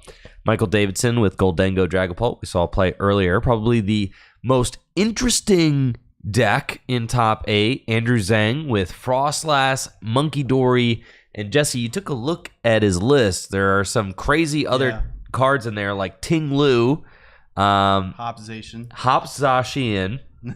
yep, and a lot of other spread stuff, guys. But those are like the 2 standouts, and it's not Ting Lu EX. It's Ting Lu. It's the Ting Lu that does GLC one. Yeah, 30 to everything, right? 40 to everything, I think. No, it's 30 to everything. Oh, bro. it is? 40 to everything would be so broken. Yeah, it's 30 It's to like, everything. you have to discard a stadium, and it does a spread attack. Yeah, that one, which So makes sense. It makes right? sense with the frost. It's like fully leaning in, kind of like how people were playing that deck. It was kind of a fringe deck before Grimmsnarl came out. The Frostlass Monkey Dory deck was just like that. That was the deck with Badoo, and it was just a pure spread deck. But the Grimmsnarl kind of gave that deck a level up. But no, he's not playing Grimmsnarl. He's playing just a lot of Badoo, a lot of Monkey, probably a heavier Frostlass line, like a 3/3. I'm pretty sure. Yeah. And then alternate attackers like the Ting Lu and the Hopzation to even add on more damage. Yep. Yeah. And I know we'd love to show off that deck on stream, but unfortunately, Andrew Zhang has a game loss going into top 8 because of a deck list error, I believe. Yeah, Andrew Zhang and Benny Billinger both had deck list errors. That's one of the things with physical deck lists. It's really easy to make mistakes on those. If you make a mistake, fortunately, you do usually get issued a game loss. So they're not out of the tournament. They just have to 2-0 their opponent. Yeah, so we don't really want to show that because it could just be another like really quick round. Exactly. For a 75-minute top 8, best of 3, we're not going to show a round that could end with a 1-0. And we haven't seen Raging Bolt yet, I don't think. No, exactly. So that's pretty surprising because I think that deck's one of the best decks. So I agree. And clearly, I mean, 2 are in top 8. One is first seed, one is third seed. So it's pretty good. Yep. And then the big story, I mean, 3 Dragapult Dustnor in top 8 is pretty crazy. Justin Templar also making top 8 with his Dragapult Dustnor. And then Gabriel Smart, the lone Gardevoir player in top 8, was able to claw his way up from a 1-1-1 start to finish the day 5-1-1 to clinch a top 8 spot. So this is your top 8 standings after 7 Swiss rounds. These players are going to be competing for a piece of that $5,000 prize pool today. First place taking home $2,000. And second place gets $1,000. Top 4, $440, and top 8 walking away with $200. So a lot of money on the line. I mean, getting $2,000 at an event like this, that's like getting top 16 at a regional. I know. That's a lot of money. I know. It's freaking busted. In cash, bro. I know. Not taxable. I know. Why do you think I took this gig, bro? Listen, I've been asking myself that, bro. There must be something involved. I mean, you're just doing it for the love of the game, aren't you? That's my No, bro. What? Yeah, it's like top. It's like a top 32 to regional. All right, we got the deck. Heck yeah, dude! Let's go, baby. Let's work go. on the penmanship, bro. Let's go. All right. So Goldengo versus. Should be hype, dude. Yeah. Should be hype. I don't know. Should be hype. I'm oh wait. Carson? Oh, Carson's playing Dragapult. Did we mess this up? Yeah, that's why I got Carson Washer, Dragon Ball I don't know Dusknoir. why I thought he was playing Raging Bolt. I was tripping. Oh, yeah, no. Michael Davidson. No Raging Bolt. No Raging Bolt on stream. No. Okay. Yeah, I was yeah, thinking yeah. Carson was playing Raging Bolt. Though I would like to see Raging Bolt on stream because We'll see it. it's a broken it's the deck. best deck, so it'll make its way to the That's top. what I've been saying. Listen, I agree. I mean, I played it too. All right, so this is our top 8 match. Cool. We don't know who's going to be on what side, though, but let's see. Our top 8 match, we're going to get to see Carson Washer with Dragapult Dusknoir against Michael Davidson with Goldango. Very standard list. That's our top 8 match. Yeah, the Dragon Ball doesn't look like it has anything like crazy in it. I think really the only spice I see is having that Team Rocket's Venture Bomb in the Goldango deck. Now I wonder like what brings them to play that card. Obviously it's good versus Pikachu. Thank you. We got all the deck lists here. So we got the spicy Monkey Dory Frostlass For deck. sure. But yeah, so the Venture Bomb, maybe it is. It's just like a 1-card tech, so you don't just get bodied by the Joltik Box deck. Because like Joltik Box is very hard for Goldango to beat if you don't tech forward at all. Because like, what are you supposed to do when you get hit with a Pikachu? So the Venture Bomb gives you that way of just getting through that. So that's probably why he plays it, I would imagine. But yeah, this. I hope this Frostlass deck makes it through this round because this definitely looks like would be a lot of fun deck to see. I would like to see it on stream for sure. I'd like to see a Raging Bolt on stream. We haven't seen that today, so those would be my ones. But you know what? I'm not gonna lie, Jesse. Seeing your excitement commentating over Goldango makes me want to have Goldango on stream. So I'm okay. I'm okay. I was okay talking with to it. Michael between rounds, and I'm like, dude, you gotta win. You gotta win this whole thing. So people stop. People will still disrespect Goldango, but you gotta show that all my testing with Goldango was for nothing, bro. I know. Have it win $2,000. You know. I know. Like, at least it won. You know, the big event following up NAIC. True. You know, it's nothing like a 3,000 person regional or IC, but I mean, it's something. It's something. It's like a state championship. It is. That's It's what like- I've been comparing. It's like a giant local, like a big time local. It's like all tournaments are locals to somewhere, Oh my Jesse. You gosh. can't just call it a local. That's all what people call it, though, right? No, it's No? like it's different. It's different, dude. It's Alright. like a state championship. That's the closest point of comparison. State championships used to be these like truly regional events Yeah, where right. they I really went to did one back in they 21. really did draw from the region, right? And they were about this size. They're between like they would be between like 80 and 150 players is Mm-hmm. like how big. So like the full grip 3K, this 5K, like That's true. I It's mean, like- the one I went to was at OSU, Ohio State University. yeah. And yeah, there was like a hall full of people. It had to have been at least like 200 people. That's what I'm saying. I mean, like the Ohio States was huge. So like Ohio, but you go to like Kentucky States would have like 70 people. Really? I remember it being like a lot of people, but maybe it just seems like a lot back then. Maybe it was probably like around. No, Ohio States were always quite big. But then like some other states would be smaller. And the thing about states is that they would run them on same weekends. So that like you could not just go to every single states. Ooh, So did that like on purpose? Yes. Oh. It forced them to be regional. Yeah. So like you would just go to your closest one. Yeah, it was really cool. It was really cool. That is I cool. freaking It'd be cool if love they bring them. those back at some point. I know. I 'Cause I think it'd be nice those. to have something like between like a league cup and a regional, and I think that's what like the full grip 3K or 6K or 5K weekends offer. 6K weekends, 3K for both. Yeah. Yep. So I think that's what those events offer, and I think it's cool that stores like this and full grip are doing that. For to sure. give someone to play for, because without this event, I don't think any of these players would really care about this format, because there aren't any other like. I mean, I guess there are some locals. Locals start back up in July technically, but like I know for me as a competitor, like when I only get excited about a format when I have like a major to prepare for or like a big tournament to prepare for. So yeah, I think that's cool that these tournaments for offer sure, that, for sure. I mean, it's so neat having just more opportunities to play. And honestly, there's something to be appreciated about events like this, this size of event, right? Between around 100 players, because going to an event with multiple thousand players is like kind of a slog. And you can't get it all done in one day either. No, Yeah. and usually you got to travel very far to attend them, hotels and all that. But for players in a specific region to just be able to make day trips out of like a big tournament like this and still have the opportunity to walk away with a big prize is just really cool. You know, obviously, opportunity to have an event streamed and be able to watch your games back is also really neat to get to. For sure. Because now it's a lot of these more local players, like the ones that, like, unlike, you know, Andrew Hedrick, who don't necessarily go to a bunch of regionals. It's cool getting to get that like stream experience for sure, and like getting, you know, that cool. It's fun getting streamed for your first time. It's like, wow, you know, other people are watching me play. It'll be fun to, like you said, to watch back. I know it was like that for me when you started streaming the Full Grip locals back before COVID.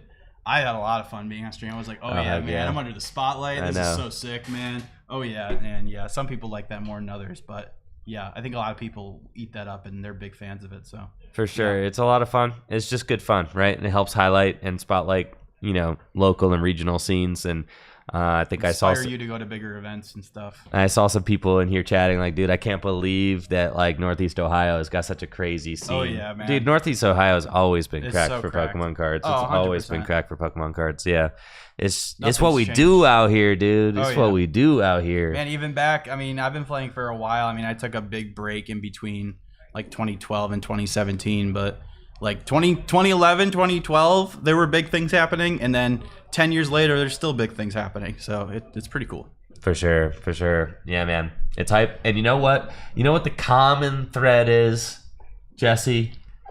Is that AJ Schumacher is here. That's so head true. judging it That's all. how you know it's a serious event. I didn't know AJ was gonna be here, man. Brian brought out the big guns, man. You don't. Brian is the name of the person who owns RozayPoke, the store, and yeah, he made this event happen, and yeah, he pulled out all the stops for this event. Yeah, for sure. I mean AJ and the 330 judging crew. I mean, they're great. They Yeah. do a great job. They don't play around either. No, they're the crew that we tap for our events too. I mean, they're the goats. They're the best, you know, tournament organizers around. I mean, AJ is a head judge at major events. He was the head judge at NAIC, for sure. And he was the guy calling he was announcing and stuff. I heard AJ's voice come on the overcom. I'm like, yeah. dang, And dude, it's sometimes just like I'm back home, baby. Yeah, exactly. I know it's comforting having like it is, Ohio it is. judges at these majors. It is, You know? yeah. But yeah, it's really cool. The judging staff doesn't get enough credit. So No, for sure. it seems for like sure. they've been doing a lot better the past couple of years, at least for me at majors, with judges like understanding game states and stuff like that. And yeah, I don't know, and like just random things like your opponent letting you do an illegal play and then that player also getting a warning. I think that's a really good thing for the game. I don't think that always used to happen. All right, So- dude. These guys are getting shuffled up. Let me go Ooh. check and see who's on what side real quick. Yes, of and we're course. going to get rolling in our top 8 match. I think Michael is on the left there. if I'm not momentarily. mistaken. Yeah, give me 1 second. I'm just going to go double check. Yeah, of course.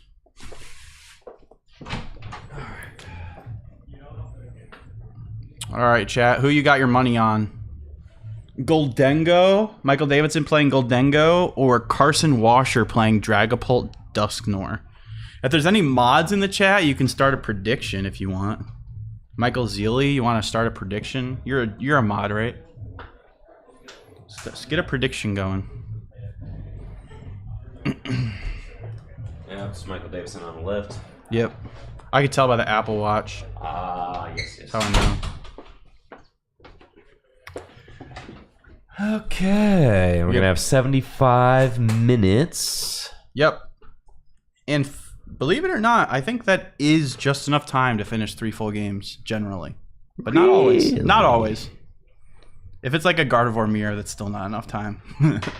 But we're not going to see any Gardevoir mirrors because there's only one Guardian cut. So the coin flip winner here is I think at a big advantage. Being able to go second in this matchup is very, very big, especially when Badoo is involved. At least I know as a Goldengo player myself, you definitely like just hate going first and then getting Badooed turn 1. And yep, we got AJ coming on to be the table judge here, I believe. So nothing's gonna get by him. Yes, that's facts. All right, Michael Davidson versus Carson Washer. Carson Washer. Is that his name? Yeah. That is. Do we have these guys' records? Yes.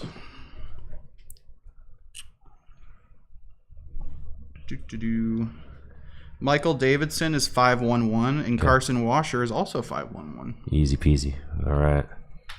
Yep, there's 3 502s, and the rest is 511. It was a clean cut. Cool. 16 match points was clean cut. There was 2 15-pointers. Zach Laska and Ramon Mera. I know Zach Laska was really hoping Gabriel's match went to time. I know, but he wasn't the top 5-2 seed. He wasn't, yeah. He wasn't, so he was bodied either way. So. Yeah. But oh well.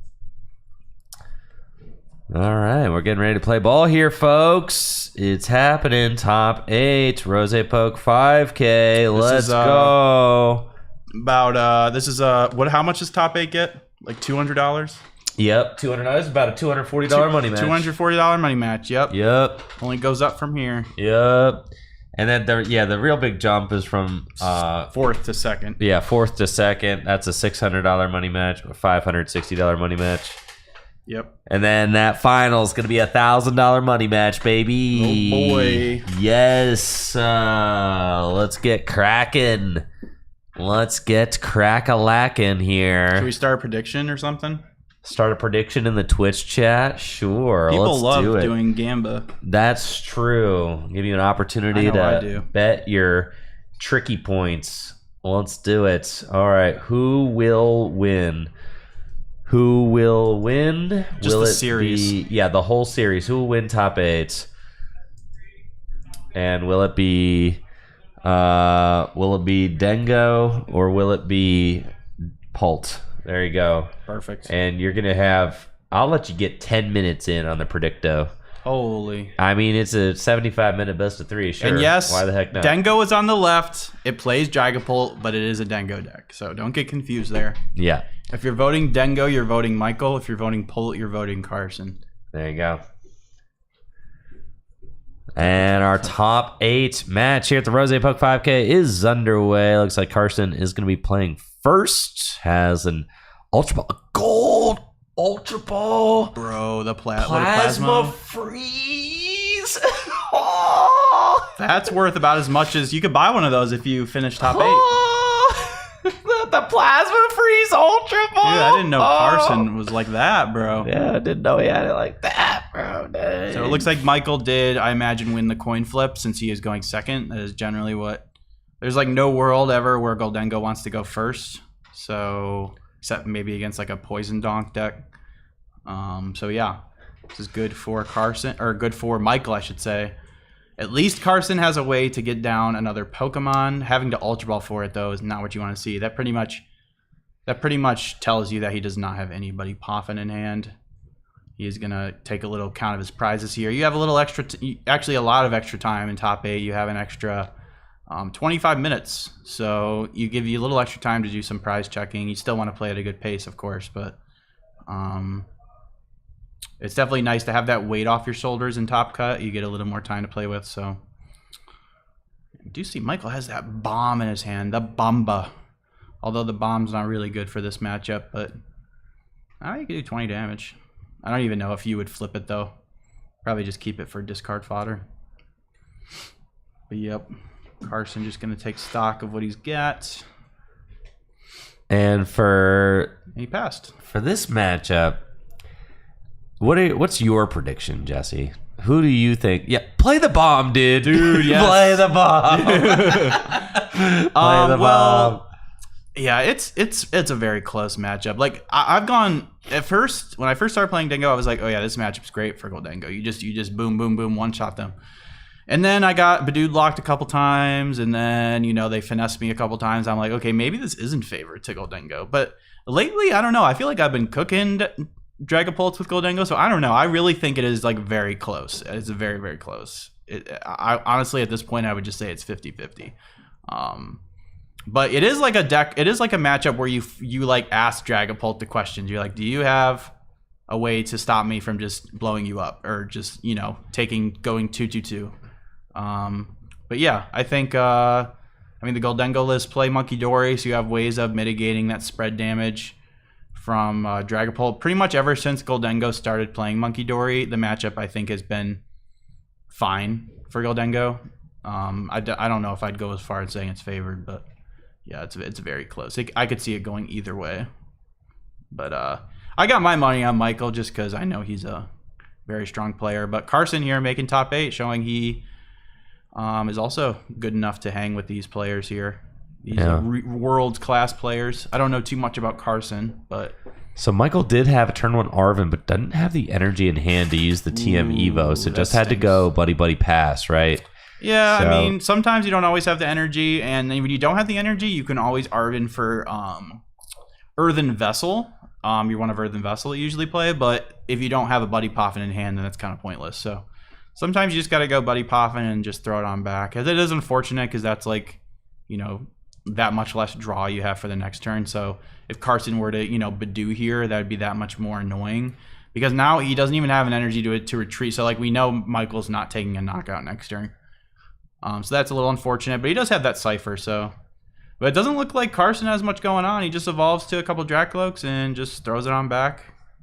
I think he passed it back to Michael there. Yeah, no energy drop either. So a little bit of a lackluster start from both players, but Carson does have the gold Ultra Ball in his discard pile, so That's true. undeniably has more swag going on. That's 100%. Another buddy Poffin from Michael. We'll see about getting another Gimme Ghoul into play potentially. Just one. Gotta leave space for that monkey.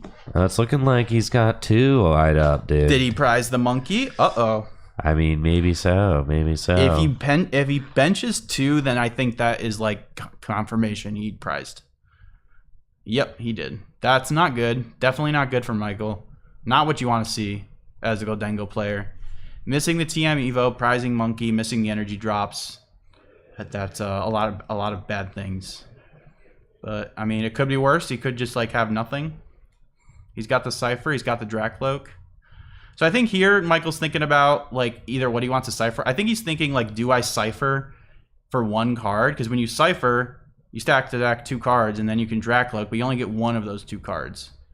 So I think that's what he's thinking of right now. And I think that I kind of like his decision here to Cypher because he really needs to just get an energy drop down. He really needs to get an energy drop. Dude, Carson is one of those cracked seniors, man. He is? Dude, he won a regional in seniors this year. Oh my gosh. And he's got a second at a regional in seniors this year. Okay, so Carson's And a he's killer. got a third in a regional in seniors this year. And he's got a 4th. He's got literally a 1st, 2nd, 3rd, and 4th this Bro. year. All right, Carson. Okay, Carson's kind of cracked. bro. Carson not washed. Yes, no. He's one of those insane seniors. He's on the come up. The only reason you haven't heard of him is because he's a senior. Bro, how many busted do all the seniors just like congregate on one event? Like, hey, we're all going to this event, I Like, told you, bro. We need to eliminate the senior Eliminate age it. division. I'm telling you, dude. Eliminate the senior age division. Just let them swim in the big kids pool, bro. It's time. They've evolved past. Michael just had 2 Goldengos in hand, so that's great. He was able to get both those cards he ciphered for. Yeah, so Michael's board looking mighty fine here. Oh yeah, he is having no issue setting up another Goldengo. Oh my gosh. And he's got the TM Evo. Oh my, he's got the squad, bro. Holy moly! All 4 Denguses. Dude, I didn't know he had it like that. Oh my god! It's hard to see their hands sometimes, so I was like, oh, what is he? Look at this immaculate looking board. That's man. a beautiful board. It brings a tear to my eye. God, look at all those gold Dengus. the Dengulate. The only thing that would make this better is replacing one of those Dengos with a monkey, but we'll take it. Nah, brah. 4 Dengo. Yeah. So much money being generated.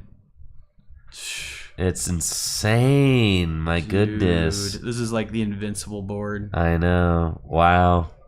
I Carson mean, still doesn't have an energy in play either, so that feels bad. Yeah. Yeah, one of the cards I really missed since rotation. I think probably my card I want back the most is Hisuian Heavy Ball. I really liked Hisuian Heavy Ball. It was a really cool card. It made for some interesting deck building decisions. I just really hope that's a card they bring back sometimes. Or maybe even like a Hisuian Heavy Ball for evolution Pokemon would be something cool to see. You think it made for interesting deck building decisions? Yeah, dude. What's the interesting thing about it? Because you can play like just a put 1-2 it- lines. You just put it in the deck. That's you put the Hisuian Heavy Well, yeah, Ball but in now the- you have to like if it's a Pokemon you really need, you just have to play 2 copies. Whereas before you could get away you could be a little more greedy and then just play your Nah, heavy ball. bro. Back in 2006, people used to play people used to play 101 lines back in 2006. People are crazy, bro. No, they were just Players have gotten better. No, they were goated back then too. All right, that's fair. All right. Yeah, dude. Heavy ball was cool, man. What are you talking about? That Heavy card was ball, awesome. heavy ball is for the weak, dude. What? Yeah, dude. Just don't prize your prizes. Dude, shuffling your prizes and offering to cut them is so cool. What are you talking about? No. It's not cooler than Venture Bomb, though. Venture Bomb's kind of sick. The Bomba. Yeah, the bomb is cool. I wonder how he's going to use the bomb. I don't think he's going to use it at all because he prized Monkey, so that'd be unwise. It's true. With the monkey out, it is a guaranteed 20 damage. So that's like the interesting thing about it, right? Yep. So against generally, I believe it's. I can't think of any other uses for it, but I guess maybe against Gardevoir. You know, they leave a Drifloon with 20 HP. You bomb it. You just throw a bomb at it. That's right. Ooh, Carson's got those energies too, bro. Those are expensive. Those are the hollow ones too. He's got the The swag Soul Silver. dripping out his sleeves, dude. There you go. Do not lose your deck, Carson. First energy equipped onto the Dracloak. Okay. There are 5 Dracloaks in play right now. There are a lot of Dracloak in play. Yes. Recon Directive stocks are up. Dude. I know.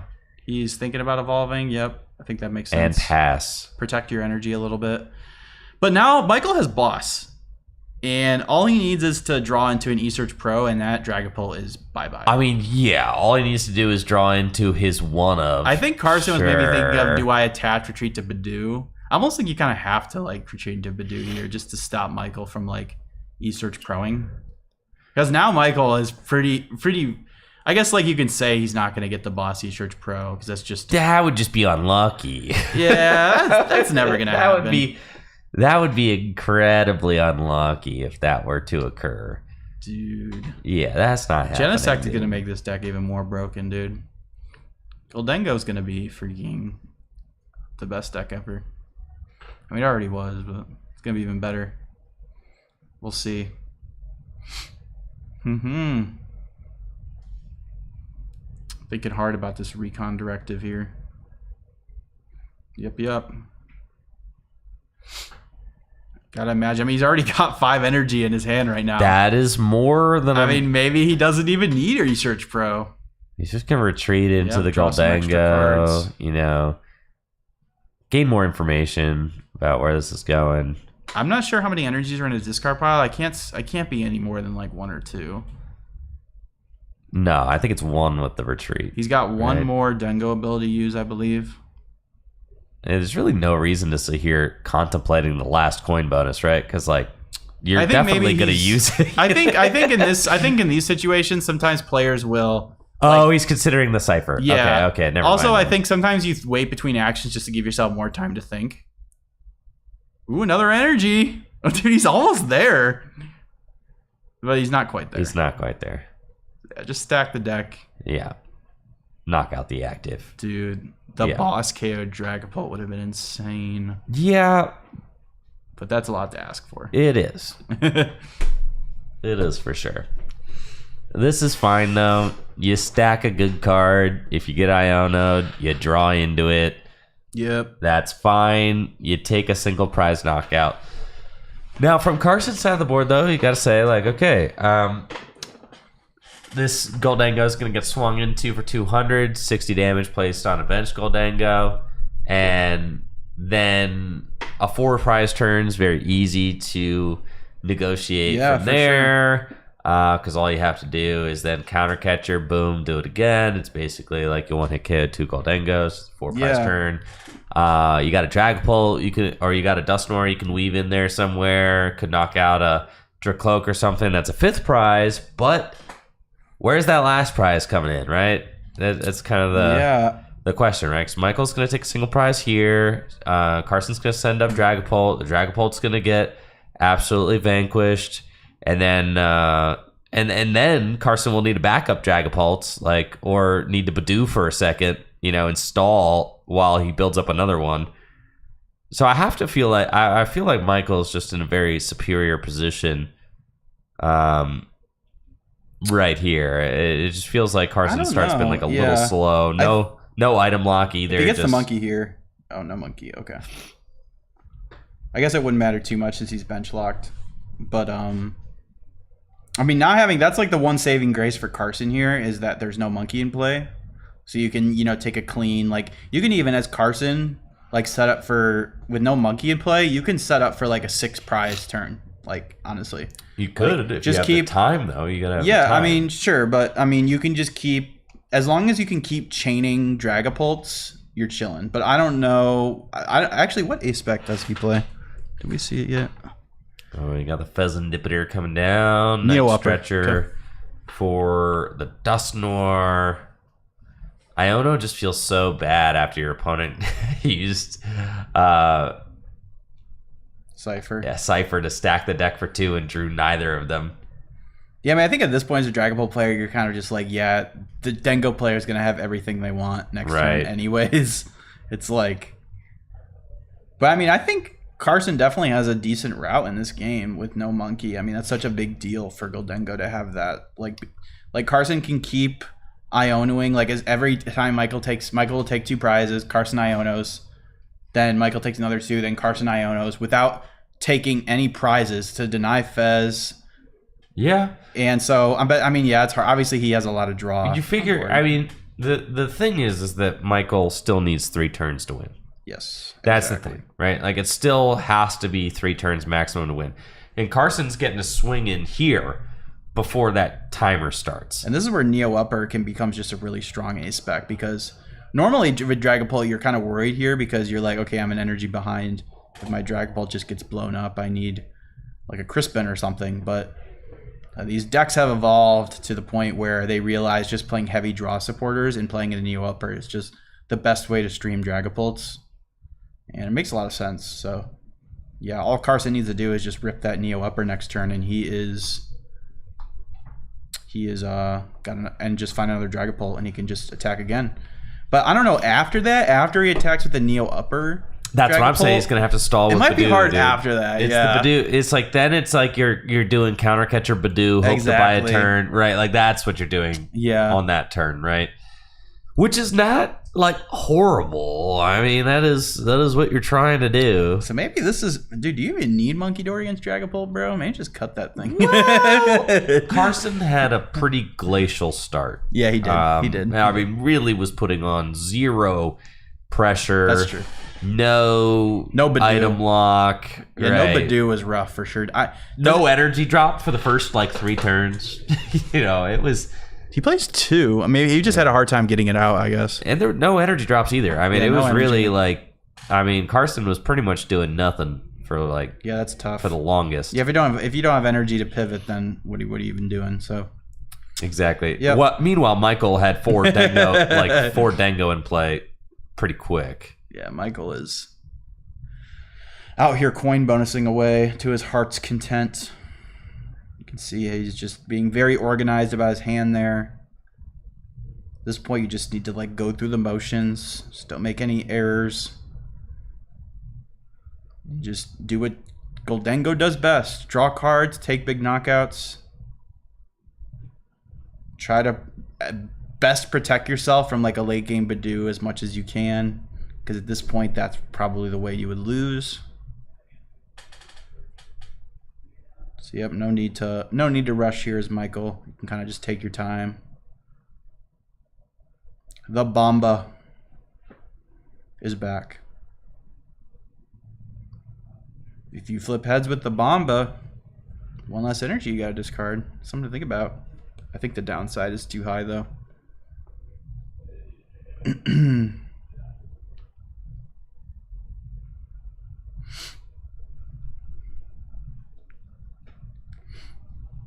We still got 1 more recon director. There's so much draw I from know, man. the Goldengo. crazy. An obscene amount of draw. Every single Pokemon on Michael's board draws cards.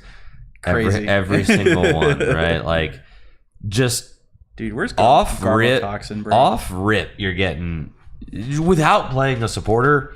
Look at his hand, bro. Without getting a supporter, you That's are his hand. You are gaining 7 cards a turn to your hand. Like just and without having to discard any cards. It's like you don't have to play or do anything. Just with the board as it is, Michael Davidson is gaining 7 cards to hand. Like every single turn. Yeah. It's kind of obscene, right? It's just kind of ridiculous.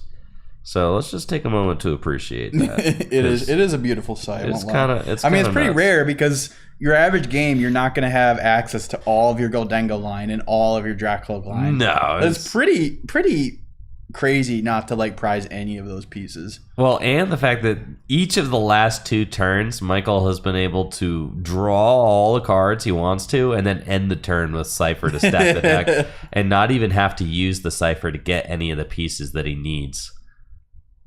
So that's pretty Look crazy. At Carson, he's counting Michael's deck. I think maybe thinking about Badoo. That's what I'm saying, dude. You always got to think about it.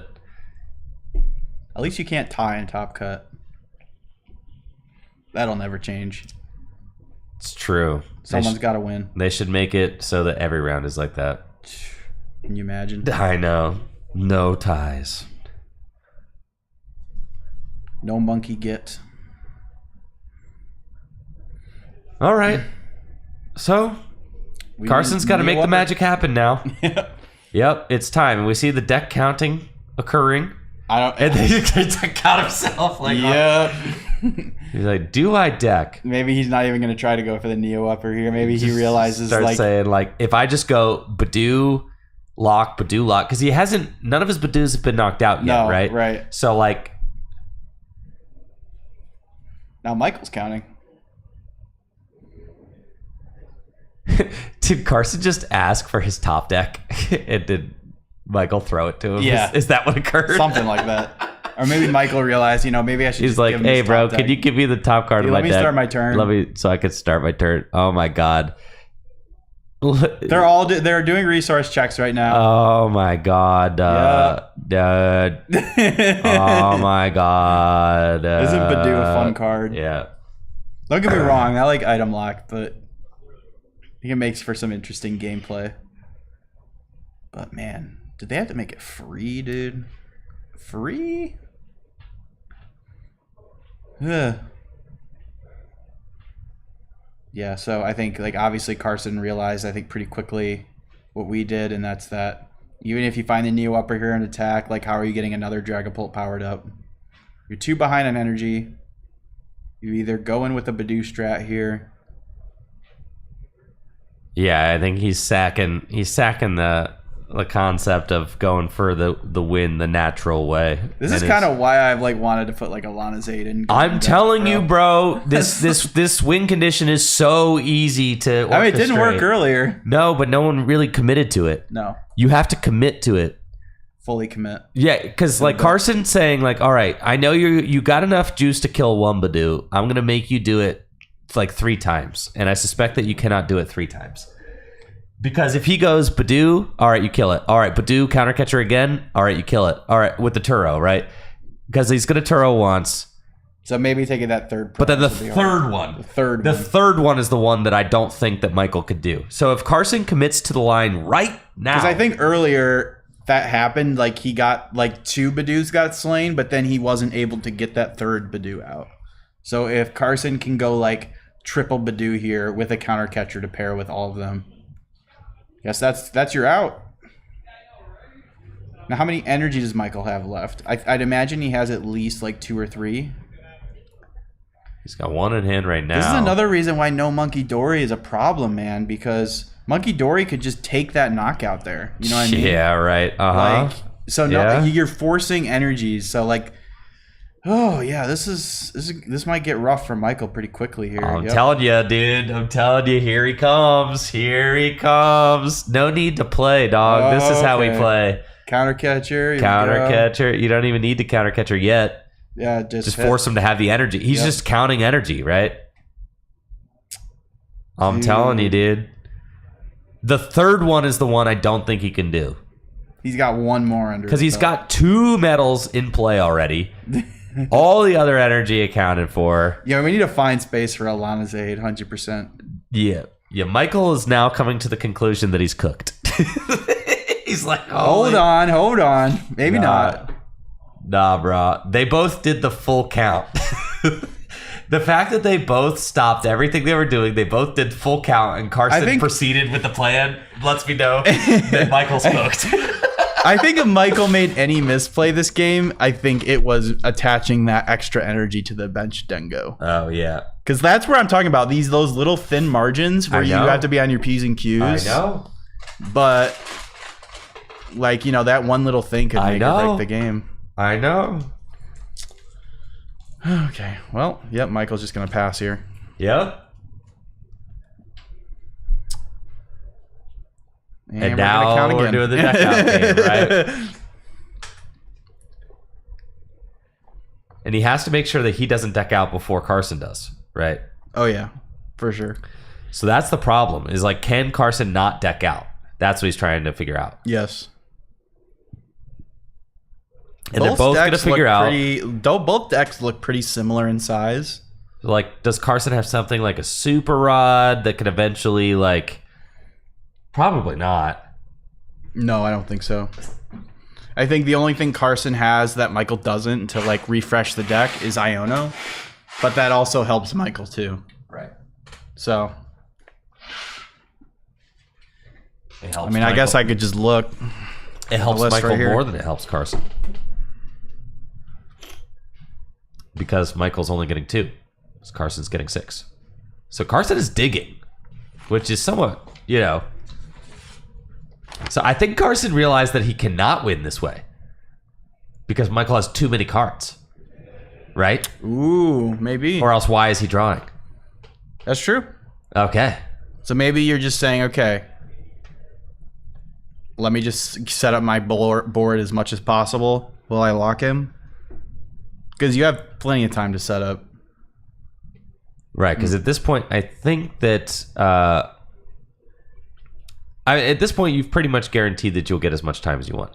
However, if Michael does take one more prize card, then you're in a situation where you cannot use the Dusknoir. So, like, you probably want to, like, giddy up and get going fast enough to the point where you can actually use the Dusknoir as part of, like, your plan.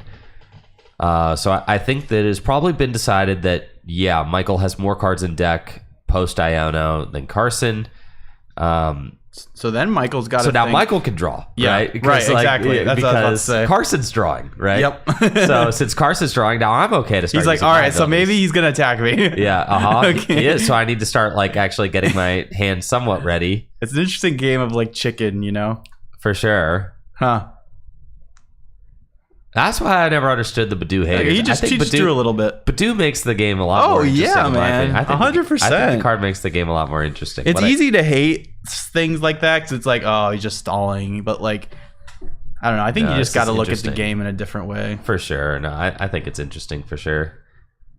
All right. So, Countercatcher and Item Lock and Dracloak. Okay. And a pass.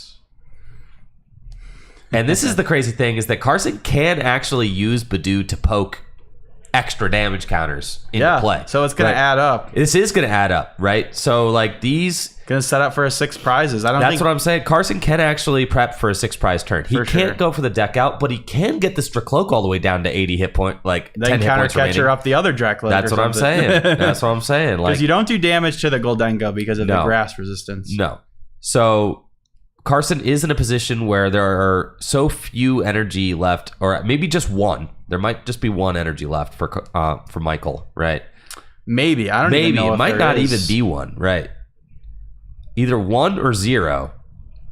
That's how It's many possible energy. he prized one too. Yes. We know one of those 2 prizes is Monkey Dory because he hasn't seen that yet. So Carson at this point basically can say, all right, I'm so far behind in this game that I can actually rack up. I mean, between the 2 Dracloak, you could rack up 160 damage on the 2 of them, right? You could put 80 on both. Yep. like Badoo, there's 1 energy left. See, I told And then you gust up the Goldengo that has 60 on it, and Yep. boom, and there you go. That's your 6 prizes I right know. there. I know, with Dusknoir. Yep. Yep. No, wait, you don't even need Dusknoir. Wait, yes, you do. Sorry. Thank you. I know you do. Or Halucha. Yeah, or Halucha. Right. Dude. All right. We're How many more times do they halfway get counted through. Are there? we halfway through? Almost. No, we're not halfway through. The time? Oh. Yeah. 37 minutes halfway. We got 9 minutes until we're halfway. Yes, correct. Yep.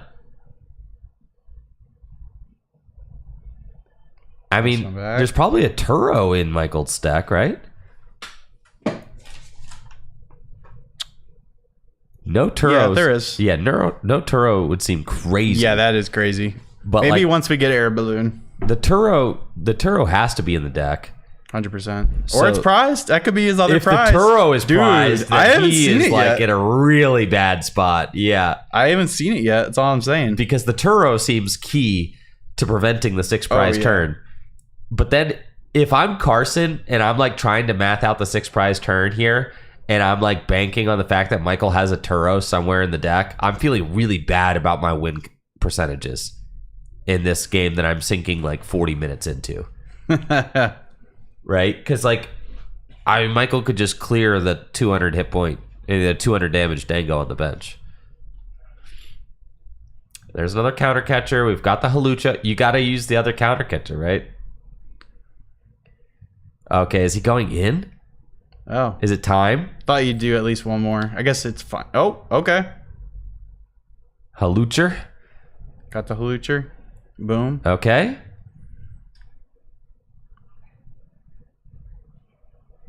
Here's Dragapult. It might be time.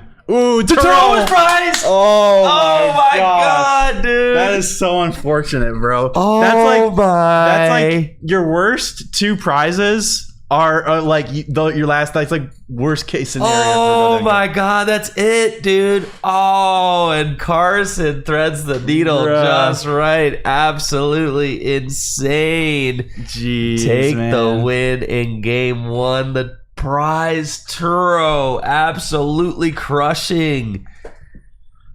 My goodness, man. Eliminate the seniors division. I told you, dude. Let the seniors just play. Let them into Masters. They don't need Let their the own. boys play. They don't need their own age division anymore, dude. They do not. They do not. Yeah, nah. Let them play. So crazy. If Wow. there's anything I've learned from these cash events, it's that I'm seeing seniors top cut them. Dude, Devin top cut He did. he top cut both full grip cash Yeah, he events so won far. and then got top 4. Yes, I know. Crazy. And now we've got Carson here, making a real good case for himself. I mean, after a really crazy, I thought he was out of that game. Like, Dude. he was looking cooked. I was to my defense, I was saying that Dragapult, like, this is still very much wonderful Dragapult. With no Monkey Dory, the game gets way harder because Dragapult sure. can just do whatever they want with your board. Oh, yeah. Like, if you have no way of combating that, No, the counter like, you're catchers- just bodied. Yeah. Like, and then I didn't even realize you didn't have no Turo until late in the game. And then when you realize you had no Turo, like, yeah, there's no winning that from there. No. It's unfortunate. It's Yeah. crazy though, because like you're thinking, oh my god. If Michael, I mean, I because if still Michael has the Turo, it just seems like Yeah. so bad for Carson there, right? I don't know if having that extra metal energy that he attached to the bench would have changed anything, but I think it definitely would have made it a little higher chance that Michael won. But it's all good. I mean, you got time. You could definitely still win the series. If it was 50 minutes, you probably couldn't, but you got. Well, now you're 42 minutes. figuring, I mean, imagine it's like a 50-minute best of 3, right? Like you're basically just played a 7-minute game 1, and you're like, all right. That's Yep. fine. Just gotta For win sure. too, right? I need to like hustle a little bit. No, no messing around. That was a really good opening for Carson, by the way, going first. Like I don't know what else is in his hand, but yeah, it's that's immaculate. like that's pretty good. Yeah, absolutely incredible. For sure. So yeah, Carson's got a phenomenal looking start going first. Got the Badoo ready to go. Yep. And we'll see. Michael's got Buddy Buddy Poffin. It's got Arvin, but no one. Oh, he does have energy. Okay, cool. Perfect. I'm I sure saw gonna be eSearch Pro is in there. Good. checking for the Turo, probably. Wants to know if that's in the deck. Monkey. Monkey, I see. You saw Monkey? Uh-huh. Okay, cool. Turo's the full art, so it should be easy to spot. Should be. But he's got Monkey. That's the most important thing. Definitely. And here's the TM Yep. Evo, and we are going to see probably a Dengo and Dracloak come Yep. online. Now he's going to do a little prize check. Just counting his energies. It's at least the least thing you want to do with prize checking, even if you're in a rush, is just count your energies, check a couple key cards like your ace spec and like Monkey, Turo, and then you just, shuffle up. He's got that Neo upper already, Carson does. Wasting no time, just slamming that thing down. Yeah, I mean, it's one of those cards like when you see it. Might as well just throw it down. I mean, Yeah, I don't hate that, especially with the Luminous already on the active. Like, Yep. okay. he can just Fine. retreat, right? Oh, he can even He's got play the switch, dude. Can Yeah, preserve man. that energy. Carson might be able to just win this game by natural means, but you always got the Badoo strat. By natural means. Carson did take 6 prizes last That he game. did. Okay, he did. It was natural. That was natural. It just took a while. It was very natural. That's true. That's true. Yeah. And looks like we've got another Itchy Pollen. Woo! Oh, baby. Itchy Pollen for 10. What was Pokemon? What was Nintendo thinking, bro? Oh, my gosh, dude. What were they thinking? Oh, my goodness. Okay. Really good start from Michael, though. Really good start for both players. There's the Turo. Confirmed in deck, yeah. Very nice. Good. Michael's got exactly what he needs here. Nest Ball for Monkey. Perfect. He might even just be able to... Yeah, he's got that Vessel. He can get Monkey. Okay, he actually took Night Stretcher over Nest Ball, so we must already have... Ooh! Oh. Well, this is the downside to attaching the Neo Upper early. Punished. Okay, punished. You hate to get punished. Listen, but I mean... you did get honestly, punished. attaching the Neo Upper early... I mean, obviously hindsight, but... Like, Goldengo plays 1 Iono. Like, I don't know if you're worried about... Maybe you just really value getting ahead on attachments. I think it's a matter of just getting an energy attachment Yeah, down. And that it was might just be. the energy you had or something. Yeah. Right? Like, because I if think you had that's the fair. fire in That's hand, fair. you just would attach that. Yeah, so... Yeah, I don't hate that. There's the fire. Or, like, I don't know. Even if you do have, like, fire and the Neo Upper, it's weird because you have the Neo Upper in hand. Like, are you going to attach fire? Are you going to spread? You're going to go Luminous, then fire, and then you have Neo Upper is, like, your next energy. It's like, Yeah, what the that's heck are you true. doing with that? You know, like, I don't know. It is kind of odd. So I guess you don't really need to put the ace spec on a pedestal. Just attach it. it's just an energy, right? It's just really It's just another card. It's really good just one. really pink and shiny. Michael did waste a boss on it. So, like, okay. I mean, yeah, I guess. Like, it's better than throwing the boss on a game-winning, Dragapult or Fez or something like that, True. So, especially, Carson's already shown that he can kind of, like, dictate the pace of these games. And you've pretty much forced the Goldengo player to play at his speed.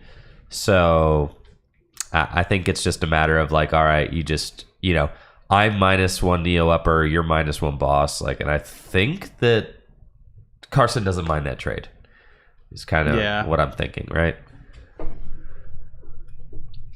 Yeah, it's fine. I mean, stuff's going to get bossed as the Pult player. The deck is built to deal with aggressive plays like that. You got all kinds of things just to bring the game to a halt. Oh, yeah. I mean, and look at the fact that Carson is not even thinking about going in with Dragapult this turn. Nope. Yeah, Right? he already attached the Like, fire he attached to the fire to the other Draco. Dracloak. That just shows you he do not care, bro. Yep. He do not care. He does not care that thing got bossed. It's like he wasn't planning on attacking this turn anyway. Keep calm and Itchy Pollen Oh, dude. Yep. for 0. Just gonna continue to item lock. I really wish Itchy Pollen did damage to Goldango, because then you could play Rocky Helmet. Or you can monkey it, yeah. Or you can That Rocky yeah, Helmet. but Rocky Helmet would be so sick. Not only would it be a Pikachu counter, but it'd also be a Bidoof counter. You'd be like, all right, KO yourself. Fine. Stop hitting yourself. Yeah, stop hitting yourself. Also, Lucky Helmet doesn't work either, because you have to take damage to trigger it. Dang. Me and JW thought about Lucky Helmet many times in Man, Goldango. you guys wasted way too many brain cells. We on were just Goldango. practicing for Worlds format ahead of time, bro. Keep hating on Dango, man. See where that gets you. Yeah, well, See where that gets you. yep. I'll Listen, remember that. I was definitely a big Dengo believer early on. I mean, and at I least like none of us played at NAIC. At least we all played Raging Bolt. So we you all did. agreed. Yeah, I do like the. I mean, I think Goldango, when the card first got revealed, I mean, the card is Reads too really good. well. The card is too good to be bad. That's for sure. I don't truly think the card is bad.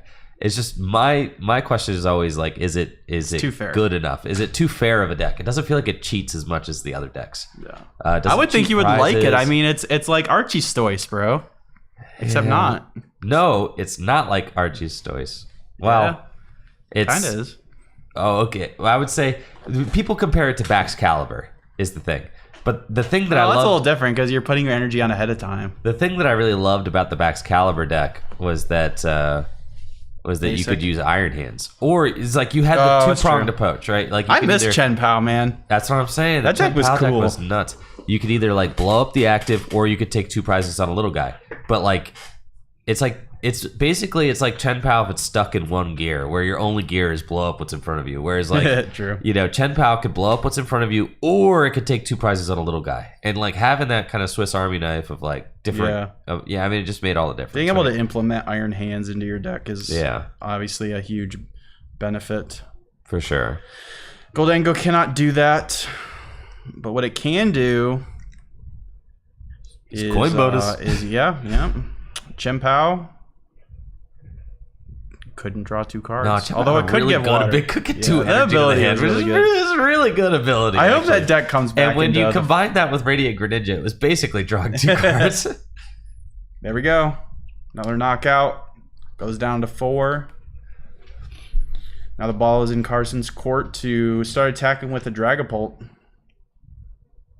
Unless he feels like he wants to emergency evasive maneuvers to Bidoof. or just you know, throw up your hands and say, nah. You know what? More item lock. Yeah. More item lock. I played 2 of these for a reason. Let's get some mileage out of them. There's Counter Catcher. No, I think he's just gonna attack with Dragapult. There's Blood Moon. Okay. What are we cooking here, Carson? He's got a lot of stuff in his hand. He's got the Pult. He's got the Psychic. Or the Luminous, I should say. Yeah, Michael is on even prizes.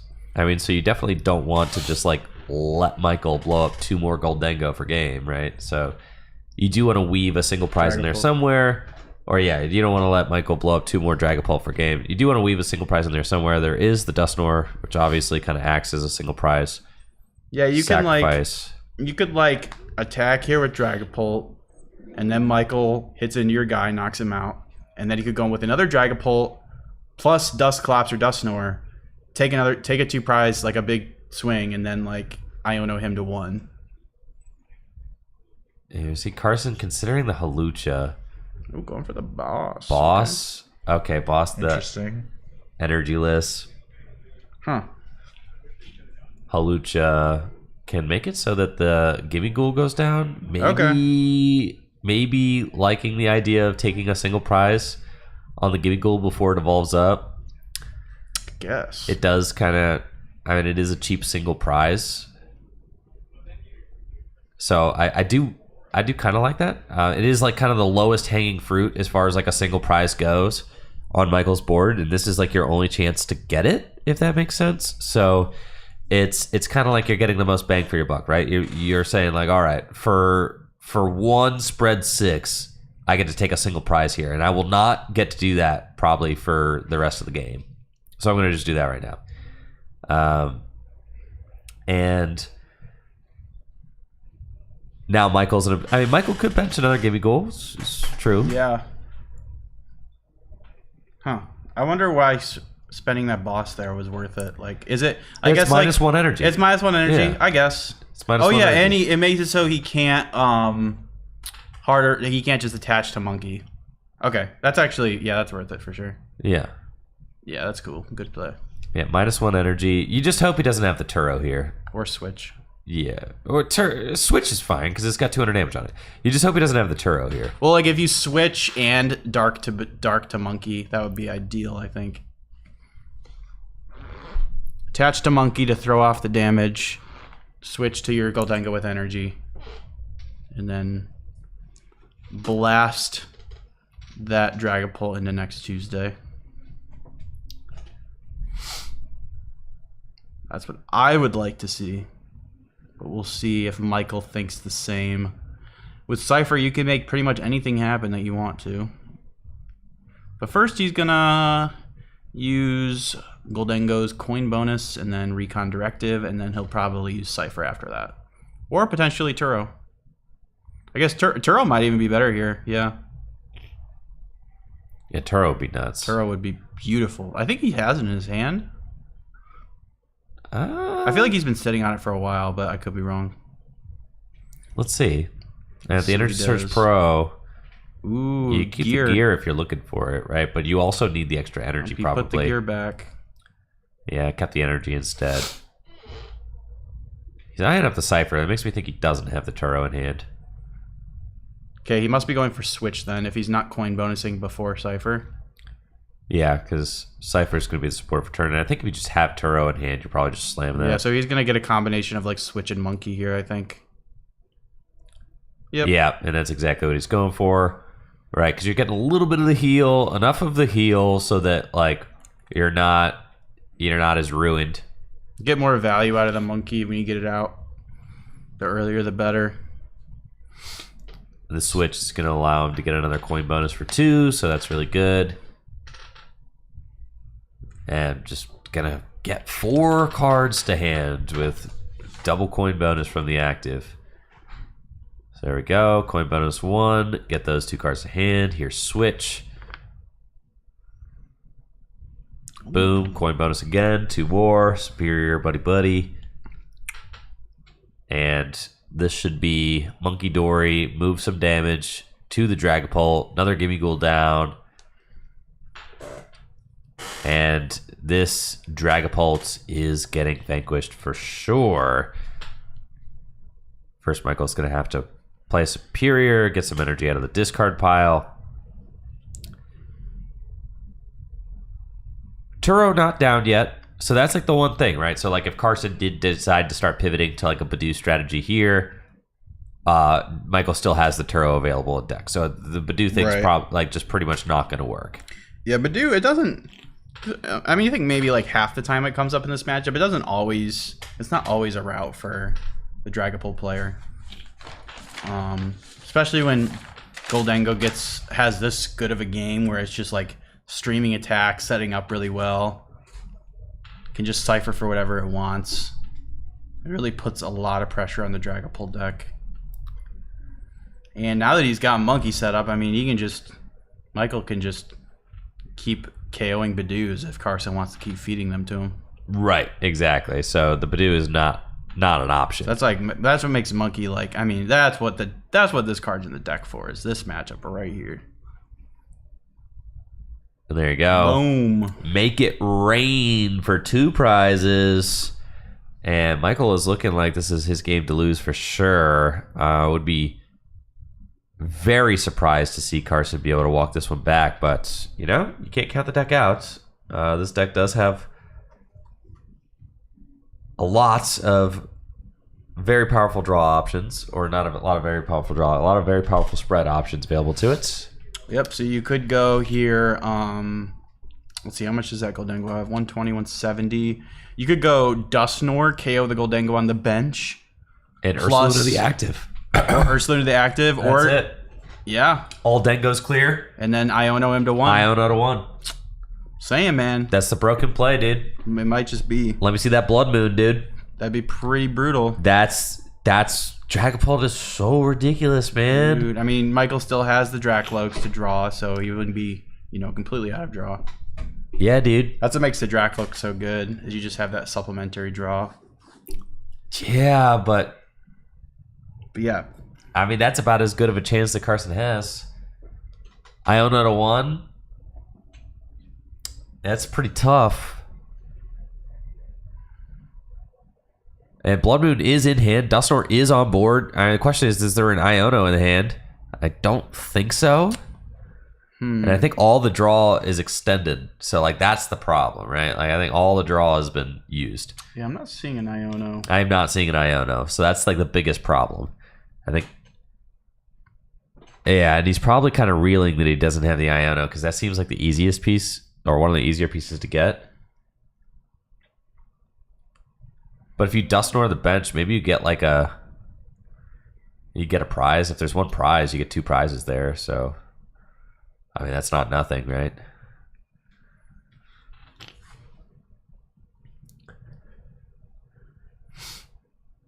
Dragapult, Night Stretcher.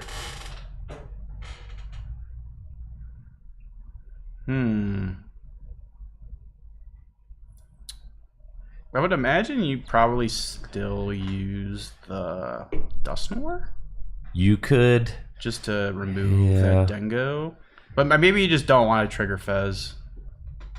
I don't know. It's tough. Is he just gonna go 70? No, I think he's got a. Why is he picking up his deck and just looking at it? He knows it's cooked. Yeah, I think he was just asking Michael if he had what he needed to just close that game out. I think Carson realizes without Iono, I don't really have a chance at winning this. No, right? You definitely needed the Iono. Yeah, for sure. Michael's got way too many cards in his hand. Yeah, for sure. But there was certainly a route.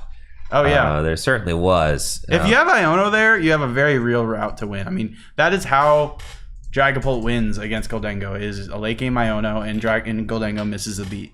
That is that is how you win.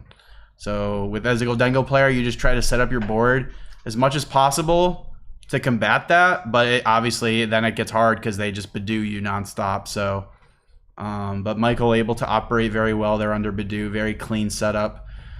But now the problem is Michael's going to be forced to go first, which puts a lot of pressure on this opening hand here for Michael. He really needs to, if he doesn't open up Poffin, I would say it's about 90-10 in Dragapult's favor at that point. You really need to open something here as the Goldengo player. And famously, Goldengo doesn't play a whole lot of basics, so it can be pretty easy to just have these starts going first where you just don't have much. Don't pile show. Okay, good. Thought they were about to start pile counting. Nah, no piling, bro. Let's keep it. Okay, let's keep it going. All right, we got a game 3, folks. Okay, let's go. Okay, Michael has he doesn't have much though. Dude, your favoritism is really showing through. No, Jesse. dude, I'm just saying that. I'm just saying that makes or breaks this matchup, man. Is this opening turn right here? This is it. Oh, he's got the Artisan, so that's good. I'm always rooting for both players to have strong opening hands because then we know we're gonna have a good game. Oh, so you're both sides Andy. I see. Yeah, but I mean, of course, I favored Goldengo a little bit. It's okay. I always have a favorite, and I'm sure you're not gonna be showing any favoritism to Raging Bolt here pretty soon. Dude, I always have a favorite when I cast, and I'm not really ashamed to say it. Well, so do the official casters, bro. Do they? Oh, 100%, man. Oh yeah. Yeah, I'm not ashamed of it. I don't care, bro. For sure. Yeah, I don't care either. Got to root for somebody. That's what I'm saying. All right. Michael got Artisan, a couple of gimmies. Looking solid. TM Evo in hand. Iono also. Yeah, he's got TM Evo, which is pretty great for next turn. For sure. Artisan here putting in work. You don't always see Goldengo list playing Artisan. Lots of times you're seeing them playing stuff like Jamming Tower. Artisan is just better for consistency. 100%. Yeah. So no, Artisan's great. I'm never going to be mad at someone playing. I mean, Michael's playing Artisan and Jamming Tower, and it actually looks like, so most Goldengo lists play 2 Nest Ball, but Michael opted to cut a second Nest Ball for the Artisan. So I do like that. A little better against Badoo. Just another stadium out. Because he's just going to keep... I'm sure you give your opponent the Artisan, fine, but if it's benefiting you under item lock, that's just going to do so much more for you. Oh, yeah. Yeah. For sure. So I really like that. A lot of times you play Artisan, you get to keep it for a turn, so, you're going to get like 2 basics off it over the course of 2 turns, which is just super high value. Get your Monkey Dory as well, so like Nest Ball, gets your monkey too, so that's nice. Yeah, I'm into it. And here comes item lock.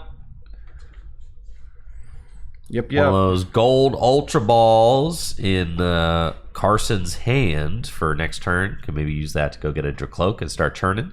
Turo did show up to work today. We got Iono as well, but does Michael want to waste the Iono this early? Probably not. I think it depends. I mean, I probably do. You probably do use it, honestly. You think so? Yeah. All right, here we go. Pokemon? You might as well. Yeah. You don't have much else going on in that hand. Yeah, I guess like the odds of actually getting decked out are like very low. Yeah, no. Right. Normally it's especially gonna play with Turo out, index, so like you're fine. Yeah. Normally it's gonna play out like how Game 2 did generally. Yeah. Both decks are doing what they want. Pretty good though. He Ionoed into both a Goldengo and a Dracloak. Yeah, and his Artisan and Nest Ball in Is hand. Monkey in deck? That is the question.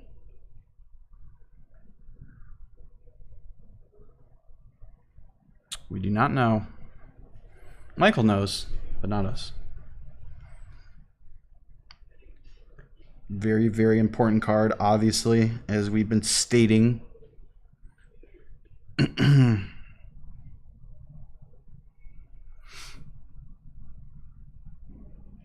So very, very clean setup for Michael there. He's got both the Dracloaks.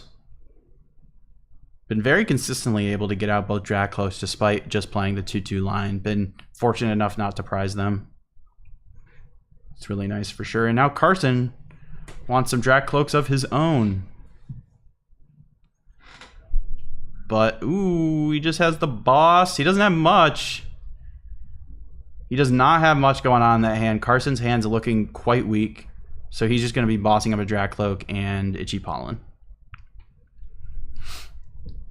So yeah, look, Michael's looks like he's in a very strong spot here. But this is pretty good play for Carson. It pretty much guarantees Michael doesn't have a knockout here. Because Michael doesn't have a Metal Energy on a Goldengo yet. But I think he does have that Turo in hand? Or was that in the hand before he Ionoed? Because if he has Turo, I don't know if he'd want to burn the Turo this early. But if he really did want to take a knockout here and put on pressure, the only way to do so would be to Turo plus attach Metal. Yeah, it's kind of awkward having that Lightning on Goldengo. That's probably going to be sitting there the whole game. Yeah. But you want it to TM Evo, so it makes sense. Yeah, -1 energy. I'm sure Carson. Ooh, there's Monkey. Good news. Pretty stoked about that. Yes.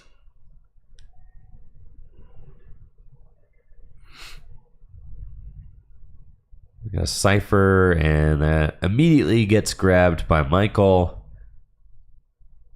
As that'll probably be a supporter of choice. And let's see what he grabs off of the Cypher Maniac. Maybe a switch? I don't know how good switch is going to be. Never mind, he's item blocked. Yeah. Sorry. Would be good. If it weren't for that stupid baby plant. Does he play the Dragapult EX? Yes, he does. Yeah, dude, you could. I was talking to him about that. I was asking him because, like, from my experience, Dragapult is the card you play when you want to have a counter to Cornerstone. Yeah. But he actually says he just likes it because, like, Goldengo doesn't have a lot of tricks, and the one Dragapult is kind of like your one trick you can implement. You know? I've been so I kind of like that. I like that thought. Yeah. I like that thought. I think that makes sense. It also makes it so if you do get unfortunate and pair up against like a Typhlosion, you don't just automatically lose. You have a Dragapult to fall back on. Right. So I get it, and so there are situations where even just like the Jet Headbutt attack can be useful. That's what I'm saying. You could go Jet Headbutt. It's kind of like you might as well just play it. Yeah, even here you could. That's what I'm saying. You could just go Jet Headbutt here. It's like if you're already playing a 2-2 Draco, like you might as well just play stage 2. Yeah. So it's like I've been personally liking cutting it for other stuff, but I could definitely see why you'd want to play it.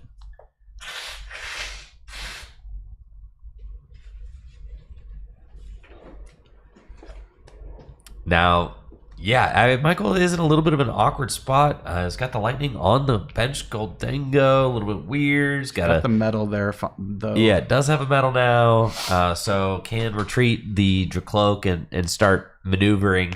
But this is pretty much what Carson wants, right? I mean, no prizes taken from the Goldengo deck yet. Got them in an awkward situation. Got the energy spread out in some weird situation. I mean, this is about what you want, right? Carson's hand is like completely dead, though. Unfortunately, You just got to make sure. Well, then why would he Ultra Ball for a Klops instead of I'm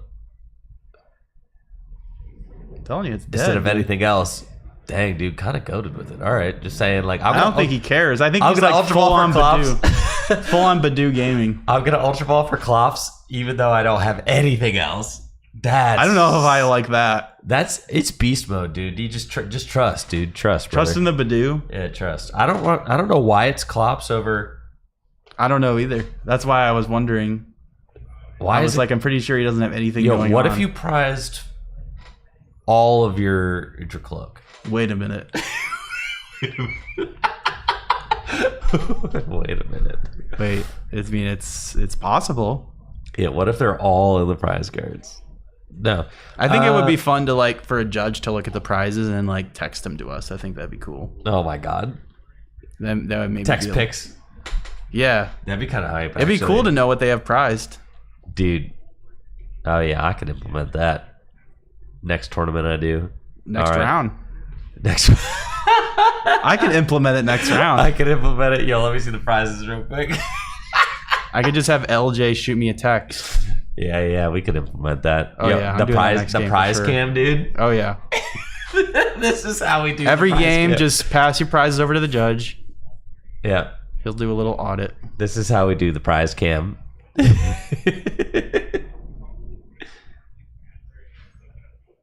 Get a table cut out. That's the next step. How can we make the full grip stream even more perfect? Prize cam. I know. People have been asking for prize cam for a long time. It would be a pretty sweet feature.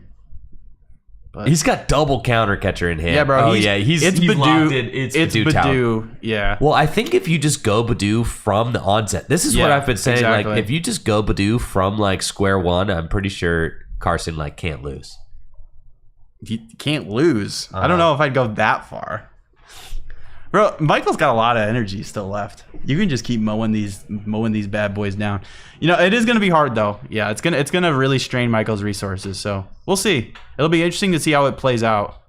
Because what we've been seeing is like Davison, Michael does just have like metal and then like immediate knockout here. So ooh, okay. yeah, What we've been seeing, I think, in these games is like one Dragapult go up and then pivot to Badoo. But this will be interesting to see just like straight off the rip if Badoo is enough to carry this deck. The thing is, like, I just don't know if you can use Badoo much because how many Night Stretcher does he play? Oh, 4? Holy moly. that's infinite. Okay, wow. Like, he can do this. He can do it, bro. He can do it. All I've right. been saying. He can do it, dude. Yes. Bro's got 4 Night Well, Stretcher. I think if you just like kind of, if you, this is tough. I mean, dude, Carson's hand is so bad here that like I don't actually think he has. I want to ask him why he got out that Dusclops. Did he prize all his Dracloaks, bro? Where are they? I don't know. He's got Dustnor now, Yo, Dustnor. and he Let's has to. go. I think he has to sack it because he has literally nothing. Okay, if he rips a Dracloak off this prize, that's confirmed. Dude, Carson. Oh man, not like Can you this, imagine, Carson, bro. Not like this, dude. He's got to have some diabolical Dude. prizes. Okay. Nope. Oh, not like this. Oh, it's so bad. Oh. Dude, I'm gonna lose it if he flips over his prizes and there's 4. If you're a headphone user, I would lower your volume. Oh, it's so bad, man. Yeah, because like, why in the world would you go Maybe it was just a Clops. misplay. I mean, instead of Cloak? I don't know. Petty grudge, baby. And now Michael has no item lock, so he can play a superior, get some energy back. Oh, just easy. He's like, excuse me, that did 10. I'll take that 10 damage. Thank you very much. Excuse me. Excuse me. Michael's hand is freaking massive. Yeah, one of these hands is not like the other. I mean, Goldengo's just the best deck, bro. You got the most cards. You do the most damage. You're so right, Jesse. You got the most swag. Oh, right, dude. No one else does it like Goldengo. You're so right, dude. Except maybe Raging Bolt. You're so correct. You're right. There's no deck like Goldengo. Take that energy every day, baby. Never mind. Except for when I take the bingo instead. It's okay. You can make a misplay every now and then. Even the best players like Michael can make mistakes. Nah, I think that was probably correct. Yeah, what if there's Forge or Cloak in the prize cards? Bro, I'm saying. Ever since you brought it up, I've been thinking it. Well, because it's either that or like the Ultra Ball for the Klops was like just just thought he had just something. like a brain like fart. a pretty terrible error, right? You have like Ultra Ball is the only live card you have in your hand, and you use it to get the card that does nothing, as opposed to the card that lets you see 2 cards every turn, right? He's just scooping it up. Yeah. Bro, let's see it. No, He just made a glaring error. just a. He just made a brain fart. Yeah, man. That's got to be what that was. I think maybe even if you're saying like, oh, I just believe in the deck, I don't really see any route where like. I mean, even if you do get Dracloak there, it's going to be hard because he was just pretty far behind on the board state. Yeah. But yeah. Tough. All right. So All right. Michael Davidson moving on. Goldengo. Moving on to top 4. One Goldengo and cut. Great run by Carson Washer. Congratulations, Carson, on a job well done here at the RozayPoke 5K with Michael Davidson. Going to be moving on to top 4. Carson's not walking away empty-handed, though. $200 richer. And some free sleeves, too. Yep, there you go. And Michael Davidson, though, going to be competing for a shot at the finals after this top 8 win with Goldengo. So huge congratulations to Michael. Jesse and I are going to take a quick break after that exciting top 8 match to take a look at how the rest of top 8 is shaping up so that we can report back to you and let you know who's up and what games and what the other sides of the bracket are looking like. So Jesse and I will be right back after this quick break with more results from top 8 and our top 4 match here at the RozayPoke 5K. Thank you so much for watching. We'll be right back.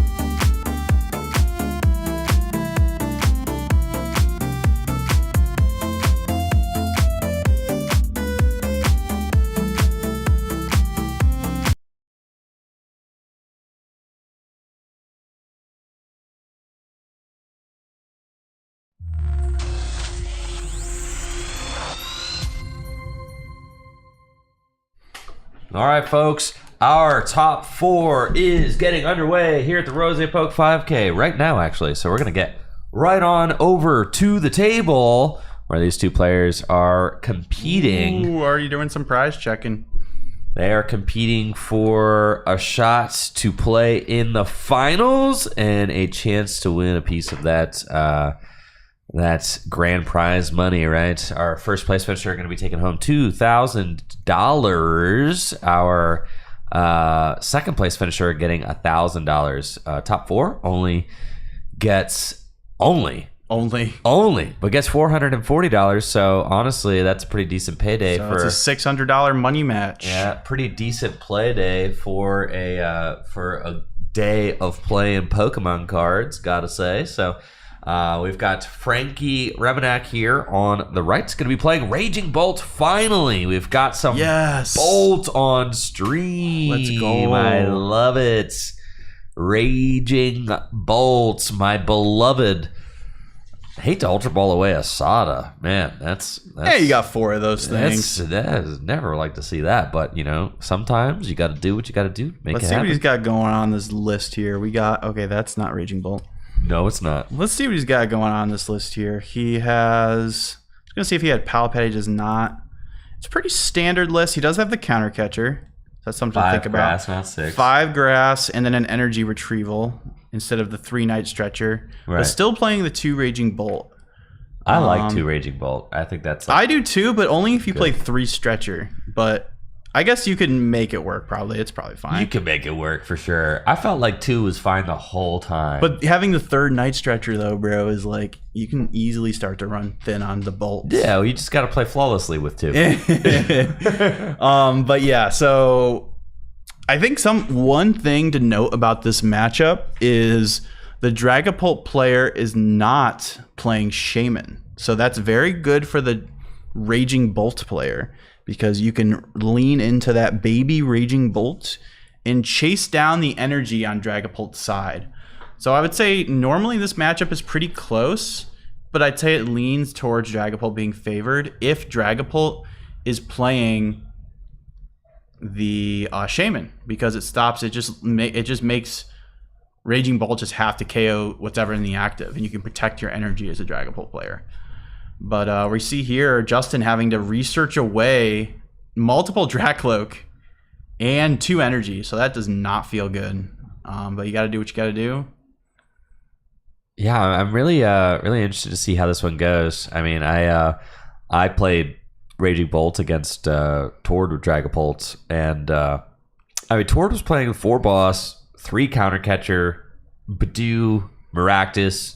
It was a lot. I mean, pretty much the entire game he was not doing anything but trying to just like stall up whatever he could until like the very end where it was just going to be like an Iono sweep situation. Yeah. And this is a Dusknoir variant though. So yeah, he's not playing Hawlucha. yeah. He's playing 3 counter catcher, only 2 boss. So there aren't going to be a lot of gust stalling. And that's good because Frankie, all he has is the 1 Turo to move, which sometimes can be enough. He is, yep. Oh, but no Pal Pad. Let's freaking go! So it's similar to the list you played, or we played, except but he is doing the 5 grass and the 1 retrieval instead of the 3 night stretcher 6 grass. So That's very, hype. very only similar. 1 card off our list, yeah. Yep, And only 1 card. My list was only 1 card off of whatever list was winning, so like doing good. Yep, pretty much. So yeah, the Not only much card I change.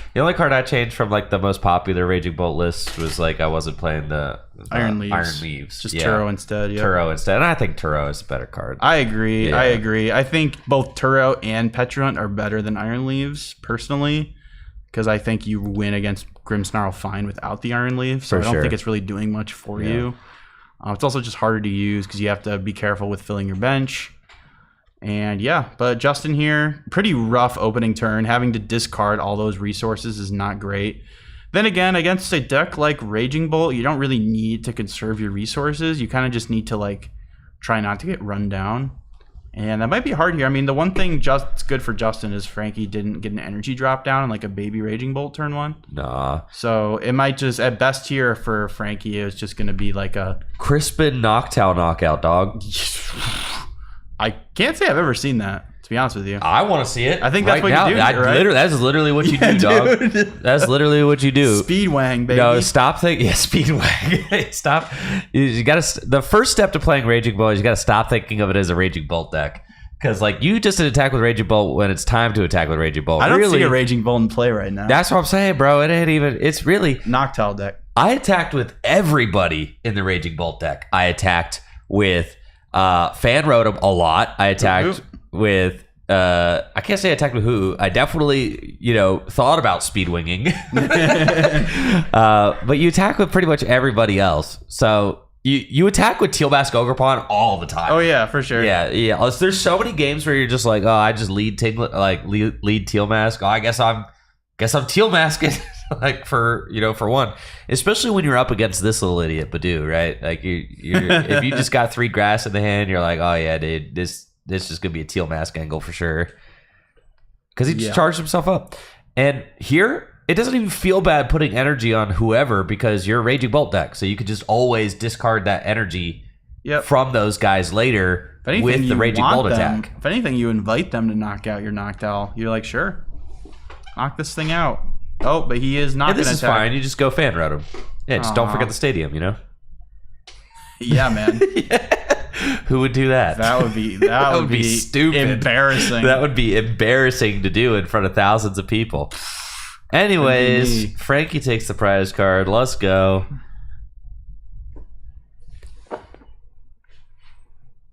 And Justin just going to get some Dracloaks. People love evolving to their Dracloaks. The great Pokemon that evolves to an even better Pokemon. More importantly, it's going to draw Justin some cards here and let him potentially just set up his board here. And yeah, he's going to try to stall with Counter Catcher. He needs to buy a turn here. And research. Yep. He's got the Fez draw too. He could go for that if he wants to. Lots of Poffins. Love to see it. Yeah, plenty of board stability from Justin.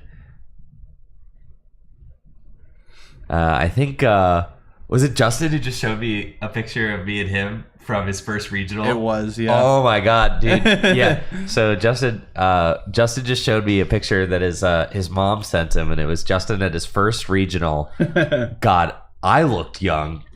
He looked young. How long ago was that? It had to have been like 2018, maybe like 2017. Before times? It was definitely the before times. I mean, Justin was like a baby. I mean, he looked like he was maybe like 10 or something, or 12.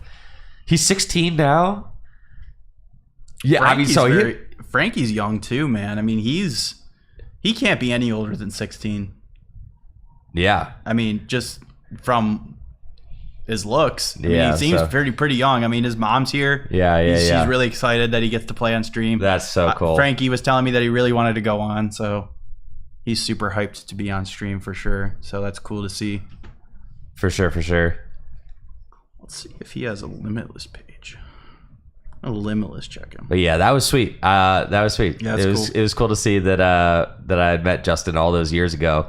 And now I get to commentate over one of Justin's games. I mean, it's just such a cool thing, right? It is, yeah. So, yeah, it was a really, really cool thing. Oh, sorry, guys. The graphic should say top 4. This is top 4. Ah, yes. So, yes, this is not top 8. This is top 4. That's my bad. Sorry, I gotta fire my graphics guy. It's me. There's another Badoo. Item luck. Okay, Itchy Pollen. Yeah, I don't see any regional placements from Frankie, so I think he is just like a local player, just like that's really hype. Yeah, showing up to the event, doing really well. Love it. Yeah, very cool. Yeah. Playing the Broken Bolt deck. I've been saying that we should abolish the senior division. I've been saying this, dude. The seniors, they do not need their own age division. They are not going to like this idea because, okay, it's a lot of free prize money coming their way. Okay, but I'm telling you, they are good enough to play with the Masters. They're all cracked. They're all way too good. Yo, is he going to go for the hoot attack? No, I'm just kidding. I'm so itchy.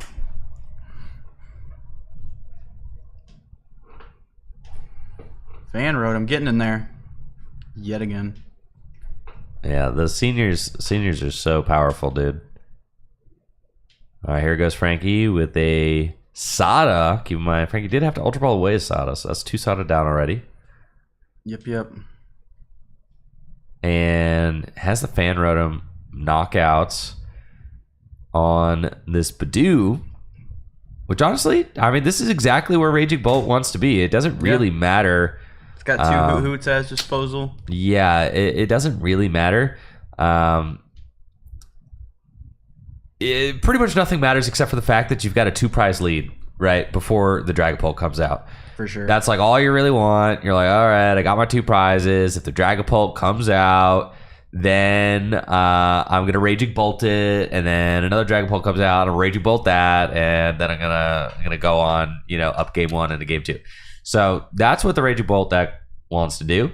I mean, like ideally, I'd say your ideal scenario as the Raging Bolt player is that you're not leading Fan Rotom. Instead, that you would have like your baby Raging Bolt out there swinging 90 damage to like these Dracloaks. Yeah, for sure. That's what you Fan want to Rotom be is doing. the more realistic attacker, but if you're if your hand's strong enough, you can definitely go with that baby Raging Bolt for sure. I mean, that's why it's in the deck. I think the thing Frankie needs to keep in mind for next turn is to make sure he gets down at least like a Pheasantipity. Like a Pheasantipity or a Mew, ideally both. You really don't want to be caught lacking, like especially against that like Dragapult without those 2 Pokemon on your board. Because then Iono is going to stick that much harder. You need like some kind of supplemental draw. I actually think Mew should probably be the priority over Pheasantipity, because Dragapult will often try not to take prizes. So if you get Iono low, you really want to be able to just like Mew up into like something that you need, like an energy or a Sada or something. So Justin going to go for the boss here on the Ogre Pun. And yep, there was 10 damage on there from the Halucha. That's going to let him take a 3-prize turn here. Very, very strong there coming from Justin. That's the power of the Neo Upper. Just lets you get these quick Dragapult attacks. And Justin in a very strong spot here. Yeah, I mean, that is good. But, I mean, keep in mind, with the Dust, and that's the crazy thing about Dusknoir, right? Yeah. Is that like with the Dusknoir online, Just win the game next turn. you just win the game next turn. And That's the thing is yeah. the Raging Bolt deck. That's why I mentioned at the beginning about the Shaman. To win this matchup as Raging Bolt, you need to be like chasing those energies. Like You really do. That's why I said it's and got that's to be why the Baby Bolt. yeah, and that's why a lot of people do opt to play things like the energy switch because you don't always have a cracked enough opening hand to get that energy on a Baby Bolt. Right. So energy switch just allows you to like out of nowhere, like boom, get 3 energies on a Baby Bolt, swing wherever Justin's energy is. But again, that's another reason why a lot of these Dragapult players are playing Neo Upper. It makes chasing the energies that much less of an effective strategy because they can just boom, slam the double rainbow energy and just swing. So imagine my surprise when I thought I had chased all towards energy, and then he just like you don't need. Who cares about Shaman? he just dropped the Neo Upper out of nowhere. I was like, Dragapult might what be the heck, broken. dude? He's got the technology. Yeah, I think this is a matchup I personally didn't explore enough as someone who played Raging Bolt NAIC. I don't think I explored this matchup. I didn't enough. explore any of my matchups enough, bro. I don't want to hear it, bro. Well, listen, you didn't play against 4 Gardevoir, okay? I know I played against 2 and beat them both. Yeah, bro, you high rolled. Yeah. Oh, you're so mad. I'm mad, bro. You're so mad. I am. Yeah. No. You're so. I really wish mad. JW could have done a little better. That's my only regret of the weekend. But it's all good. There's always that's next a season. team player right there. Yeah, man, I wanted to see him. I wanted because his heart's not going to be in testing for Worlds if he's not going to Worlds. That's true, right? Yeah, you got no Worlds buddy now. Yeah. All I got is freaking Sanjay, bro. It's freaking Sanjay, dude. And like Tim Danklin, like Yeah, I know the Aussies, man. can't trust them. No. No, I'm just kidding. Those are 2 great guys. 2 great guys. And I'm sure they're gonna be great assets into talking me off from Maridon. But we'll see how effective they are. JW couldn't do it. I don't know if they're gonna be able to. It's cool. I decided I got to play like at least maybe 2 events next year as opposed to 1. You gotta build your way back up. Yeah, man. Well, just 2027, 3 events. going 12 months with no event and then just like Got the fire back, bro. A little bit. There's a little tiny candle lit under there somewhere. well, I think it was maybe not the fire, but like the desire to not be so rusty. Okay, that's fair. I was like, bro, if I'm gonna be showing up to these events, and I'm good enough to like end up on stream, that I need to also be good enough to like not look like an idiot. Maybe you should just play the regional that's before NAIC. That can kind of like be your warm up. Like that's true. Like you could have went to Milwaukee and then played NAIC like 3 weeks later. I think I'm just gonna go to the closest regionals. Milwaukee's pretty close. Yeah. I hope they have it in Hartford next year. Because that's where Riley lives. Right? Yeah. No, Hartford is Connecticut, dog. Wait. Madison, my bad. I meant to say Madison. Yeah, he lives in Madison, yeah. Hartford's cool too, though. Yeah, so the ball is in Frankie's court here. He's eyeing up this Iono. I think realizing that he maybe doesn't want Justin to have like a 15-card hand. It's reasonable. But is he going to be able to get... He needs one more energy in play. He's got to get another Ogre Pawn and another Teal Dance, and that'll be 5 energies. If he can do that plus Iono, that's pretty good. If he can it's string all not that bad, together. but I mean, like, look how little Justin needs to win. I mean, it's 2 evolutions and an energy.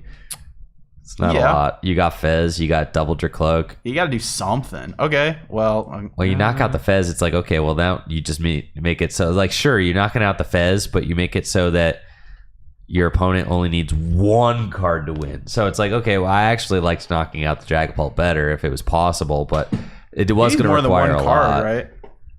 Huh? I think he needs more than one. Justin needs more than 1 card, right?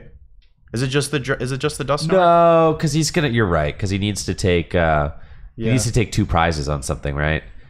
And knock out. Yeah, I think he something needs, with a he needs a Duster. little more. You're right. Yeah. Well, yeah. Oh, you're definitely right. Yeah. What am I on? I don't know. Oh no, bro.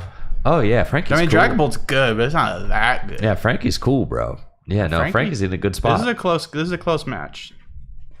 Yeah, counter catcher, Iono, knockout.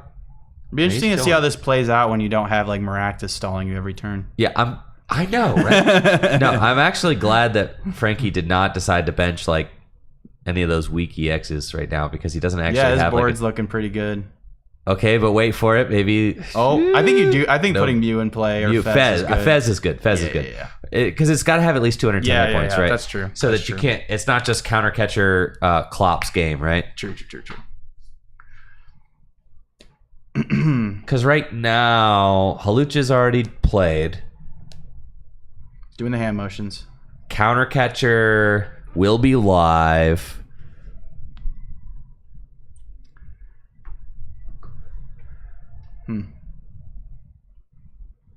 Gonna draw 3 off that. Flip the script. He's got a Hoot in play. He can do another Teal Dance. Pretty good turn here from Frankie. Oh yeah, this is feeling real solid. Don't bench that Mew, and we're chilling. Yep, love Good it. Self-control, Frankie. Yep, love it. Love it. Now he's just deciding what energies to discard. I think you probably just go 2 off the active. No, I go 1 off the active, 2 off the bench.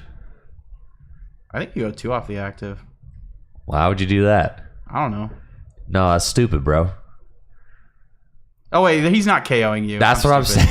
Never mind. I was thinking that the Raging Bolt was gonna get knocked out. No. Don't do what I said. Yeah, no, dude. So that's why Jesse didn't do good at NAIC. Precisely.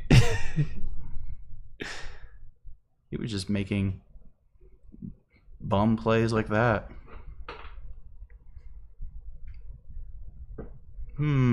Yeah, so Justin now has got Ultra Ball, so can go get Dusknoir, but has 3 prizes left to take to Frankie's 2. His Halucha is exhausted.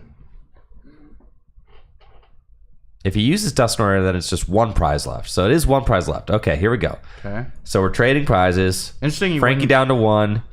Justin to 2. Why wouldn't he use it on the Hoot? I wonder. Huh. Another Ultra Ball. Blood. That's it. See, I forgot about Blood Moon. I knew there was a. Blood Moon. I knew that there was a way that the game just ended so easily. I'm so washed. How did I forget about the Blood Moon? It's Blood Moon, bro. It's Blood Moon. Yep, that'll do it. I knew it. Yeah, you gaslit me into thinking there was. Yeah, I was like, bad, dude, it's so free. But then I was just looking at the board, Yeah. and it didn't look like it was great for. Sorry, Justin, bro. but- I've been live for 11 hours. I'm starting to. Dude, I'm starting to get a little fried. I get it. It's all good.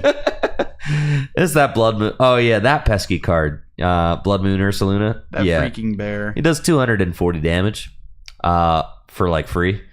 Yeah, it's like Radiant Charizard, but has more HP. Yeah, this card's and kind of attacks nuts. for colorless. Yep. Gives up an extra prize, but who cares? God, man? it's You got so 260 broken, Why do they say, you dude. know what, we should just give this...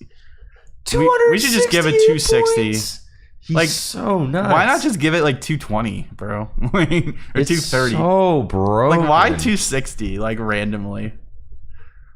I get it. I guess I kind of get it because it's like to stop Blood Moon from being able to KO itself. He should be able to KO himself. And give it like 250. Like, why 240? I can't believe they printed Radiant Charizard, which is already like one of the most broken big basic Pokemon ever printed. And they were like, you know what? We should just keep this card in format. It's on theme because Blood Moon Ursaluna in the video game and VGC is like insane as well. So like it's kind of on brand. The video game is not real, dude. The video games. Also, apparently that like Ursaluna itself is easy to get, but the Blood Moon Ursaluna is just like a pain to I obtain. would argue that the video game is like not even canon. It's not anymore. The video game's not canon. Video game's fake. Yes, precisely. All right, that's fair. Yes. I would say that the only thing that's canon is the trading card game. I can So, get behind that. I think yeah, you need yeah. to pay out the prediction for top 8. Oh, I do need to pay out the top 8 predictions. So true. Because, like, is the manga canon? What one? Dengo one. The manga? Man, Yeah, I don't dude. know. Dude, people, like, try to kill each other in the manga. What? Yeah, there's, like, I mean, like, I'm serious. There's, like, death That's and crazy. There's, like, death and murder and stuff in the manga. It's, like, crazy. That's scary. I don't know. It's if I like It's that. crazy. I'm asking you seriously. Like, is the Pokemon manga canon? Because it's like crazy. I have no it's idea. Like literally nuts. Ooh, starting Baby Bolt. That's good. Love to see it. Starting Blood Moon. You don't love to see it. You know, Is that all he's got? Oh. Oh no. Say it ain't so. Okay, good. this is all you need, Frankie. This is such a crack start. This is exactly what you want, dude. This is like. He's what dreams are popping made of. off. He's popping off. He's got an energy on the Baby Bolt. I was like, okay, well, maybe he doesn't have Ogerpon. Slams a nest ball. Fan Rotom, fan call. Oh my god, it's so good. Dude. He's got good guaranteed snipe next turn. You just have it with the Noctowl. Unless Justin Ionos. This is so nuts. And then Justin Open Bear too? That's not great. And Arbok got sliced in half? What the heck?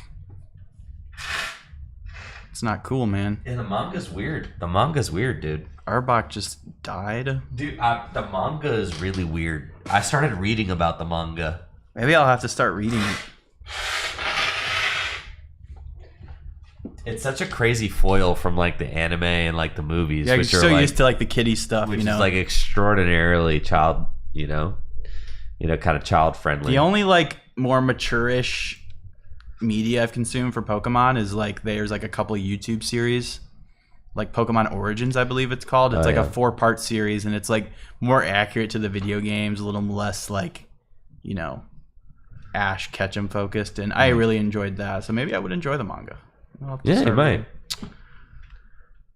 So the one thing I don't like about Frankie, what he did last game and this game, is getting out the 80 HP Hoot early. Yeah. This is a matchup where you like want to save that particular Hoot for later in the game to prevent a Halucha. 100%. Yeah, I learned that the hard way. So, well, thankfully, like you did that on stream, but it didn't end up mattering because in game 2 you prized the 80 HP Hoo-Hoo. See, and game 1 it didn't like make a difference. So you were fine. So it's all good. See, but I knew I didn't miss. Yeah, you were fine. Obviously, if you prize the 80 HP Hoo-Hoo, then you can't go get it. So yeah. And maybe Frankie prized. It's like maybe he prized both 70 HP Hoo-Hoos. I would hope that's not the case, but the fact he only got one Hoo-Hoo makes me think that maybe he did.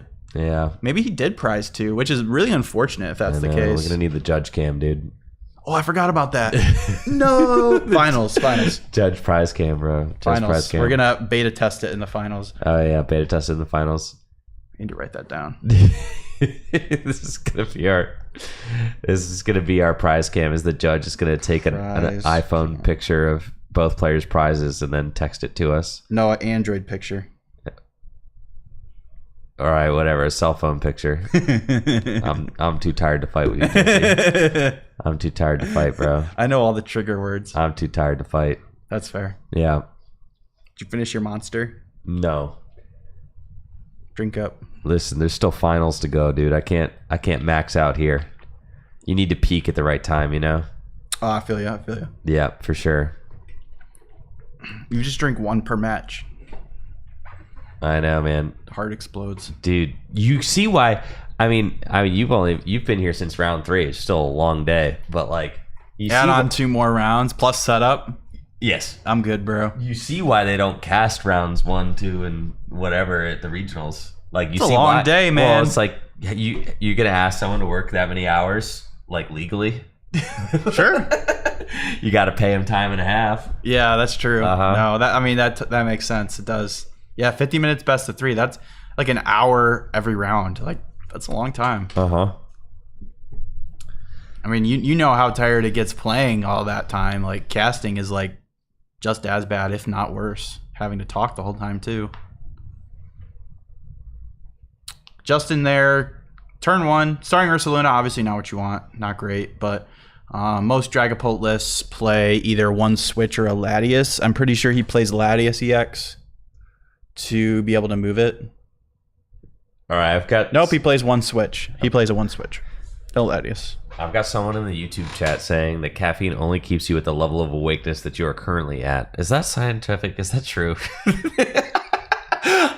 That cannot be true. I don't know if I agree. That cannot be true because in the morning I wake up feeling like a zombie and then I have my caffeine and then I definitely get like into a better space. Yeah, so I'm going to refute that claim. Yeah. I'm going to say that is verifiably false, and my evidence is every single day of my life. Yeah.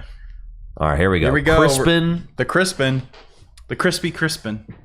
Dude, and the Crispin is so good early game. Honestly, this is like exactly where you use Crispin, Noctowl, Crispin. Yeah, it's so nice having like so the pair of Crispins to use early, and then you have Sawdust for the rest of the game.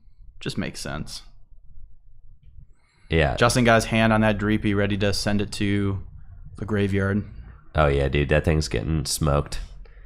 And this is like the dream start for Raging Bolt. Oh, yeah, exactly what you want. But no Hoot-Hoots, man. No supplementary Hoot-Hoots. That's kind of scary. Bro, you're Did he get one off his chilling, prize? dog. You're I don't know, man. chilling, dude. He didn't get one off his prize. You're chilling, bro. You're chilling. Yeah, you're worried too much. You don't even... The Noctowls are a crutch in Raging Bolt. They're really just there to get your turn 2 and turn 3 going. Noctowls are like cheating. And then you're just playing... No, you're just playing off the vibes after that. Like, dude, I'm serious, man. You do not even need those things. The Noctowls are there just for like the early Nutter Butter play, and then you're just playing off vibes for the rest of the game. I'm so serious. I'm not even lying. Bro, I want at least one more. You do not need them, dude. They are a crutch, bro. You can draw up to 6 cards. You can Mew your hand to 3, and then you can Fez your hand up even more. You don't even need those cards. You don't need them at all. You can Sada to accelerate energy into play. You draw cards with Sada. You're fine. You don't... I mean, the good thing for Frankie here is that he should just be totally fine to just keep chasing down these Drakloaks. That's what I'm saying, dude. So, and he might not get punished for having those prized. So here's what I expect from Justin, right? It's like, okay, If Justin, worst thing he could do. What's the worst thing he can do? Counter catch or something. All right. Counter catcher, big bolt. Counter catcher, big Or bolt, Noctowl. or Noctowl. All right. So then, what do you need to get out of that Noctowl situation? A single energy? Okay, that's fine. You know, it's not like he's doing like the Maractus thing. All right, counter catcher, big bolt, even better. I got Sada in hand, dog. Like, who cares? Does he have energy in the discard Nest pile? Ball, Latias, right there, dog. Here we go. Ultra Ball, Latias, I'm back at it. I'm telling you. I'm talking about when he gets Iono'd later in the game. That's when you get Mew out. Make sure Mew is there. Make I sure... thought we don't want to put Mew in play because it's one shot. No, that was last game. Okay. This game, you're in the driver's seat. You just keep the pressure No, that's on. fair. That's fair. Yeah, this game. Oh yeah, that Draclo's going down. Yeah, this game, pedal to the metal, dog. Yes, we are going Baby Bolt, Thunderburst Storm every single turn. I am announcing Thunderburst Storm. You're going to knock out the Dracloak. So you just chase it at whack-a-mole. He didn't even get an energy Bop, down. bop, bop, bop. Well, he's got to be careful because Blood Moon's going to come into play here pretty soon. But I guess you don't really care. You got the bolt to deal with. That's that. fine. Yeah. You got the Sun Bolt and then the Daddy Bolt. Oh, yeah. He's chilling, dude. He's huge chilling. Frankie is looking smooth sailing right now. He's like already thinking about game 3. Oh yeah, dude. This is one of those situations where you're like you're chilling everything. so hard, or you're like, yeah, man, game 3 is gonna be so slick. I'm gonna be fine in game 3. You're already skipping ahead. Yeah. You don't want to get You don't want to get too in over your head. You want to definitely win this game first, or there won't be a game 3. Because if you lose 2 games in top 8, It's true, Jesse. you can't move on. It's true, Jesse. Yeah. It's true. I've heard that. Yeah. That's true. Yeah, this is why sometimes you play Latias, but also playing one switch is enough too. Because generally you just need to move that Blood Moon once as the Dragapult player. But yeah, I mean, starting it's pretty rough. Not what you want to see. Ooh, Frankie going in with the Judge? Wait, so did Frankie prize Latias? Uh-oh. Bruh, I think Frankie might not be announcing an attack this turn. Because guess what? You can't Noctowl for the cards he needs. If he did prize, I'm pretty sure he prized Latias. That's kind of unfortunate. That's going to be Justin's. Yep. He don't got. He can't move. It's a burst roar angle. That's that is what Justin needed right there. That is the turn Justin needed to get back into this game. Okay, I guess it's not over yet. Well, let me see what Frankie plays. Does he have E-Switch? No. Yeah, so Frankie has no way of moving this unless he restarts into Prime Catcher. Yeah, if he restarts into Prime Catcher, he's golden. But it's asking a lot off. I think he's going to restart for like a couple cards. He's going to Teal Dance.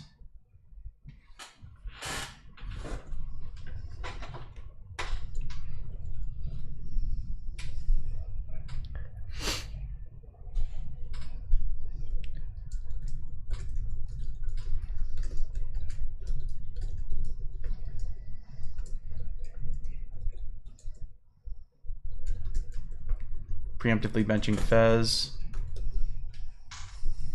Burst Roar. Not even going to restart. Actually, I think maybe he restarted before. Yeah, no. I don't hate it. But yep. Justin going to buy himself another turn there with that boss on the Raging Bolt EX. So that's really big for Justin. Really big.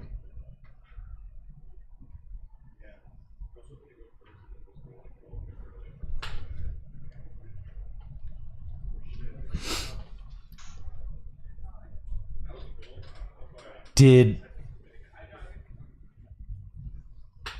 Frankie not take a knockout last turn? No, that's what I was saying. What did Frankie do? Frankie played Judge, or he went to play Nest Ball, realized that he prized Latias, I'm assuming, and then played Judge. Because he didn't have any energy in the discard pile to Sada. Oh, Yeah, bro. man. Damn, that's crazy, dude. Yep. So that boss play by Justin bought him the turn he needed. I can't believe that happened, dude. It happened, bro. That's so nuts. Yeah.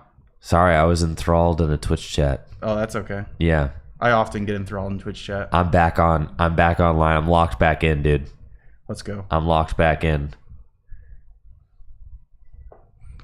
Yeah, For the record, I agree with everything you were saying in Twitch chat. Yeah, for sure. But that's okay. That's neither here nor there. Yep. It's actually there, but it's not here. It's not so here. we are in top 4 of the RozayPoke 5K though. And Justin Templar is announcing another recon directive. And he will get to look at the top 2 cards of his deck and choose one to put into his hand and pick the other card to put it on the bottom of his deck. Dude, that's so true. You're so right. Oh, he's playing the optimal research art. I love Professor Elm. I'm a Gen 2 baby.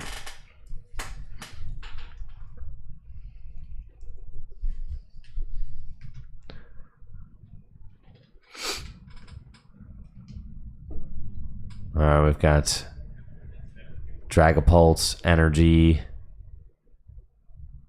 Gonna be another pass? Blood Moon active? I mean, I don't think so. That seems like a bad idea as a Pult player.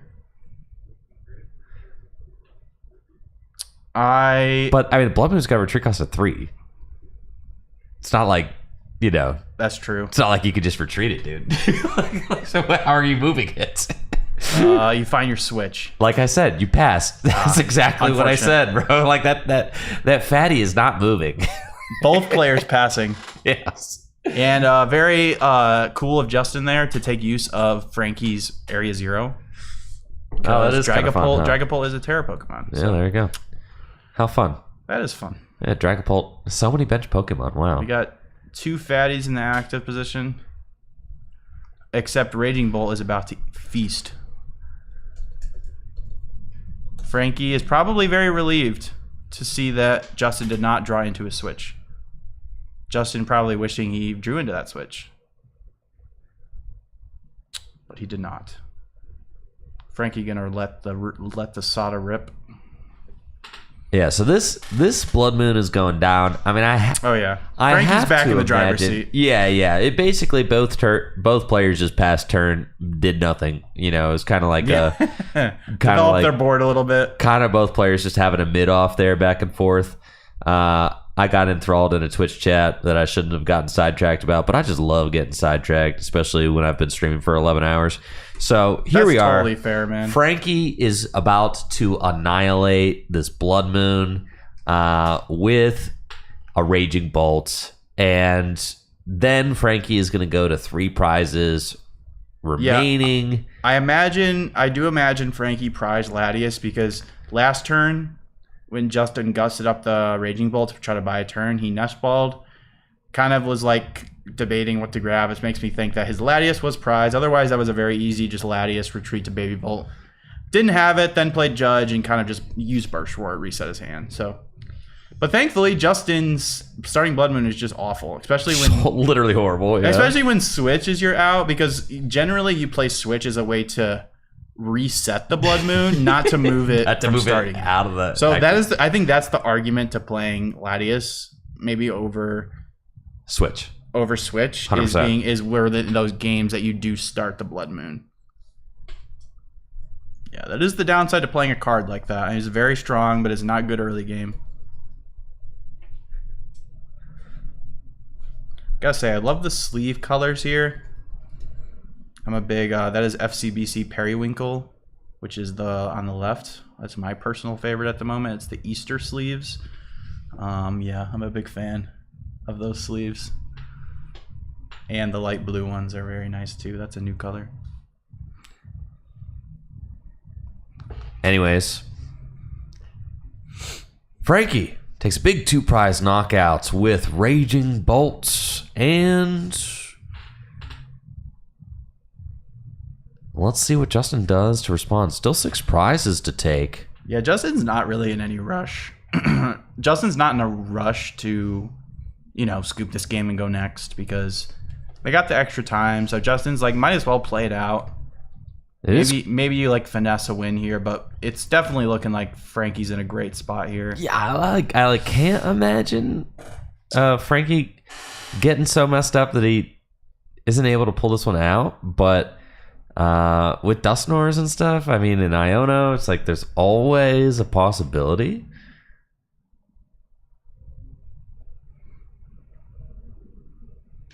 Always possibility. Iono to 3. Justin gonna get 6.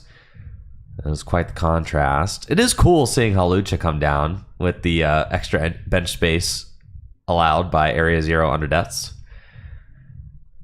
That's hype. And we've got to flip the script and double Recon Directive, draw more cards. So lots of cards here to be drawn. Recon Directive. And maybe a third Recon Directive. Sure. Let's see some more. Even do here. I mean, it's tough. Yeah, it's really bad because if you blow up a Klops or Dusknoir, then it's just one more 2-prize knockout for Frankie. Yeah. I mean, right. Like, that's like the downside to like Dragapult or Dusknoir in general as a card. Dusknoir is just becomes much worse when you're getting like run down because you can't really afford to give up those prizes. So it kind of just lots of times we'll just sit there and just collect dust. Because you definitely do not want to give it to Frankie. You want to keep him on odd prizes. Force him to go through 2 Dragapults. And now I think he's just thinking of where to place the damage here. 200 active and 60 on that. Baby Raging Bull has 130, so now it's got 70 left. Yeah. I think the reason he did that, he just didn't want to trigger Fezandipity, didn't want to take the KO on anything. I feel like it might have been, I feel like I would have rather seen like 1 be placed on like all of the Ogre Pawns to soften those up, but yeah, maybe you just don't need to.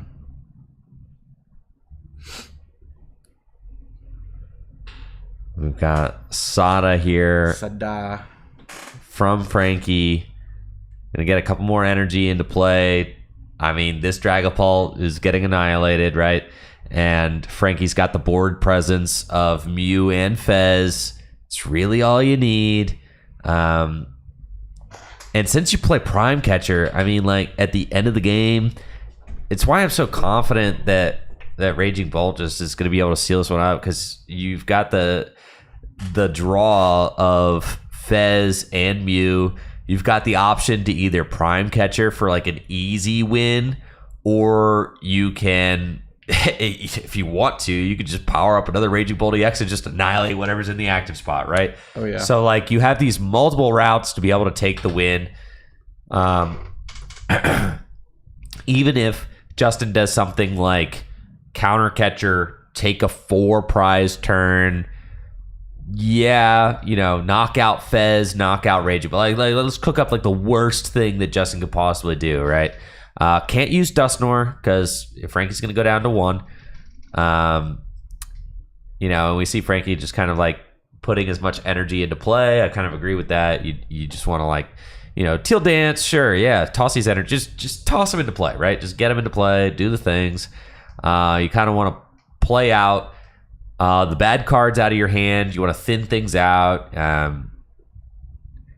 and blast this thing. So you certainly are going to want to discard the 2 energy off the active Raging Bolt. You got to imagine if Justin has any hope of winning this game, I think it comes with knocking out this Raging Bolt. So I really want to see the Raging Bolt discard both energy. In a lot of situations, you keep 1, but I would discard both. Yeah, at this point. Yeah. But maybe knowing that he prized the Latias is keeping him not wanting to do that. I don't know. But yeah, no, I agree. Like, in a lot of situations, you do want to keep 1 on the Raging Bolt, but I think this is one of the situations where it's like at the end of the game, you just let it all loose. Like, actually just get rid of all of them. But I guess like Frankie does kind of have checkmate here anyways with the Baby Bolt. Well, taking his last prize. Yes, right? Because like, yeah, and that's the thing. And I do agree with Frankie's leaving all the energy on the Baby Bolt, right? Because that is the situation where, like, even if he comes up with a Dragapult, right, then I just go, all right, Baby Bolt game. And now Justin wants to do probably is Iono, Counter Catcher, KO Baby Bull, and the EX. Yeah. And then just hope that Frankie can't muster up a knockout, which honestly... It's why I said he had to leave one of the energies somewhere else, right? I think, for sure. Yeah, I agree with that. And it's like... Because, like, if Justin does that, and Frankie has no Hoots down, like, he's relying off Mew and Fez to try to get another, like, fully powered up...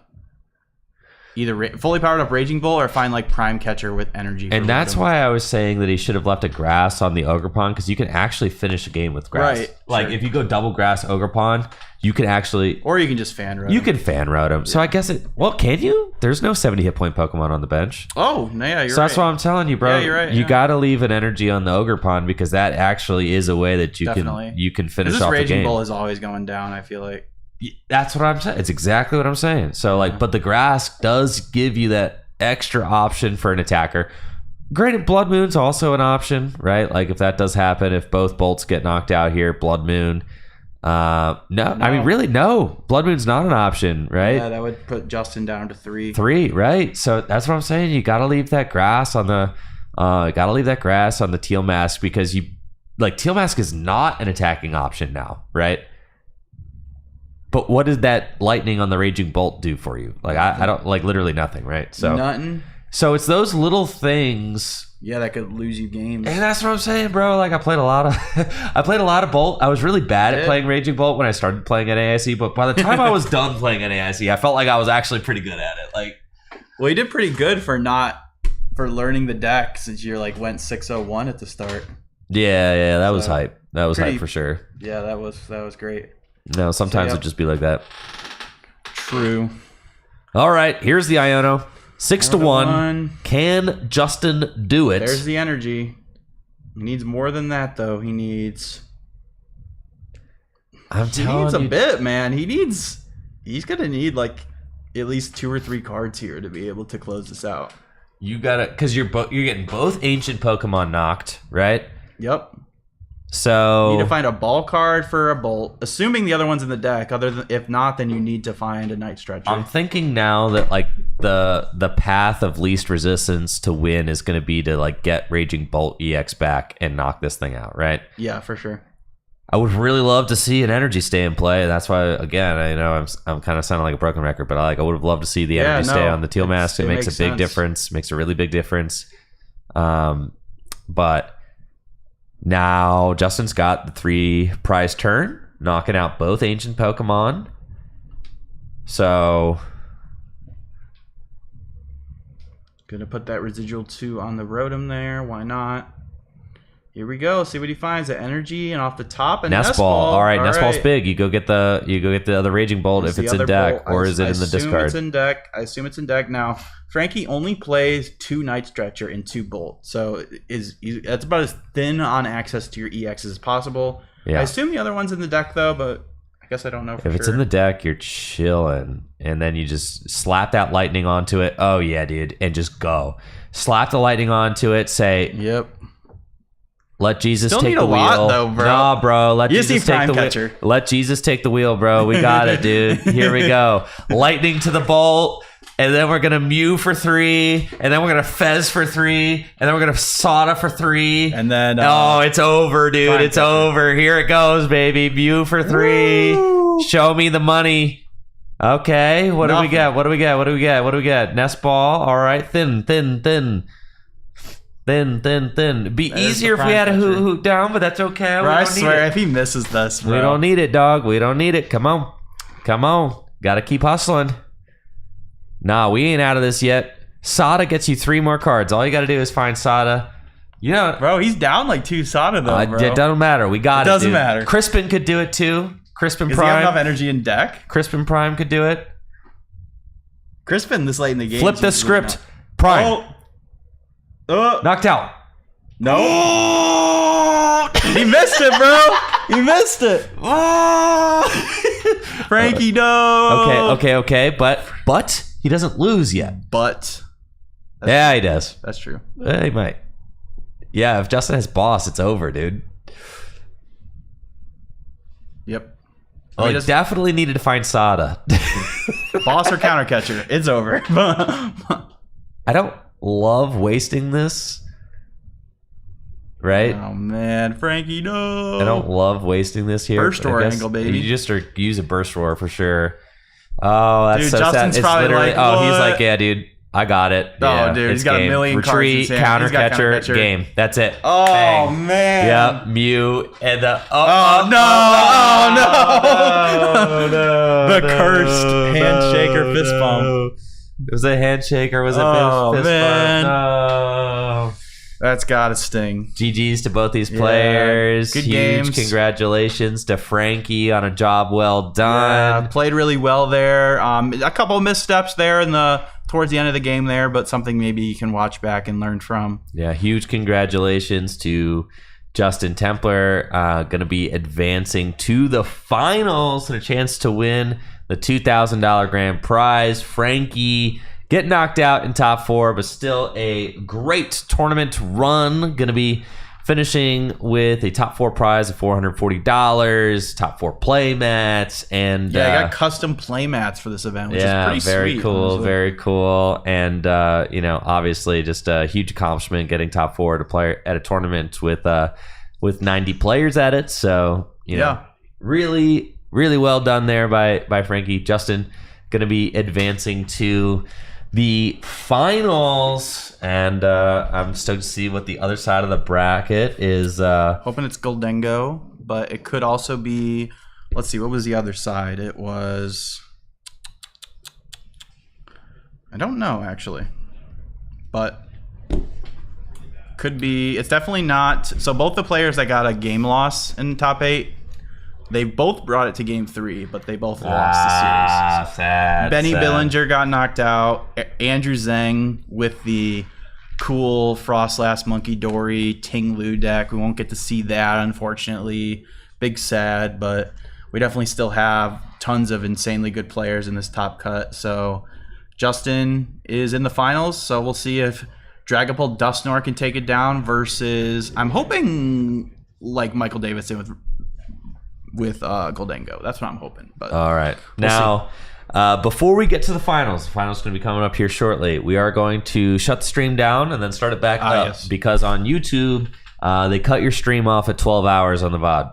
So we're approaching that very quickly. In fact, we'll be there in 30 minutes. So I don't want the VOD to cut out the finals. That would suck. So instead, we're going to cut the stream here at top 4. So on Twitch, you could just stay put, because if you stay here on Tricky Jim, then you will see the new stream pop up immediately. If you're on YouTube, you may have to navigate to the new stream when it pops up, and it'll pop up here in like 30 seconds because I'm getting ready to restart it right now. So that's your assignment. Click on the stream again if you're on YouTube so that you can get access to the finals. That's what we're coming at you with here in just a moment. So stream restarting so that it doesn't get cut off in the VOD. We'll be right back after this quick break. Thank you so much for tuning in. The finals of the RozayPoke 5K coming right up.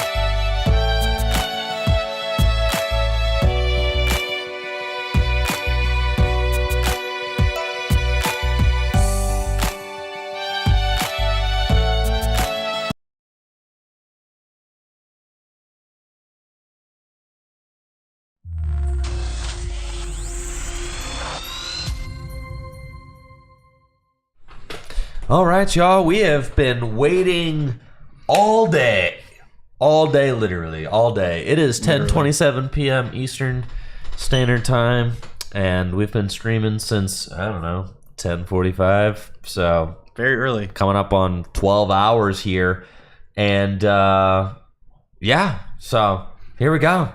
Only 2 remain. Yep, only 2 remain. We have got Justin Templer versus Michael Davidson, the finals of the RozayPoke 5K, competing for $2,000 cash, the grand prize here today. Guaranteed taking home $1,000. Golden Go versus Dragapult Dustnor. Let's get some hype going for our finalists. It's a matchup we've seen a couple times today already, and Goldengo has been the deck that has been performing in this matchup. So we'll see if that can continue. Justin's going to do everything in his power, I'm sure, to slow Michael down and not get that 2-2-2 prize map that Goldengo really likes going for. Just do everything in his power to slow down Michael with Badoo. So the coin flip here, again, like I said before, is going to be very crucial because both decks really would like to go second.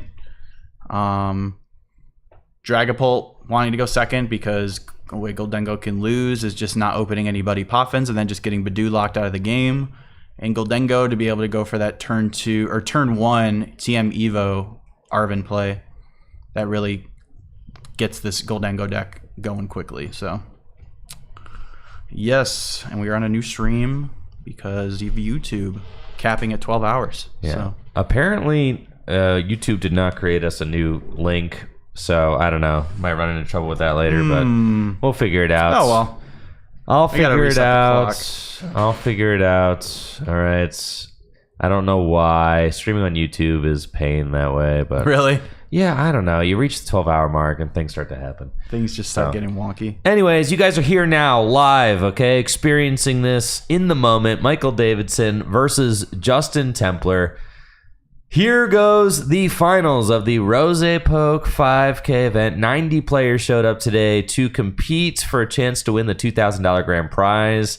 And these are the finalists. We've got Michael Davidson on the right with Goldengo EX Dragapult versus Justin Templer on the left with Dragapult Dustnor. We've got 75 minutes on the clock plus 3 turns, and there can Michael. only be one winner. Michael had a really nice start there going first. That's exactly what you want. Got down a pair of gimme ghouls, even got that Dreepy down, and more importantly, got that energy drop. So Michael is threatening a potential just knockout next turn, whatever Justin puts in the active. So as long as he has access to a Goldengo EX and another energy, or actually 2 energy, 1 to retreat and 1 to attack with, he can knock out the incoming Badoo that I'm sure is on the way from Justin. Justin did win the coin flip there, though, I'd imagine, choosing to go second, as you like to do with all these stage 2 setup decks. Just want to be able to play that supporter, potentially use a TM Evo, or just Badoo before your opponent can set up. So obviously, Michael did a pretty quick prize check there. Actually, it looks like he was kind of checking some stuff while letting Justin play out his first couple items there. Just trying to conserve time, trying to get through things as efficiently as possible. Michael's finishing shuffling up, though, and so is Justin after checking a few things in the prizes. So, yeah. This seems like a reasonable enough start from both players, Monkey Dory in the active for Michael. You know, the energy drop on the gimme goal is certainly a very good thing to see, since there wasn't a gimme goal in the active spot. Getting that energy drop is important because the Monkey Dory will have to retreat out of the active spot in order for Michael to start attacking. And what are you feeling here? Are you feeling like a Dango dub, dude? Yeah, of course. Of course. Yeah, man. I have full faith in Michael. Really insane player. He's honestly been one of my favorite players to watch since he aged up from seniors. Just seems like I think that's like a broken record. Like, there's so many of these age up seniors that are just killing it in Masters. And Michael is one of them. I mean, his first year as a Master, one of his first years he gets top 8 at the World Championship. So that's like really impressive. And then goes on to win a regional this season, not too long ago. So yeah, and he's been piloting this Goldengo deck really, really well all day. So, and yeah, he's got a really nice setup here. He just had the TM Evo in his hand just naturally. So he's able to TM Evo to both the Dracloak and a Goldengo. So yeah, I'm feeling really good about Michael's chances here, but definitely not counting out Justin here. I mean, obviously a good player in his right and currently in seniors, one of the best seniors players in the game right now. I think right behind Gabriel Fernandez as far as the best players in seniors in the world. But as far as North America goes, Justin is currently #1 in NA after this 2025 season. So clearly you can see why. Makes the finals at this event with tons of regional, with like 6-7 different regional champions, Masters regional champions in it. So the fact he's able to get finals off these players is really impressive. And with a deck as skill intensive as Dragapult Dusknoir, takes some skill to pilot this deck for sure. 100%. Yeah, Justin is really showing that there does not need to be a seniors age division anymore. That's been the story of today. We're making a really good case. I'm saying, dude, okay, of all these cash events that we've hosted between Full Grip and RozayPoke, okay, there has been a senior either in the finals or in the top 4 of all 3 of them. And these are the only times where you really get the seniors playing up with the Masters. And what's funny is I actually think that one of the only other times there was a major cash event, like a major kind of independent cash event hosted, I think Jason Klaczynski hosted this tournament. It was called like the Klaczynski Open or something, right? And how long ago did that happen? I want to say it was like back in 2015. Oh, but a senior won it. Of course. I'm just saying. So they've just been cracked. Yes, dude. Yes.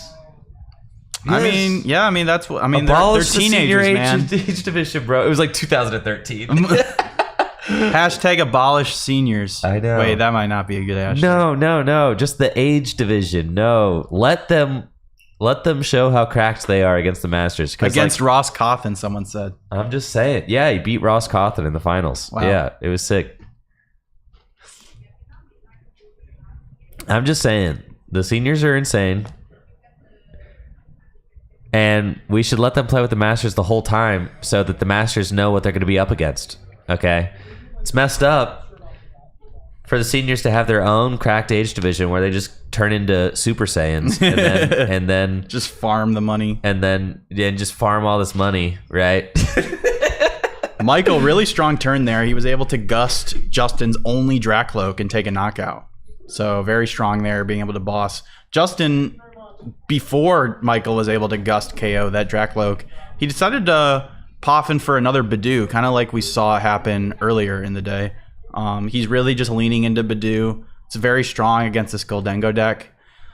You gotta wonder, like, at what point when playing this Dragapult deck do you decide to just go full, I'm just gonna try to Badoo you out of the game? Because honestly, like, I don't know if committing to it early is the best idea, because I think if Michael can sense that, he can kind of play more conservatively. But I don't know. Yeah, again, Goldengo's just in the driver's seat as it does. And Justin's hand is looking not so great. All he's got is a Dragapult EX. He's got 1 Recon Directive. It'd be interesting to see if Michael's able to find like his second boss and boss this Dracloak again. That'd be kind of insane. I doubt that's going to happen, but Michael there just thinning his deck some energy and see what he does here. He's got the Cypher in hand, but first we're going to Recon Directive before using that Cypher. See if we can get anything. He got the boss! Dude. Bruh. Does he have the energy, though? No. No. Got a Cypher. Okay. Yeah, I was about to say. No. Yeah, that'd be a little too convenient. I think Michael's just going to establish his board here further. Cypher a couple Dengos, maybe a Dracloak, maybe one of each. Maybe try to get energy down on this here monkey. But looks like I think he just grabbed Dracloak and Goldengo there. So seems fine. Yep. Just create that cracked board state.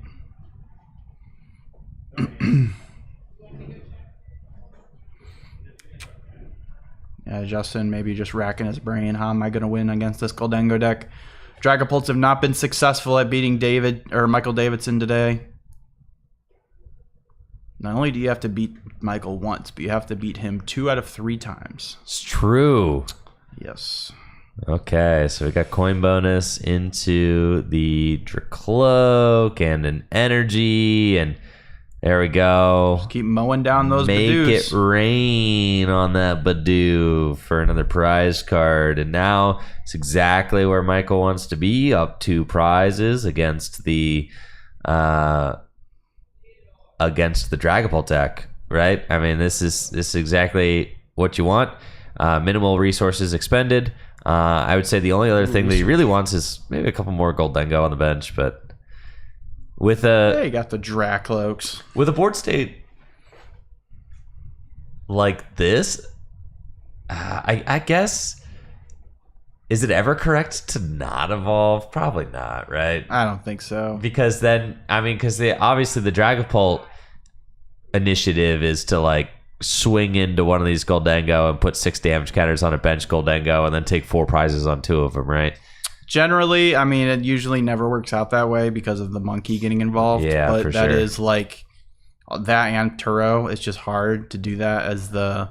But I do still think you play for that. I mean, you got to put 6 damage counters somewhere, Right. so you might as well just stack them all on a Goldengo and force Michael to have the monkey. But yeah, it's just honestly like I don't know. Like I was pretty convinced this matchup was like pretty even for. This matchup was pretty even, but maybe this new version of Dragapult playing the Neo Upper, I mean, maybe that just makes the matchup better for Goldengo when you don't have to deal with cards like Unfair Stamp. Because like Unfair Stamp was something that was really annoying to deal with For in the past. sure, right? Yeah, it seems like things are much more predictable. Yeah, it seems like Goldengo has a little bit of an easier timing. Things can definitely get hairy for sure when you get Badoo involved, but no item lock here is just going to swing into, like we said, swing into that Goldengo, put 6 on a bench, gimme ghoul, and now Michael's got a very easy route here. You just get all these energies out, put 1 on a monkey, heal up a little bit. Yep. Now the question, do you heal the active or do you heal the benched gimme ghoul? I think you heal the active. I do think you heal the active. Yeah, but I'm not sure. That is a question I am always asking myself when I play Goldengo. Is like, what's better here? What's more optimal? Right. I feel like sometimes it doesn't always matter, but just the fact you're healing the damage is enough. Also, Michael could just choose not to evolve this gimme ghoul that has damage on it. You could just like leave that in play. That's what I asked. Is it ever optimal to not? Oh, yeah. You know what I mean? Oh, I thought for some reason I thought you were talking about on Dragapult's side. I don't know. No. Okay, yeah, I think it might be honestly. Because then you're like, Oh, we didn't even look at the other no, card. because that's a Goldengo. He's, He's like, like, yeah, I don't I want do that. not care what the other one is, bro. I need another one of these. Oh, so he okay. is going to evolve it. Okay. right. And I think that's fair. Force him to have it, right? And start messing up damage with Monkey Dory. I like it. I think he might just heal the bench then. Yeah.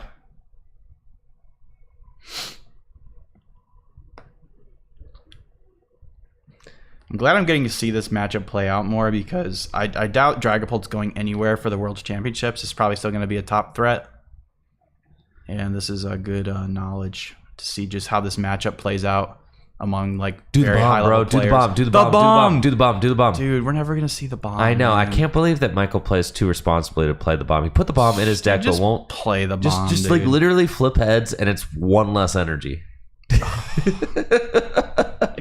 I mean, it's can't already believe one it. less energy with the monkey. I can't believe it. I bro. can't, but still, I can't believe it. I can't believe that we have not gotten to see the bomb. Dude, With as he many could- times as the bomb has been in Michael's hand, we have not gotten to see it played yet. It's actually preposterous.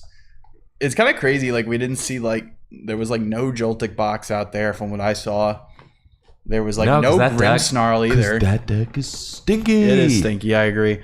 And Grim Snarl is kind of not out there really much at all. I mean, it seems like all of these high level players either decided to bring Dragapult or Goldengo, and then we also have Gabe bringing Gardevoir. But he got eliminated in top 4. Still a good run though, getting top 4. But Justin was able to best him with the Dragapult. And normally you would think Dragapult has a hard time against Gardevoir, but with this Dusknoir and Neo Upper, it's actually can just put on a lot of pressure against Gardevoir, is what they were telling me out in the lobby. So it's actually not that bad of a matchup for Dragapult. Goldengo, on the other hand, definitely seems a little more challenging. You're just having your Dragapults mowed down left and right with no remorse. Michael setting up perfectly, never prizing any of his Dracloak pieces. Just immaculate board. Yeah. Getting very clean setups even while going first. You know, that's just Goldengo. That's kind of why I really have liked the deck. It just feels like you always kind of like play your game. You always can do stuff. It's true. I mean, an event like this, Raging Bolt, there were 2 Raging Bolts in top 8. So, like, yeah. Michael definitely could have had his run ended by one of those. I mean, for sure. You have to dodge that, right? Because that matchup is not good. And you got to get very lucky for that to work out for the Goldengo deck. Definitely unfavored for Goldengo. Especially in a 2 out of 3. Yeah, you're going to have to get quite lucky. Yeah, for sure.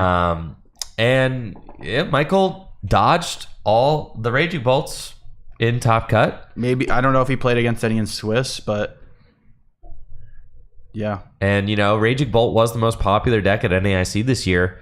But if you're not going to face them, then yeah, you've got some good matchups across the board. Plenty of other decks out there in the sea. There are.